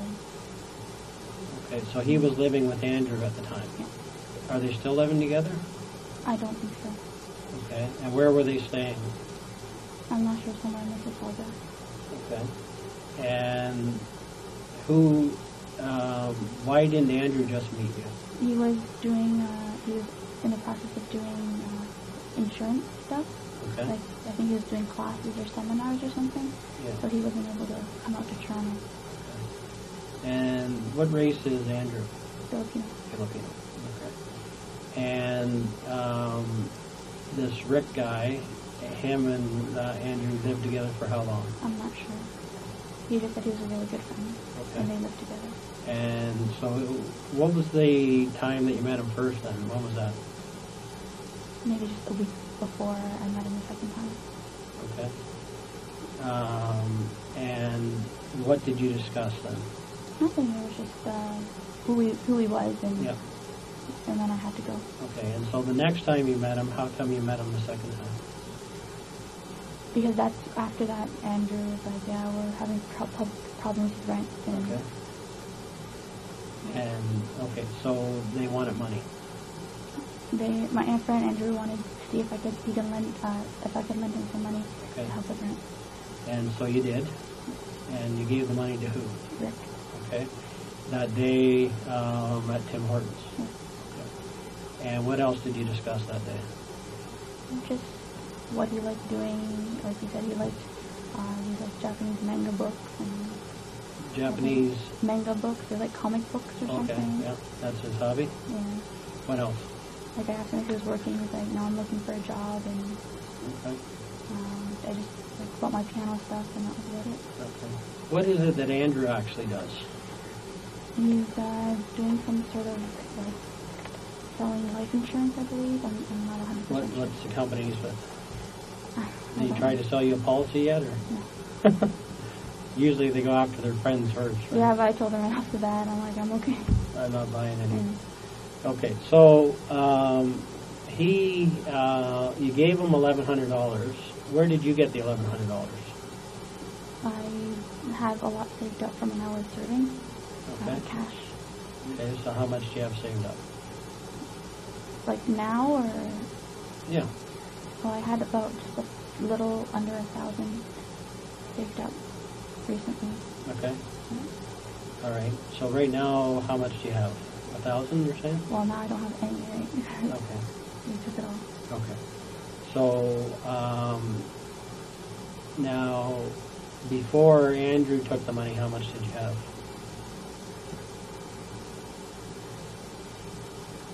Maybe 3,000. 3,000? Okay. And so, you gave him 1,100. Has he paid that back yet? I talked to him recently. He said he's working on it. He's just working at HomeSense right now. And he just moved back home, so that should decrease his rent. So he said he's working on that. Which home sense? I'm not sure. Okay. And where does he actually live? With his parents, I believe. Which is, you don't know? No. Okay. This Rick fella, what about him? Where does he live? I don't know. I haven't spoken to him for a long time. 6 months now. He was just more of an acquaintance. Yeah. Okay. So after you gave him the money, did they give you a receipt or anything? No. No. Okay. What was his promise to you about how he would pay you back? Well, Andrew said that he'd pay me back when he could. Okay. You didn't give any timelines? No. No. Okay. Okay. So, and after you talked or saw Rick, have you seen him since that day you gave him the money? Okay. Have you talked to him since? Maybe a week after, but no. Okay. And what did you talk a week after? No, just asked him how he was, if the rent was okay, and Yeah. what he was doing. He was like just watching some of his friends' kids or something. Okay. And where was their apartment? Somewhere in Mississauga. That's all you know. That's all I know. I guess they're not. Are you saying they're not there anymore? Yeah, I know my Andrew's moved back home. Okay. Okay. Do you know any other black guys? Not that are very, very close with me, no. Okay. Who would be that you aren't very close to you? Well, Daniel's best friend is black. Okay. And what's his name? Carlos Finch. Carlos Finch? Yeah. Okay. And do you ever talk to him or? No. How come you say they're best friends? They went to elementary school together, and they grew up together, almost neighbors. They still hang out? I believe so. Okay. Believe so. When's the last time you saw Carlos? Years. Years? Yeah. Okay. Does Daniel still hang out with them then, or? I believe so. When's the last time they would have been, you've seen them together? Oh, I've seen them together. Years. Does Daniel ever talk about them? Sometimes for birthdays and stuff. Okay. So like they went out for my birthday or his birthday or Oh, mutual Carlos friends' would be there? birthdays. Yeah. Okay. And so when your last birthday was, did you go out with Carlos? Was Carlos there? Oh, me? No. No.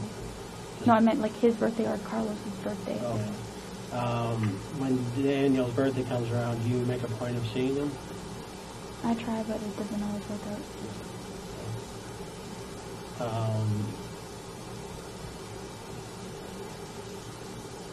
Okay.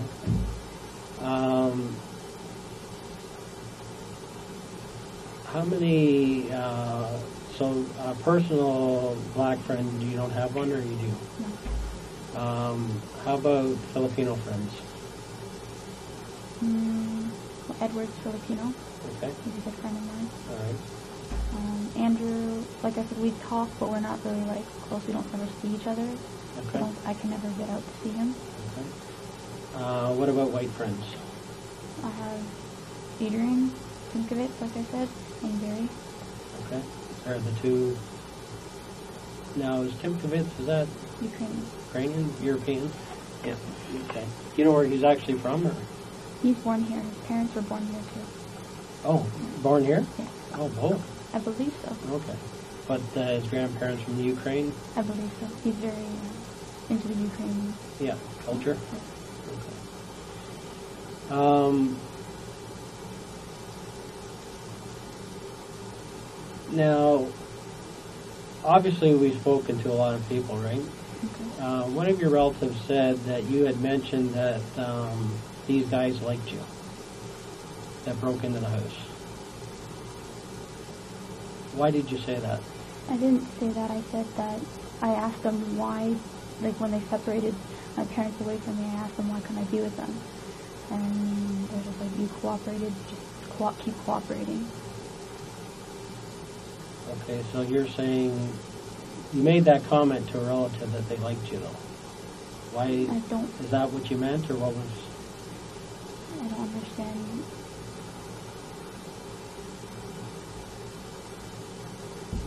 I don't really understand. Okay. Did you feel like they liked you? No, they were. If you have a gun to your head, I don't think they like you very much. Okay, but they didn't shoot you. No. Why did they not shoot you? I don't know. When they took my parents away, I asked to go with them, and they're like, "Shut up." But you must have thought of this. You must be thinking. I still do, and I spoke to the therapist about it. Okay. And what have you come up with in your mind? Why? The only thing they could say was they kept saying that, I cooperated and to shut up and cooperate, keep cooperating. Did you feel like your parents didn't cooperate? I don't know. Okay. Is there something that they didn't cooperate with? They were trying. That's what I mean. So really they did cooperate when you think about it. There was no money to be found. No. They told the truth. Dad said he had $60, right? So there wasn't anything that he wasn't cooperating with. I don't know. I'm just trying to say, you were there. I'm just trying to get a feel for, did you think he wasn't cooperating? No. I thought that everyone was cooperating. That's what they kept saying. No one will get hurt if you just cooperate. Okay. I'm trying to figure out where they didn't cooperate.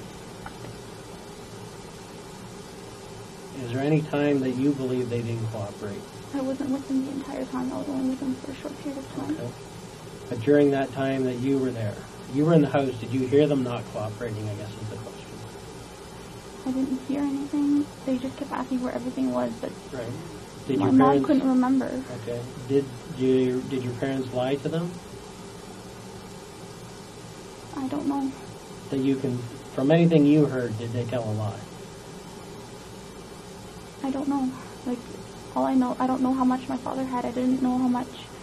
Okay. But they ultimately found your dad's wallet? I'm not sure. Okay. And your mom's purse?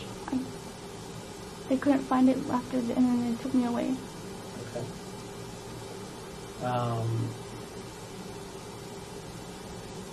But they never lied to them, I guess is what I'm getting down to, that you remember during any interaction you had. I don't understand it, no. No. Do you feel like they cooperated? Okay. Now, do you think there's any reason why they tied you up and didn't tie your parents up?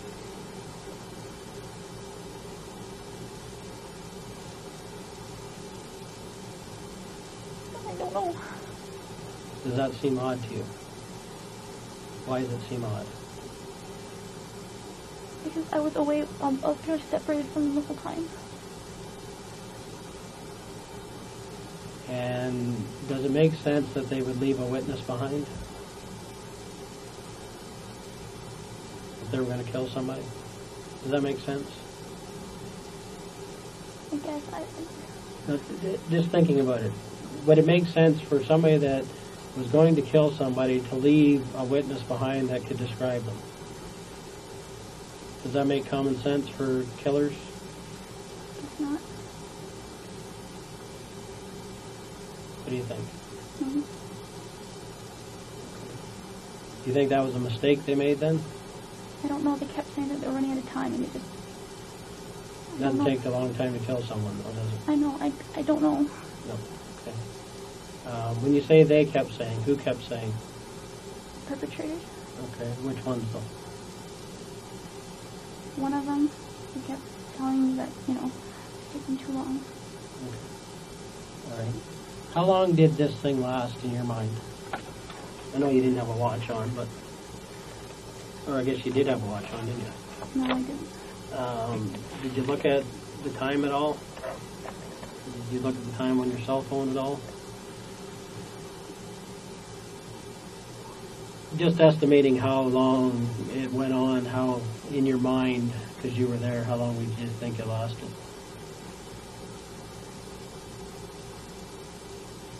I don't know. Okay. All I know is what people told me approximately. Okay, which is about what? They said it's more like half an hour to 45. I don't know. Half an hour and 45. Okay. All right. Now, I have your statement here, the first one that you gave, so I just want to go over some of the information there just to make sure that I understand it, okay? In the morning, your mom was going to visit your grandfather, and she went outside, and then there was a problem with a gas leak on the street. Is that right? Yeah. Okay. When she first went out, did you go out with her? No. No? Okay. When she was going, were you going to go with her originally? No. You never were going to go see your grandfather? I'd seen her the day before, and she said to concentrate on my studies. Okay. Just that you did go outside, so I was wondering, She came back in and she told you to come out. Okay. Because of what? the gas leak. Okay. So she had gone out and then she came back to get you. And then you went out together? I went in to change, and then we left. Okay. So what did you change into then? Don't remember. Don't remember? Okay. And then you went back out and they called the gas leak off. And you went back in and your mom went to see your grandfather. Is that correct? Yeah. Okay. Was anyone else at the house at that time? Yes, no? No. No.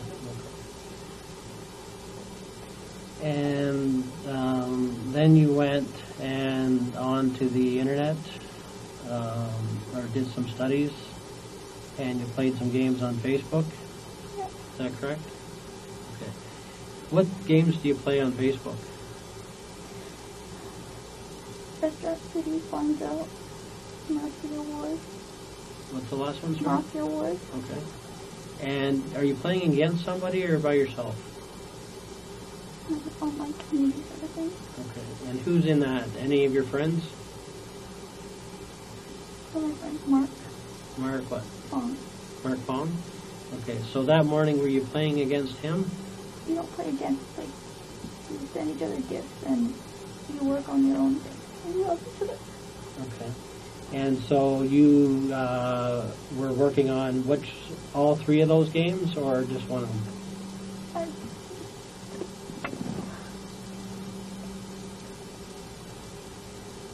don't know all of them, a little bit of this, a little bit of that. Okay. And when you go on, how do you get a hold of him to know? Do you have to phone him ahead of time and say, let's go online, or what do you do? Like, you do your own thing, and then, you know, if you're online and the other person's online, you can just message them, hey, can you send me this gift or that gift? Okay. And so is that what you did that day? You were in communication with him? I think, I don't remember anymore. Okay. All right. Okay. Then you played some piano. How long would you play piano for? Half an hour to an hour. Okay. And what do you actually do? Are you practicing? Or are you going over stuff you already know? Or are you playing for pleasure? Or are you playing for... Do you know what I mean? I practice some of my older pieces. Okay. And then I do a little bit of practical for my exam, and then I do a little bit for pleasure. Okay. So it's a combination of everything. Okay. And you do that for about a half an hour. An hour.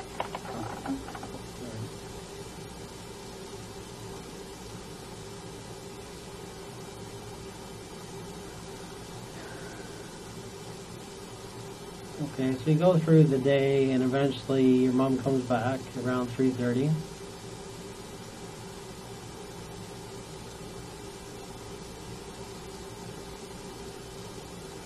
Did she tell you how your grandfather was doing, or did you talk about that?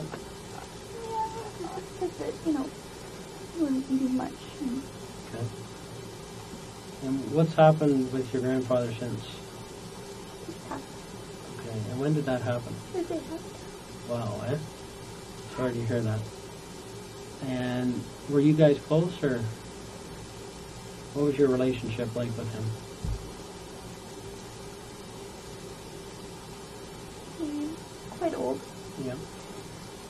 so he doesn't remember much. Okay. But I can see him as much as I could. Yeah. Okay. And that's your mother's father? Okay. And what about your grandma? Is she still around, or no? Okay. And he was in the nursing home, I understand? Okay. And when did he actually come to Canada? Do you know? With my mom. Okay, so years ago. He brought the family over? Yeah, they all refuged to Canada. Pardon me? They all refuged to Canada. Okay. And does your mom have some brothers and sisters, or? Lots, okay. And did they all come over? Most of them. Okay. And do some of them live on your street, or is that your dad's side? No, that's my mom's side. Okay. So how many, and that's who you're staying with now? Your aunt? Your mom's sister? My mom's brother. Brother, okay. And what's your aunt's name that you're staying with? Yuda. Yuda? Yuda. Yuda? Yuda. Yeah, okay.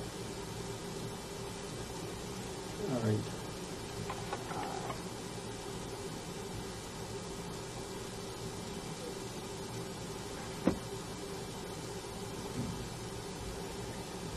Okay, so Adrian came over. Is that right? Okay. And anything, you watched some shows. Did you talk about anything? No. Like when you watch your shows, do you have talk about them after, or how's the evening going with him? We just watch and then what's next, if there's a joke we laugh. And Okay. And what were you watching that night? all I remember was Gossip Girl, but I'm pretty sure there was another show that I don't remember which one. And how many shows did you actually watch? And I'm not sure. Maybe 3, 4, 2. Okay. Yeah. And are those shows a half hour or an hour long? Some are an hour, some are half. Okay. And so the whole time he was there, did you watch TV, or did you have some conversation, or Mainly TV conversation. what's that? Just talked about. TV conversation. What else did you talk about though? But TV. That's it? Never talked about anything else? Okay. When you watch TV, do you eat? I offered him, but no. No, you'd already eaten. We ate dinner. I ate dinner. He didn't want anything? No. Okay. And from your place, how far away does he actually live? 15, 20. Okay. And where about does he live? Brimley and Fish. Okay. And the address there? Like 15, Leeswood. 15 Leeswood?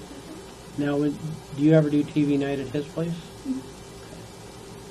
Okay. And obviously, what do your parents think of him? They like him. Why do they like him? Because his mom and parents are good people. Okay. And do the parents know each other? They know of each other. Okay. Like, do they go to the same church or anything like that, or same social events or anything? No? Okay.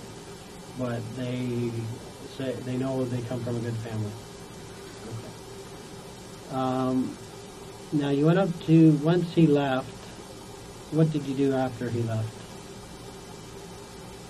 I went to my room. Okay, and what did you do? I watched TV and I was on the phone with Andrew. Okay. And this is the same Andrew that you lent the money to? Okay. And what did you guys talk about? How he's doing with his girlfriend. Okay. And how is he doing? Like, he said that he's now working at Home Sense. He moved back home and put a straight on the relationship, but they work together. She works at Home Sense? No, she works at the insurance company that he works for as well. Okay. So has he got 2 jobs? I guess. Like, I know the insurance thing is just whenever it is, so the other one's more. Okay. And what else did he talk about? Not much else, but about it. Okay. And did he phone you or did you phone him? Mm. What would the usual thing be? Sometimes one of us contacts one, sometimes the other one contacts the other. Okay. But you're verbally talking on the phone? Yes. Okay. And how long did that go on for? Not long. I don't remember the call time. About? Maybe 15, 20, maybe. Okay. And then what happened? I hung up, and then I called Ed. Okay. So you did call Ed, and then what did you guys talk about? Watching TV, how his work day was. Now, is this a routine for you to phone out in the evening to people, or? Okay. Do your parents mind you calling people, or? Yes, so I whisper. Okay. So it's not just Daniel they don't want you talking to, it's they don't want you on the phone at all, or? Yeah, not late night. Not late nights, okay. But was that considered late, or what? Yep. What's late for them? 9, 10. Okay. And because your dad actually goes to bed fairly early? I think so. I don't remember when he actually. No, in general. Yeah. Okay. Because he works early. And yeah, what time does he get up in the morning usually? 5. And your mom, do your mom and dad sleep in the same room, or do they sleep apart? Sometimes they sleep together, but lately she's been sleeping in my brother's room. Okay. Which is? Across the way. Okay. All right. So the one across from your room. Okay. How long has she been doing that for? 2 years. Okay. So it's more than lately then? Okay. So for 2 years she's been sleeping across the hall. Any particular reason, or?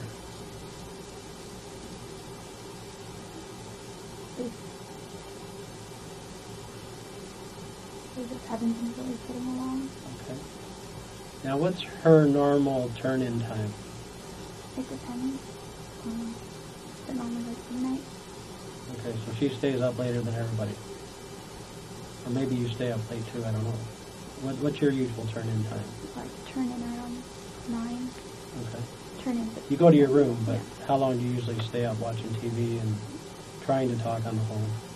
Sometimes till 2 in the morning. Okay, so it can get obsessive. Okay. So is your dad a sound sleeper then?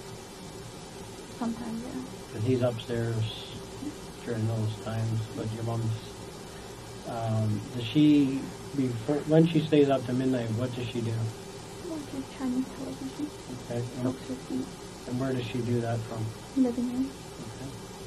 How does it make you feel that they don't get along very well?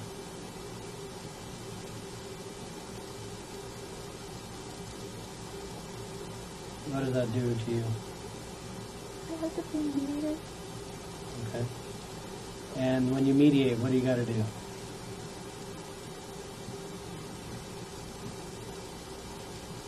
Find a common ground. Okay. And what's kind of the common ground that you usually go to? Get my life back in order. So you try to be, if you can be good for them, it'll help them. Is that your position? Yeah. Okay. Now, what's their typical fights about? My dad being loud and noisy and inconsiderate. My mom being naggy.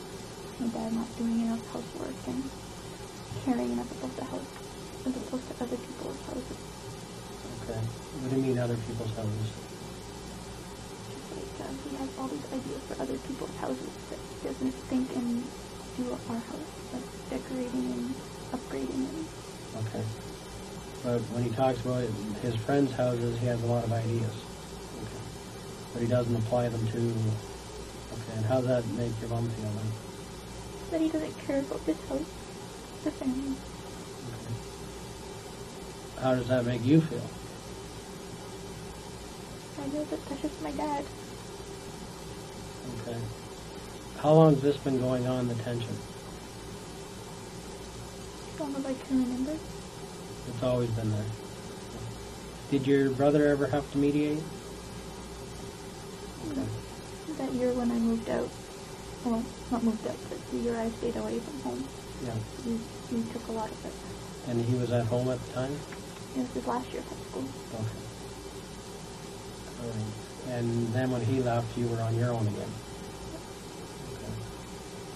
What do you and your brother discuss about that?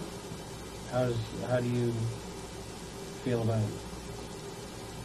We divide and conquer. I try to go and comfort my mom, help my mom off with stuff, and he goes to my dad, calming him down and talking to him about one of his interests. Okay. So separate them essentially. Okay. The arguments, what do they do during the arguments? Yeah, bigger. Okay. And when you hear the yelling, what does that do to you? Tells me I need to go to where they are to help them calm down. All right. And how often do they actually get in one of these loud fights? Every day. Almost every day. Okay. And what was the last fight that they had? Well, my father came home late that day. Okay.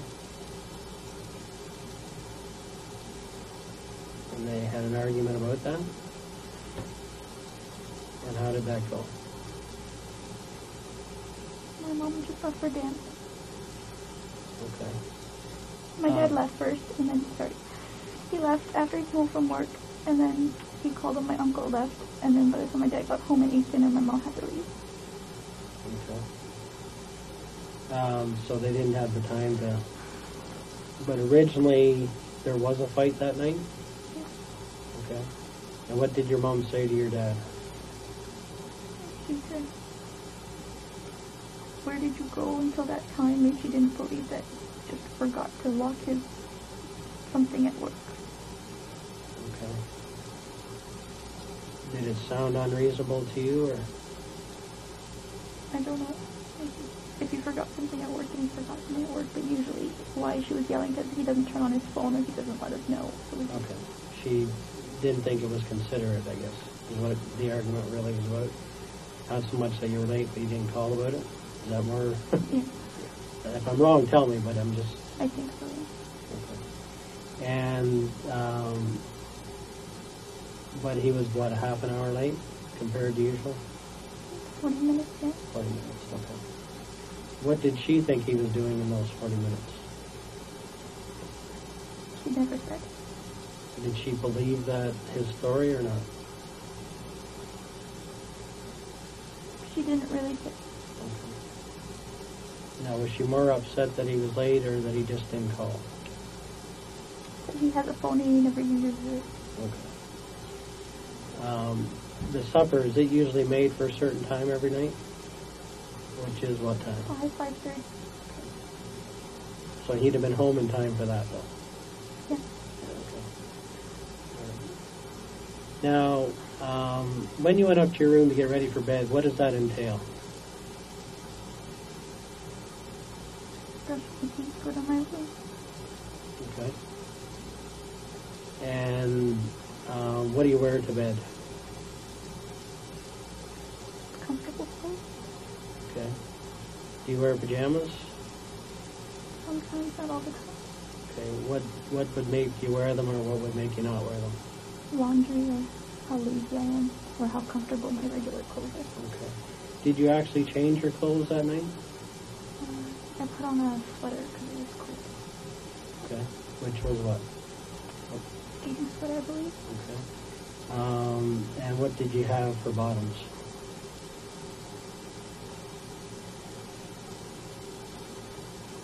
These like tail black pants. Okay.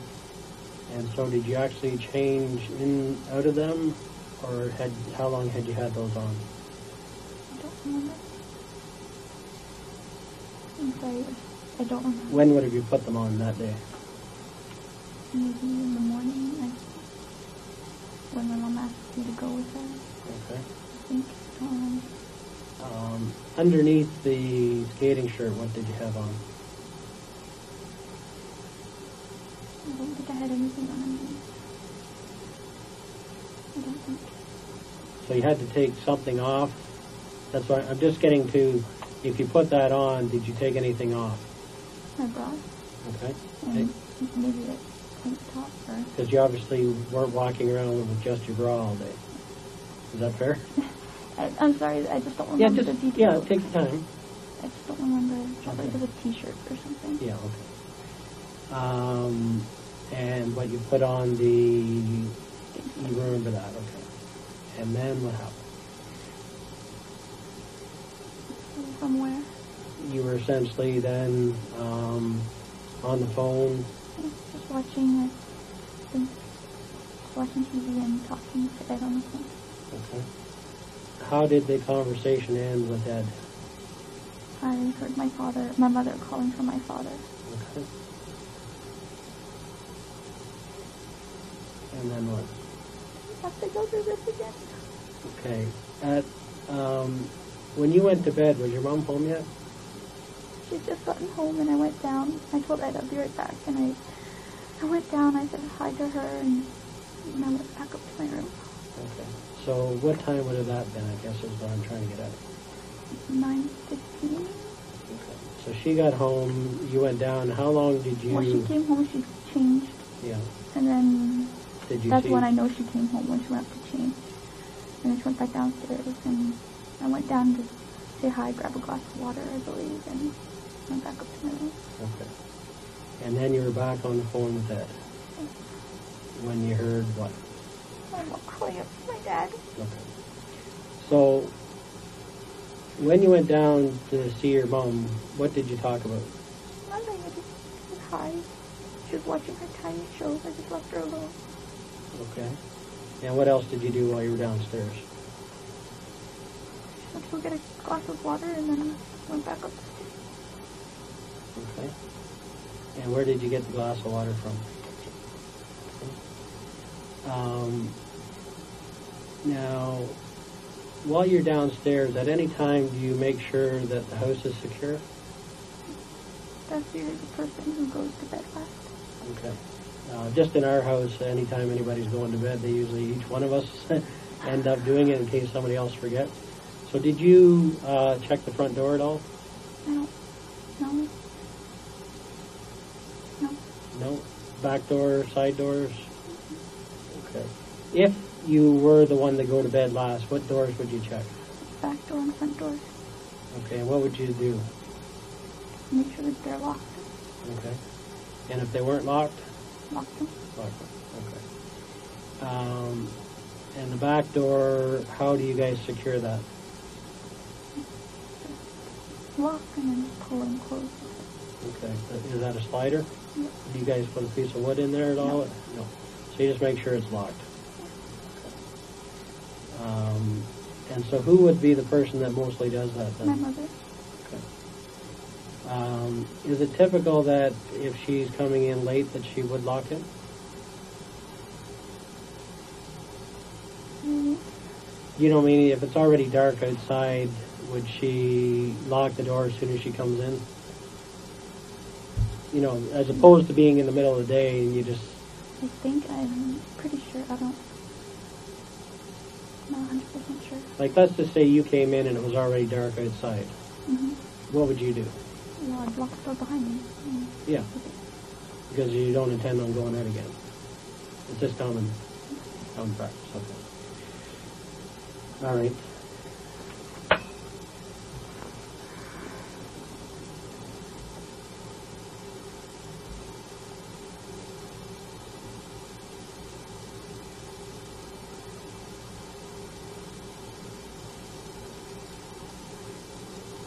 Were you injured at all during the whole process?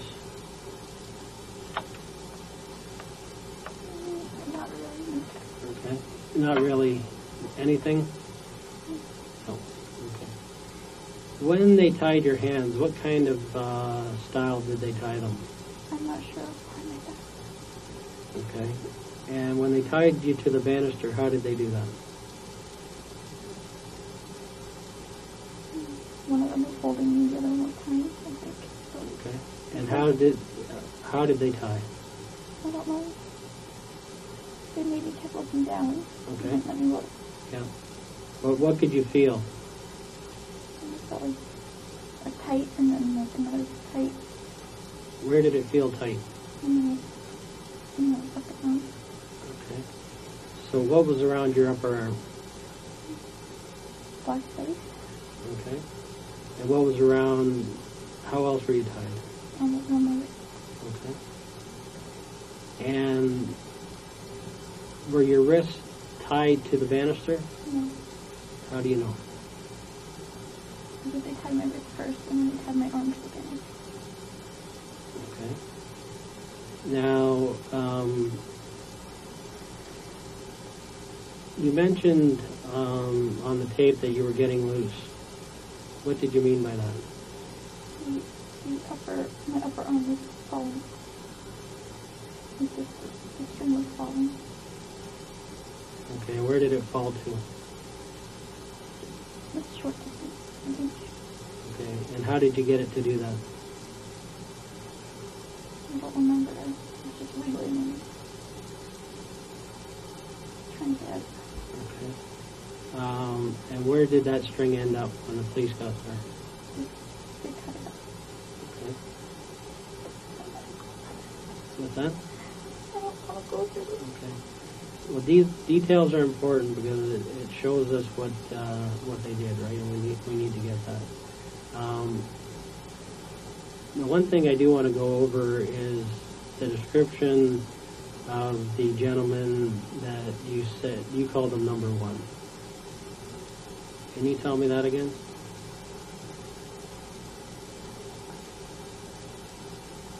The first person that you dealt with, or that?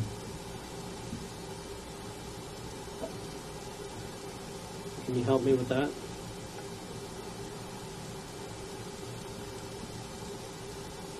Good luck. Like, shorter than every single day. You're going to have to speak up. I can't hear you. Slightly shorter than, sorry? Just slightly shorter than me. Yep. Which is what? Maybe 5'6". Yep. What kind of build? Medium build. Okay.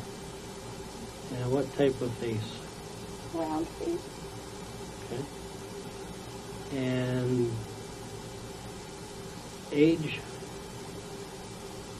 Late 20s, early 30s. Okay. And then there was another gentleman that you called number two previously. How would you describe him? Slender. He's skinny. With a hoodie on, he had his face covered. Okay.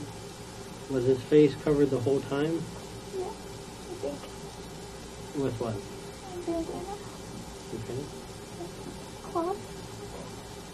Okay. And They could tell you to look it up. okay, I appreciate that. And the third person. I did see him very little. Okay. Well, you did see some of them. Yeah, just taller.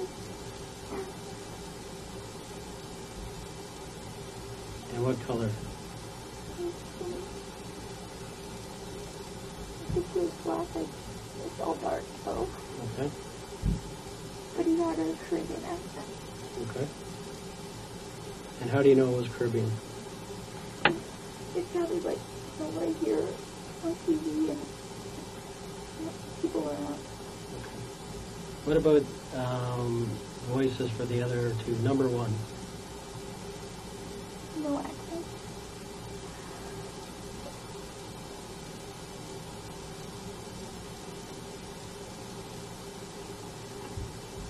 And what about neither of them had an accent, or? Number two didn't speak very much, so I'm not sure. When he did speak, Just one syllable. okay, and what were those syllables? Okay. Okay? Yeah. And what else did you hear from him? I don't remember. Okay. All right. Do you need anything to drink at all?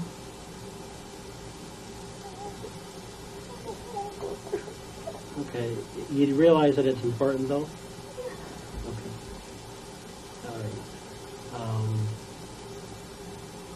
Obviously, everything is so important that night that it's probably the most important night of your life. And I know it's tough to keep going over, but it's important. Okay? I'm just going to step out for a second, okay? Did you need anything? No? Okay. Hold tight. I won't be long.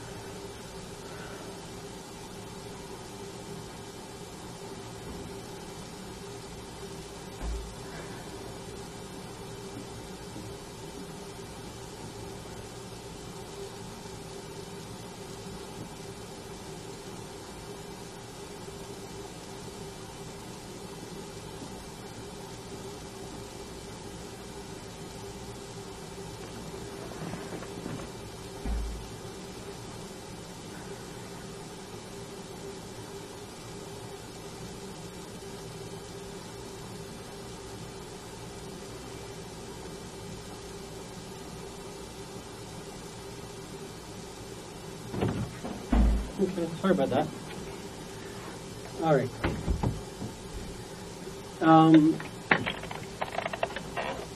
The money that you they took from you, how much was that again?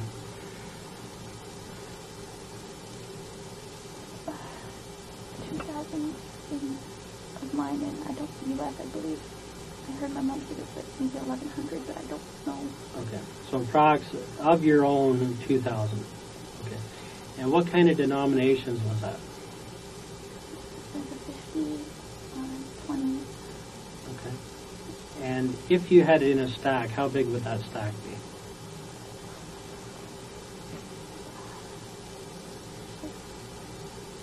Okay, and where did you keep that?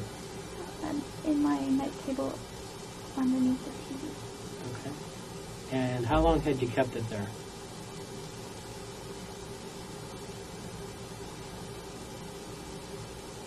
Maybe 6 months. Okay. And before that 6 months? It was in my other bedside table. Okay, which is where? Not the second bed. Why did you switch it up? Because that one got sold. Okay. So you moved it over. Did you have any other money in your room in any other places? A few 20s in my wallet. Okay. Did they get that? I believe they did. Okay. Did you give it to them? They pointed it at one on my purse. Okay. And what did they do with that?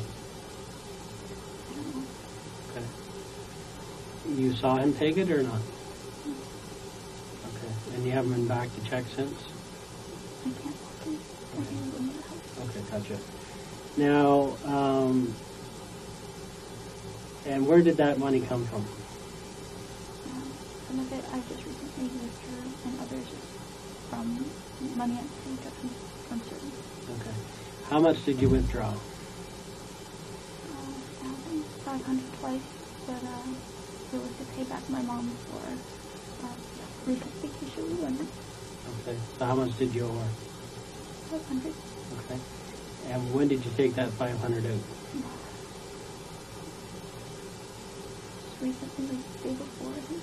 Okay. And the other 500? Early on in the week. Okay. Maybe like 2 weeks. And where did you get that from? I'm sorry. Where did that come from? In my bank. And where's your bank? When I don't remember the other withdrawal, but my one withdrawal was my most recent withdrawal was at Warden, and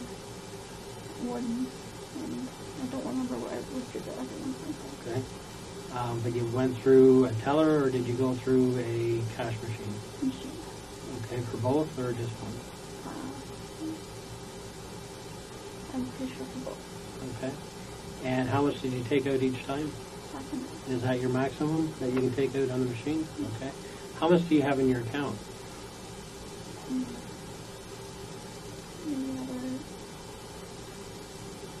over 1,000. Okay. And where did that come from? My mom. Your mom? And when did she give it to you? She gives me these checks. Okay. She works, and she puts it under my name. She works where? I don't know, but basically says it's packaging company. Okay. And that's on the side, or? Yes. Okay. And she puts it in your name, and you have to give her the money back then? Yes. Okay. She keeps a tab, and Okay. every time I withdraw, I give it to her. Okay. And how come you hadn't withdrawn, or how come you hadn't given it to her yet? She hadn't asked for it yet. She's like, just give it a few days, and then... But she knew you withdrew it? No, she's like, I will be withdrawing soon. Okay. I caught it. She didn't know you already took it out. So why would you not just give it to her then? Why would you withdraw it and not give it to her? I don't know. Just, I'd only give it to her because then she forgets to write it in her book. Okay. All right. So how often does she give you she has a check made out to you? Do you put the deposit in, or? Yes. Okay. How often does she make a deposit in your account? Once a week. Okay. For 500, or No, what's the amount? Random amounts, like 200, 300. Okay. And they come from a packaging company? And where's that? Poured in 14th area. And does she report there every day, or? No, just whenever they need her, they'll call her in. Okay. All right. Okay. Now, the reason why I'm here today, okay, is that I'm an expert, okay, in what we call truth verification. Okay, I'm not a homicide detective, okay, although I work on a lot of homicides, okay. So my job in any case, and anybody that's a witness in this case, I have to speak to, okay, after they've been interviewed originally by anybody else, okay. And so what it's about is truth verification, okay. So basically all my studies come into interviewing and detecting deception, determine if somebody's telling the police the truth, okay? Because every investigation that we run that's a homicide, we run a parallel investigation, okay? And when I talk about a parallel investigation, what I mean by that is obviously the detectives that are assigned to the case, okay, are trying to determine who's responsible for the home invasion, who's responsible for what happened there, okay? That's their job. Okay? My job is to determine whether everything somebody has told us as a witness or as a reporting party is actually the truth. Okay? Now, in my experience as a police officer, no matter what the case is, okay, for some reason or another, people make mistakes in that they don't always tell the truth. Okay? They may tell some of the truth, but they don't always tell all of the truth. Do you know what I mean? Okay? And I know in your life you've already had occasions where you're well aware what half-truths mean, right? What do they mean? You don't believe. Yeah. So when we're talking about truth, we're not just talking about a person saying something that's not true, right? That's one way of not telling the truth, simply by making something up, right? Do you agree? Okay. But also withholding information is not telling the truth, okay? It's purposeful deception, really, right? Okay?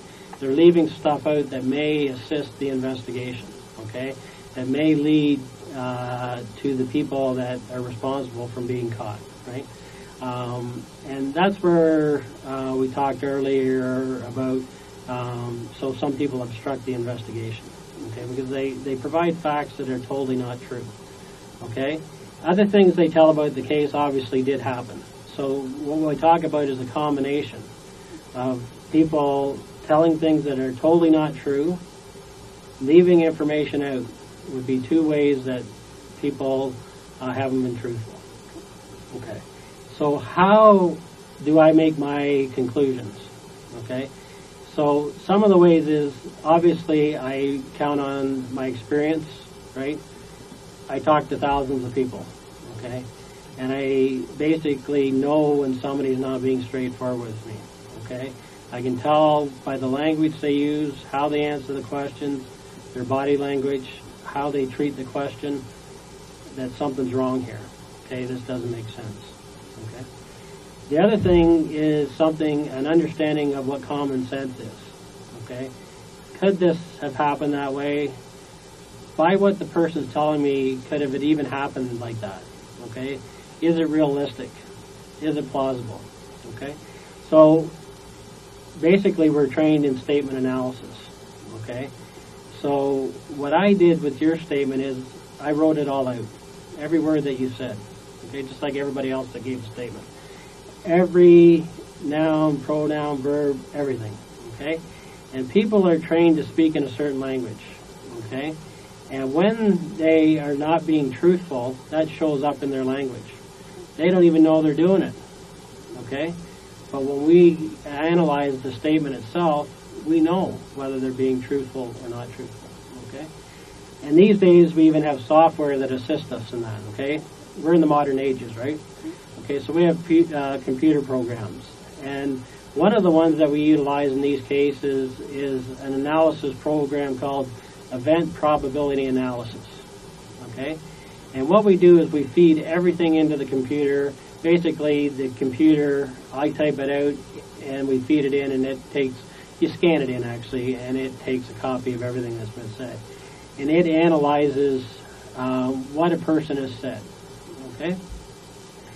And based on what they say, it will tell us where the areas of deception are, okay? When something's missing that they're not telling us, okay, areas of concern, and areas that are flat out not truthful, okay, and areas that you come back with a result that says not plausible, okay, because what it is this software analyzes, it's being entered by all police forces, okay, so it has data from thousands of cases, right?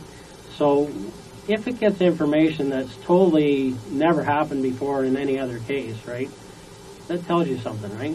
Because human beings, there's only so many ways to do something, okay? And people follow patterns, okay? And when things go outside of a normal pattern, that's a red flag, right? Do you agree? When things don't add up. So that's another thing that we look into. Of course, I have to go over all the forensics of a case, okay? Because that's evidence, okay? And you're already aware of how many days the police were at your house, right? What's that? About, Yeah. Days on days on days. And when they were there, okay, they're not just there taking a couple pictures or anything, okay? They're going over that house with a fine-tooth comb, okay? They're going over every hair fiber, every skin cell, every bit of blood, because essentially, you know what DNA is, right? Okay? Basically, a person cannot go in or out of anywhere without leaving a part of themselves behind, right? You understand that? Do you watch CSI at all? a little bit. A little bit. But it tells you that it would be like if you and I walked out of this room right now, right? And we brought in our forensics experts, right? And what they would do is they would collect any hair, any fibers, any skin cells, any DNA that was in this room, okay? And what they could do with that is simply say, at the end of the day, they would say, you know what? Jennifer Pan was in that room and Bill Gates was in that room, okay? It's conclusive that we can't go in and out without leaving parts of ourselves behind. You understand that, right? Okay. So obviously the forensic in this case will tell us a lot of information, okay? Who was in what room? Who wasn't in what room? Okay? What you have to remember is what is there and what is not there are just as important. Okay? So if somebody was said to be in a certain room and our experts went through there and there were no fibers from that person, what would that tell you? Yeah, they weren't there. Okay? So in my work, I'm looking for what's there, but also what's not there is just as important, and you know what? A lot of times it's even more important, okay? Because it goes to verifying what the witnesses have told me, okay? Or what they haven't told me, both, right? Okay, so that's another thing that, of course, that's done at every scene, okay? The other thing that we do is obviously we talk to a lot of people, and you already know we've done that because we've talked to a lot of your friends and people that you know, right? So you're well aware that we don't leave any rock unturned, okay? And so we go out and do that. You already know that we've contacted these people because that's part of what we do in every investigation. Okay, every interview is important. Every person that may have any knowledge at all is important, right? We also talk to people that have talked to the witnesses, okay? So if we've interviewed you, for instance, and then we go and interview that person that's talked to you, they will tell us what you said, okay? And if there's odd things in what you've told them or they don't make sense, of course, we find that out because they tell us, right? And so that's another way we can determine if somebody's being truthful. They tell someone else something different than what they've told us ourselves, or something that's in conflict with that, right? So that's another thing that we do. The other thing we do is we have to reach out to what we call modern technology, okay? So there's some of the things that we utilize is satellite, okay? Now, do you know what satellite can do? Okay, do you watch any of these when these war programs on TV where they do bombings and stuff? Have you ever seen any of that? Or when the Iraq war was on, do you ever see any of the news clips where you can see the satellite honing in on buildings? Okay, so we can go back and obtain satellite information, okay? And essentially the satellite's a 24-hour video that's going on, 24 hours a day, 7 days a week, right? It's recording information, okay? And that's how the military uses it in, for precision bombing and everything else, because they're able to find out where bombs are inside buildings and hone in on that through satellites and heat-seeking apparatuses that tell you what's going on inside, right? Okay? So we're able to go back and review that, okay? And so we would have to obtain that data for a specific address, get it for the dates and time that we're concerned with, okay? And basically, if people are moving around in a house, it's like an x-ray, okay? And basically we're able to tell, are those movements, are those actions, that number of people consistent with the story that we've been told? Are the people in the positions that the witnesses are telling us they were in? Or are they different? Okay, and if they're different, why are they different is what our question becomes, right? So that's another thing that we do. Obviously, just to go back to forensics for a minute, what we're doing is stuff like, in this case, that doorknob's very important, that door lock, okay?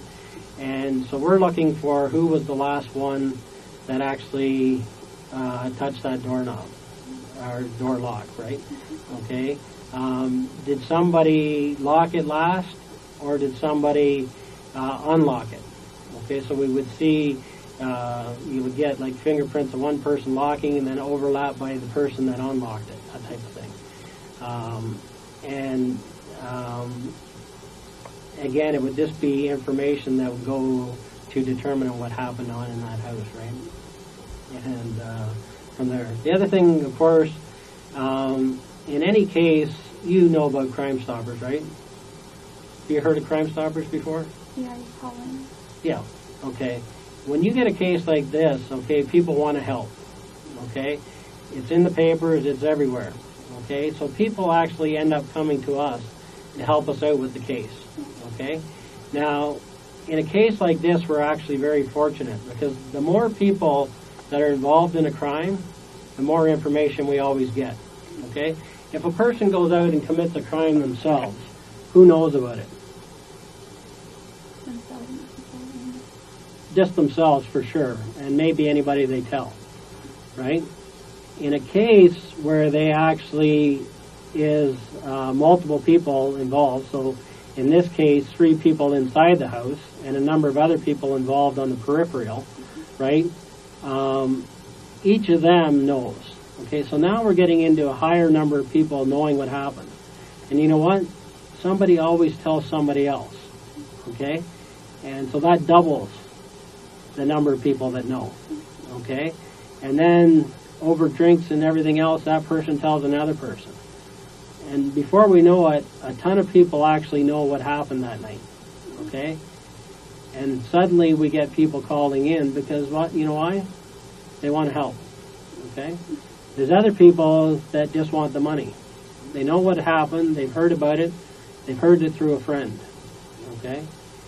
In all the years that I've been policing, you don't know how many people actually call in on their own friends. It happens all the time. Okay? Because they want that money. Okay? They get greedy. So we get calls all the time from people that are involved. We also get people that are actually involved in the crime telling about other people that were involved in the crime. And they're actually going to collect money on a case that they were involved in. Does that make you hear what I'm saying? Okay? And so at the end of the day, okay, there's so many resources available to me that at the end of the day, I'm going to know if a person's telling me the truth or not, okay? Whether they, and it may not be to me because I'm analyzing also every statement they made to the police, okay? And the other things that we do is obviously we get forensic sciences and profiling people involved to determine the events of these things, okay? Now, I can tell you that nothing surprises me in this job, okay? I am well aware that anybody on this earth is capable of making a mistake, okay? I don't care who they are. I don't care if they're a priest. I don't care if they're a school teacher. I don't care what the situation is. Given a certain set of circumstances, everyone has the capability, Jennifer, of making a mistake, doing the wrong thing, okay? The key, though, when I talk to people is when they made a mistake, okay, that's one thing, right? The key is to not keep making the same mistake, okay? and to get that information out and get it off their chest. Okay? You understand what I'm saying? Okay? So at the end of the day, from this case, and I can tell you I've spent literally a week on this case, going over information after information, accessing all these sources, speaking to every other expert on the case. Okay? And at this point, Jennifer, I know that you've not been truthful with the police. Okay? You've not told us everything that you know, purposely. Okay? And that you've left information out. Okay? There's a number of inconsistencies in what you've told the police. Okay? One of the things you have to remember is that your dad was there. Okay? And your dad had a front row seat to all of this. Okay? And your dad's a very smart man. Okay? And he has a very clear perception of what's going on. And he tells a very truthful story, because I've gone through this whole process with him. Okay, I've had to do the same thing. And I know he's being truthful. Okay? The problem is that your story, what you're telling, is not truthful. Okay? And we have to clear this up. Okay? Your rendition of what happened, one, a lot of events you say that happened never did. Okay? A lot of things that you told the police happened never happened. Okay? They never happened in the sequence that you've told. Okay? You've got to remember that your dad was there. Okay? That's just one part of it. There's lots of other things that tell me that you've not been truthful. All this analysis that I've been doing. But on top of it, that yours doesn't match at all, except for very few factors that you've told truth, but you haven't told all the truth. We're getting into where, you know, you've spent a considerable amount of time in the last 7 years telling half-truths, okay? And I can understand why, okay? You've had a tough life, okay? What's happened to you, to me, equates to abuse, okay? And all the stresses that you've had and forced to lie, I can understand why you did it, okay? But you're in another situation here where you're under another tremendous amount of stress, okay? And that stress is brought on by those same factors that brought on stress before, okay? The number one thing that brings on stress to you is when you're not truthful, right? That hurts you, right? Okay? And it doesn't feel good inside, does it? It breaks down the person that you are. Because at the end of the day, you're a good person. I know that. You've got a good heart. Okay? In this case, though, you've made mistakes. Okay? And you're involved in this. I know that. Okay? There's no question about it. Okay?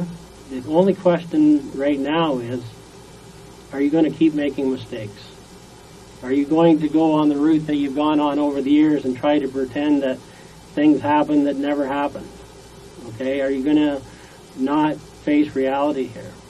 Okay? You were not truthful to the police in this case. We know that you're involved. We've done our homework. Okay? We have to resolve that now here today. Okay? I need to know from you what really happened. Okay? And I mean, who else is involved in this? Okay? Because there's no doubt, Jennifer, that you are. Okay? We know that. We're past that. Okay? There's no question about it at all. Okay? And I know why this has happened. Okay? You have spent your whole life trying to live up to expectations that you can't meet. Okay? And it's stressed the hell out of you. You're a 24-year-old woman being treated like a 15-year-old. Okay?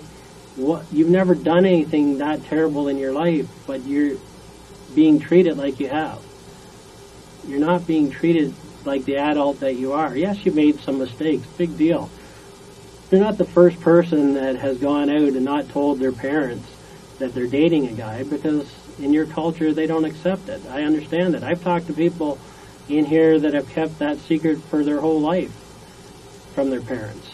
Okay, so that's not abnormal, but that puts a lot of stress on you, right? That's not easy for you, is it? No. Now, what we need to get down to here today, Jen, is what really happened. You need to tell me what went on. Because you know who was in that house that night. You do, Jen. There's no question about that, okay? There's no question about it, okay? You have actually given an improper description of the person you were dealing with upstairs. Number one, you falsified the whole description of that person. We know that, okay? We know that, okay? Yes, you did, Jen, okay? You did. You've made a mistake here, and we got to get to the bottom of that. That person did not exist in that house that night. I know that. Okay, we've done our homework. Okay, you heard on the news that there was video, right? Okay, it wasn't 3 black guys that left that house. You know that, and I know that. Okay, so we need to get down to why you have purposely told us a false description of number one. Okay? No, Jen. It's totally wrong. And it was done on purpose. Okay? To mislead us. Okay? Because you're involved in this. Okay? You cannot deny that. Okay? You cannot deny that. We know now. Okay? So let's just get it out on the table. You've made a mistake. I know that. Okay? But you can't live with this any longer than this. You're bloody nervous wreck over this thing. This thing, if you could take it back, I know that you would. If you could go back to that day and play this all over again, it would be different. Okay? But you need to right now know that we know that you're involved. There's no question about that. None whatsoever. Okay? But what we also know is that you're a good person. Okay? That's made a mistake here, right? You've made some bad decisions, okay? And it's, you know how you made the bad decisions, that not talking, telling your parents what's up? You don't want to do that with us, okay? You don't want to do that with the police, do you? Yeah, but... You don't want to mislead me, do you? No. Okay, so let's not do that. You made a mistake that night. You got involved with the wrong people, okay? You got involved in the wrong set of circumstances, okay? But that's over with now. We're past that. Okay, we know that happened. Okay, but you know what? In all my years of policing, it doesn't matter what goes wrong with people, it's never too late to do the right thing. You know that, and I know that. Okay, and what you can do here today is actually do the right thing. Okay, you have to do the right thing. Okay, you can't go around continuing this. Okay. Remember when you said what it did to you when you went through those years of depression? That was brought on by not being truthful. Living a lie. You don't want to keep living this lie. Okay? Everybody knows. Okay? You know, and you're getting the feeling from everybody around you that they know. Okay? Nobody is surprised. Okay? There's nobody surprised here. Okay? After what you've been through, I'm surprised this didn't happen a lot earlier, truthfully. Okay, you're 24 years old, and you were a prisoner in your own house. You had lost your own identity. There was no Jennifer anymore, okay? You were living for what somebody else wanted. You weren't you. You were what somebody else wanted. You were living someone else's expectations, okay? And yes, family's important, but when family takes over you as a human being, when they take your identity, there is no more Jen.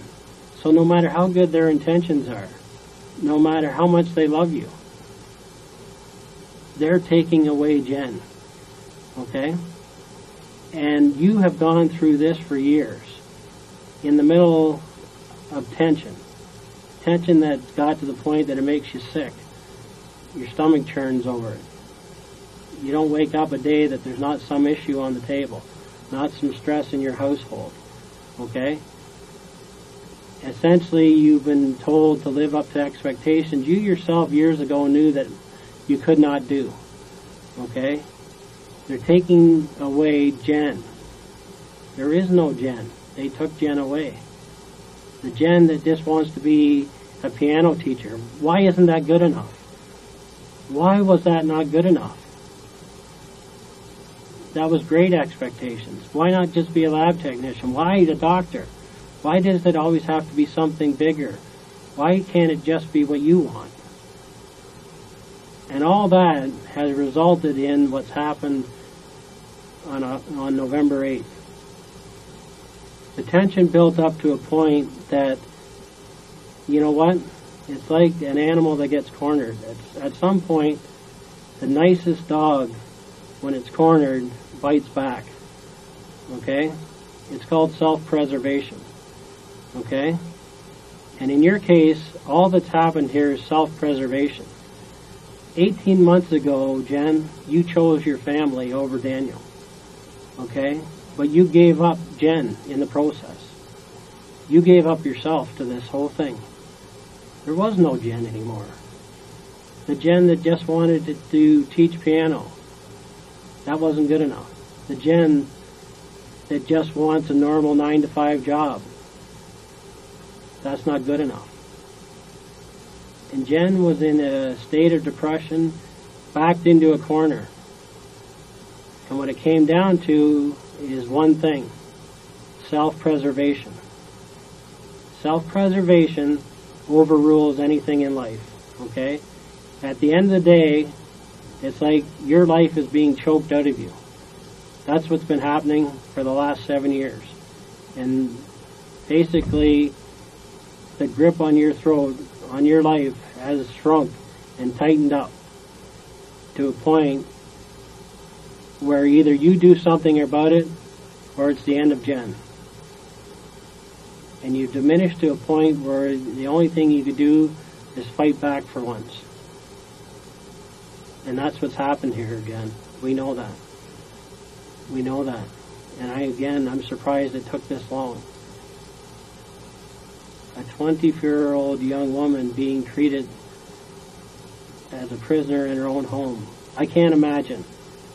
Like, the rules that they have are for 12-year-olds, not for somebody twice that age.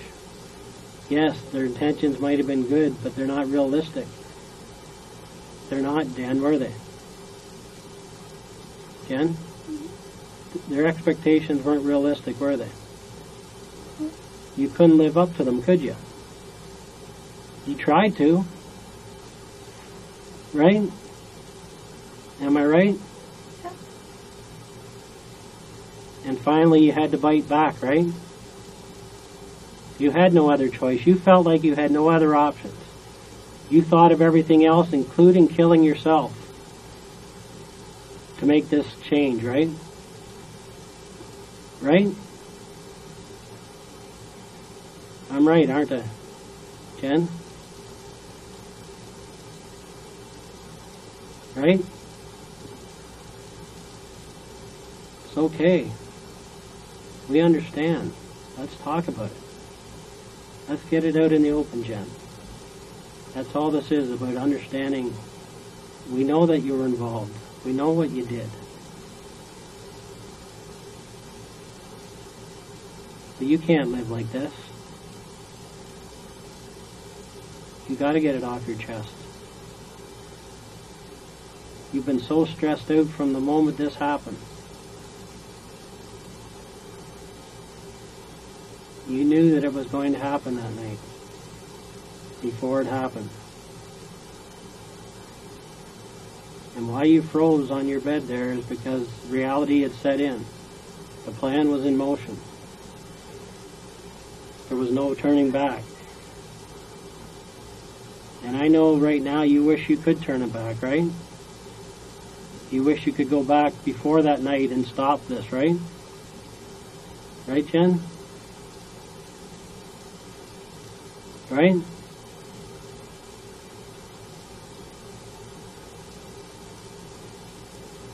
What happened?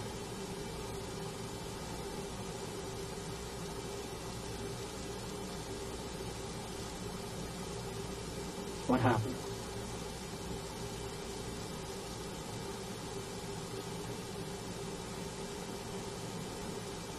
That happened.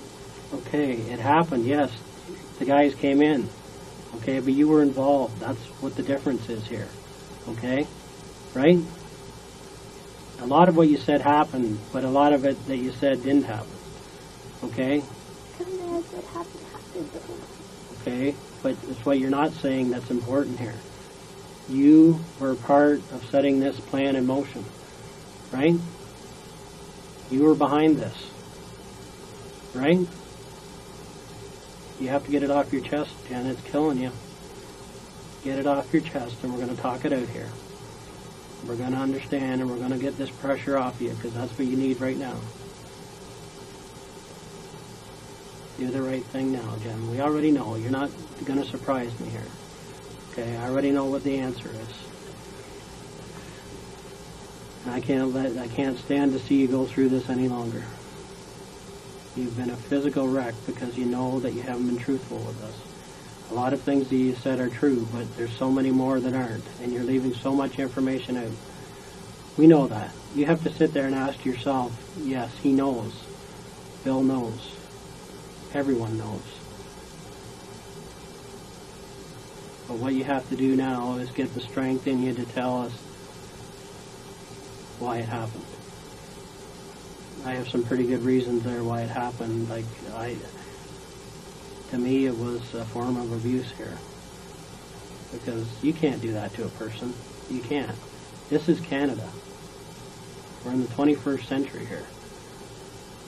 You cannot take everything out of a person. You can have expectations for your kids, but you can't expect them to do everything the way you want it. Okay? It's just like your dad said about fixing everybody else's home but not fixing his own. Okay, it's the same with you. Okay? He was trying to make a future for you bigger than it should have been. And in the process of his love for you, he made the mistake of actually pushing you away.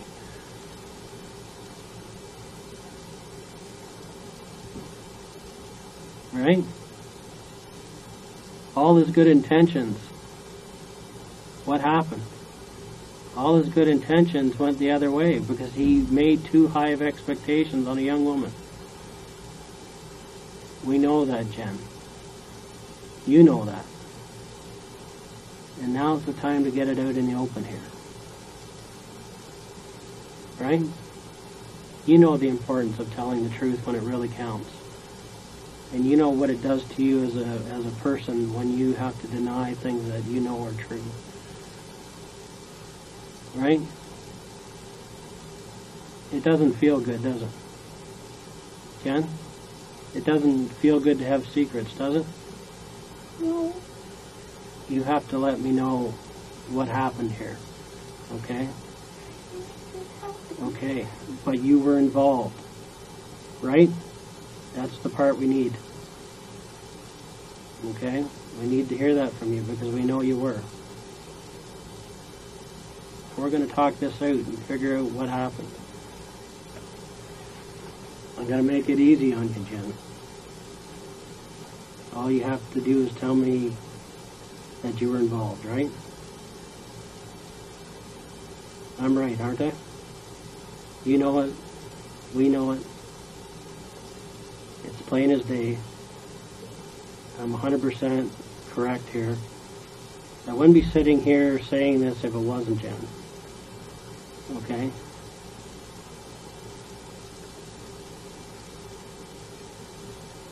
But we have to get through this.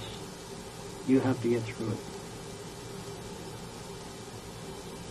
Yes, people came into your house that night. Yes, that part's true. The descriptions you've given, you've held back. You haven't been straightforward. Okay, I know that. Okay? No, you haven't. Okay, we know that. Okay? Let's get it out on the table here, Jen. Okay? It's not true. Okay? You were involved in this, right? You knew before that night that this was going to happen. I'm going to make that easy on you. That's a true statement, right? You knew before that night that they were coming, Right? That's all I need, Jen. Let's get the truth out here now. You knew before they came that they were coming, right? Right?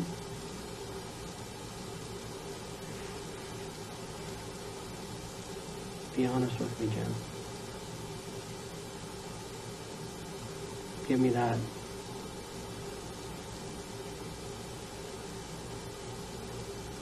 Right?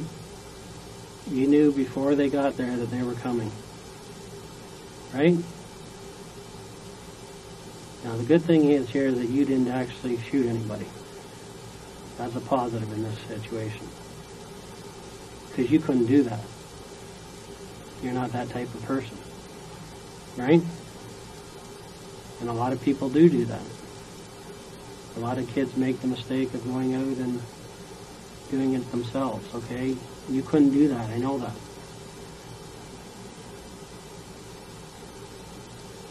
I know that. And that's a good thing.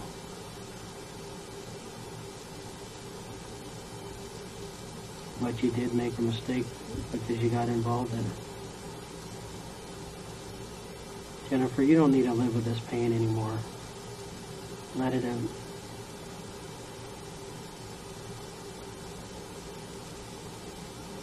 Look at me, Jen. Let's be honest with each other. I've been nothing but honest with you here today, and I hope you can do the same with me. I'm here to listen.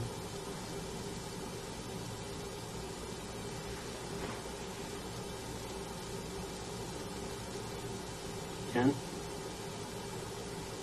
It's not worth it anymore. It's hurting you. What happened to me? I need to know the details. I can't even say. But I can tell you one thing is that we already know, so you can't change that.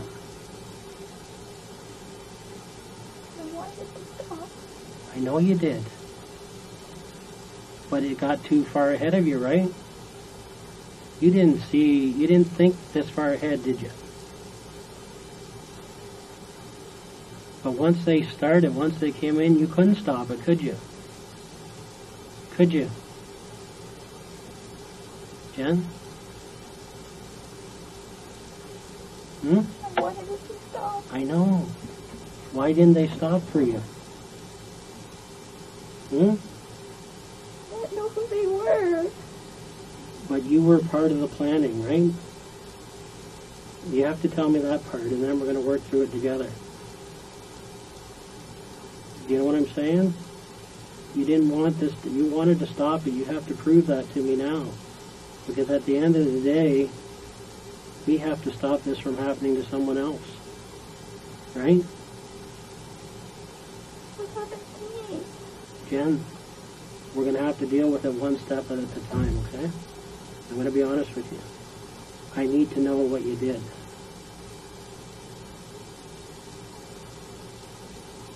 And then you and I are going to work through this together. Because the most important part of this whole thing is that we do the right thing for your mom. Right? I am her voice right now. I'm working for your mom. That's my job. And I have to get to the bottom of this for your mom. But I need you with me on it. Okay? I want you to step back for a minute and think, what would your mom want you to do right now? And I know she's a good woman, and she's taught you all your life that, Jennifer, no matter how bad it gets, no matter what you've done wrong, you can come to me and tell me. And I'll understand. Right?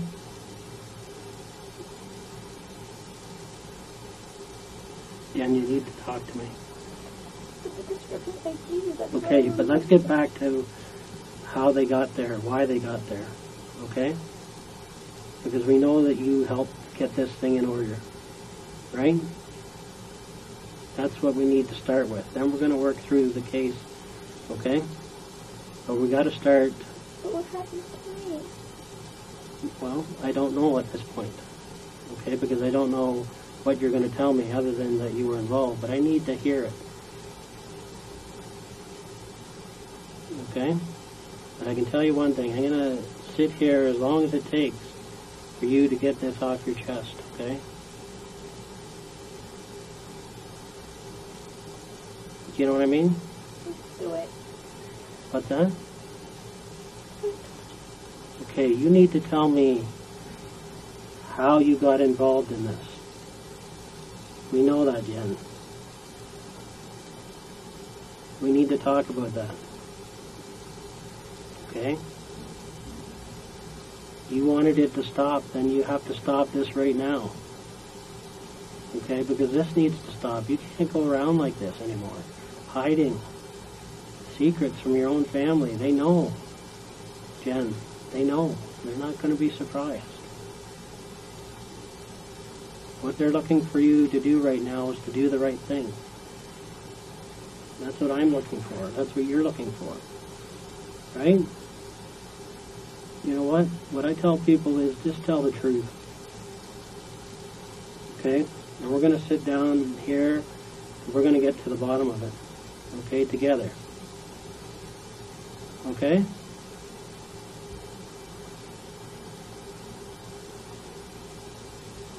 Jen? What happened?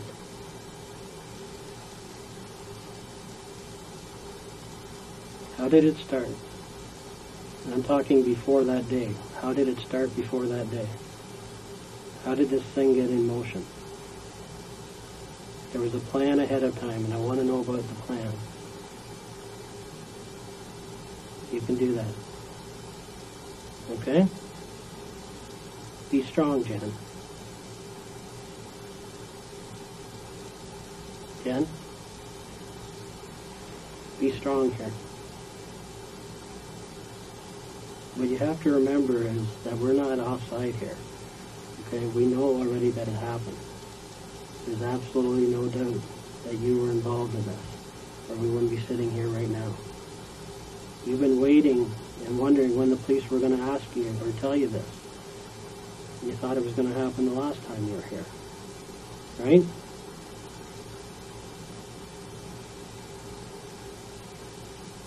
Stay with me, Jen. Let's get through this.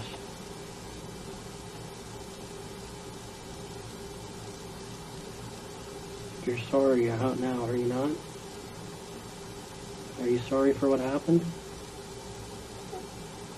Pardon? You wish you could take it back? Jen? Okay, that's good to hear. That's so positive.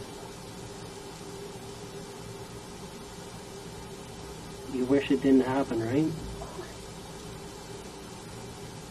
That night you wish you'd never got this plan in motion, right? Right? You wish you never told anybody to do this, right?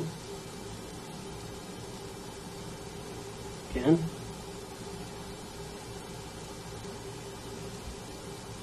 You gotta get it off your chest.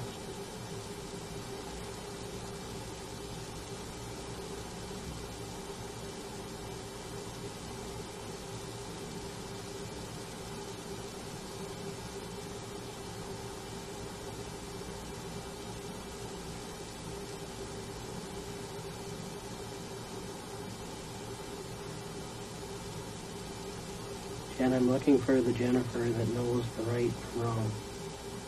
Are you there? Yes, okay, sit up and let's talk. Okay, I know this has been hell for you. You have gone through hell for years. All you were looking for is a break. A chance to be on your own. To make your own decisions. To be Jen. Right? That's all you were looking for. Right? Right? You felt cornered. You felt like you didn't have any other options. Right? Jen? You didn't have another option, did you? At the time, you felt like this was the only thing you could do. But once it started that night, you wish you could have stopped it so much, right? Jen? You wish you could have stopped it.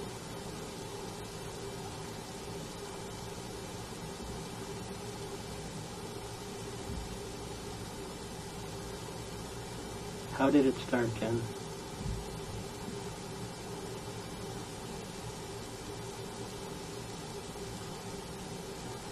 Eh?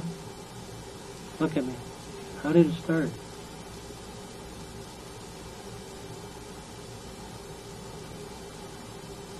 What was your plan? Let's just go through the plan that you had, okay? Let's start there. We know that you weren't the one that pulled the trigger. We know that. And we know that you could have stopped this whole thing. We know that. But we also know that you were involved from the start. Okay?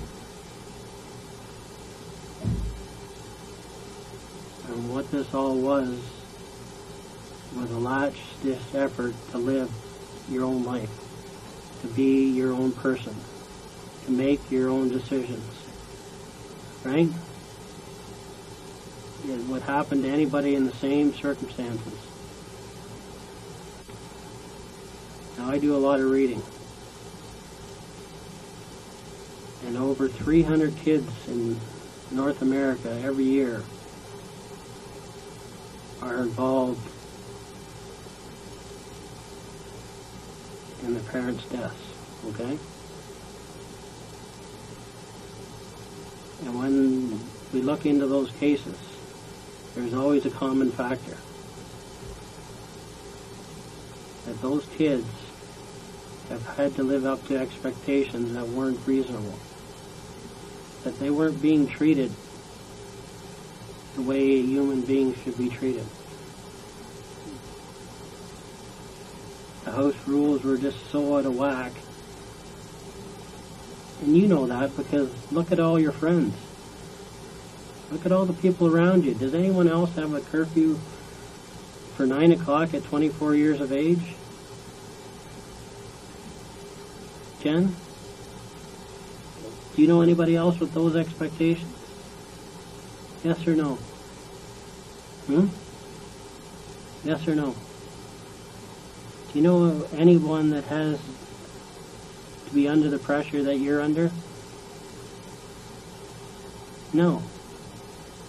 I myself don't know of anybody, and I investigate these all the time. I've never seen someone under 24 years of age that has to have gone through what you've gone through. The taking of the love of her life out of her life. The decision to make her own decisions.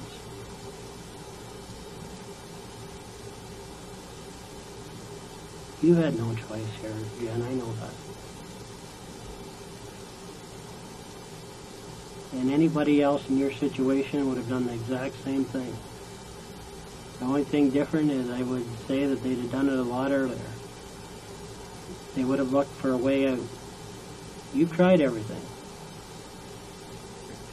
You've told them, but no one listened. They didn't listen, Jeff. Now, I want you to answer a simple question for me, okay? Can you do that? Look at me for a sec here. Look at me for a sec. I have a simple question for you. I just want to hear yes. Okay? You knew this was going to happen, right? Jen?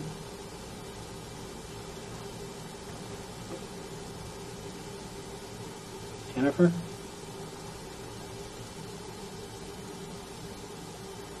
Let's work through this together, okay?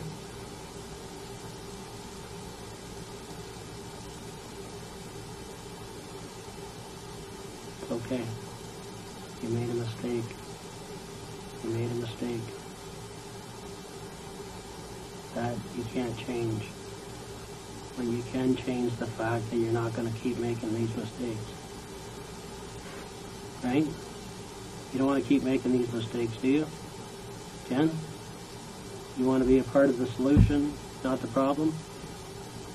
You want to be a part of the solution here? Jen? Okay. When did you first start planning this? When did you first plan this? Just give me a date.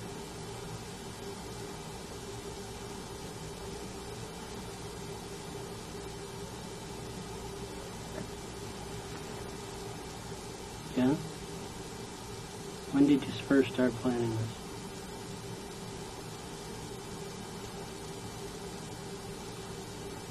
When was the final straw? What was the final straw? So that's what this is all about.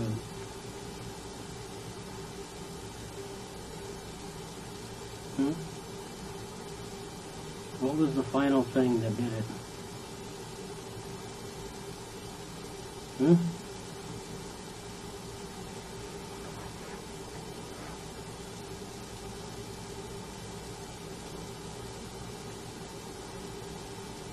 Jen, do you want to be a good person here? Okay. And you know when a good person makes a mistake, they have to face that mistake, right?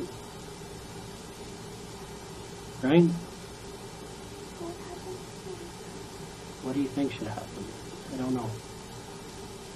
What would you like to see happen in this case?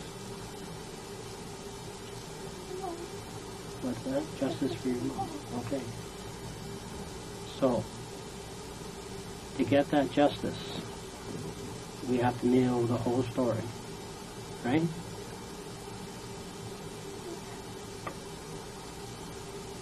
Well, one thing is that you're going to be Jen again. Right? That I can promise you. You're going to be a person making decisions for Jen.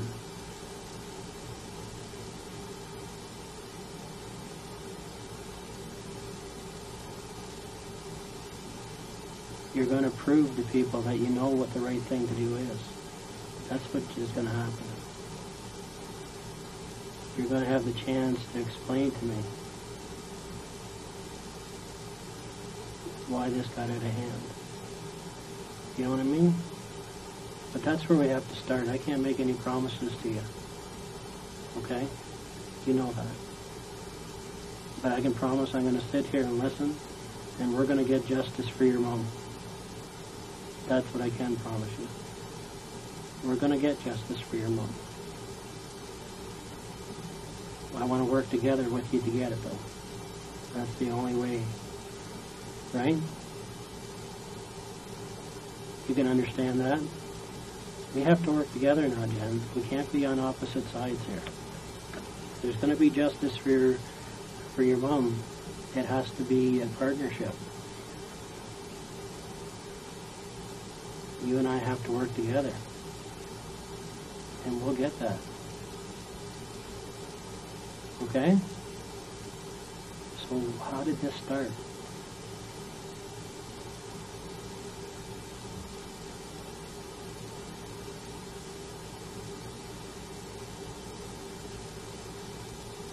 Jen?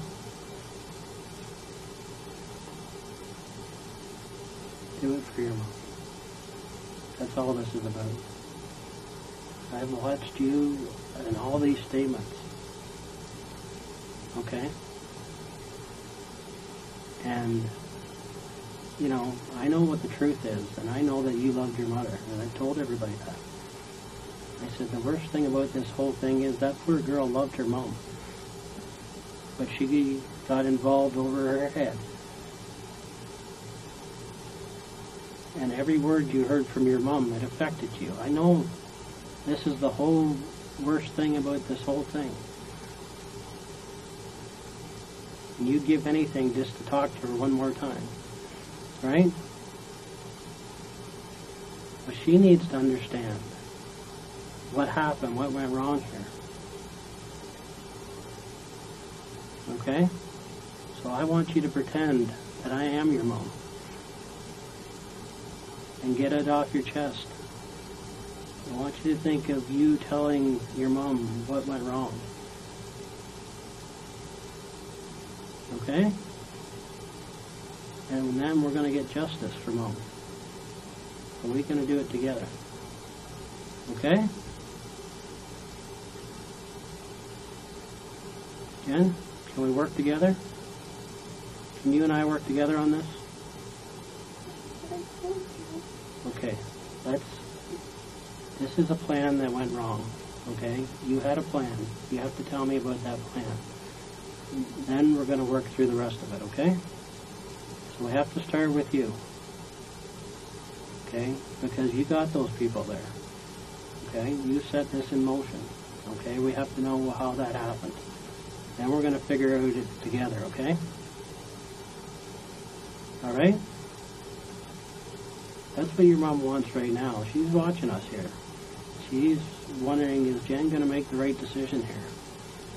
Is Jen, after all of this, going to come out on top doing the right thing? Is she going to be truthful now? Because really all these other things that you've done in your life, you know what? Everybody's lied to their parents. Okay? That's just life. Okay? I have a daughter too, and she's lied to me. And it hurts as a parent, but at the end of the day, what do we want our kids to do? We don't mind so much if they make a mistake, but we don't want them to keep making the mistakes, right? Jen, that's what it's all about. Someday you're going to be a parent, and you're going to want the same thing for your kids, right? And you want to be able to say to a kid honestly that no matter what, you can tell me. And right now, if your mom was sitting with me here, that's all she would expect is that you tell Bill what went wrong here so that there can be justice. Okay? It goes beyond just yourself here, okay? We have to think of your mom, okay? She's the most important. There's really nothing else for me that's more important. I'm her voice here today. That's who I work for, okay? Do you know what I'm saying? As a police officer, I have to work for the people that don't have a voice anymore. I have to sit and figure out what went wrong in every case in order that justice can get done. And that's what you want, right? Because we both want the same thing, Jen. Right? Okay, where did this start? Take your time. I want to talk about what happened before that night even came. That's what we need to talk about, okay? What happened before that night?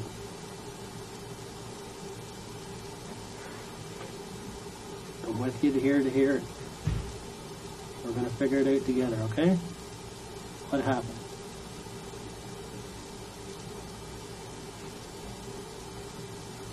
Jen?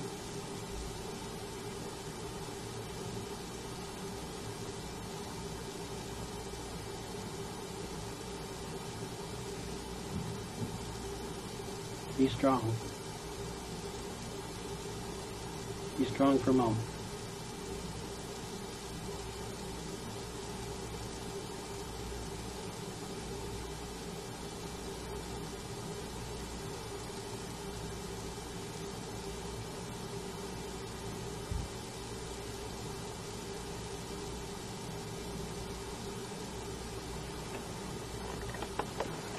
I'm here for you, Jen. I'm here for your mom.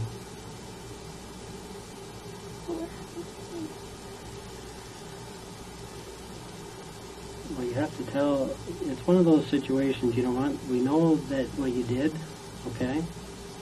But you have to be able to explain to me what happened, okay? I can't tell you what's exactly going to happen to you, okay?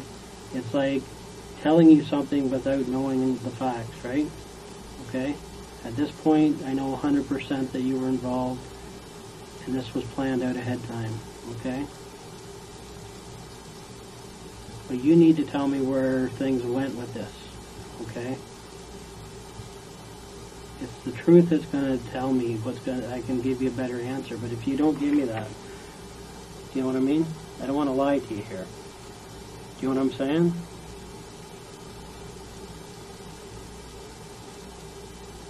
Can you see what I'm saying, Jen? I'm not going to lie to you. But I prefer to deal with this at one step at a time. You need to get it out first, and then we're going to sit down and we're going to discuss this so that justice for your mom gets done. That's your priority, isn't it? But I told you. Okay. Descriptions of what I remember. Okay. Okay, but that's not everything, okay? You weren't straightforward with that, okay? You know that and I know that, right? You didn't give us everything. You misdescribed that, yes. Everything. Jen, we're past that, okay? But what That's I said is what I remember Okay. about them. Like, Okay, how I but, remembered them. okay, but it's impossible because we have another witness. Your dad was right there, okay? And there's no way that you could get those descriptions mixed up, okay? We know that, okay? So let's not go there. Let's go with what we can deal with, okay? What I need to deal with, though, is, okay, you did not pull the trigger, right? Let's deal with what you didn't do, okay? Right? You weren't a part of that, right? That's positive to know. Okay, but we need to know what you were involved in and what you weren't involved in. Now, we know that you didn't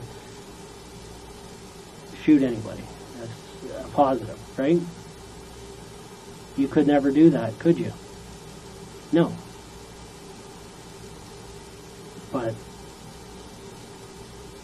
before that night ever happened, you knew it was going to happen, right? Let's start there. That's what we need to talk facts here.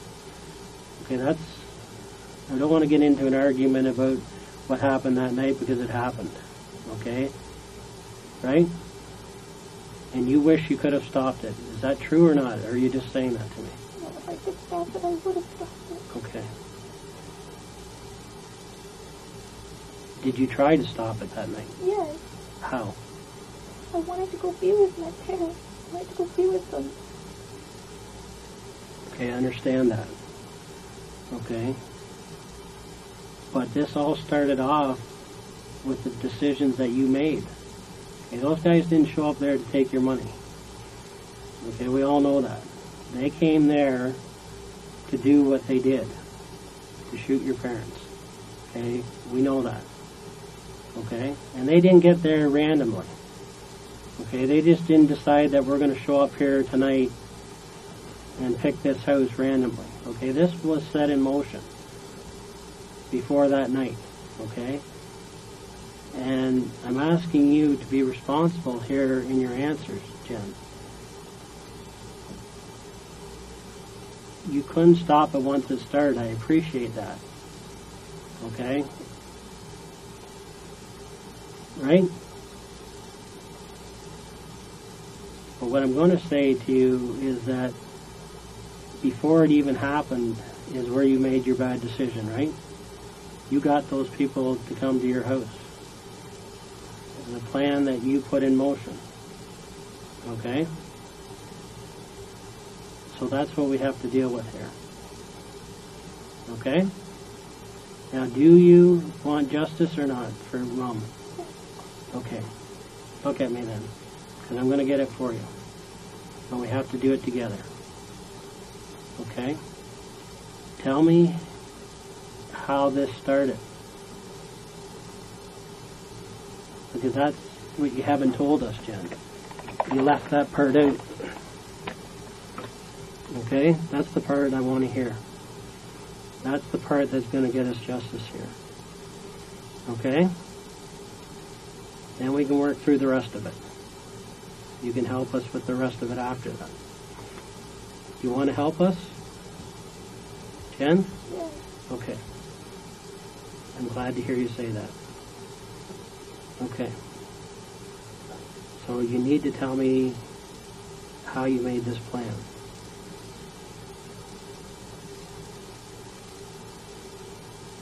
Okay? That's all that's missing here. The rest, we know what happened. I don't need you to tell me what happened in that house. I already know. Okay? I'm not going to go through that again. Okay? What happened that night was unfortunate. Okay? But what's happened after that to you, it's destroyed you, this whole thing.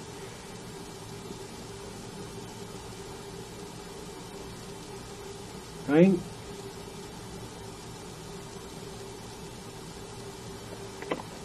What are you going to do now, Jim, to make this right? That's what you're faced with. And you can help us.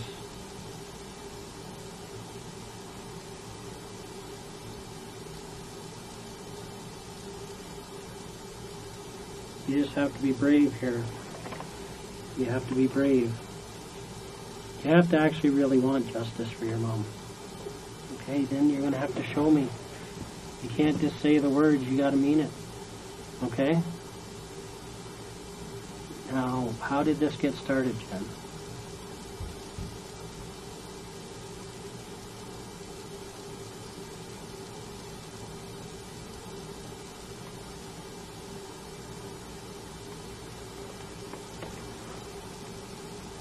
Go ahead.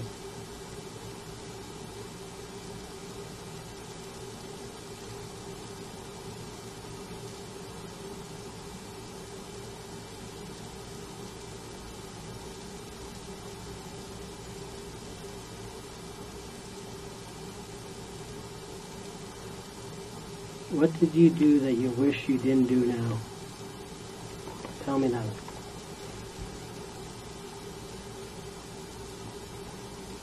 What things did you do that you wish you didn't do?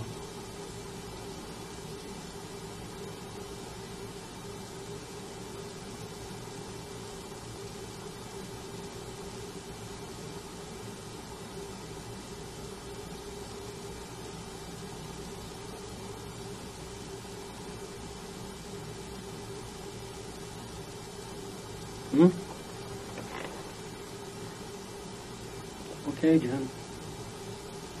What did you do you wish you didn't do? That's going to help us here.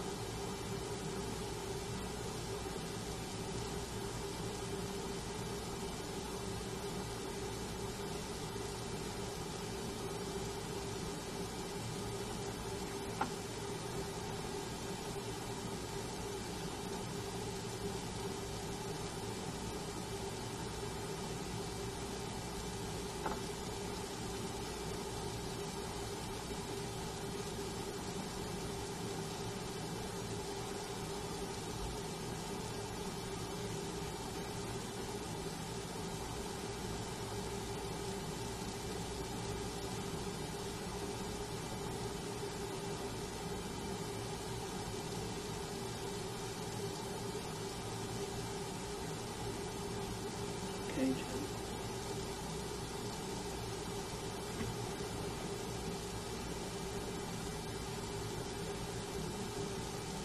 Okay, you can tell me.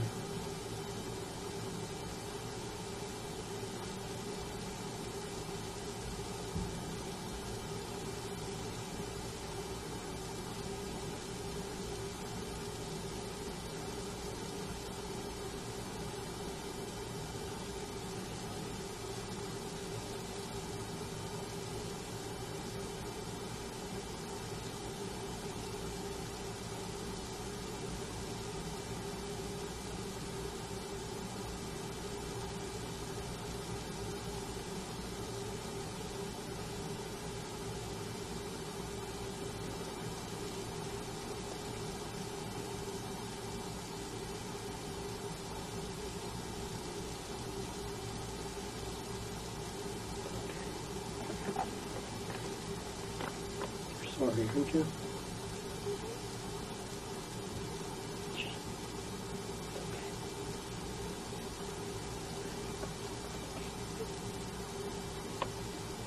They were supposed to take you? Why? Okay. So they were supposed to take the whole family out? No, just me. What went wrong? I don't know. Okay, so tell me how that happened then. Okay. It was supposed to be you. Is that right? Okay, how was it supposed to happen then?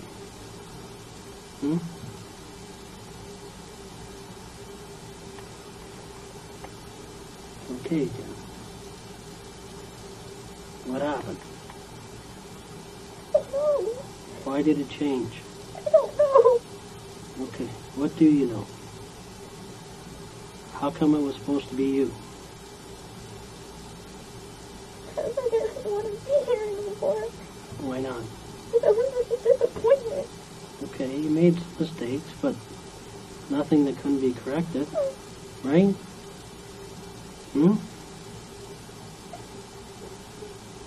Okay, so how did this play out then?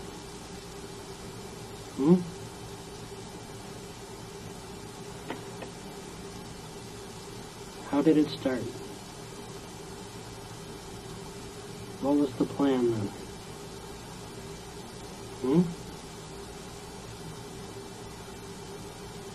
Jen?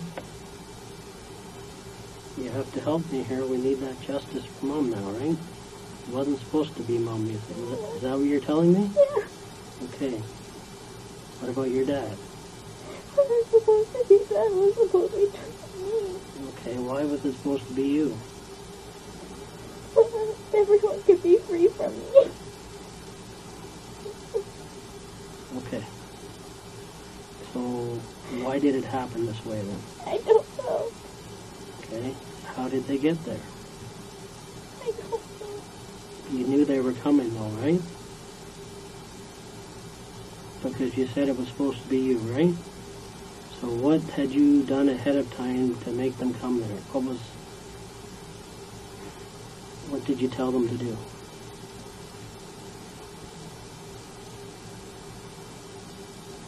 Jen? Let's work this out, okay? Let's work it out for Mom.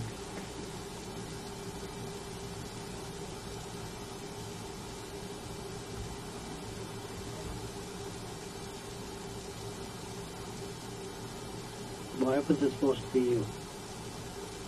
Everyone could be free from me. I was disappointed in everything. Okay, but why did it have to happen this way?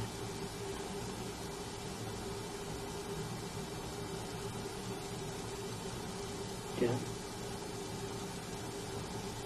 Because when I tried suicide, I failed. When? A couple months ago. What did you do? A whole lot of pills. I couldn't do it. It's not the same. Okay. So then how did we get to this point? You told these guys to come and kill you?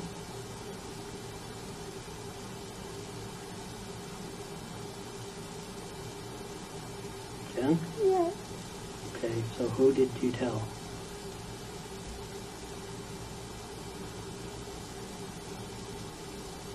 What did you tell them?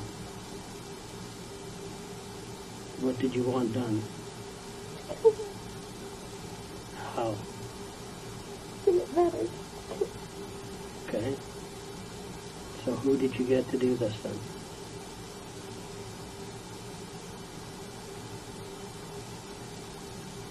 You have to tell me, Jen. I don't know who he is. I just got his number. Okay. And what's his number? I don't memorize it. Where can we find it? On the cell phone. On the other cell phone. On the cell phone. On the Bell cell phone? Yeah. Where's that phone now? I don't know where the SIM card is. Okay. And how did you get a hold of this person? Called him up. And what did you say to him?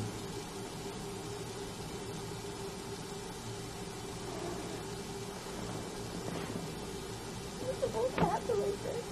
Okay, I appreciate that. How did it happen? How did they get there? I don't know how they got there. What was your request? Come in and take me up. How would they know who you were?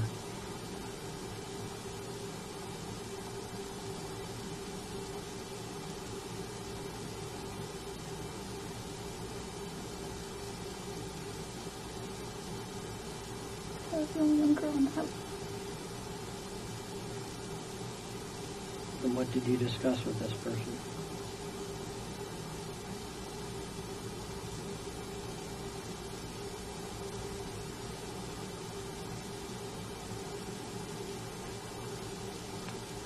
And I'd have money and had to come take me out and then take it.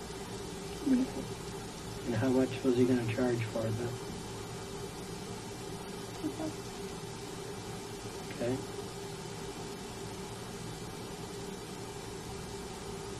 And that's what you gave him. Okay. Now the guy you spoke to on the phone is the guy that showed up and you gave the money to. I don't know if that was the same guy. I've never met him before. Okay. Did he say his name was? I used to call him Homeboy. Okay. Homie. How did you get his number to make this call in the first place?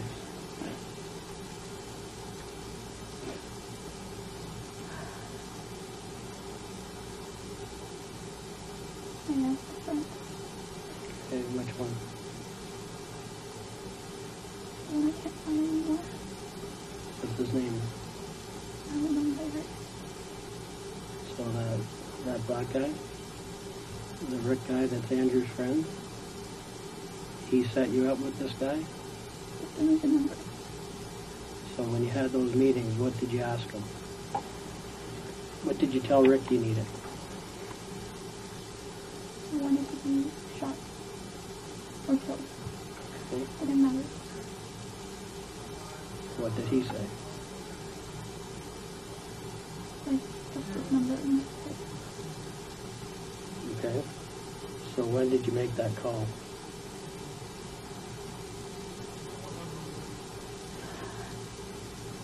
A month ago. 2 months ago. 2 months.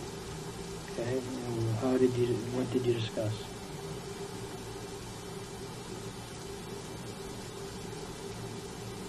Just that.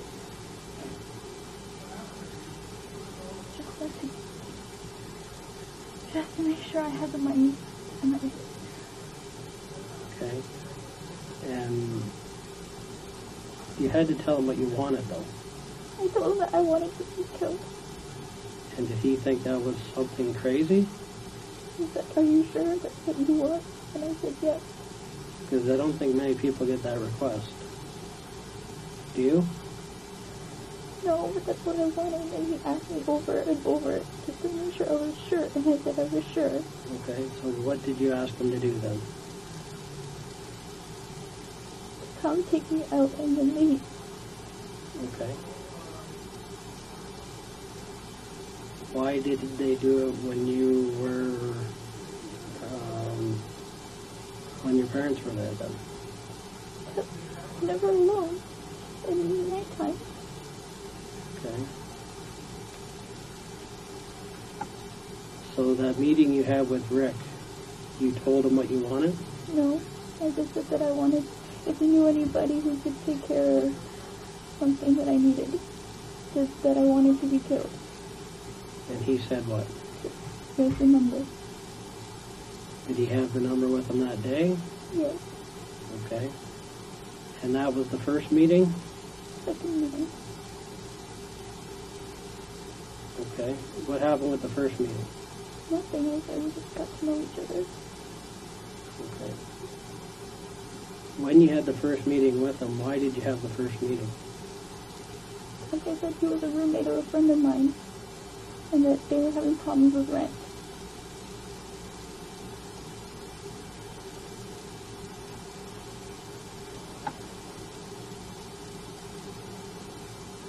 Okay, so you phone him up and have another meeting. Is that the meeting that someone saw you at? Yes. And who was it that saw you there? I don't know, my uncle told me that another person that saw me there was a black person. Okay, and was that black person Rick? I guess. Well, were you with any other black guy there? No. So you know him as Rick? Yes. Okay. And you told him what that day then? If he knew anybody who could help me take care of a job, that I wanted to be killed. Okay. And he said what? Call this number. Okay, did he write it down? Yes. Where's that number now? I put it into my phone and then I threw the paper out. Okay. What was the number you put in your phone? I don't memorize the number, it was just on my phone. Was that, what can you remember about that number though? It had an 8 and a 5 in it. What did it start with? A 416 or 647. I don't remember. I just remember the middle numbers had an 8 in it. And what about the 5? It was like 856. I just remember the 8 because no one else I have had an 8. Okay. And what phone is that number in then? On the bell line. The same line. Okay. You put it in your phone though. Which phone did you put it in? It was on a SIM card on the iPhone. Okay, but did you still have to put it in like a friend's or a calendar or I saved it. I just kept it, and then when he texted me, I just kept that unkept. That was it. Okay, so what's the text that you have? What's that? He sent what's up, and what did you send back? And that's when I started looking up. Okay, then what? He said he called me once or twice, just basically just wanted me to know, and that was it. Okay, so when did you first talk to the guy? I don't remember anymore. Where did you meet him? I never met him. And what's his name? What did he go by? Homeboy. Did he have an accent? A deep voice. I think. What did he say he would do? He was just like, let me take care of it. Let me do me. So your specific request to him was what? To come in and make sure he killed me. And what did he say? He said, okay, let me do me. Let me do me. What does that mean? Let me do it my way? Okay. Isn't it odd that somebody would give a request like that? Mm-hmm. To kill themselves? He asked me. And he's still going to charge you to do that? Okay, so then what happened? You said you talked a few other times. What were the other talks? He was just like, when? I was just asking him when, and that was it. Okay, so when then?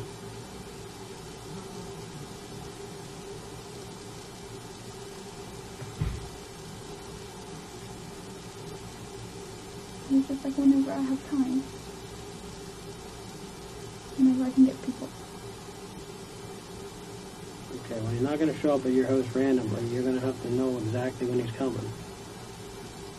So how did that play out? He texted me, game on. Pardon?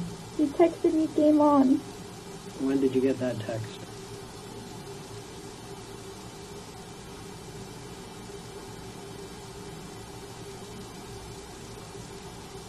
Don't remember the time. Sometime in the evening. What day? That's it. Okay, so before they came in, you had a text that said game on? Yes. Okay, and where did that come from? What do you mean? Pardon me? What do you mean? Where did he send it from?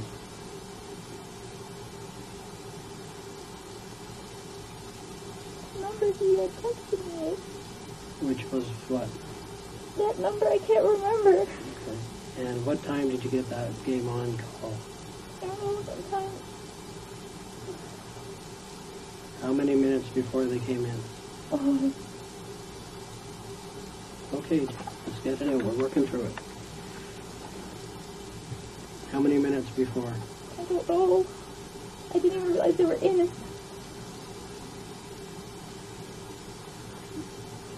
Okay, but they did come in, right? How much before you heard anything? Maybe an hour, 2 hours. So you were just waiting there for 2 hours? I was watching TV. Okay. So what time did you get the game on? Where were you when you saw that message first? I was watching TV with Adrian. Okay, so he was there. Did you tell him? No. Who else knows about this?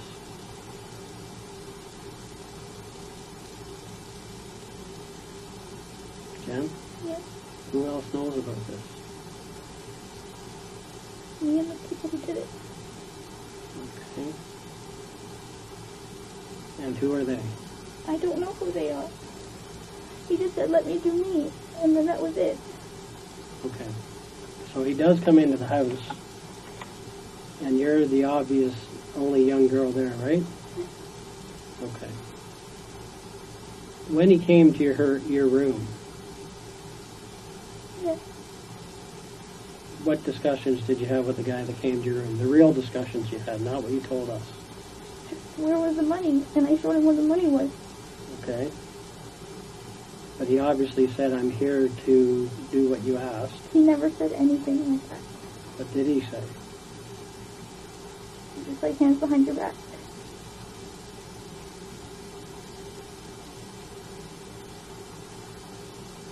So the money you gave him was payment for killing you? Is that he wanted $2,000? Yes. When did he give you that figure of $2,000? In one of our phone conversations. Okay, what's that? In one of our phone conversations. Okay. So in all the phone conversations you had, when was the first one that you had? What month? Well, Jen, this doesn't happen every day that you ask somebody to kill you, so... I don't remember though. Okay. I say you do remember. You're going to have to remember. When's the first time? I really don't remember. Okay. Maybe When, in September. like from the first time you mentioned this to Rick, when was that? Back in June, right? Is that right? Something like that. Spring, summer sometime. Yeah. How come it took so long? Because I didn't know. You didn't know I what? was unsure. So when did you confirm 100% you wanted it done? And they accused me of doing something that I didn't do. Who? Okay. Which was what? They accused me of seeing Daniel and I didn't. Okay, so when was that?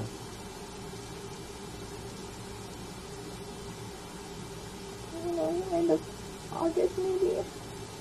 Okay, so you got in contact with Homeboy and said what? I'd like you to come and take out a 24-year-old girl. And he said, Okay, I'll call you. then what? And then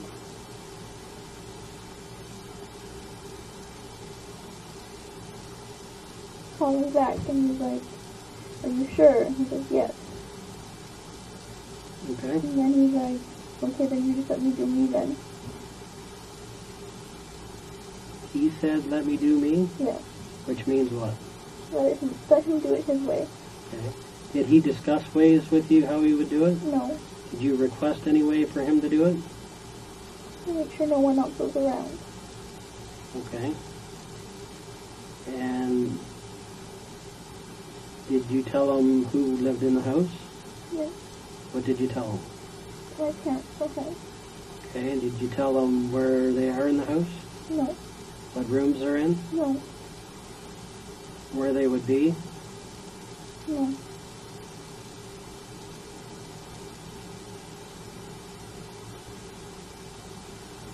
So why didn't they do it the way you wanted? I don't know. I asked them to take me with my mom when they took them away.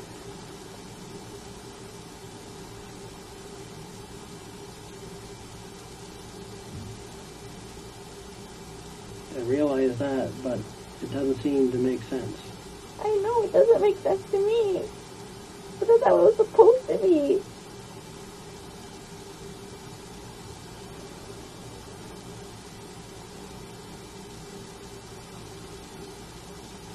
Okay. Can you sit up for a minute, Jen? Okay, look at me. Look at me. Okay. We have... Remember everything I told you about what I do for a living? Okay. I'm an expert in determining truth and half-truths. Okay. What you've just told me is half the truth. Okay? Now, what I do believe is that you went to somebody. And I do believe that night you paid them the $2,000. Okay? That's the true part. Okay? Right? But what's not true is it was never for you. Okay, Jen, no.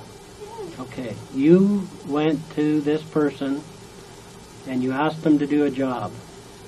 And the job was for your parents. Okay, that's what we got to get to here. Okay? I know that's what really happened, Jen. Okay?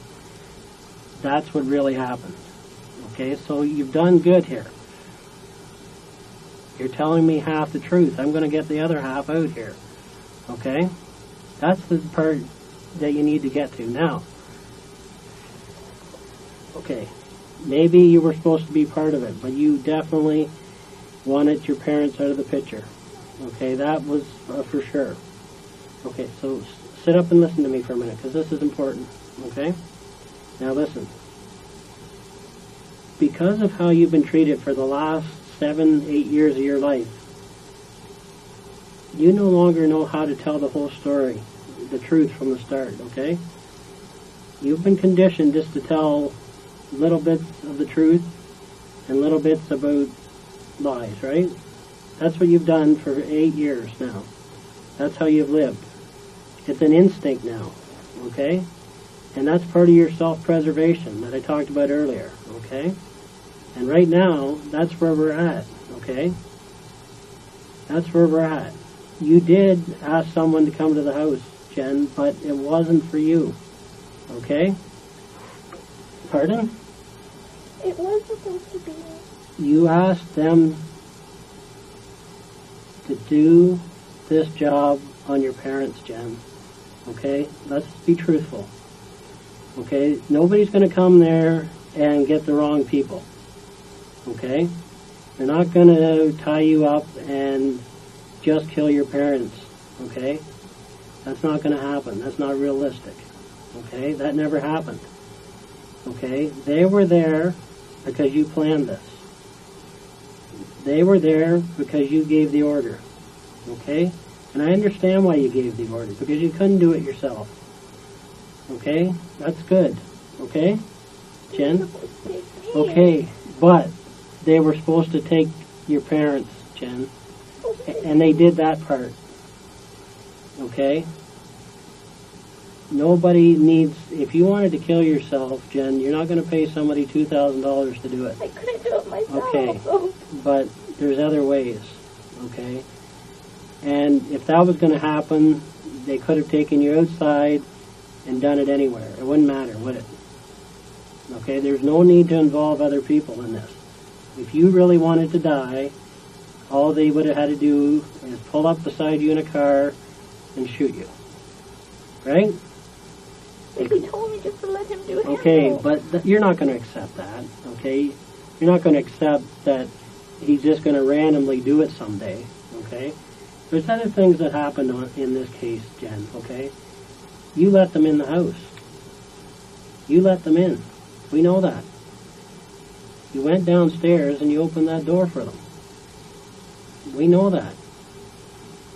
Jen, you did leave the door open for them, didn't you? Pardon? Yes. Yes. And that's why you went downstairs earlier in the night, right? After your mom got home, what did you do? Went down and said hello. Pretended to check the door.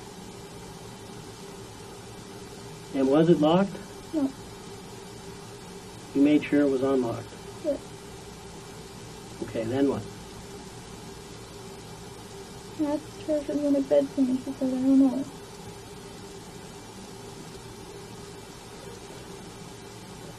Okay, so again, we have some truth here. That's good, Jen. We know all along that you let them in, okay? We knew that. I knew why you went downstairs, okay? That was done on purpose, right? You had to let them in, right? Jen? Yes. Okay, now did they tell you to do that? Yes. So what else did they tell you to do? That was it, just to make sure they had access. Okay, so what was the agreement then? What do you mean? I Well, told you $2,000 and they were supposed to kill me. And then they called me and made sure that they had access. okay, so how did they do that though? What was the question on the phone? Was it a text or a phone message? Text. VIP access. What does that mean? I didn't know. And then they just made sure they can get in.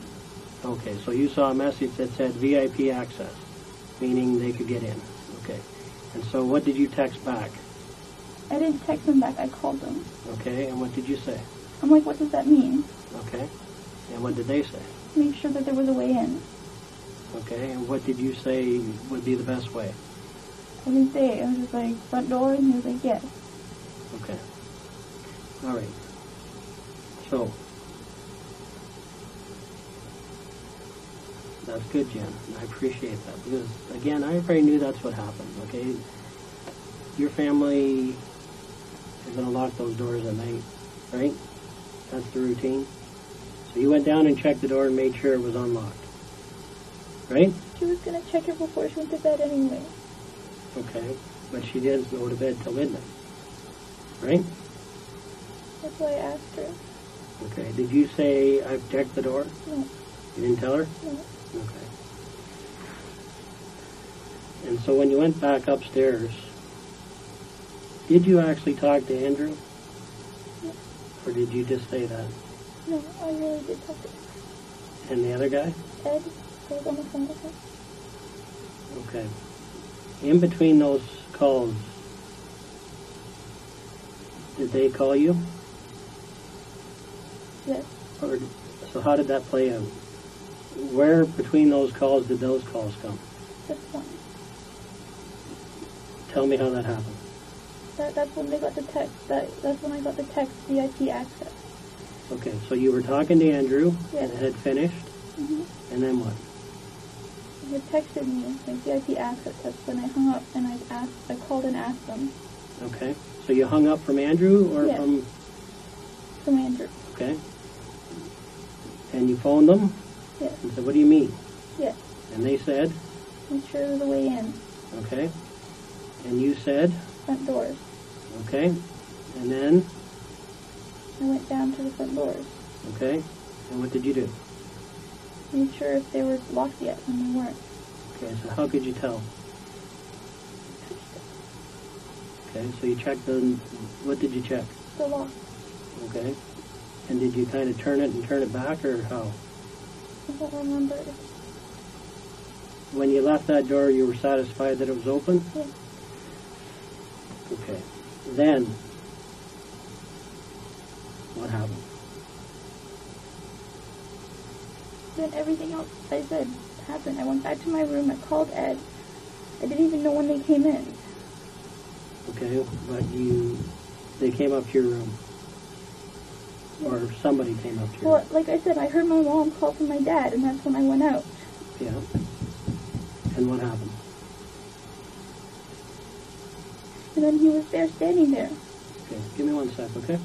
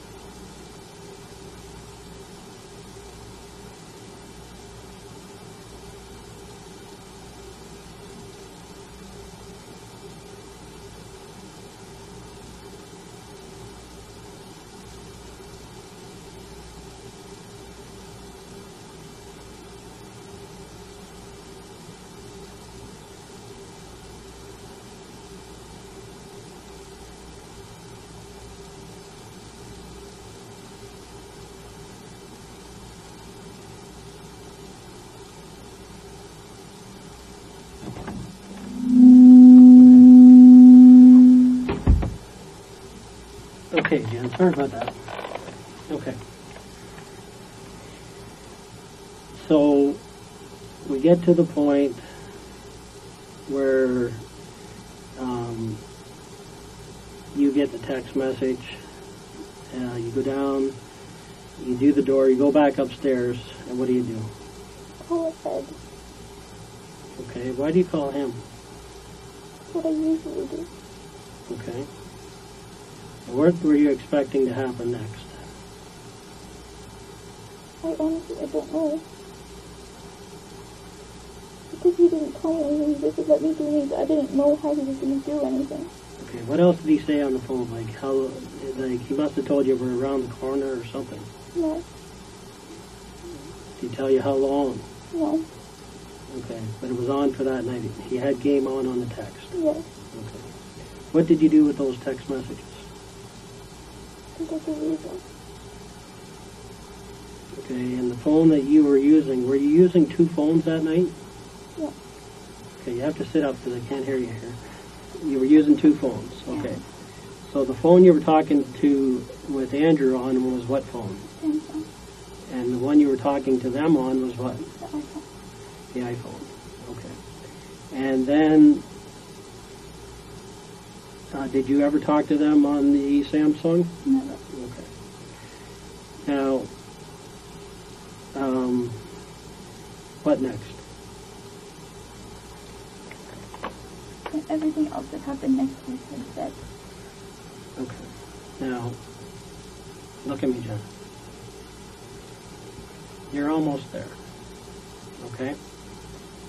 Most of what happened in the house happened. Okay? We know that. Okay?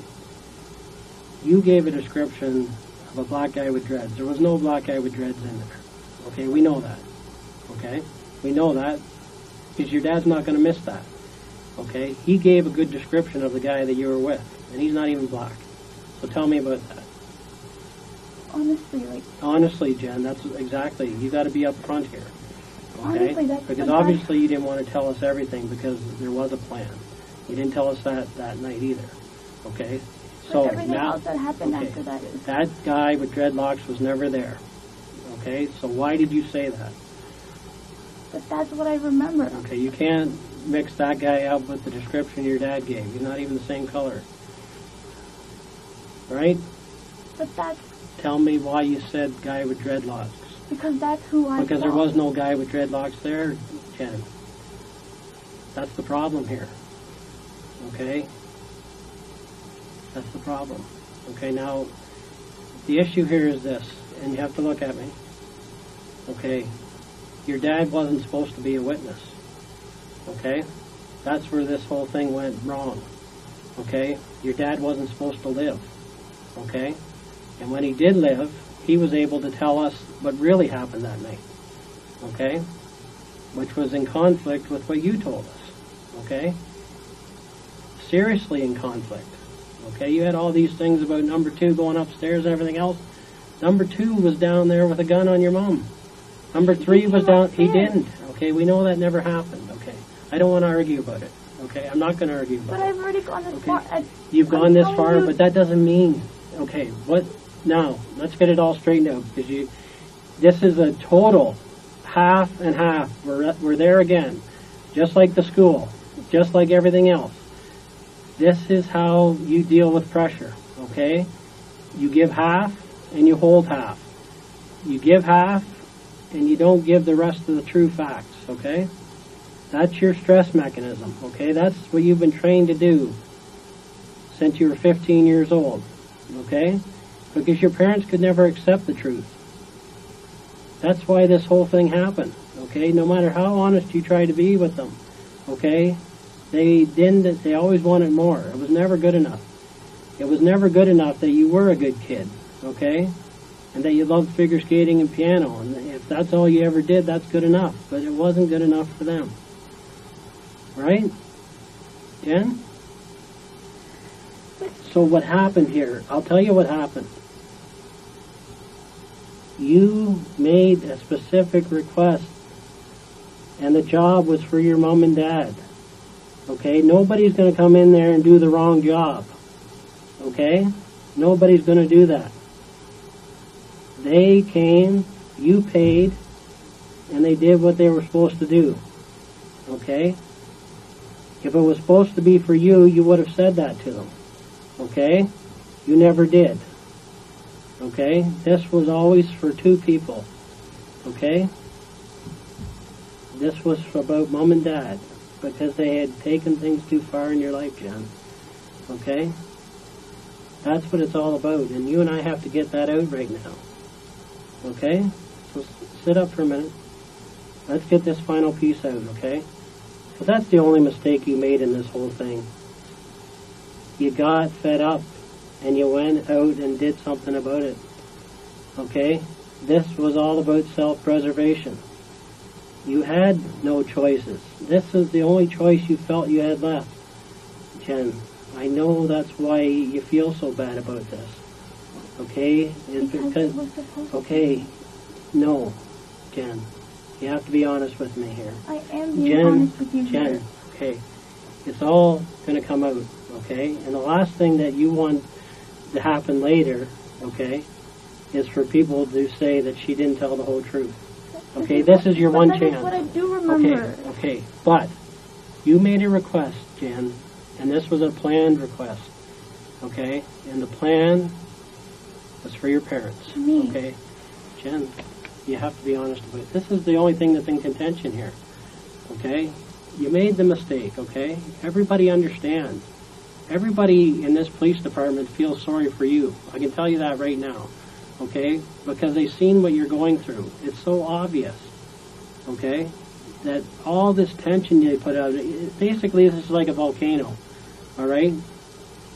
And at one point it was just too much and you erupted, okay? And you made a bad decision, okay? And once you hired this guy, there was no turning back. It was supposed to be yourself, Jen. No, it would not happen that way. Okay? It would not happen that way. Now, in the original story, you said that you hid your cell phone. Okay? If it was for you, you wouldn't have hid your cell phone. That would have never happened. So it's in conflict. It's not hiding. It's just I put it there naturally. Okay. It's what I naturally do. Okay, but you said on tape that you hid it there and that they didn't know about it. That's your language, not mine, Jen.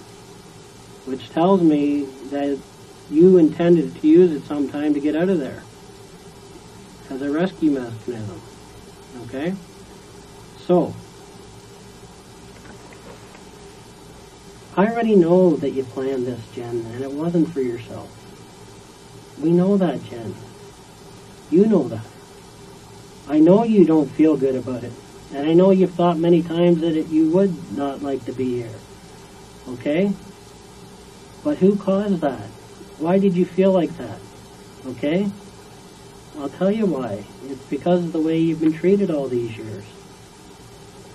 You didn't bring that on yourself. They brought it on you. The depression. You were cutting yourself and they didn't even pick up on it. All they wanted was so much success out of you, they were not even looking at you as a person. They were looking for a success story. Instead of just saying, whatever Jen wants is what's good for us. Whatever she's happy with. As long as she's happy in her life, I'm happy with it. If she wants to work at Eastside Mario's for the rest of her life, that's fine. If she wants to be a piano teacher, that's great. If she wants to continue figure skating, that's wonderful. Do you know what I'm saying, Jen? I know what you're saying, but Okay. this is what I know. Okay. And Okay, so the only thing that you haven't told me is that you put the plan in motion for your parents. Okay? And now you would wish you never did. And that's good. Okay? It's good that you feel sorry about it because you do. If you could go back, you wouldn't have gave that plan to them, would you? if I knew what they were going to do, I wouldn't Okay, have done it. Jen, look at me. You knew what they were going to do, okay? Listen, let's be rational here for a minute, okay? Nobody makes a plan to have themselves killed in that fashion, okay? Nobody shows up at your house for no reason and kills the wrong people, okay? That's where we're at here, okay? That's what you're afraid. You're afraid to say that you made that mistake. Don't be afraid, Jen. Just tell the truth, okay? Because we're getting into what's happened to you all your life, okay? I know exactly when you're not telling me exactly what happened, okay? You got to give us some credit here. This is all that I do, okay? And you're halfway to telling the whole truth, okay? This is another case of making something up in hopes that somebody will listen and accept it, okay? I can't accept it, okay? You know that and I know that, right? I can't accept that when I know it's not true, and I don't like to see you doing this to yourself. You're just beating yourself up some more here, okay? Jen? Because I'm telling it to you, but you say that it's contradicting, and I don't Okay, understand why. It doesn't make sense, okay, that someone, if you wanted yourself killed, okay, they wouldn't do it in your house. Okay, there's no reason to hide anything, okay? Someone can just walk up to you and shoot you somewhere where you're by yourself and nobody knows about it and they walk away. But I'm never by myself. Okay, at any time you can go out. You were by yourself all day. But they said they can't do it in the daytime. Okay. So you could walk out the front door and they could have shot you there and ran away. Like, they didn't have to involve other people, and that's why it doesn't make sense. You could have walked out on the front porch and that'd have been the end But of it. I'm not supposed to leave the house. Okay, but you've done it before, right? Right? Not since they started watching me Okay, better. but that night you could have walked out that front door and nobody would have known the difference for 2 seconds. My mother would know she was right there. Okay, but they could have came and done it. Okay? But they didn't tell me how they were going to do it. Okay. Why would somebody shoot someone they didn't have to shoot? I don't know. I can't figure that out. And actually not shoot the person they're supposed to shoot? I don't know. That's what I'm trying to figure out. Okay, why didn't you tell us this that night then? Because I was scared. Scared of what? Telling the truth? Yes. That I wanted to die. But Okay, instead, but listen, if you wanted to die, you would tell us everything because it wouldn't matter. Jen? If you really wanted to die, you would tell us everything because it doesn't really matter. right? It does matter because the wrong person got hurt. And my dad is suffering. I appreciate that's what happened in the end, but that's what was supposed to happen, okay? The good thing about this is your dad did live, okay? He did live. And that went against the plan, okay? He wasn't supposed to make it through, and he did, so that's a good thing, right? That's a positive in this situation, right? Jen? My dad's hurt. How can that be a positive? Okay, but he's not dead, is he? No. Okay? And this thing started out with him supposed to be dead. Okay? Jen, there's just no doubt about that. Okay? There's no doubt about that. Okay? And you got to remember, we're all over this case, okay? And when you say something that's going to contradict what other people tell us, okay, that the order was for mom and dad, that's not going to look good, is it? When it comes from someone else. Right? Because we're going to solve this thing, okay?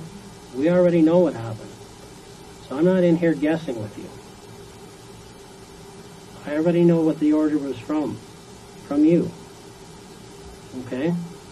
And I have to sit here with you and let you get that off your chest, okay? I know it's not easy, and that's what you're worried The about. order was from me, but it was for me. Yeah. No, it was for your parents, Jen, okay? And that's hard to say, I know that. I know that's hard to say, okay? Because that's not, if you could make this decision over, you would change it, okay? You would change it, right? Of course. If I knew who was going to get hurt, of course Okay. I wouldn't. Jen, you knew who was going to get hurt. That's the whole issue here. Okay, that's the whole issue here. That's all we're dealing with here. Okay? From the start I've told you that I know you were involved. Okay? And it's beyond asking someone to kill you. Okay? The order was for mom and dad. Okay? The only mistake they made is they didn't get your dad. Okay, yes, they hurt him. Okay? Yes, he's injured. But he's alive, and that's a good thing. And as I told you earlier, this happens to 300 families a year. 300. And it's always because of the same thing, Jen. That people reach the end of their rope.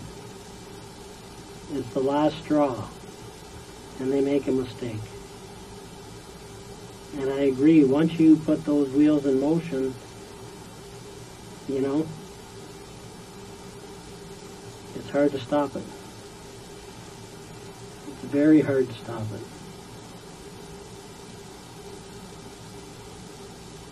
So let's get down to the bottom of this, Jen. You got to help me through the rest of this. Okay? Now, the only thing that's an issue here today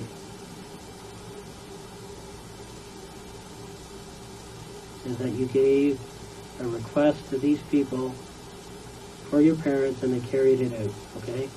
You didn't do it. That's a good thing, okay? You didn't shoot them. You didn't hurt them. Your mistake was making a request. Right? That's where you and I are at right now. Okay, that's the only issue we need to talk about. Okay? I'm not going to get into everything else because it's not even important. Okay? But we need to see justice done here. And we need to do that together, Jen. Okay? And there's only one face to justice, okay? That's the face of truth. Right now, we only have half that face. Okay? I need to see the rest of it. Okay? We're only halfway there. Okay? You made the mistake of asking them to do it. Okay? You asked them to do your parents. It's as simple as that, Jen. Okay? And they did. Or they tried to. Okay? But you're sorry that this happened, right? Okay, that's what the whole key is here. Everyone wants to know, is she sorry? Because everyone knows that you did it, okay? What they want to know is, given a chance and turning back the clock to that day, would you do it again? No, right? This was a one-time mistake, right? Jen? Okay. You gave them the plan for your parents, right? That's all I need to hear. No. Jen, you did. No, and this is not going to go anywhere because I wanted them to kill me. Okay, maybe you wanted that to happen as well, okay? And maybe things got so bad that that's how you feel, okay? But your parents were brought into this, okay, on your request. Yes, Jen, this was your request, okay? And that's what we have to deal with, okay? And that's what you're afraid of here today. That's what you're afraid of. No one's thinking bad of you here. Everybody understands what you went through, okay, and what you are going through, okay? But what people are looking for from this young woman today, you know what they're looking for? Jen? To know that you actually are sorry, okay? That you're sorry that you made the request for your parents, okay? It wasn't for you. We're past that, okay? I don't want to talk about that, okay? The request was for your parents and your parents only. That's it, okay? That's what you put in motion. That's what happened, okay? We know that, okay? At the end of the day, you have to look at yourself and say, when Bill came to me with the answer, did I deal with it? Okay? Because that's where people are going to be looking at you now from. They're going to be saying, what did she do when the police knew and confronted her with the truth? Did she face reality and admit the truth? Or did she run from it? Does she even care what happened? Of course I Okay? know what happened. Okay, so you have to prove that now, Jen, because the only way you can prove it, that you really care, is that you admit that you made a mistake. I did make Okay? a mistake, Okay. but We have to get that on the table, though, and it's not about you, okay? It's about them. It's that simple, okay? It's not complicated, okay? is that what you want me to say? But that's not Yes. how what happened. Tell me though. what happened. I want you to tell me that you made the plan for your parents. But Okay? that's We're not- going to get to the rest of it anyways, okay? We already, I'm in here, okay? There's 20 other investigators on this case. I'm only dealing with the truth as it regards to you, okay? There's a lot more things that you don't even know that I know. That's why you're not going to be able to tell me things, okay, that I don't know already, okay? So I will know when you're telling me the full truth. I already know you made the plan, so I can't just say, okay, yeah, don't worry about it, you made the plan for yourself, when I know that's not true, okay? You got to know that I already have the answers, okay, or we wouldn't be sitting here, okay?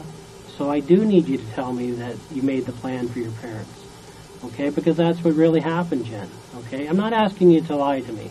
I'm just asking you to tell me that you made the plan for your parents. That's where we're sitting here right now trying to deal with, okay?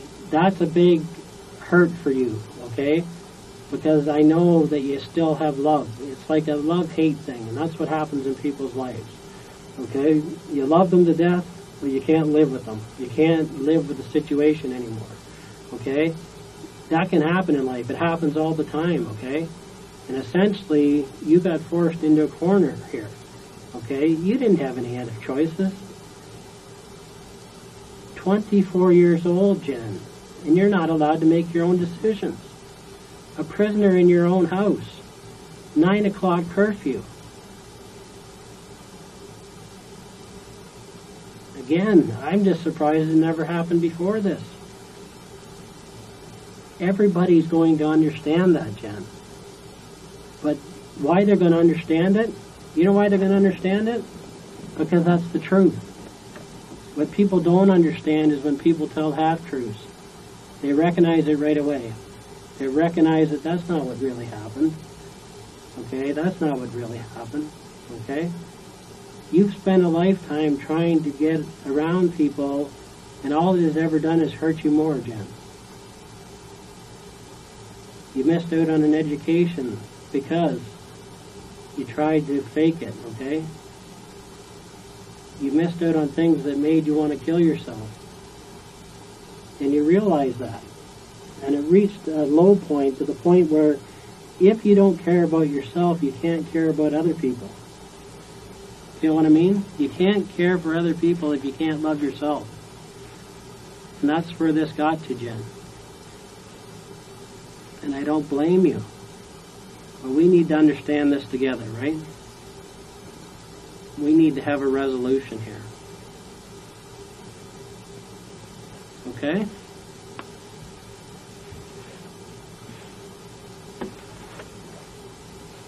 Stuck. Okay. Can we understand each other, Jen? Okay?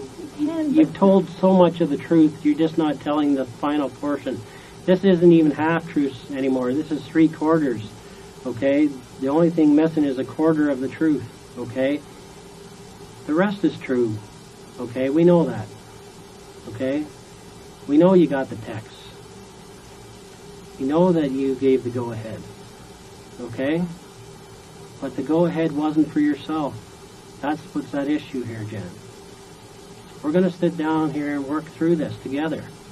Okay? We're going to work this out. We're going to get the full truth, because you know what? The full truth is only 100%. Not 75%, not 90, not 99. 100% everything that really happened that night. Okay, Jen? All right? Let's do it together. Okay, you did. I don't understand why it doesn't add up. Why it doesn't add up is because that's not what happened. Okay? The truth will add up. Half-truths don't add up. That's all they ever are, is half-truths.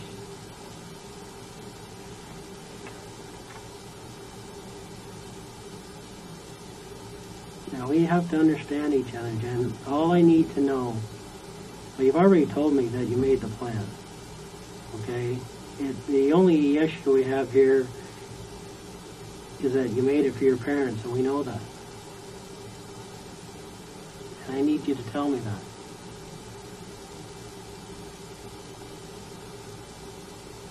Okay?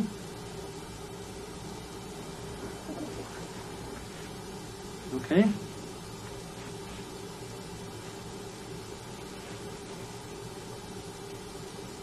Tell me what happened.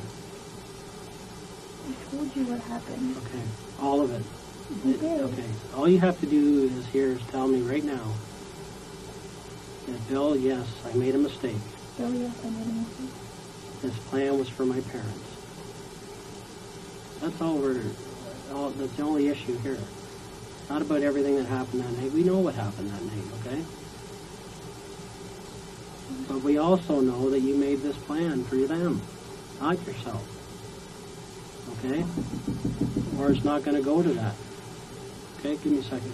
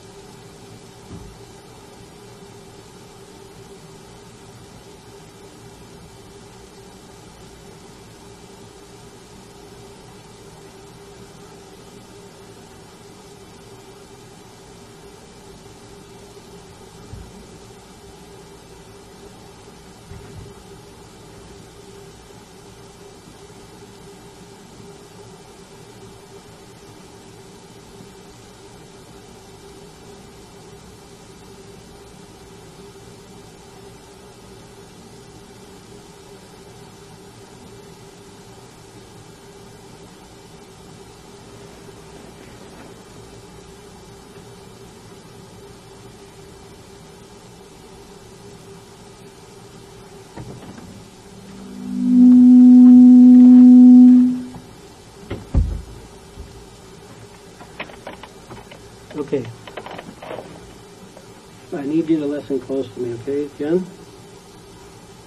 At this point in the investigation, okay, I'm going to be arresting you for murder, okay? Also attempted murder and conspiracy to commit murder.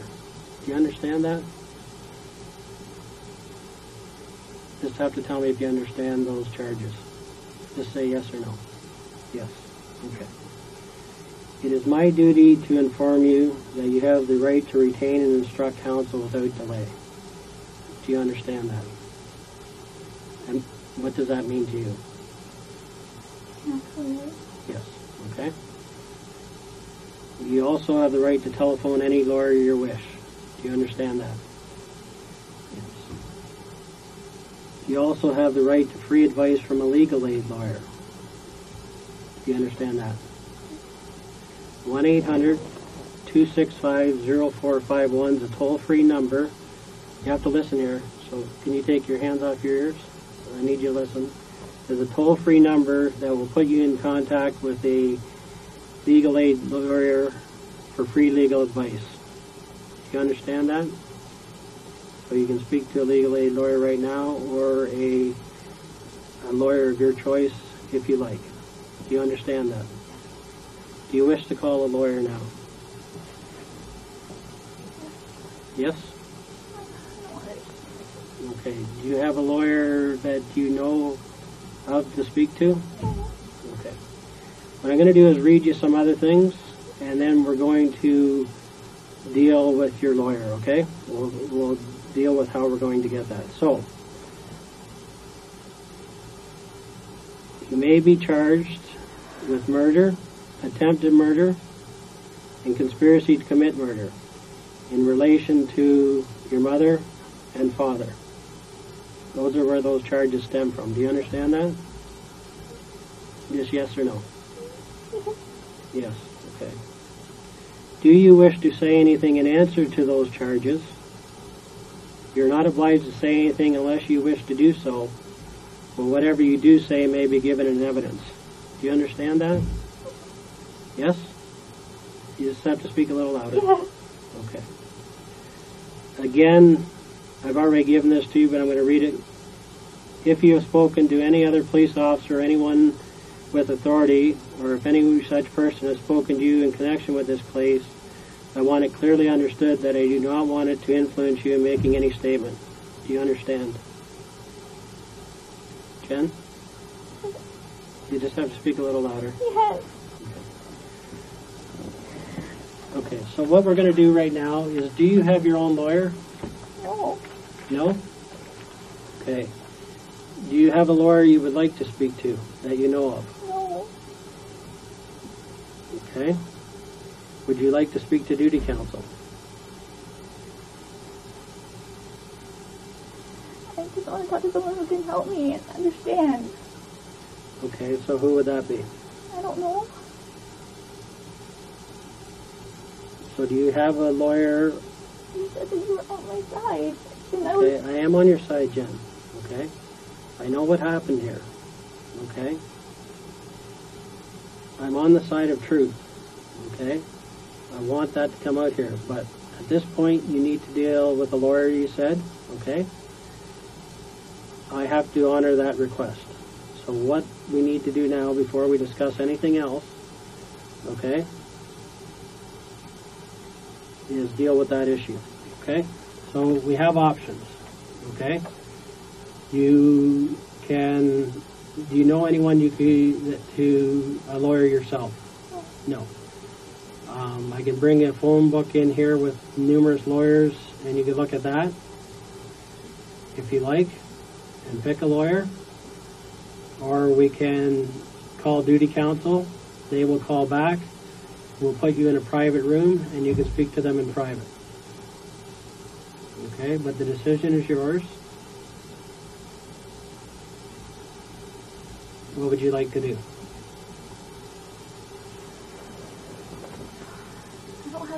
I don't have any idea what to do. Okay. You do want to speak to a lawyer, though, you said. That's your decision. So I have to accommodate that now. Okay, so that's what I want to do for you. I want to accommodate that if that's what you want to do.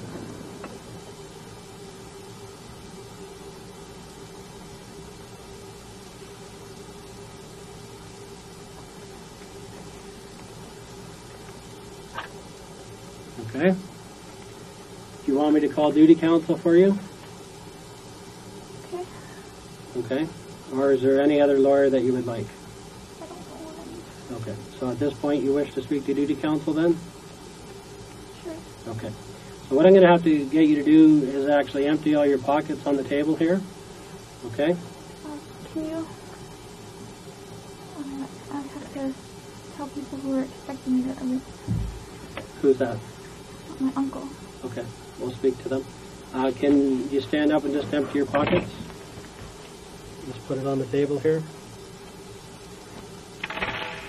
Okay. Okay. Anything else? Just pull out those pockets. Okay. Nothing else? Okay. So just have a seat for a minute. I'm just going to check your coat. Okay. That's some pads in it. Okay. So just sit down.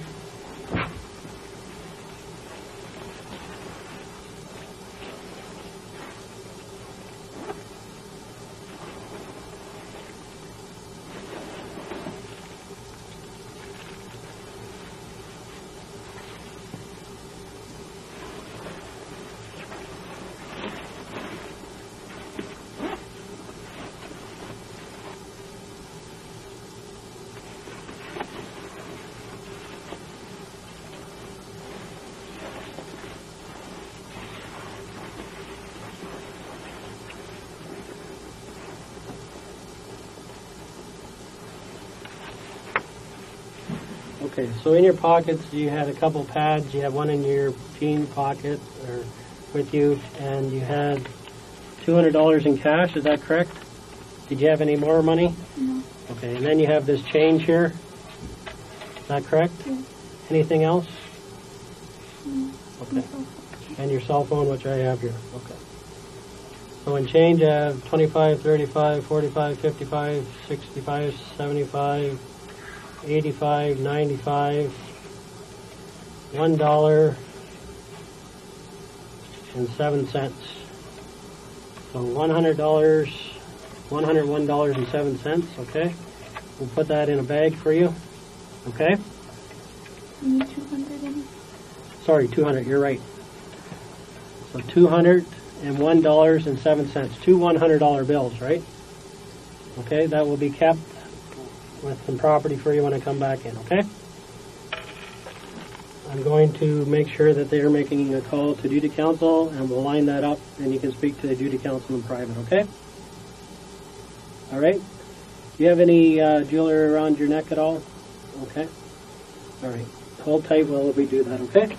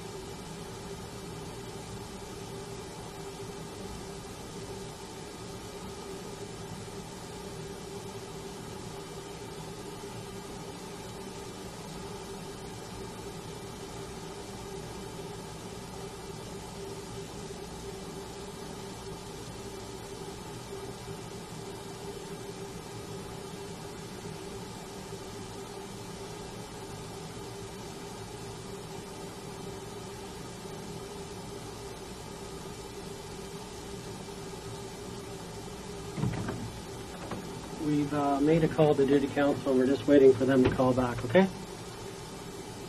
Need a drink of water or anything? What's that?